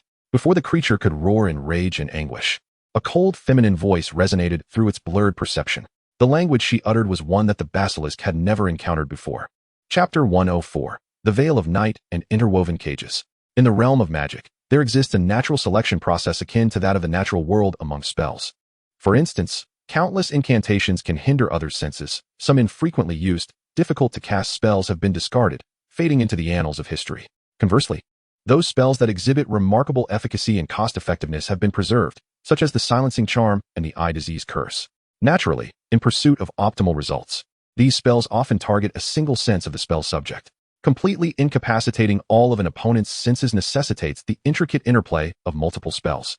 However, achieving such a result, while sounding daunting, is even more challenging in practice. One must not only ensure that all spells are correctly cast, but also that they accurately strike the intended target. The difficulty of simultaneously accomplishing these two tasks is evident. Are there simpler spells requiring less precision in execution? Indeed, such spells exist, those that mask the opponent's senses with external obstructions. For example, the Ethereal Mist. Though it possesses the capability to simultaneously hinder the senses of all individuals within its nebulous embrace to a certain extent, it is evident that the Ethereal Mist pales in comparison to more specialized spells that target specific senses. Furthermore, should the caster find themselves enveloped within this very fog, their own senses would also be obstructed by the spell. Is this all there is? Are the means of the magical realm limited to such? Clearly not. A plethora of profound incantations lurk throughout the world, either enshrined within ancient tomes, buried deep within the ruins of the unknown, or residing in the minds of the great sorcerers themselves. In the Dragon Kingdom, amidst the countless tomes that have been passed down through the ages, chronicling innumerable magical arts, there exists a particular spell known as the Veil of Night. With the incantation uttered in Chinese, after Glen had fortified her resolve, a peculiar black mist tinged with crimson erupted from her being, swiftly enveloping the entire girl's lavatory on the second floor. The Veil of Night.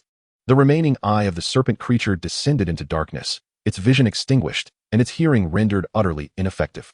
Struck by explosive force, it opened its maw in agony, inadvertently inhaling a substantial quantity of the black mist, resulting in the complete failure of its olfactory and gustatory senses. More alarmingly, upon contact with its colossal form, the dark vapors rapidly cloaked its cold scales, and under the insidious influence of the magic, the serpent's tactile senses became increasingly numb. Ultimately, under the assault of these strange substances, the creature could no longer perceive its own existence. Not only that, but its thermal receptors had also lost their inherent function, leaving the serpent adrift in an abyss of darkness. The Veil of Night, born from the amalgamation of magic and spiritual power, emanates from the caster as a corrosive black fog, causing all who come into contact with it to lose their senses, becoming ensnared in darkness and fear. As if exiled from reality itself, this represents a fundamental application of the devouring properties of magic, chronicled in the early pages of the tome. However, even so, Glen had to undergo rigorous and arduous training to master this spell entirely. Moreover, due to the constant erosion and control exerted over magic by the host, Glen would remain unaffected by the Veil of Night, even while within its realm. Behind Glen, Hermione, adorned in black satin, bore within her the essence of a magical counterbalance, the sanctified force, thus remaining impervious to its effects. Even though she was not a host of the sacred, their shared sensory awareness, coupled with Glen's heightened perception, allowed her to observe the surrounding scenes clearly within the veil of night. The serpent, having completely lost its sense of existence, was seized by terror, resulting in a panicked frenzy as its massive form thrashed aimlessly yet impressively, wreaking havoc upon the surrounding wooden planks and stone bricks.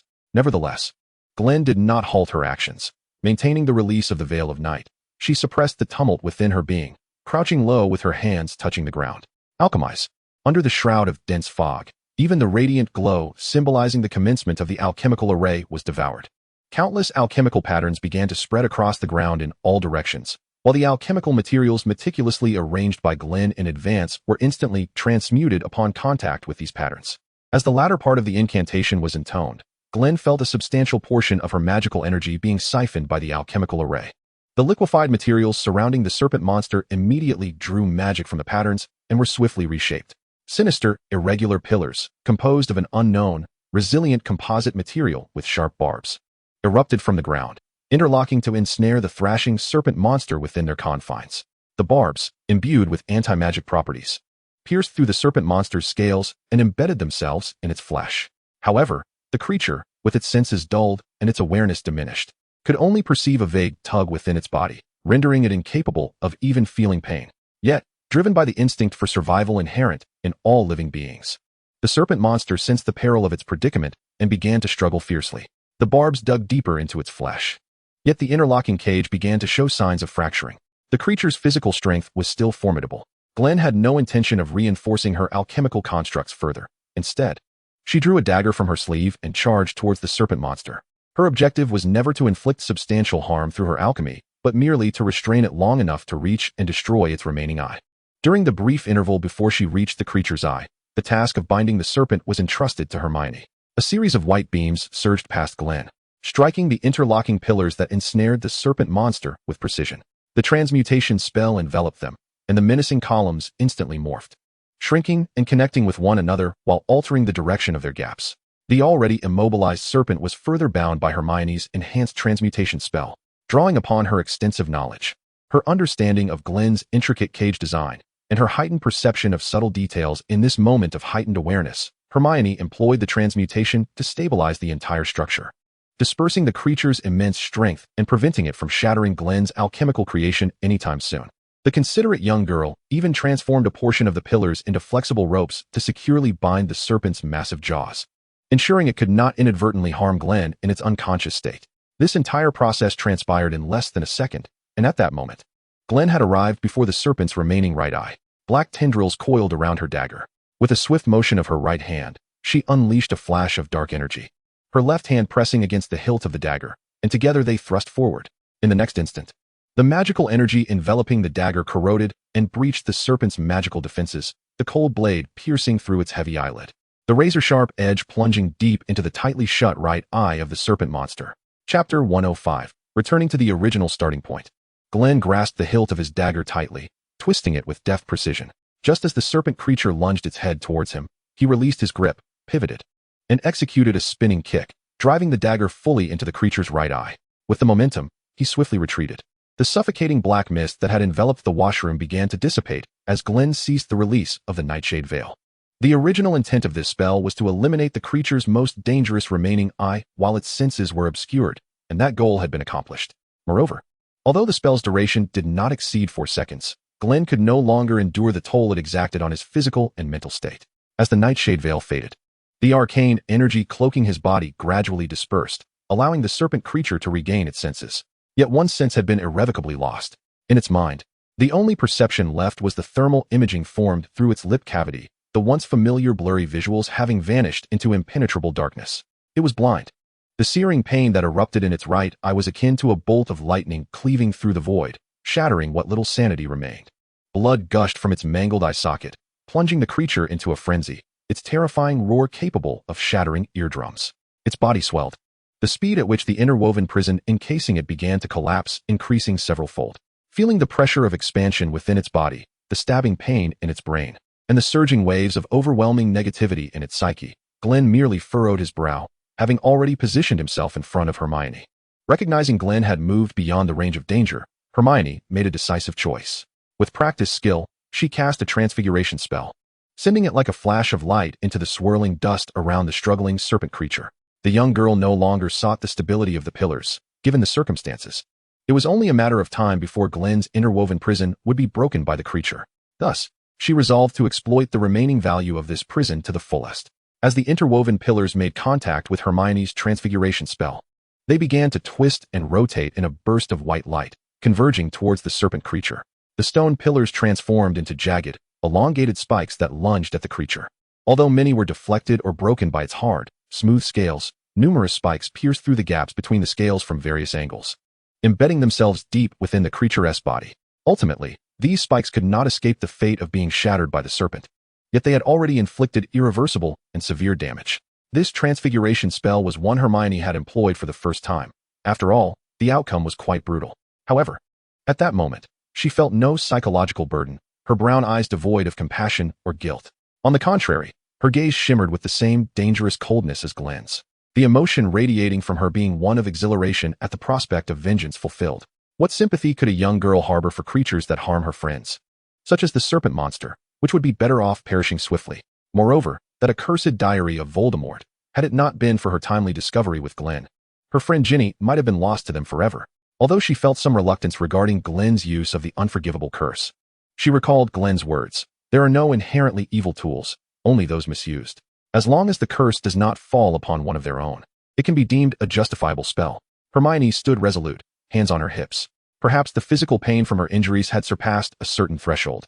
Or perhaps specific glands within her body had begun to secrete a surge of neurochemical hormones. Even as she sustained severe injuries and blood began to spray from her body, the frenzied serpent monster did not relent in its advance. To halt its crawling? Such trivialities. The transformed, interwoven cage wrought by Hermione's spell was already on the brink of collapse. The serpent monster twisted its body and shattered the cage, freeing itself from confinement. Of course, Glen, having retreated to a safe distance, did not pause.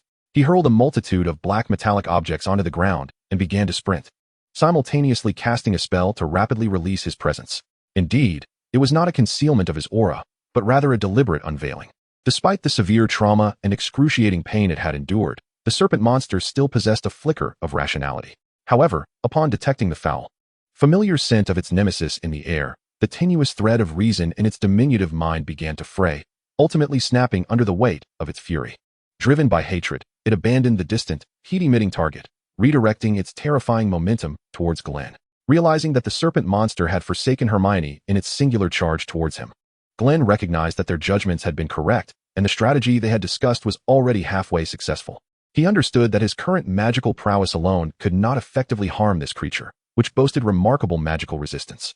Engaging in close combat might allow Glen to bypass that resistance with physical attacks, yet the time required to wear down the serpent monster would be excessively prolonged. Conversely, employing firearms or explosives could swiftly achieve his objectives. However, given its previous encounter, the beast would not allow itself to remain a passive recipient of harm. Thus, Glen was acutely aware that advancing their plan to the next phase hinged primarily on Hermione, who had but one task before her: to continuously distract the serpent monster, drawing its attention while waiting for Hermione to set her trap and lure the creature into the designated position of their scheme. Therefore, it was time to run swiftly. Glen entirely relinquished the opportunity to inflict harm upon the basilisk, whether through evasion, rolling, or employing the art of spider walking to alter his trajectory. The spells and incantations he unleashed, alongside the assault of various weapons, merely served to impede and direct the ferocious onslaught of the creature.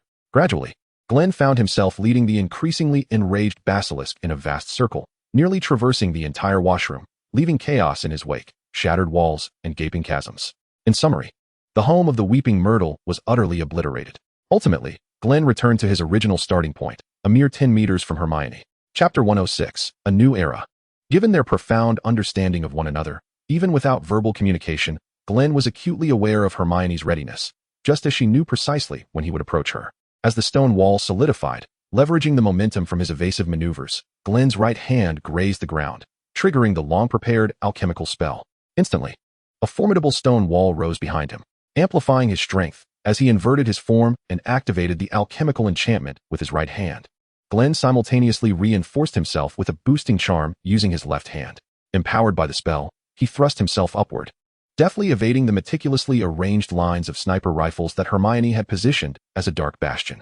Indeed, prior to diverting the Basilisk's attention and shifting his stance, Hermione had extracted an impressive array of black metallic contraptions from her black ring, specifically several sniper rifles intended for combating the beast.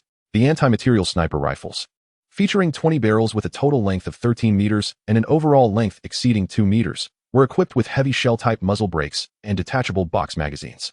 They fired large-caliber specialized armor-piercing ammunition, typically utilized against armored vehicles and ground installations. The caliber approached that of artillery, with a maximum range extending to 5,000 yards.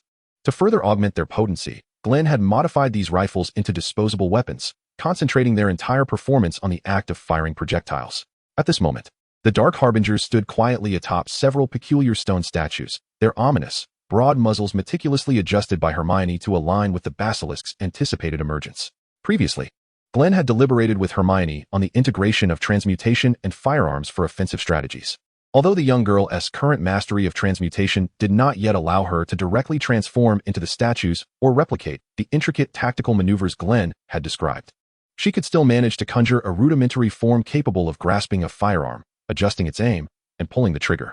Having retreated over 10 meters from her sniper position, Hermione observed that Glen had vacated the line of fire. With a determined push against the ceiling, he propelled himself toward her, prompting the young witch to swiftly brandish her wand. Boom! Almost instantaneously, the stone wall conjured by Glen was shattered by the serpent creature's violent assault. Yet Hermione, through her transfiguration, had managed to transform her appendages into grotesque forms that could, with great effort, be likened to fingers, which synchronized in unison to pull the triggers of the 20 anti-material sniper rifles. The thunderous sound that erupted was far more resounding than the earlier crash of the stone wall, reverberating through the air with a force that seemed capable of uprooting the very foundations of Hogwarts.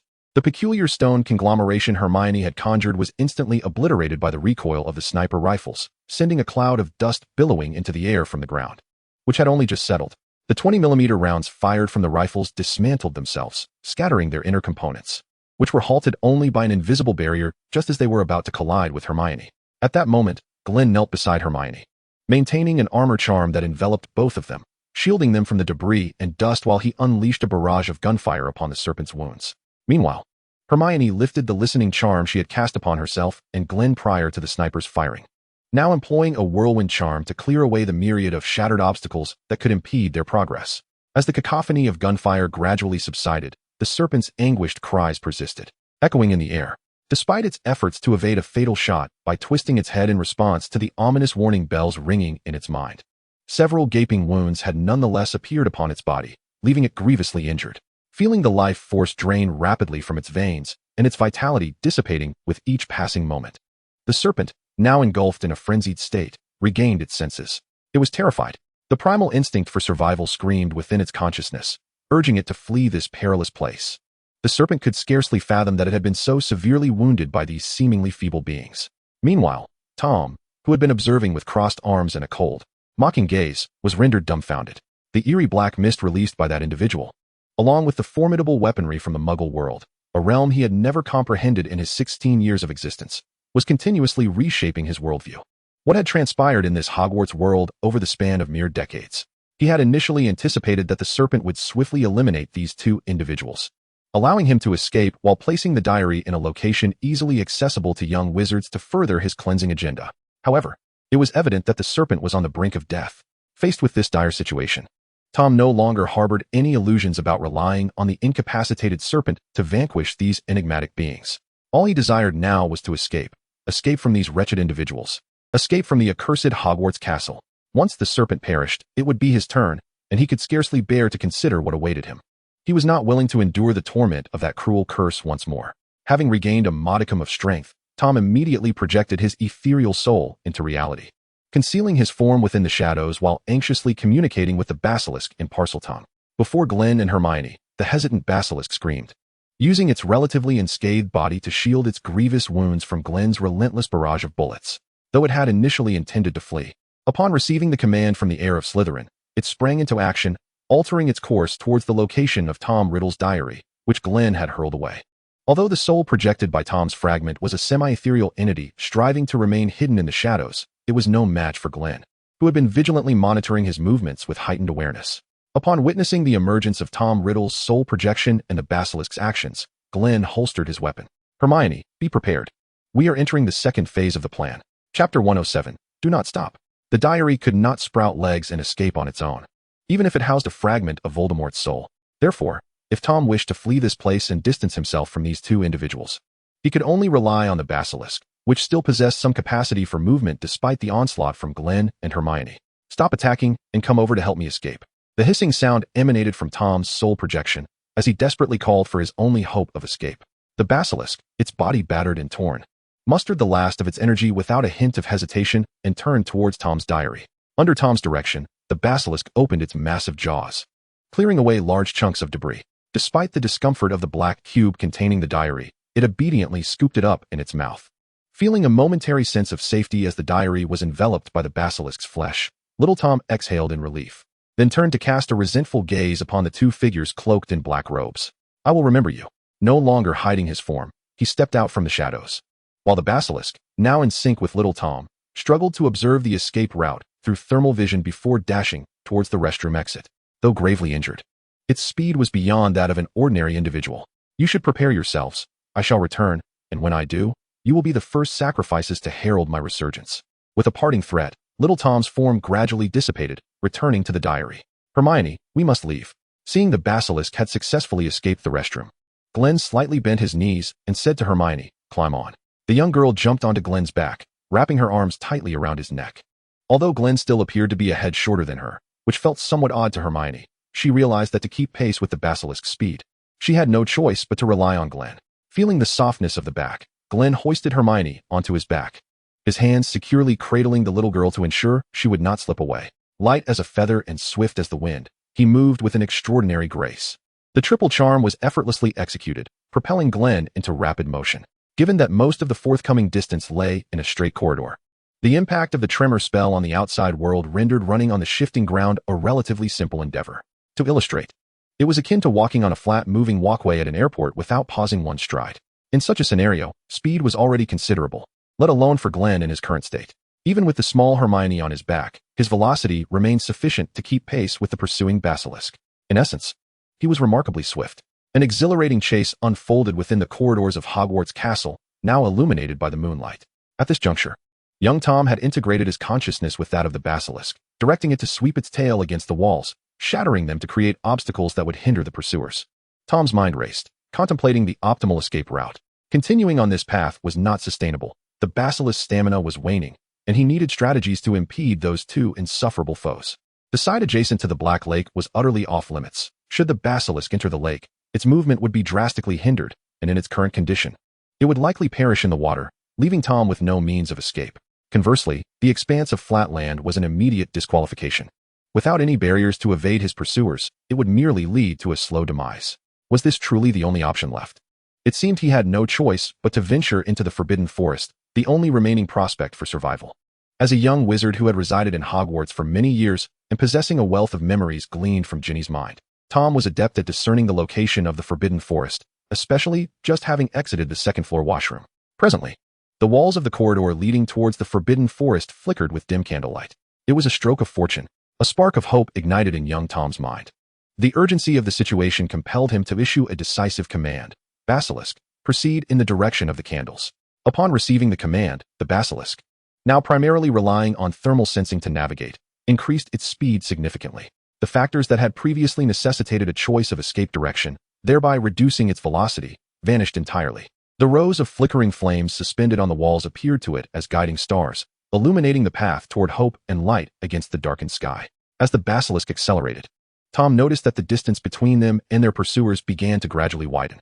Though they remained close on their trail, this was a promising sign of his impending escape. It seems to sense its own intent, and now, as it gradually approaches the outermost wall of Hogwarts Castle, near the Forbidden Forest, the pursuing assailants behind the serpent creature grow increasingly anxious. With their wands, they conjure or transfigure various obstacles in an attempt to slow its advance.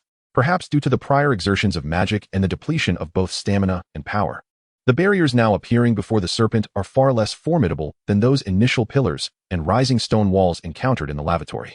Yet, mere obstacles cannot withstand the ferocious impact of the serpent once it gains momentum. The creature crawls with fervent determination, wildly thrashing its massive head, shattering and tossing aside everything in its path.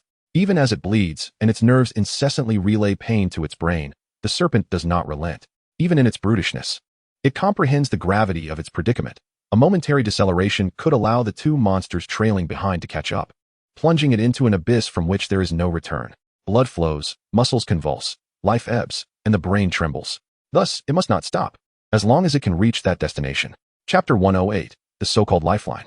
Just as we envisioned, Hermione, leaning on Glen's shoulder, peered ahead at the serpent, which advanced unhesitatingly towards the destination indicated by the candles they had ignited. Armor in place, the young girl abruptly halted her thoughts, uttering a spell and extending her wand to conjure an invisible barrier that swiftly unfolded before her and Glen, shielding them from the debris flying in all directions as the serpent's tail violently shattered the walls. Once the incantation was complete, Hermione resumed her murmuring. However, did Voldemort not find it at all peculiar that the candles in the corridor remained lit during the night? Such an incongruity coincidentally occurring as he fled should have sparked at least a modicum of doubt in him. It is entirely reasonable for the girl to wonder. Any individual privy to Glen's scheme would inevitably have similar thoughts. Yet, Hermione made a slight error. She assumed too readily. The interplay between information can be complex, and the thoughts of those who know the truth cannot be equated with those blissfully ignorant of it. Under certain circumstances, humans can easily overlook trivial details in their surroundings. A cool, feminine voice arose beneath the girl. Yes, that was Glen, whose potion-induced transformation had yet to wear off, still retaining her female form. In moments of acute danger, when survival instincts take precedence, the singular thought dominating one's mind is how to preserve life amidst the crisis. Should an incongruous element manifest within one's line of sight, yet possess the potential to bestow hope for survival upon an individual ensnared in crisis or to redirect their thoughts towards a pathway of life, that person will inevitably cast aside the incongruities of this element and fervently grasp this lifeline. This is true even for the average individual, and even more so for those who evade death and yearn for immortality. When confronted with mortality, their desperation intensifies. The soul fragment of Tom Riddle contained within the diary is but 16 years of age. Despite his apparent precocity in certain respects, he remains, at his core, an immature child, particularly in light of his fervent desire for eternal life. Furthermore, should he wish to command the Basilisk, which we have already severely weakened, to vacate Hogwarts, the only path available to him is the Forbidden Forest, a treacherous route fraught with both peril and opportunity. Our actions merely expedite his contemplation of this choice. Glen, carrying the young girl, sprinted forward. Although engaged in vigorous movement, his breath remained steady, and he calmly addressed Hermione's inquiries with an air of normalcy. The burden of overcoming the obstacles that arose was solely Hermione's, while Glen's only duty was to follow the Basilisk's advance, serving merely as a vessel for transit. He dashed across the shifting ground, altered by his application of earth-moving spells, occasionally invoking the most suitable magic to amplify his strength and enable spider-like agility. All while minimizing magical and physical exertion, he deftly navigated the uneven terrain and avoided the tumbling debris from walls and ceilings that posed an insurmountable threat. All that Glen articulated stemmed from his experiences and insights garnered during his previous life's missions.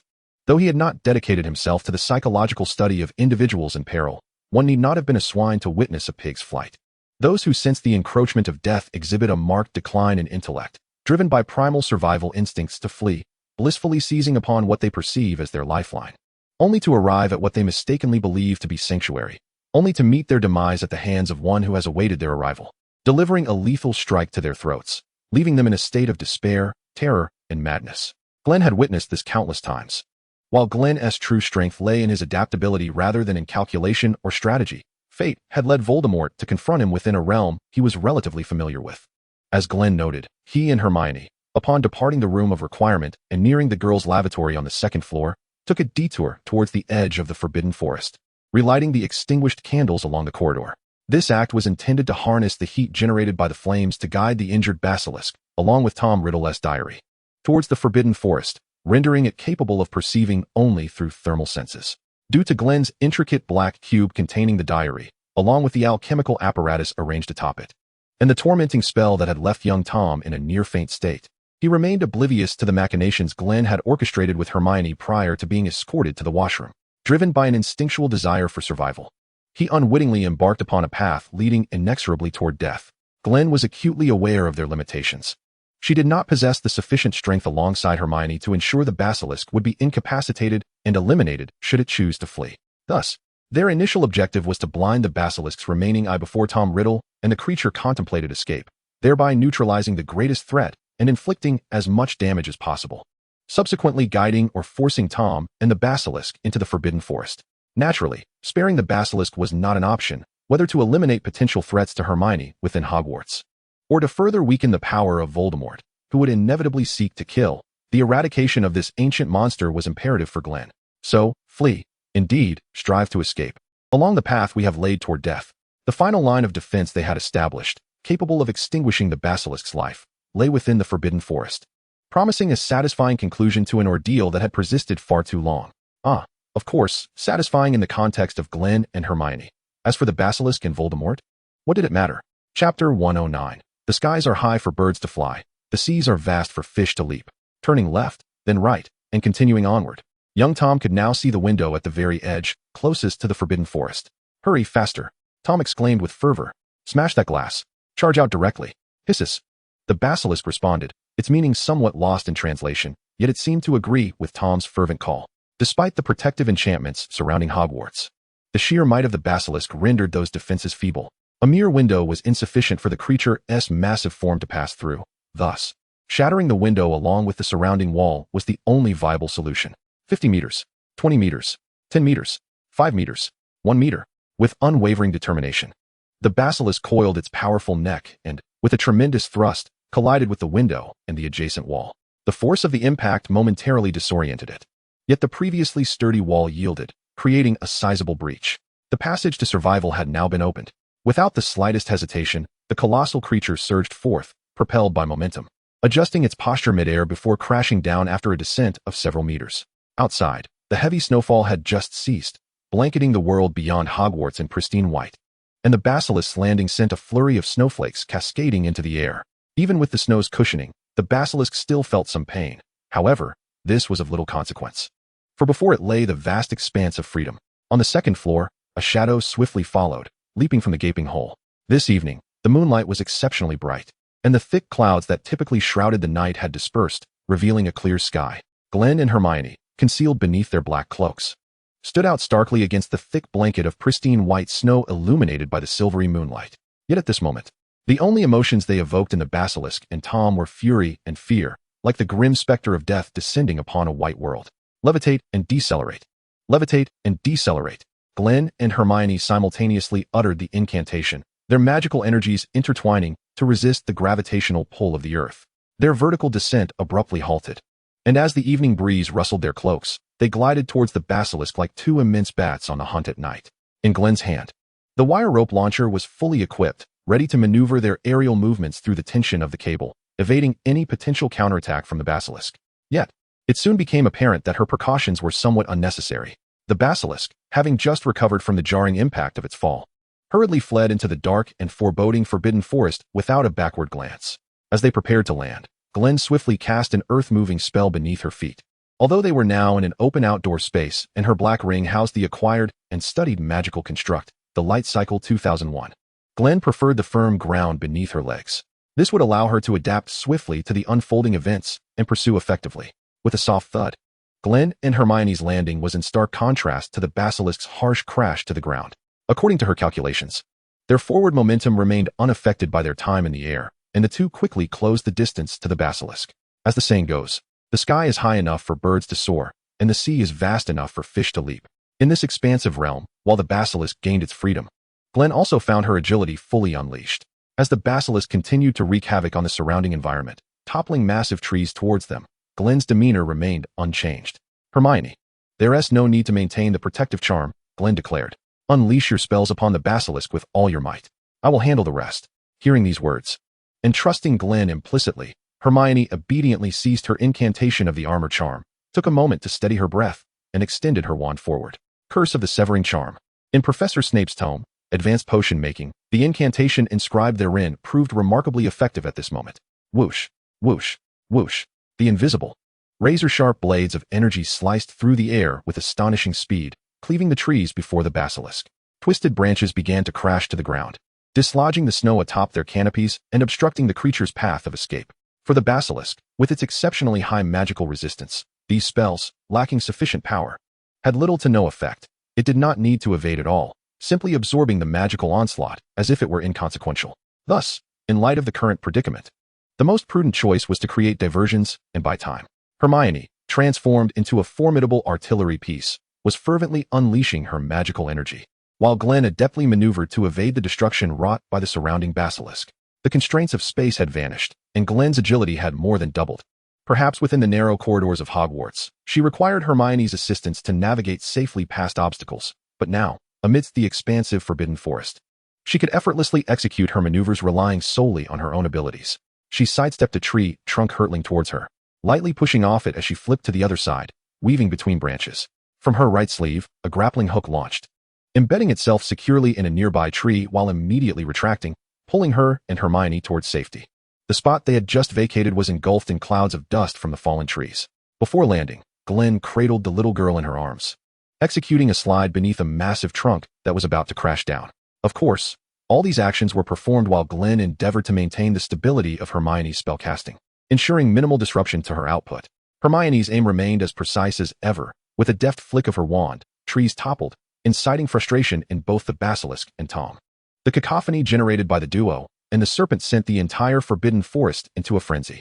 From a bird's eye view, one would observe a path being rapidly forged from the border of Hogwarts into the depths of the forest. Chapter 110, The Backup Plan. Such a commotion must have caught their attention, surely? After an intense period of magical exertion, the young girl felt fatigue settling in. She retrieved 2 vials of magical elixirs from her protective amulet, quaffing one eagerly and wiping her mouth. Seizing the moment when incantations were unnecessary, Hermione posed her question, gently tapping Glen beneath her, signaling her to open her mouth. Glen complied slightly, and Hermione uncorked the second vial, administering it to her. As the icy, refreshing potion coursed through his body, Glen felt the slightly vacant magical energy within him replenished. After finishing the azure liquid in the bottle, he gently nudged the potion vial with his tongue, prompting Hermione to retrieve it. Ah, they have arrived. Look ahead, Glen replied calmly to Hermione's inquiry, his gaze fixed intently on their target. Upon hearing this, the young girl immediately raised her head, though it seemed that no change had occurred ahead. Despite having expended much of her strength and her injured body crying out in agony, the basilisk continued to escape desperately. However, it appeared that not all was unchanged. The light above the serpent had dimmed.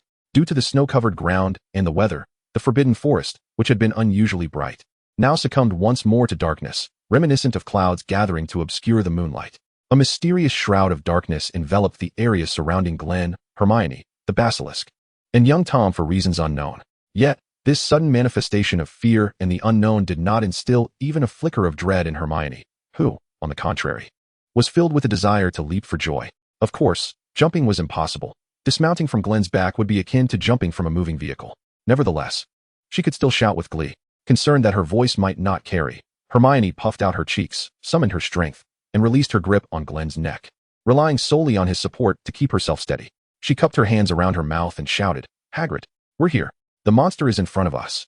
Once again, Hermione seemed to forget that she was but a young witch. In reality, amplifying her voice could have been achieved with a simple charm. Glen thought the same, but refrained from voicing it. Since Hagrid had arrived, their plan had entered its final phase. Given the current situation, the outcome of this incident seemed predetermined, so he would let Hermione indulge in her enthusiasm. With that in mind, it was time to activate the device. Glen murmured softly, then began to focus his mind, connecting with his alchemical creation. What? Hagrid? Rubius Hagrid? That big oaf? Up ahead, Tom, curled within the basilisk's mouth, evidently heard Hermione's call. Although hearing a familiar name at this moment surprised him, he did not exhibit any significant reaction. Tom understood that even if that foolish fellow joined the fray, he would be of no consequence. What could he possibly contribute? Merely a waste who enjoyed tending to bizarre creatures. Young Tom sneered disdainfully, firmly believing that Hagrid's involvement would prove futile. He seemed poised to say something further, but a sudden, violent tremor abruptly interrupted his thoughts, followed by the agonized roar of the basilisk. What is happening? What is going on? Cursed be it. The serpent's senses and consciousness were utterly disoriented, rendering me incapable of establishing a connection. In his desperate quest to discern the unfolding events, an anxious Tom found himself completely unable to link his consciousness with the serpent, forcing him to project his soul into the external realm. Upon his emergence, Tom immediately sensed that something was amiss. The serpent had ceased its movements, writhing agonizingly upon the ground. Its maw was a gruesome tableau of flesh and blood. No longer could it be rightly termed a mouth. The serpent's jaw had vanished, leaving only the upper half, which was gushing blood profusely, the charred flesh above it emitting acrid, black smoke, while the dark crimson blood splattered against the white ground. A stark and jarring contrast. An explosion? But why? Faced with this harrowing scene, Tom was momentarily paralyzed. And then his memory drifted back to a little over 10 minutes prior, when he had been confined within that small black box in the all-granding room. Within that box lay not only his cherished diary, but also a multitude of enigmatic black cubes of unknown purpose. As this realization dawned upon him, Tom's chaotic mind, driven by the instinct for survival, was jolted awake, a chill creeping through his heart. Could it be that at that moment, that wretched individual had foreseen the current predicament? Enraged, young Tom ground his teeth together, finally grasping the purpose of those peculiar items. That accursed fiend had surrounded his diary with explosives. This villain understood that he was constrained by the diary, and should he find himself in a passive situation, his only means of escape would be through the serpent. It was precisely this calculation that led that scoundrel to act thus. How infuriating. Was it to end here? No, no, no. I still have a chance. The serpent has merely lost its jaw, and its brain appears to have sustained only the shock of the explosion. Its bodily functions still operate. If it can swallow my diary, it may yet carry me to safety. The expression of despair on young Tom's face transformed back into one of determination. When confronted with death, one often unleashes an unparalleled vigor. He would not succumb to despair in the face of such dire circumstances. I still have a chance. Tom swiftly located the position of his diary after it was blasted away, then returned, disregarding the need for concealment, and began issuing commands to the serpent in its native tongue. Serpent, rise swiftly. My diary lies beneath the thicket 10 meters to your right rear. Hasten and swallow it whole. Act now. It is not yet over. We still have a chance to survive. Chapter 111, Divine Intervention. But do Tom and his companions truly have a chance? Taking advantage of his weakness, Glen's relentless pursuit is her hallmark. She would never let such an opportunity slip away. With Hermione's cries serving as the signal for the preordained detonation of the alchemical explosives, the countdown to the demise of Voldemort's diary and the Basilisk's life commenced. Hagrid must have already sensed the unfolding events. The two young ones were on the verge of unleashing the lethal tactics they had meticulously prepared for today. Behold, the wind began to stir. A rustling sound emerged above their heads, adding an enchanting accompaniment to the previously desolate forbidden forest, where only the basilisk's anguished hisses had echoed, a lament or perhaps a dirge. The wind intensified, and the shadows enveloping the area inexplicably began to shrink, becoming more solid. Above, the crystalline night sky revealed its pristine darkness once again, and the radiant moonlight re-emerged, casting a gentle, cool white glow upon Glen and Hermione. The young girl joyfully looked up, while Glen remained fixated on the basilisk ahead. The shadow had diminished to a point where it could no longer conceal the basilisk's colossal form. As they drew closer, the once indistinct black silhouette gradually revealed its true nature. Glen beheld the shadow on the ground morph from a mere illusion into a form she found somewhat familiar. It was a dragon. To be precise, it was a fire dragon. Noble. Fight it! Hermione exclaimed, joyfully shaking her small fists in encouragement for the rapidly descending fire dragon. Noble. Like a bolt of black lightning, Noble soared through the canopy of the forbidden forest, undeterred by any obstacle. With a few agile rolls, it reached the basilisk, which had yet to regain its composure. Then, it opened its jaws to reveal sharp teeth that sank fiercely into the basilisk's flesh. Boom. The impact of Noble's dive sent the basilisk flying, crashing through countless tree trunks and carving a long, muddy trail through the snow. The chilling sound of sharp objects piercing through emerged, and Glen recognized it as Noble's teeth breaking through the basilisk's defensive scales. Resolute in its assault, Noble, following Glen's guidance, unsheathed its razor-sharp claws and plunged them into the basilisk's soft body, securing itself alongside its venomous bite. Wisps of black smoke billowed from Noble's nostrils, and then, a terrifying torrent of dragon fire erupted from its mouth, a concentrated blaze engulfing the spot where it had grasped the basilisk. The rich scent was anything but pleasant. A pungent odor wafted through the air, signaling the beginning of the basilisk's searing torment, as the fire dragon Noble demonstrated its formidable combat prowess. The basilisk shrieked in agony, and Hagrid, perched atop Noble's back, also cried out. It seemed Noble perceived the weight of its rider as a hindrance to its fiery onslaught, gently twisting its body to dislodge Hagrid onto the ground. Whether this action stemmed from Noble's concern for its clumsy master remains uncertain. Fortunately, the thick marten fur coat that Hagrid donned, along with his relatively high body fat percentage, meant that after rolling a few times on the ground, he emerged merely dusty and not significantly harmed. Before he could rise, Norbert's tail swept him out of the combat zone between himself and the basilisk. Hagrid rolled over to where Glen and Hermione stood, prompting Hermione to quickly leap off Glen without a second thought for the dirt covering Hagrid. And together they assisted their towering friend to his feet. "Oh, thank you, and good evening to you too, Glen, Hermione."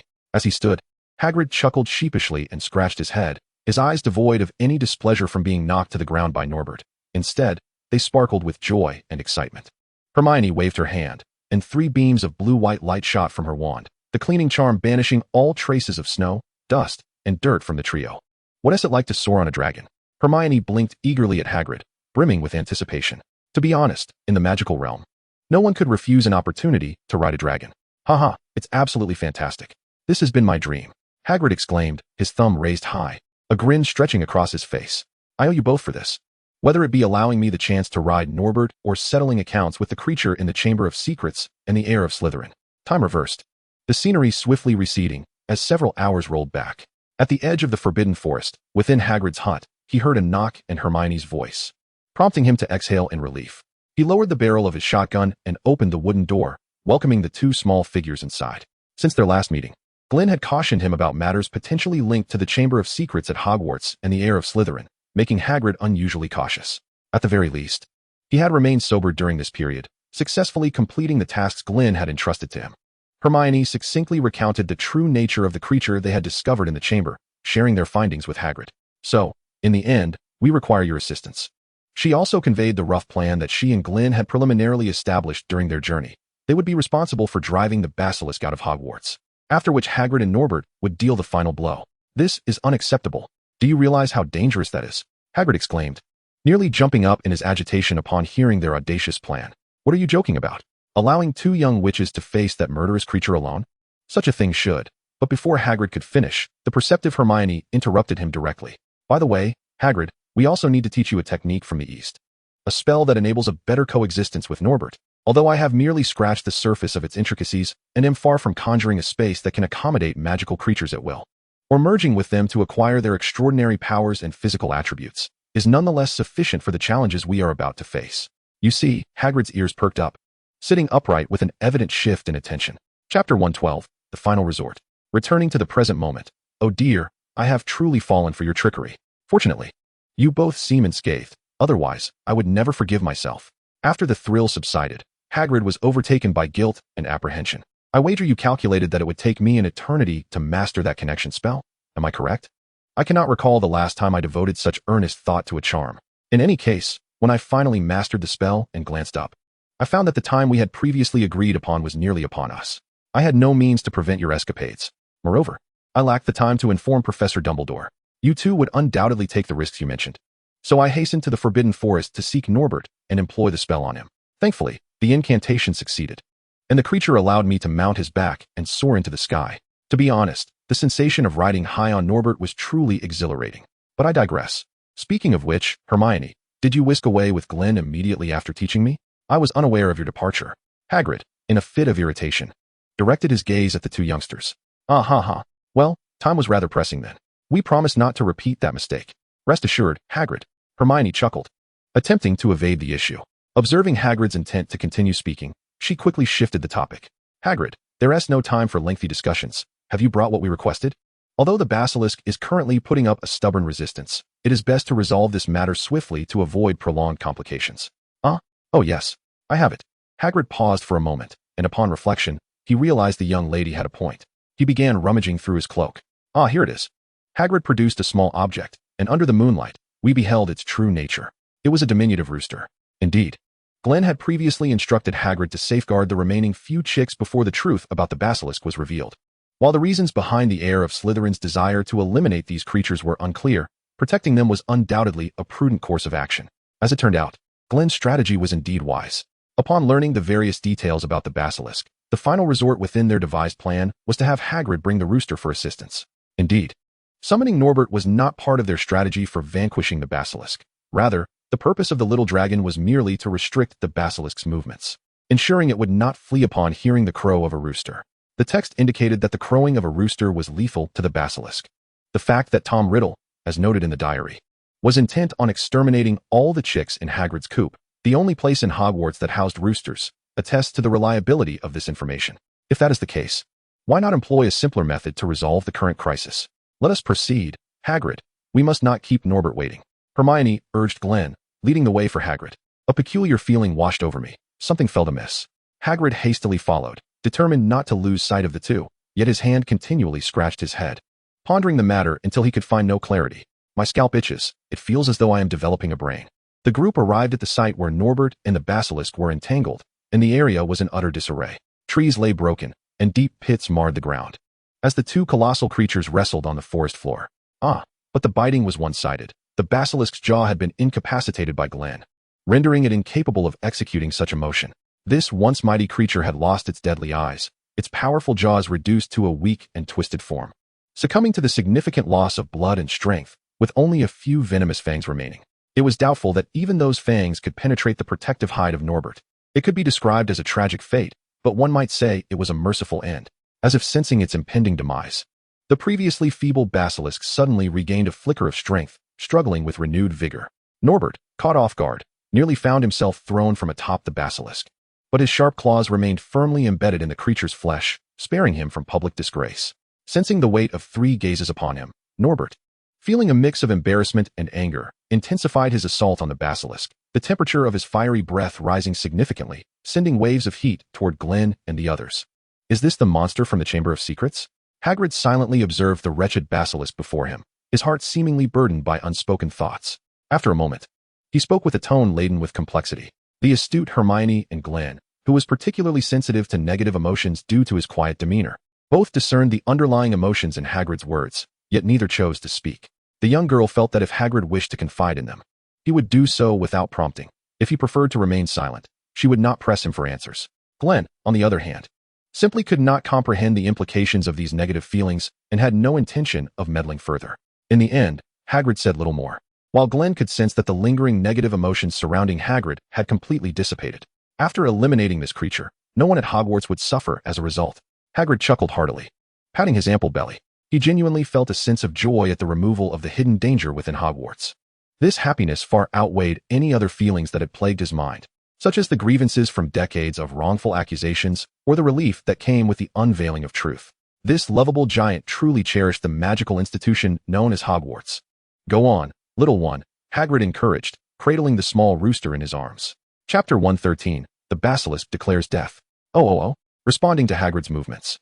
The small rooster in his embrace gazed sharply around. A loud, piercing crow echoed through the forbidden forest, sounding remarkably discordant. Clearly, this sensation was equally unsettling for the Basilisk lying on the ground. The creature, struggling beneath Norbert, momentarily stiffened, then unleashed a desperate surge of strength in an attempt to break free. However, having experienced defeat once, Norbert was not about to allow the Basilisk to wreak havoc again. With a series of resounding thuds, his dragon claws struck fiercely against the remaining upper portion of the serpent's head, while he unleashed a torrent of searing dragon fire.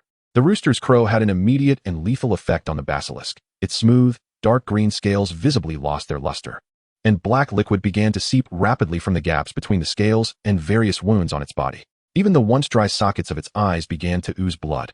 Under the combined assault of Norbert and the rooster, the Basilisk's supple form began to stiffen, its voice growing weak and barely perceptible. Its consciousness faded, thoughts became sluggish, and the pain from its numerous wounds gradually dulled. The sensation of losing its very existence, powerless to resist, plunged the Basilisk into utter despair. Before long, Norbert sensed the strength in his claws had vanished entirely. Glen and the others watched as the Basilisk's head, raised in defiance, fell into the large pit created by the two giants and lay still. Glen shouted for Norbert to prod the now limp Basilisk with his claws. When there was no response, he positioned a sniper rifle on the ground and aimed at the Basilisk's head. The shot rang out, creating a bloody hole in the center of its forehead. The bullet lodged itself within its brain. Although it did not completely penetrate its skull, the conclusion was unmistakable. This creature, which had lived for over 1,000 years and was once the Basilisk of Salazar Slytherin, one of Hogwarts' founders, had now lost all vitality. The Basilisk was declared dead. Hagrid gazed at Glen as he dealt with the formidable creature, wiping the cold sweat from his brow. He cradled the little rooster back into his arms and turned his attention once more to the serpent-like monster, now confirmed to be lifeless. Is this truly the end? Hermione inquired, observing Norbert, who, seemingly bored by the demise of their foe, circled the cold corpse of the serpent, occasionally prodding it. Yes, the threat posed by this incident, instigated by the heir of Slytherin, has now dissipated. However, there remains a crucial task we must undertake. That is to retrieve Tom Riddle's diary. Glen replied, his gaze shifting to the diary he had been searching for since his arrival, which he had only just found moments ago, with the danger now averted. It was indeed time to address this troublesome matter. Indeed, but how do you intend to handle it? Hermione crossed her arms, following Glen a few meters in front of Tom Riddle's diary. Let me be clear. I will not permit you to continue interrogating the diary regarding Voldemort's affairs using that particular curse as you did before. It is best to avoid such spells whenever possible, for they are detrimental to your soul and consciousness. While I can always assist you in dispelling the influence of that malevolent entity, it is precisely because I can wield holy power to eradicate those effects that I understand why such spells are deemed unforgivable. Hermione cast a subtle glance at Hagrid. Although the giant stood at a distance, she refrained from uttering those 5 words. You know what I mean. Glen was acutely aware of what Hermione was implying. The unforgivable curse undeniably impacts the caster's mind and spirit, a fact that cannot be contested. In truth, any spell tainted by negative emotions can yield similar consequences, albeit to varying degrees. Undoubtedly, the capabilities and effects of such spells are broader and more potent than those of ordinary incantations, which is equally undeniable.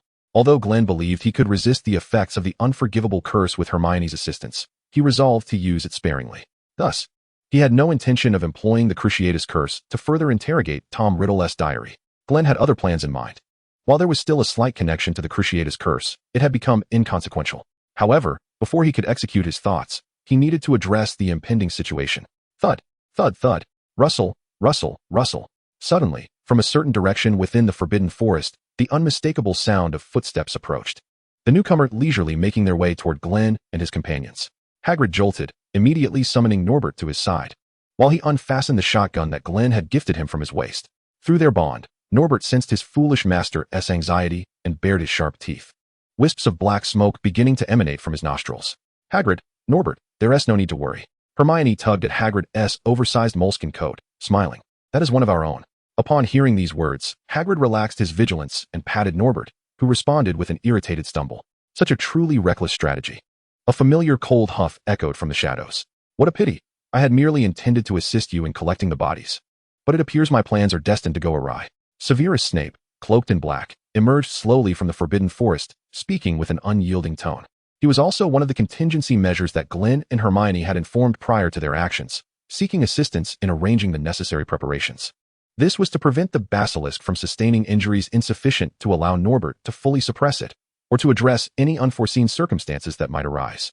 Upon Snape's appearance, the surroundings fell silent, and Glen, maintaining a stoic expression, spoke up. Professor Snape has made his entrance. Do you not intend to reveal yourself, Professor Dumbledore? Almost immediately, a ripple in the air revealed the towering figure of Dumbledore materializing from the void. Glen, I am curious as to why you did not seek my assistance before your endeavor, Dumbledore inquired, his demeanor unperturbed by the potential awkwardness of his revelations. Smiling amiably at Glen, for I personally believe that even without notifying you, you would certainly be watching us from the shadows, Glen began, but was swiftly silenced by Hermione's hand over his mouth. Hey, Glen, how rude. Hermione chided, smiling as she tightly covered Glen's mouth, showing no signs of releasing him. Her hushed voice, though stifled, clearly reached Glen's ears. Though it is true that Professor Dumbledore's appearance at this juncture is expected, he is merely concerned for our safety. This sentiment aligned with Glen's thoughts, as he had confidently asserted prior to their action that Dumbledore would indeed arrive. Though his earlier words may have slightly offended Dumbledore, Glen's intuition had proven accurate, which the young girl mused inwardly. Indeed, Glen did not doubt that Dumbledore was covertly monitoring the situation. Based on last year's experiences and how he managed similar affairs, Glen could only speculate. However, the book on magical creatures that appeared in her line of sight just before their undertaking confirmed her thoughts. The heir of Slytherin, the Chamber of Secrets, and the Basilisk. Dumbledore likely had all of this thoroughly investigated and was simply biding his time, possibly plotting something anew. Glen, however, had little interest in such complexities. Her disposition was to swiftly resolve danger, tasks, and objectives. It felt as though Dumbledore were engaged in a game of chess against Voldemort, with the chessboard placed in Glen's path, inviting her to participate. Yet, Glen simply knocked the board over with a dismissive kick and continued on her way without a backward glance. As Hermione noticed that Glen had no intention of continuing to speak, she released her hand that had been covering his mouth. Now, surrounded by allies and with 2 professors present, the diary of Tom Riddle had been securely sealed by Glen once more, allowing her to shed her disguise. She pulled down her hood and inhaled deeply the crisp, refreshing air. The young girl still found the sensation of having her face covered somewhat uncomfortable, feeling stifled by it. Glen also lowered his hood and the mask that had concealed his features, lifting the enchantment that had shrouded them both. "Who are you?" Professor Snape asked with a piercing gaze, scrutinizing Glen. He had detected something amiss in Glen's voice earlier. It sounded peculiar indeed. Now, it appeared that not only was the voice strange, but his appearance had also undergone an unsettling transformation. This was not merely a superficial change. The sweetness of his demeanor seemed to transcend gender. At that moment, Snape finally grasped how the inquiries Glen had previously made to him were being utilized. "You went to such lengths just to infiltrate the Gryffindor girls' dormitory?" Snape swiftly discerned the true motive behind Glen's research into gender transformation potions. Clearly, Glen had begun his studies long before the incident in the Chamber of Secrets unfolded, making his intentions rather evident. In contrast to Hagrid, who was rendered speechless by the shock, Dumbledore maintained a calm demeanor, having already processed the astonishment once before. "Professor Snape, there is no need for such harsh words. Glen's actions are primarily aimed at resolving the current situation and rescuing Ginny from Tom's control," Dumbledore remarked. "However, should the restrictions of the Gryffindor girls' dormitory be further tightened?" This last comment was made somewhat quietly. Upon hearing it, Snape scoffed, choosing to disregard Dumbledore's jest. "Even now, you still refer to him as Tom?" The old bat questioned sternly, arms crossed and face grim. Dumbledore merely sighed softly and shook his head, opting not to elaborate further on the matter. Yet, Hermione could discern the complex emotions hidden within the depths of the elder's azure eyes, obscured by the crescent-shaped glasses. With Dumbledore silent once more, Snape lost interest in him. He cast a glance at the sleeping dragon, Norbert, sprawled indifferently behind the chuckling Hagrid, and approached the long-deceased Basilisk's corpse. As previously agreed, "We shall divide the materials from this creature evenly." Snape crouched beside the massive body of the Basilisk, his wand already in hand, poised to extract potion ingredients. "Understood," Glen replied. This was the prearranged price for having Snape provide support, and although Snape had not actively engaged, his mere presence at the scene was, in Glen's view, sufficient to fulfill his responsibility. Snape froze momentarily, a look of distaste crossing his face. "It would be best if you kept quiet. Your voice truly unsettles me." After a brief silence, Snape quietly added, "I would like a copy of the data and the method for the potion you developed." "All right," Glen responded. Snape snorted and began to focus on dissecting the various parts of the basilisk from which potion ingredients could be harvested. With the conversation between Glen and Snape temporarily at a standstill, Dumbledore initiated his own dialogue. "Glen, may I take a look at Tom's notebook?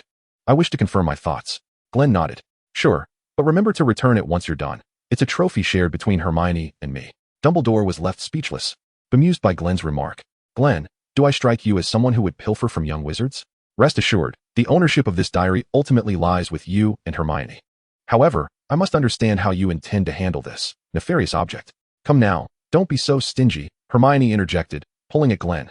Feeling as though she was babysitting, Professor Dumbledore was certainly not that sort of individual. She then turned back to Dumbledore. "It's fine, Professor. Take as much time as you need for your research. Just ensure that the diary remains intact, along with its contents. I suspect Glen wishes to study it as well." "Of course, I will keep a close watch on Glen to prevent any mischief," Hermione declared, patting her chest earnestly. "I trust you can manage that, Hermione." Dumbledore replied with a smile, nodding in her direction before casting a cheerful glance at Glen, who, with a stoic expression, levitated the diary, now secured in a small black box, into Dumbledore's hands. Dumbledore nodded back at Glen, then adopted a more serious demeanor as his fingers brushed against Tom's diary. Opening it. Chapter 115. Distribution Method. Glen and Hermione had no intention of lingering beside Dumbledore to observe what their headmaster planned to do with Tom's diary. As soon as the old wizard opened the notebook, they discreetly took their leave. It was a case of one being proactive while the other was passive. Although Glen was indifferent to Dumbledore's affairs, she remained rooted in place, lacking any self-awareness, only to be pulled away by the little girl who returned. With Dumbledore preoccupied with the diary and Snape extracting materials from the basilisk's corpse, the two decided to join Hagrid and Norbert, idly engaging in playful antics with the long-unseen dragon. Despite Hagrid being Norbert's rightful owner, it was evident that Norbert was more compliant with Glen and Hermione, perhaps out of instinctual reverence. Therefore, regardless of how they petted the dragon, Norbert did not resist. Instead, he lay on his back, exposing his belly, which made Hagrid envious. In contrast, a mere touch from Hagrid would earn him a slap, and it was only his large stature that spared him from numerous hardships. Nevertheless, it seemed that Norbert might be a female dragon. Would calling her Norbert feel somewhat peculiar? The name Noble has always seemed to carry a masculine connotation. Having had the opportunity to engage closely with dragons, Hermione has evidently dedicated considerable effort to mastering knowledge pertaining to these magnificent creatures. Now, upon encountering Noble once more, she expresses her perplexity. What? Noble is a girl? Hagrid, who had been stealthily stroking the dragon's tail, is taken aback. He had never realized this fact before. It is astonishing that a lover of magical creatures like him, whose greatest aspiration is to possess a dragon companion of his own, could make such a significant oversight. Perhaps it is merely Hermione's imagination, but she seems to detect a hint of anthropomorphic disdain in the eyes of Noble, who lies reclined. This prompts her to rub her eyes. Surely it must just be my imagination? Then she witnesses Hagrid, attempting to ascertain the truth, being swatted to the ground by Noble's tail. Well, it appears that it is not an illusion after all, as she observes Noble turning to Glen and playfully sticking out her tongue in an attempt to lick her face, only to be met with Glen's impassive grip on her tongue. Hermione finds the scene genuinely amusing. Perhaps we should consider renaming Noble. Being a girl yet treated as a boy by Hagrid, a more feminine name might foster a better rapport between them. Hermione proposes this idea, and while it may hold only a modicum of validity, she, as a fellow girl, hopes for a name that better reflects Noble's femininity. I think that's a splendid idea, Hagrid admits, awkwardly scratching his head. He rises from the ground, brushing off the dust from his clothes, and turns to face Noble. What do you think, Noble? Noble, released from Glen's grasp, lets out a loud snort, and wisps of smoke, remnants of her dragon breath, waft from her nostrils. She shakes her head slightly, seemingly nodding in agreement. Thus, the decision to rename Noble is solidified, with Hagrid and Hermione taking charge of the matter while Glen discreetly steps aside, disinterested in the proceedings and aware of her own inadequacy in naming. Even if she wished to join, Hermione would surely decline her involvement. A fleeting thought of feeling dismissed crosses Glen's mind, but it dissipates like foam upon the sea. She turns her gaze, having noticed that Noble's attention has been fixated on the direction of the basilisk's corpse. Is she hungry? After a brief moment of silence, contemplating what Noble might be thinking, Glen speaks up. Noble, having had her thoughts uncovered, does not immediately respond to Glen's inquiry, as she too is lost in contemplation. Ultimately, however, her instincts triumph over her thoughts, and she nods in acknowledgement. While she feels a deep-seated respect for this human before her, it is undeniable that a bond has been forged between them.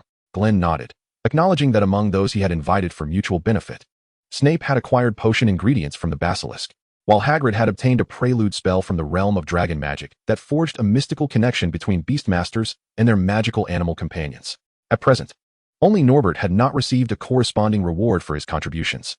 Thus, he stepped beside Snape, who was wearing a sinister smile of triumph, skillfully wielding his wand to cast spells that disassembled the basilisk's carcass into various parts. How shall we assess the value of the potion materials from the basilisk? Glen inquired. The fangs and venom glands, along with the venom they produce, hold the highest worth, followed by the scales.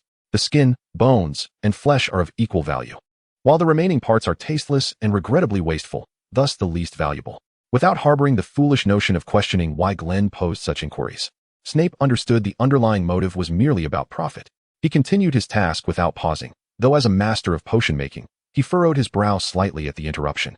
Opportunities to procure the freshest potion ingredients directly from a basilisk, especially one that had lived for over a millennium, were exceedingly rare. Such chances might only arise once in a lifetime, and Snape had fully immersed himself in the endeavor.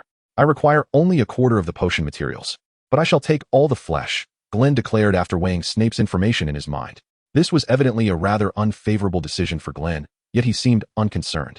Suit yourself, Snape replied, unwilling to critique Glen's foolish choice, as he would prefer to claim all the materials from the basilisk for himself.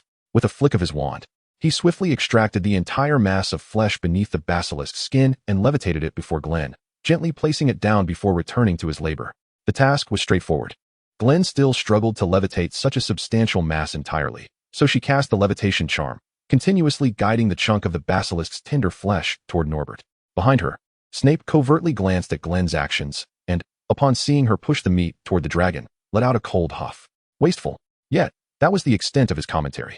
Chapter 116, Soul Artifacts. Sizzle, sizzle, sizzle. That was the sound of something slicing through the air and cutting flesh. Glen employed the most fundamental combat spell, summoning a blade of magical energy to envelop her dagger. The dim black radiance swirled in the air as she swung her arm, repeatedly slicing the basilisk's flesh into pieces.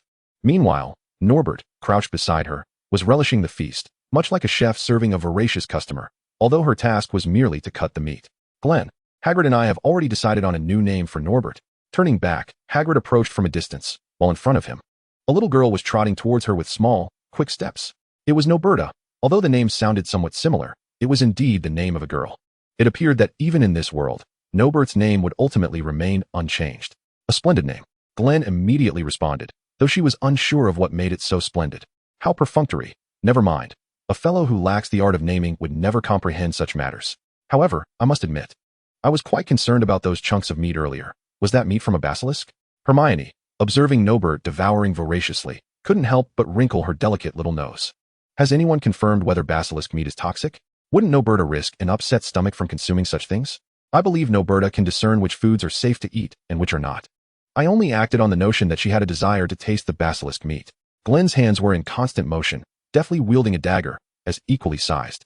Exquisite morsels of meat continued to soar towards Noberta.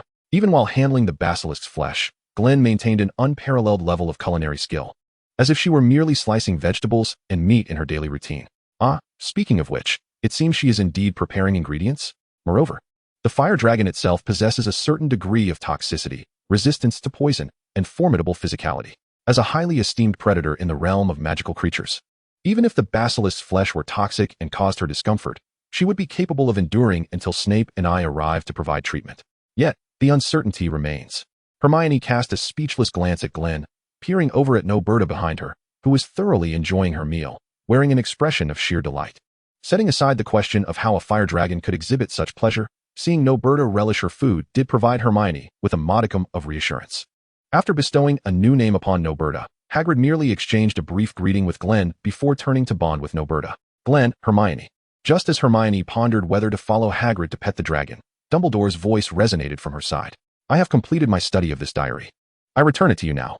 The elderly wizard held aloft Tom's diary, addressing the two young ones. With a wave of her hand, Glen summoned the small black box that had previously contained the diary, and with a flick of her left hand, she took control of the diary from Dumbledore, guiding it into the box and sealing it shut. Do you recall the matter I mentioned to you last year? I suspect you have perhaps deduced something by now. Dumbledore inquired, though Glen could glean nothing from his expression. The method that allowed Voldemort to escape death? Dumbledore nodded, sighed, and continued, indeed. While last year I merely harbored suspicions, having now witnessed this diary with my own eyes, I am able to draw a conclusion. That exceedingly malevolent method employs a magical artifact known as a Horcrux. As the term suggests, it is an object that contains a fragment of the soul of its owner. The notion of a soul may not be entirely accurate. Rather, it should be referred to as a fragment of the soul. Glen nodded, encouraging Dumbledore to continue.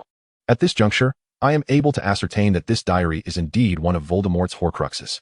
Glen continued to nod, finding no surprise in Dumbledore's assertion. Given that the diary harbors a shard of Tom's soul, it is difficult not to associate it with the extreme means of immortality that Dumbledore previously mentioned. It now appears that my thoughts were correct.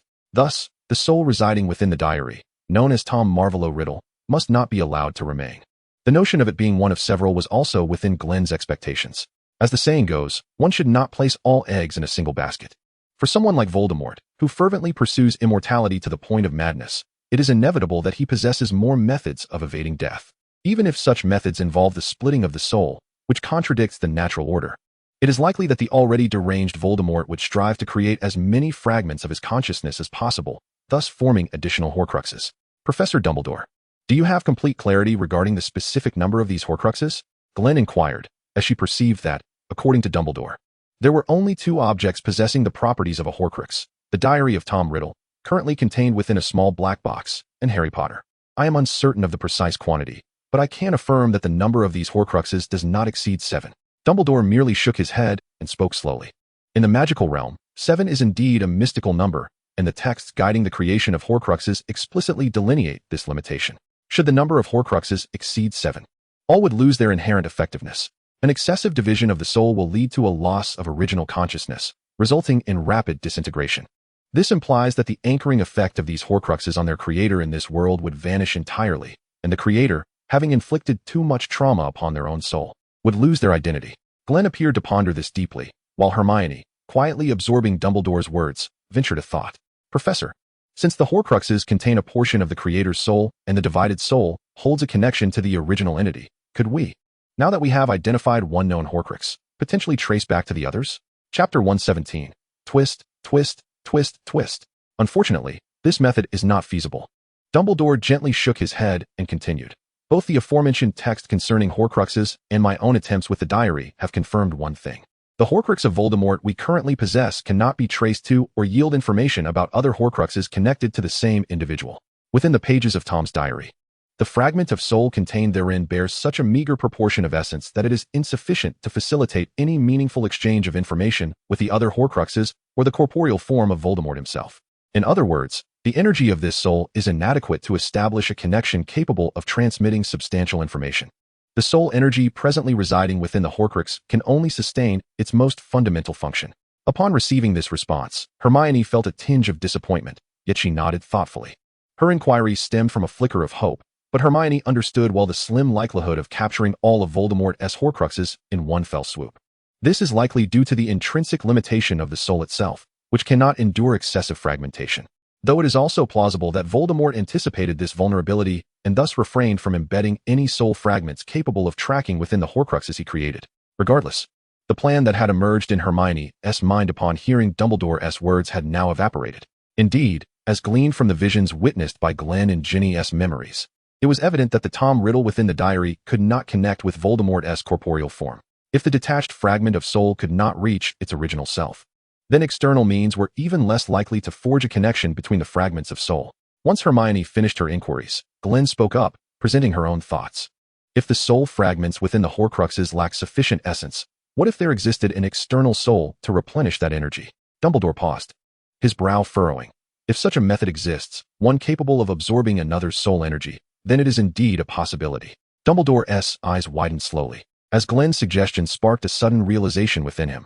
It seems, Professor, that you are aware of this matter, Glen calmly stated, her gaze fixed unwaveringly upon Dumbledore's face since she uttered her previous words. Now, she had acquired the information she sought. Glen aimed to ascertain two pieces of information: the feasibility of her hypothesis and the knowledge possessed by Dumbledore himself. When did you discover it? Regarding the matter concerning Harry. Noticing his expression was betraying him, Dumbledore sighed, a wry smile creeping upon his lips. To be honest, Glen, this child possesses a perceptiveness that can be somewhat unsettling at times. Indeed, the matter to which Glen referred, that Dumbledore lamented, pertains to the incident involving Harry Potter, the fragment of Voldemort's soul that inadvertently latched onto Harry's essence. Today, Glen finally found an opportunity to extract the information she desired from Dumbledore, confirming what had previously been merely a highly probable conjecture. The initial awareness emerged on the very first day of first year, after the Sorting Hat ceremony, when I sensed a subtle connection arising between Harry Potter and Quirrell, who was possessed by Voldemort. Doubt began to creep in last year when you summoned me to your office, intending to firmly present your plans. It was only upon my return to the dormitory, after deep contemplation, that I reached this conclusion. My skepticism intensified during subsequent studies, as my understanding of the soul deepened, leading me to this belief. However, now, upon witnessing your reaction, I am entirely certain. Harry Potter is, indeed, one of the Horcruxes of Voldemort, Tom Marvolo Riddle. The most astonished among us must undoubtedly be Hermione, who has been left utterly bewildered by the unfolding conversation. How did our discussion shift from my inquiry to the startling revelation that Harry is a Horcrux of Voldemort? Judging by Hermione's character, Glen felt it prudent not to share such an uncertain speculation with her, especially since it concerned someone in her vicinity, regardless of their limited acquaintance. Such knowledge could only burden her unnecessarily. Thus, Glen refrained from disclosing this significant conjecture to Hermione. Overwhelmed, Hermione struggled to process the perplexing information she had just received. After a moment, she took a deep breath and extended her hand, pinching the soft flesh at Glen's waist. Ouch, that hurts, Glen remarked, her expression remaining unchanged, devoid of any hint of complaint. Don't speak yet. Let me vent for a moment, Hermione retorted, resembling a little hamster with her cheeks stuffed, her delicate face puffed up, and her lips forming an adorable pout, embodying frustration yet exuding undeniable cuteness. I remember you telling me to express my thoughts more openly. This internal monologue of Glen's remained unspoken, unworthy of attention. In truth, Hermione did not apply much force in reprimanding Glen. After a brief pinch, she ceased her actions, crossing her arms and narrowing her eyes at Glen. Understanding Hermione's intentions, Glen turned to Dumbledore. Since this matter is already known to both Hermione and me, perhaps you could elucidate the details regarding this situation for us. Hey, don't redirect your frustration.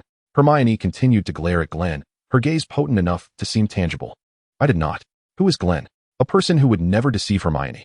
Since the young girl sought clarity on the matter, it would be more beneficial for Dumbledore, who possessed greater insight, to explain it to both of them, thus filling in the gaps in Glen's knowledge. That was all there was to it. Dumbledore, caught between the two as a tool for light-hearted banter, appeared somewhat exasperated but offered a wry smile before recounting the night when Harry and Voldemort first met, a night that transformed Voldemort from a complete being and Harry from an unblemished child. Chapter 118, The Choice. As Dumbledore's words came to a halt, Glen and Hermione's thoughts returned from that fateful night 13 years ago. Glen wore a stoic expression, her mind a labyrinth of unspoken thoughts, while Hermione grasped her hand. Despite the myriad of experiences she had endured, the increasingly mature Hermione remained that kind-hearted girl. Her eyes reddened, and her grip on Glen's hand tight, reflecting her emotional turmoil. The more detailed and comprehensive information gleaned from Dumbledore surpassed the heart-wrenching accounts she had encountered in newspapers. Concurrently, her disdain for Voldemort and his Death Eaters ascended to new heights, and her understanding deepened. The one destined to conquer the Dark Lord approached a lineage that had triumphed over him thrice, born at the end of July, marked as his formidable adversary. Yet, he possessed an energy unknown to Voldemort. One must perish at the hands of the other, for both cannot coexist. Only one shall survive. The one endowed with the power to vanquish the Dark Lord would be born at the month's end. Hermione murmured softly, reiterating the prophecy Dumbledore had shared with them. The sheer absurdity of such a prophecy choked her voice. The young girl bit her lip, her already crimson petals appearing as though they might bleed. Incomprehension, an unwillingness to grasp the reality. Compared to her contemporaries, Hermione, a young witch raised in the ordinary world of Muggles, felt the harsh truths of the wizarding world more acutely.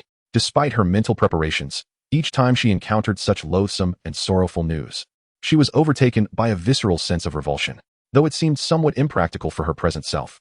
An idea had begun to take root in her heart, an aspiration to transform the wizarding realm. She yearned for a reality where such tragedies ceased to unfold, where families in the wizarding world would no longer suffer from the wounds inflicted upon their members. Though the distance to realize such a dream was vast, Hermione resolved to strive toward its fulfillment. After all, Hermione Granger was nothing if not tenacious. It seemed as though she could sense Glen's thoughts. The grip of their intertwined hands tightened. Glen shifted her hold, their fingers interlocking. She harbored no thoughts of her own, remaining indifferent to the tale Dumbledore shared regarding Harry Potter. The insights gleaned from the story bore a striking resemblance to her own conjectures, comprising over 70% similarity, and offered only limited information. Glen's perspective remained unaltered regarding matters that did not pertain to her, especially considering Voldemort occupied the top position on her list of adversaries to be vanquished. However, the complex cascade of negative emotions emanating from Hermione, stirred by Dumbledore's revelations, resonated palpably between them. The sentimental young girl's current thoughts elude Glen, yet this does not deter her from supporting Hermione without reason.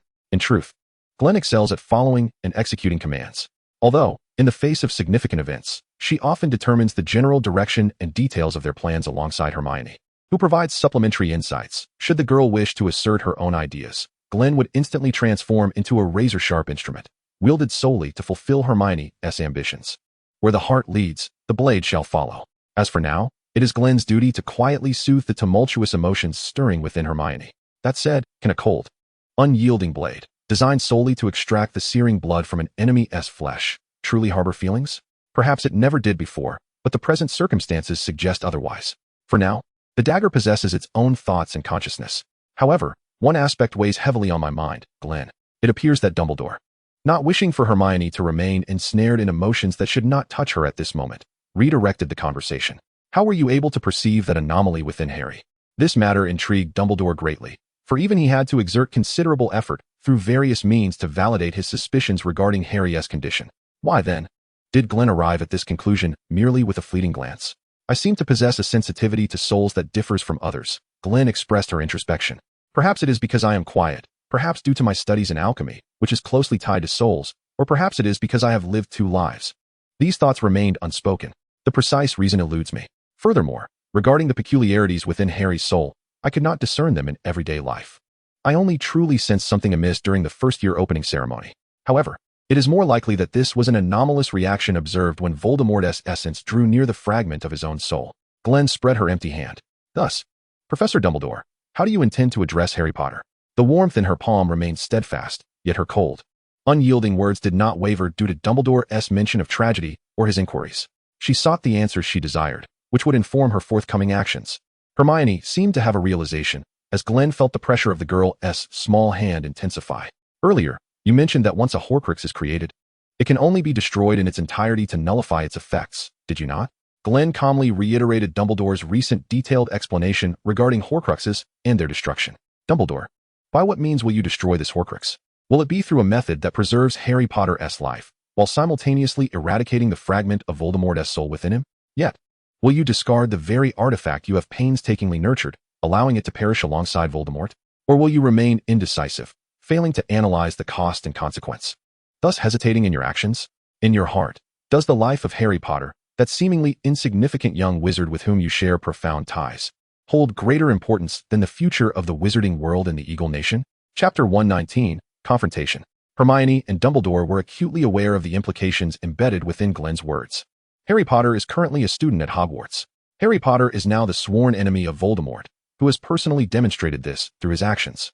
Moreover, Harry Potter is one of the many Horcruxes Voldemort has created to evade death and attain immortality, potentially the most extraordinary living Horcrux among them.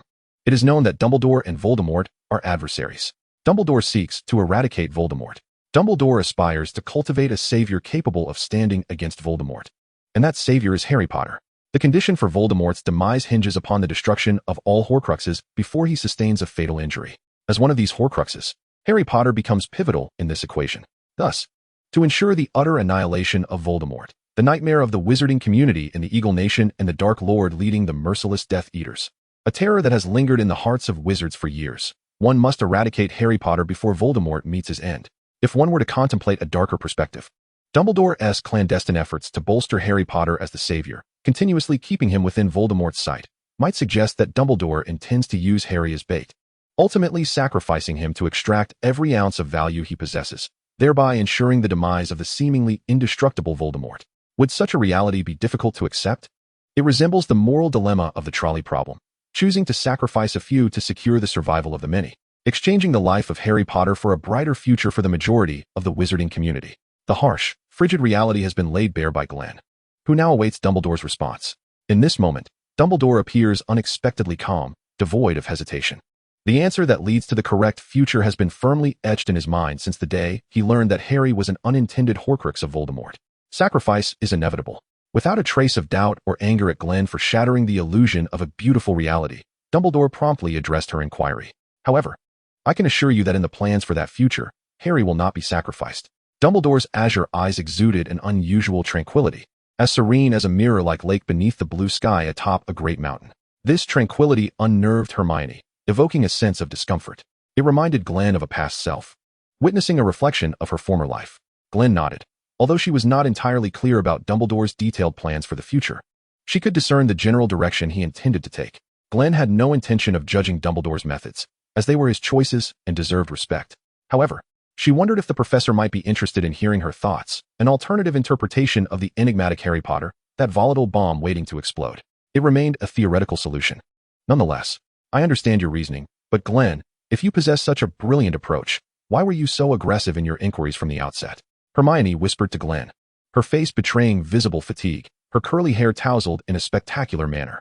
The hour was nearing noon, and due to the late hour of last night's activities and subsequent cleanup, Hermione had just recently risen, experiencing what could be termed her first brunch. Even so, the young girl felt woefully underrested. She had been roused by hunger, having expended considerable energy and stamina the previous night. Fatigued, she had returned to her dormitory and fallen asleep, completely neglecting to replenish her energy. The commotion within Hogwarts Castle last night had been so great that it had awakened nearly all its inhabitants. Young wizards from all four houses had surged into their respective common rooms, where they were promptly safeguarded by the arriving professors. Notably, due to Glen's foresight, he had cast a confundus charm on Hermione's roommates, leading them to believe that she had spent the entire night with them, thus minimizing unnecessary information leaks.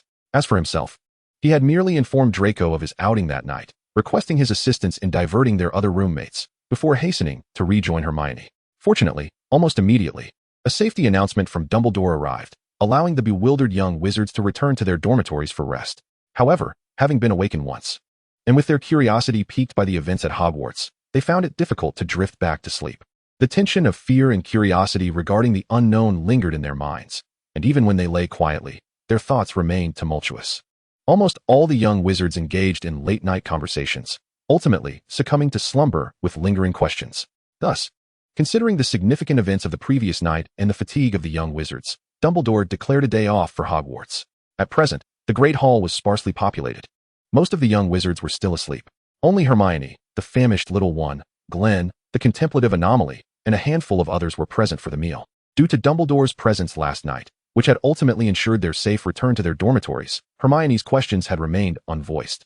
In her eyes, Glen was not the type of person who would intentionally pose awkward questions to challenge others. The question he asked last night must have held a deeper significance. Hermione felt compelled to seek clarification. An awkward question? Glen halted his eating, turning towards Hermione with an impassive expression, his small face shrouded in black satin, displaying an effort to convey a look of confusion and deep contemplation, albeit with little change. It appeared that Glen was earnestly reflecting upon his memories. It was about how to approach Harry, Hermione reminded him. If that was the question in question, I do not believe it was inherently awkward. I merely sensed that the atmosphere had reached a point where it was appropriate to raise that query, and thus I did so. Glen replied. Hermione wore a peculiar expression, her small hand resting on Glen's shoulder, which had returned to its masculine form. Glen, I should have known better than to expect you to accurately gauge the atmosphere. Chapter 120, Playing Dumb. While gently rubbing Glen's small face, Hermione subtly conveyed to him that his remarks last night, given the atmosphere, were rather blunt and easily misinterpreted, while simultaneously letting out a sigh of relief. Glen's true intention was not to embarrass Dumbledore, after all. Thus, there was no harm done. It was akin to the feeling of a parent correcting their child for speaking out of turn. Goodness, why do I sound like Glen's mother? It seems I have always borne this responsibility throughout our lives. As for the perplexed Hermione, at that moment, the face-rubbed Glen felt utterly wronged. Wasn't the conversation last night already leading in that direction? Harry Potter, Voldemort, Horcruxes, the three essential elements were all present, and at such a juncture. Should they not be combined to deduce the next phase of the inquiry? Naturally. Wanting to gain Dumbledore's perspective on the matter was indeed one of the reasons he had spoken up. Glen was eager to know how the greatest wizard of the Eagle Nation would respond to such issues from Dumbledore's standpoint. To his surprise, he discerned a sense of fatalism in Dumbledore's eyes. Dumbledore's vision for the future was a path destined for a tragic end. It somewhat resembled the feelings of my previous life, Glen mused. Yet, that was a path I could never choose in this life. If asked why, it might simply be because I now have attachments. Glen cleared his mind of the chaotic thoughts, reflecting on the insights he had gleaned from their conversation the previous night. 1. Dumbledore's original plan for the future was likely built upon his own demise. 2. Dumbledore possessed extensive knowledge of dark magic, but was profoundly resistant to employing it. For reasons unknown, he had never considered that particular spell could serve such a purpose, despite being hailed as the greatest wizard of the Eagle Nation. I hope that in due time, he might offer me some valuable advice. Glen was immersed in a world of thoughts, oblivious to the sudden force compressing the space within his mouth, causing the air to rush out and his lips to vibrate, emitting peculiar sounds. Are you even paying attention to what I'm saying? Hermione asked sternly, having noticed his distracted expression despite his outward calmness. Yes, Glen promptly replied. Then repeat what I said in my third-to-last sentence. Hermione pressed on immediately. Next time you find yourself in a similar situation, try to empathize with the other person's feelings. That is, to consider their perspective and choose your words carefully before speaking, all right? Glen accurately and completely echoed Hermione's sudden inquiry without missing a word. TSK, Hermione scoffed, exasperated by Glen's relentless ability to absorb information. What's wrong? Was I incorrect? Glen asked, expressionless, as he began to sift through his memories from mere seconds ago. Squeeze. Squeeze, squeeze. Hermione playfully pinched Glen's cheeks in response. Sometimes, acting a bit foolish and being sweet can endear you to girls, she advised, cupping Glen's face, directing her lesson at the rigid boy before her. You mean my personality? Glen questioned, bewildered by her implication. Huh? Hermione was taken aback by Glen's direct and abrupt question. His bluntness had remained unchanged. Her cheeks flushed slightly.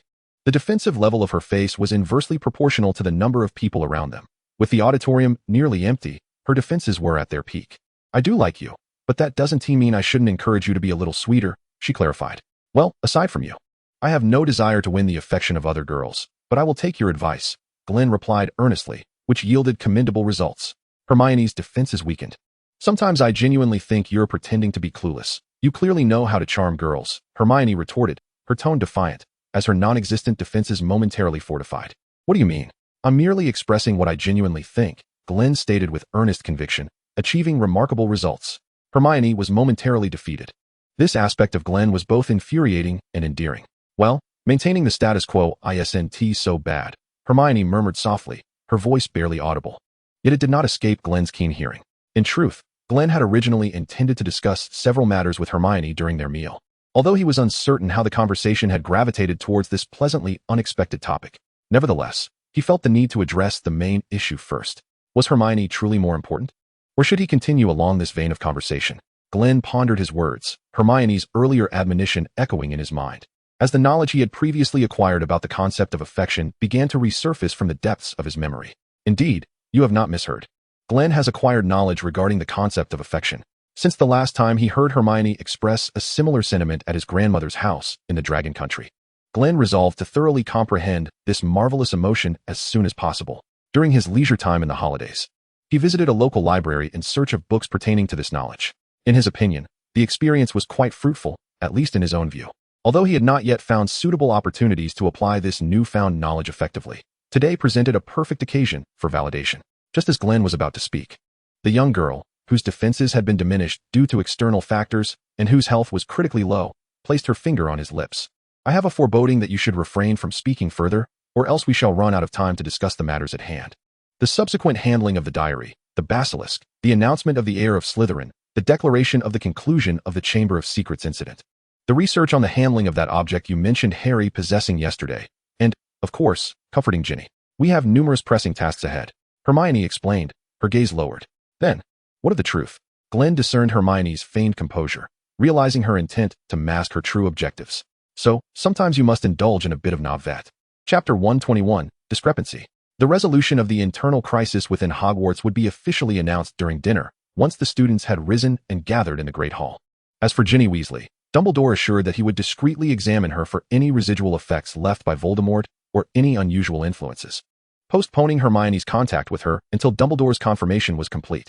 Lastly, there remained Glen's task, to further explore and develop the method of utilizing the Cruciatus Curse to separate the characteristics of the soul from its pure essence. This was to resolve the issue of the fragment of Voldemort's soul that had attached itself to Harry Potter and continued to grow. The diary of Tom Riddle would serve as the practice subject, with the goal of obliterating the fragment's self-awareness and transforming it into pure soul essence.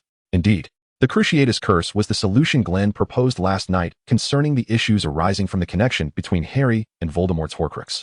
The functioning principle of the Cruciatus Curse lies in the severance of the soul. Thus, if the curse, which is precise and controllable to a certain degree, could be transformed from an instrument of torment into a surgical scalpel for the soul, might it not be possible to excise the impurities that do not belong to this part of the soul?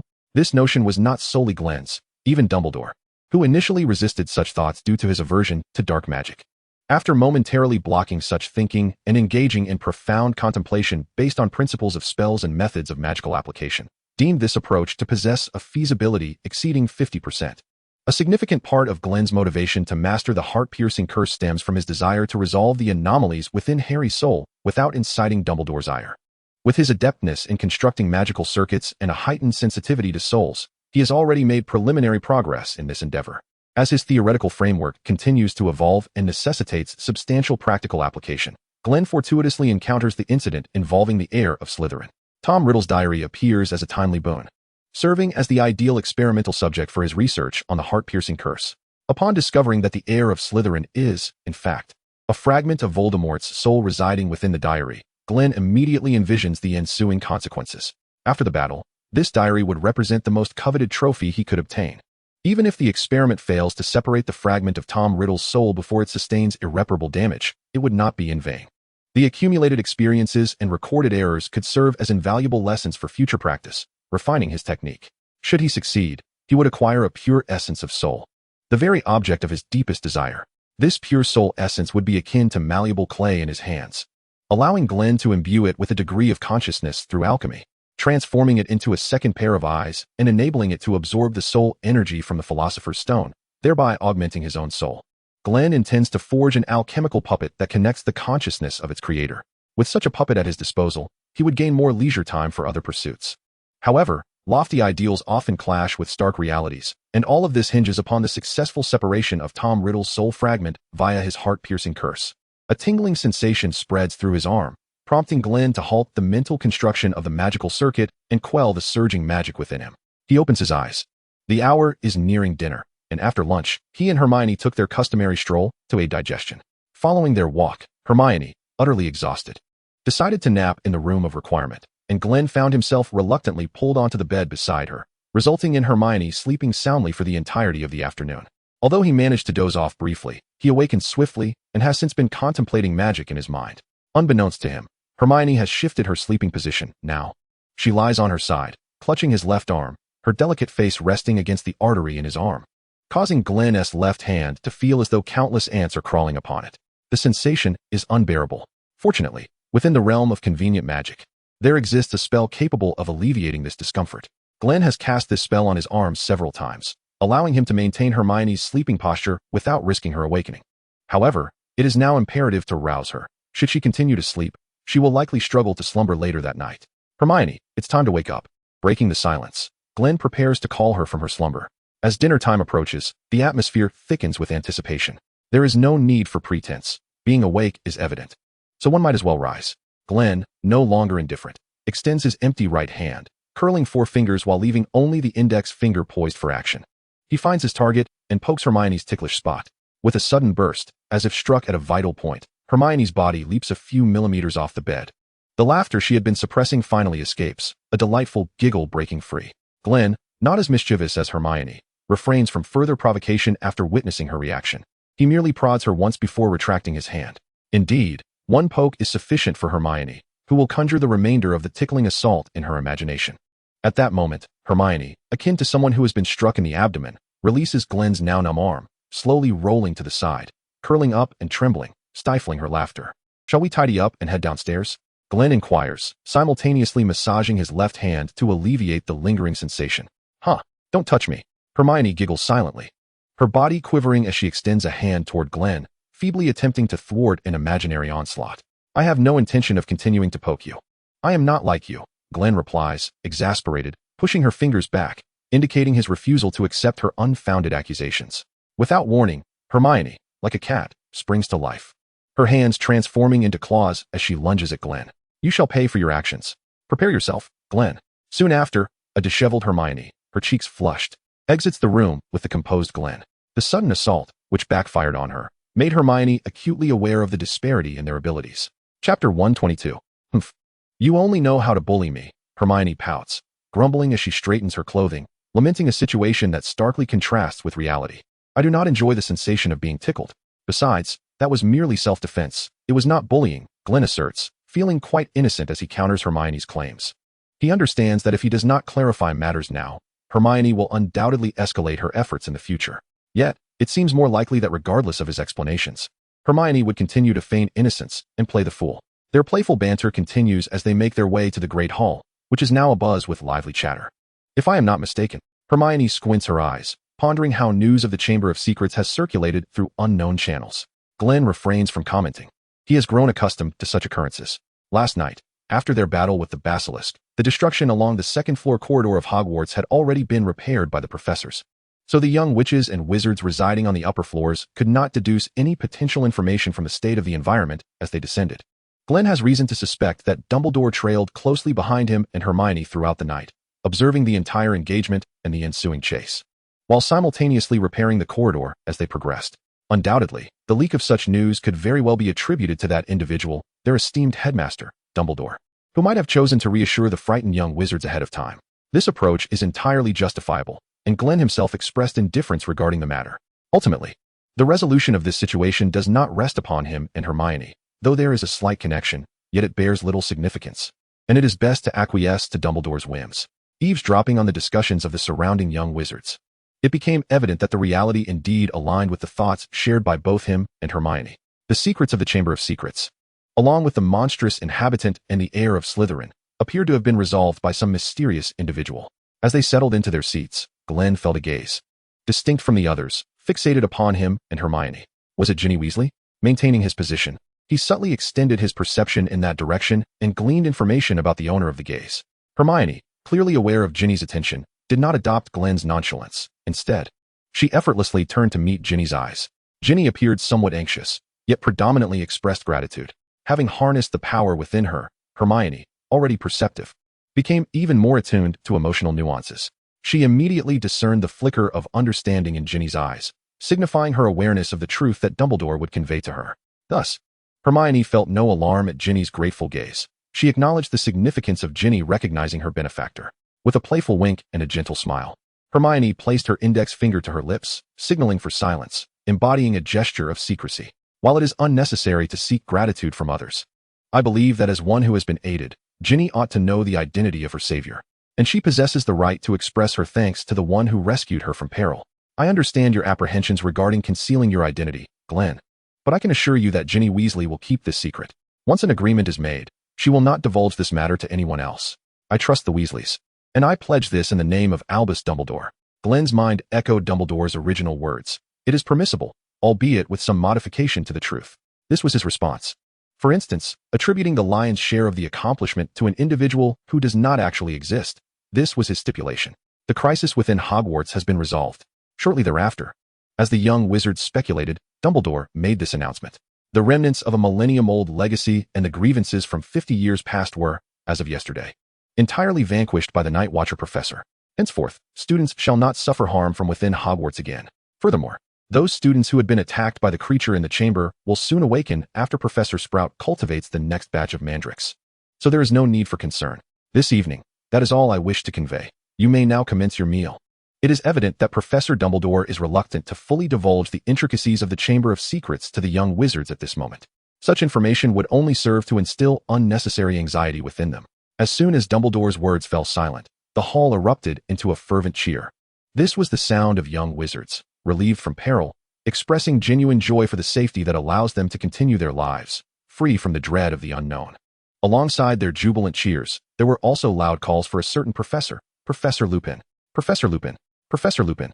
The waves of shouting crescendoed, releasing the pent-up pressure that had long resided in their hearts. Where is Professor Lupin? Indeed, where is he? We wish to thank him in person. Suddenly reminded of the enigmatic professor they had encountered only once at the first dueling club, the young wizards began to murmur restlessly. Anticipating this very scene, Dumbledore had prepared an explanation. Your Professor Lupin is currently resting in his quarters after the exertions of last night's events, and thus will not be joining us for dinner this evening. After a brief silence, the young wizards exchanged glances, then began to chatter excitedly. Oh, what a pity. But let him rest well. Indeed, we can express our gratitude to him at a later time. Listening to the myriad expressions of concern for the mysterious Professor Lupin, Hermione cast a playful glance at Glen. How does it feel to be praised by others? She inquired. Glen's expression remained unchanged. I feel nothing. Chapter 123, A Visit of Gratitude. Glen was indifferent to the satisfaction and recognition that came from others' approval. His actions in vanquishing the Basilisk and thwarting Tom's schemes were not motivated by a desire for such ephemeral sentiments, rather than concern himself with these trivialities. Glen preferred to devote his energy to contemplating the intricate spell required to handle the diary's curse. That was the true matter that demanded urgent resolution.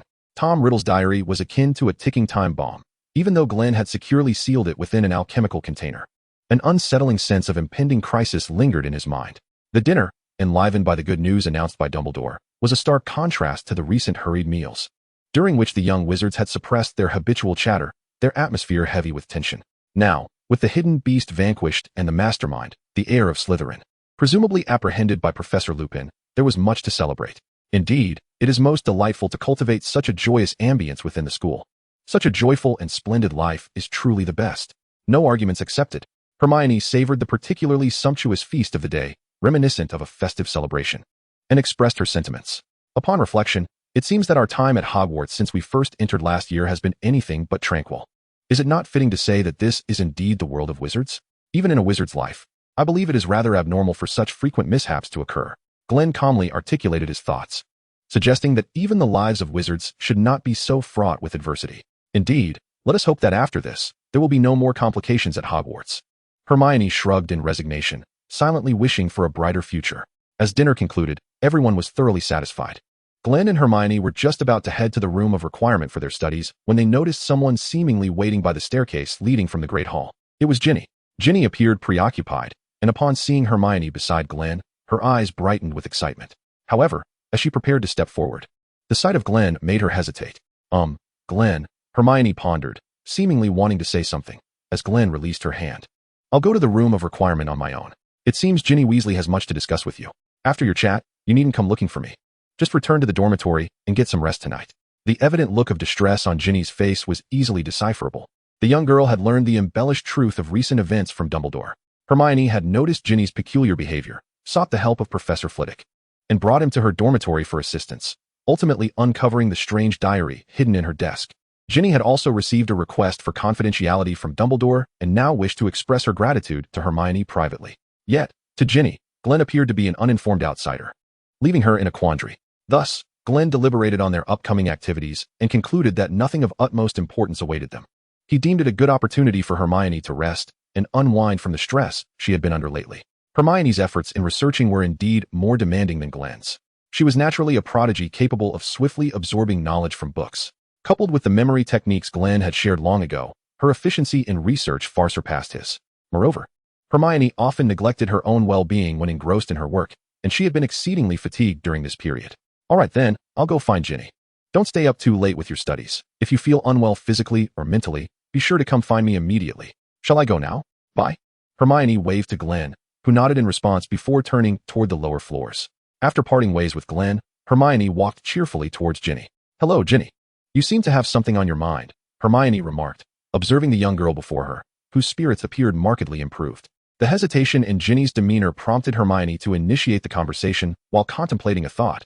Had Professor Dumbledore secretly cast a charm to alleviate Ginny's physical exhaustion?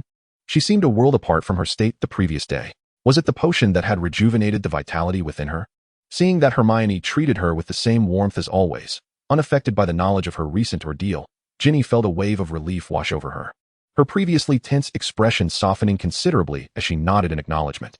Noticing Ginny's anxiety had somewhat dissipated, Hermione gently took Ginny's small hand in hers. This is not the place to discuss that matter.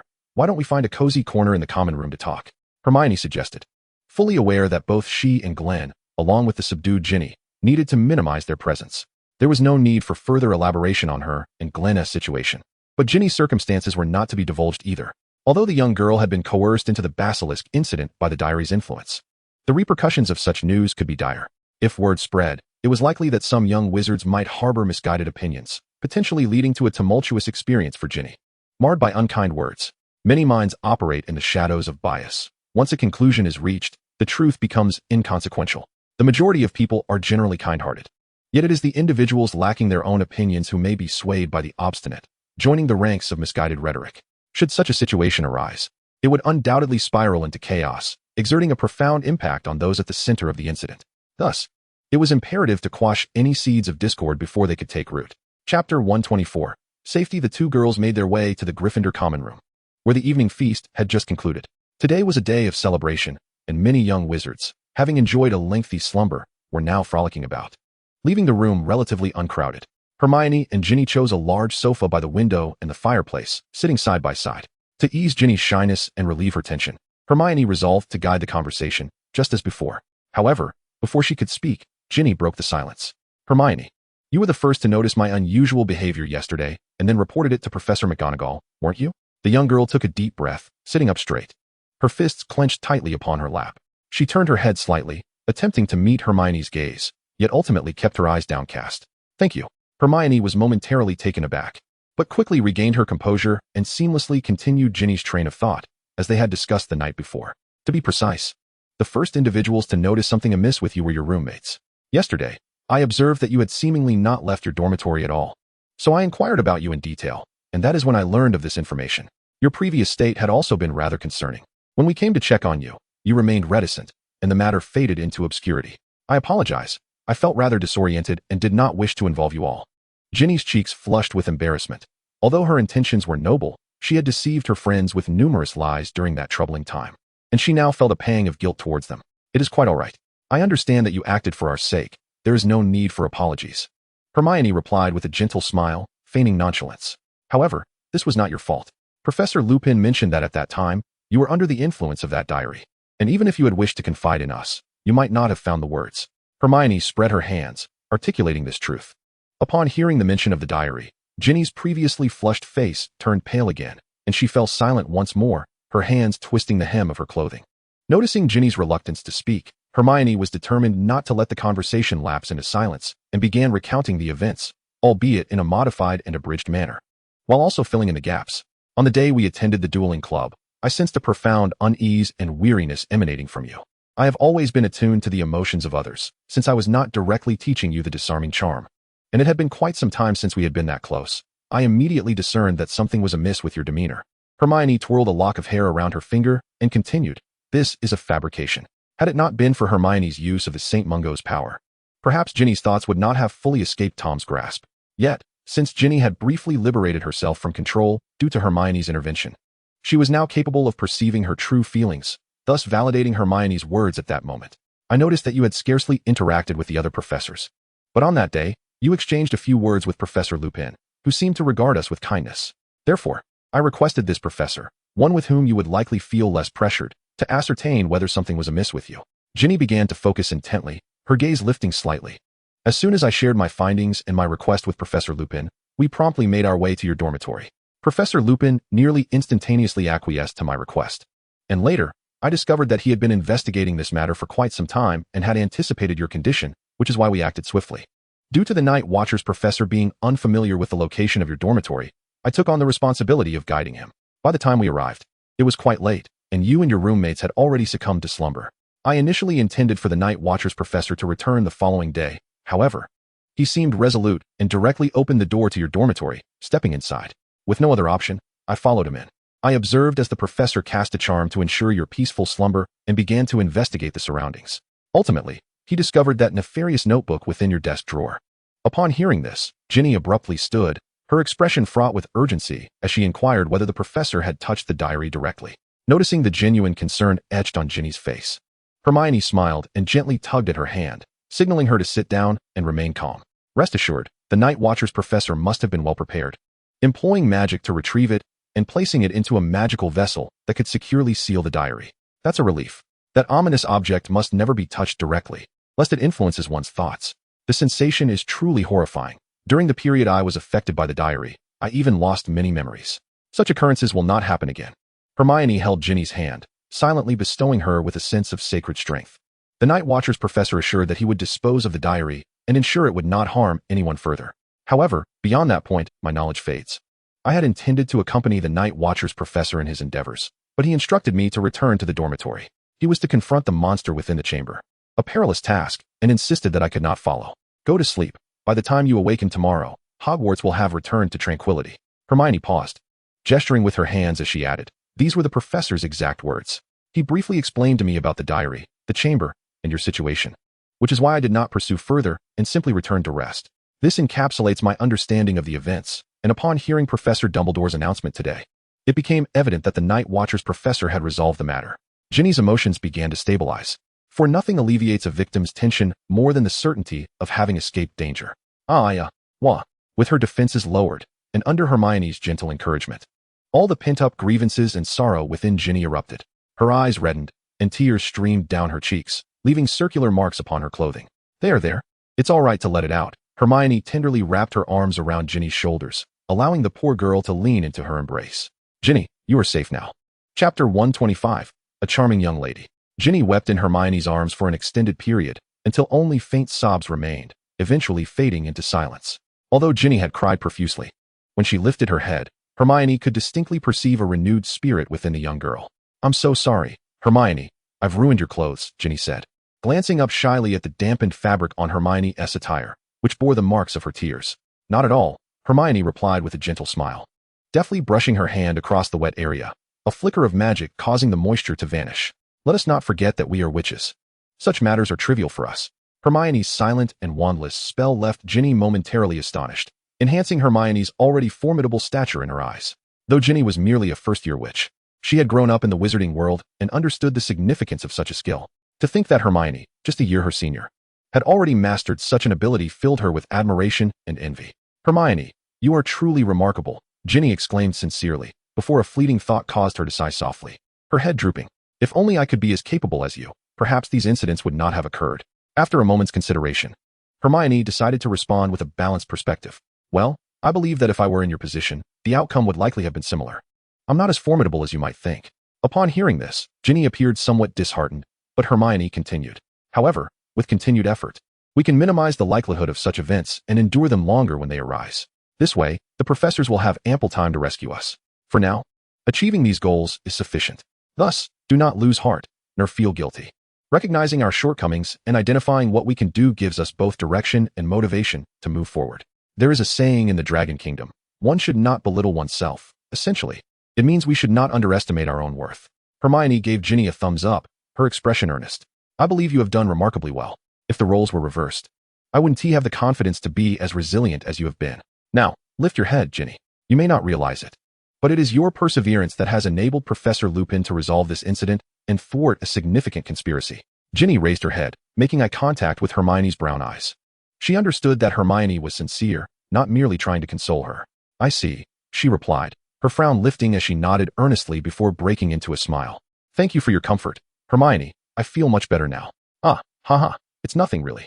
No need to be so formal. As friends, it is my duty."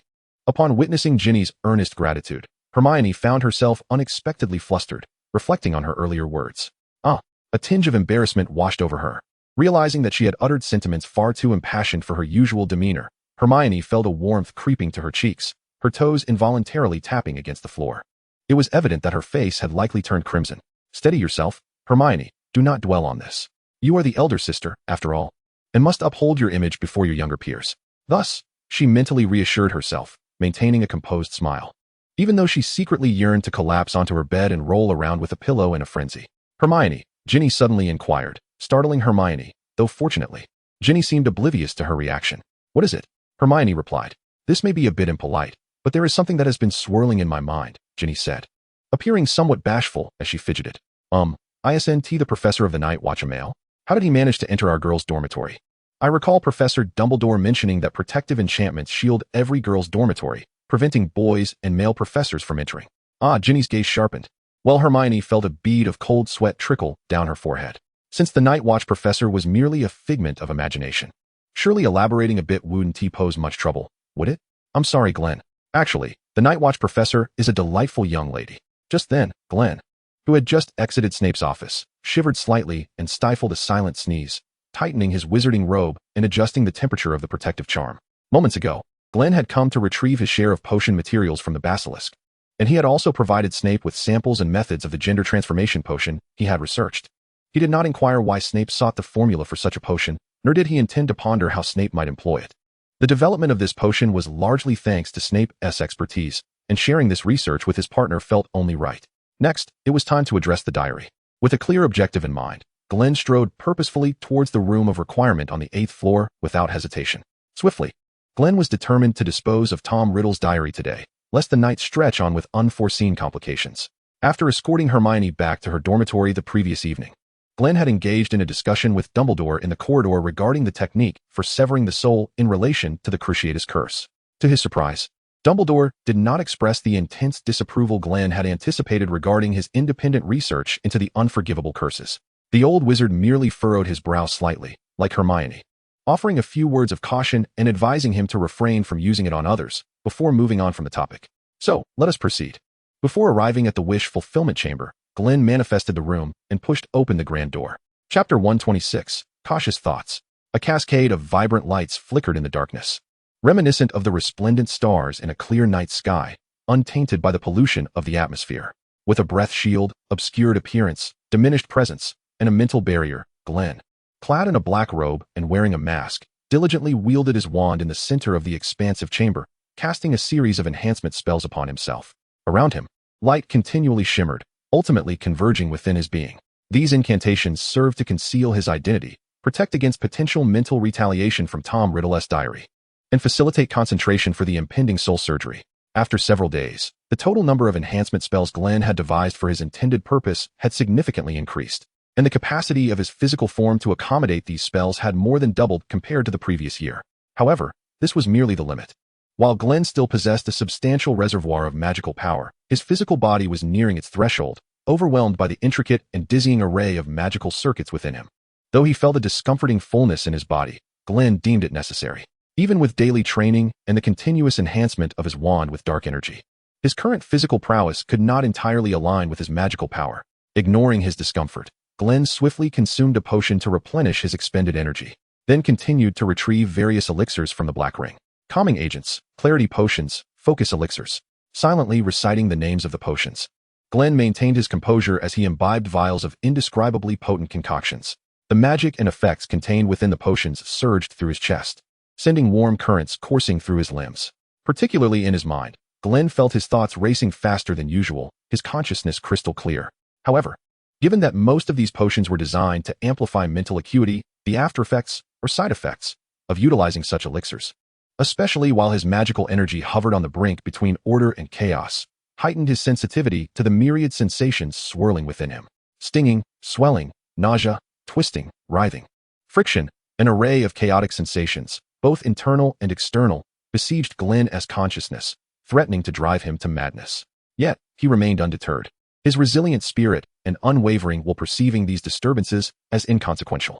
"Thus, my preparations are complete." Without uttering a word, Glen expressionlessly retrieved a set of alchemical devices, tools that would similarly augment his mental fortitude.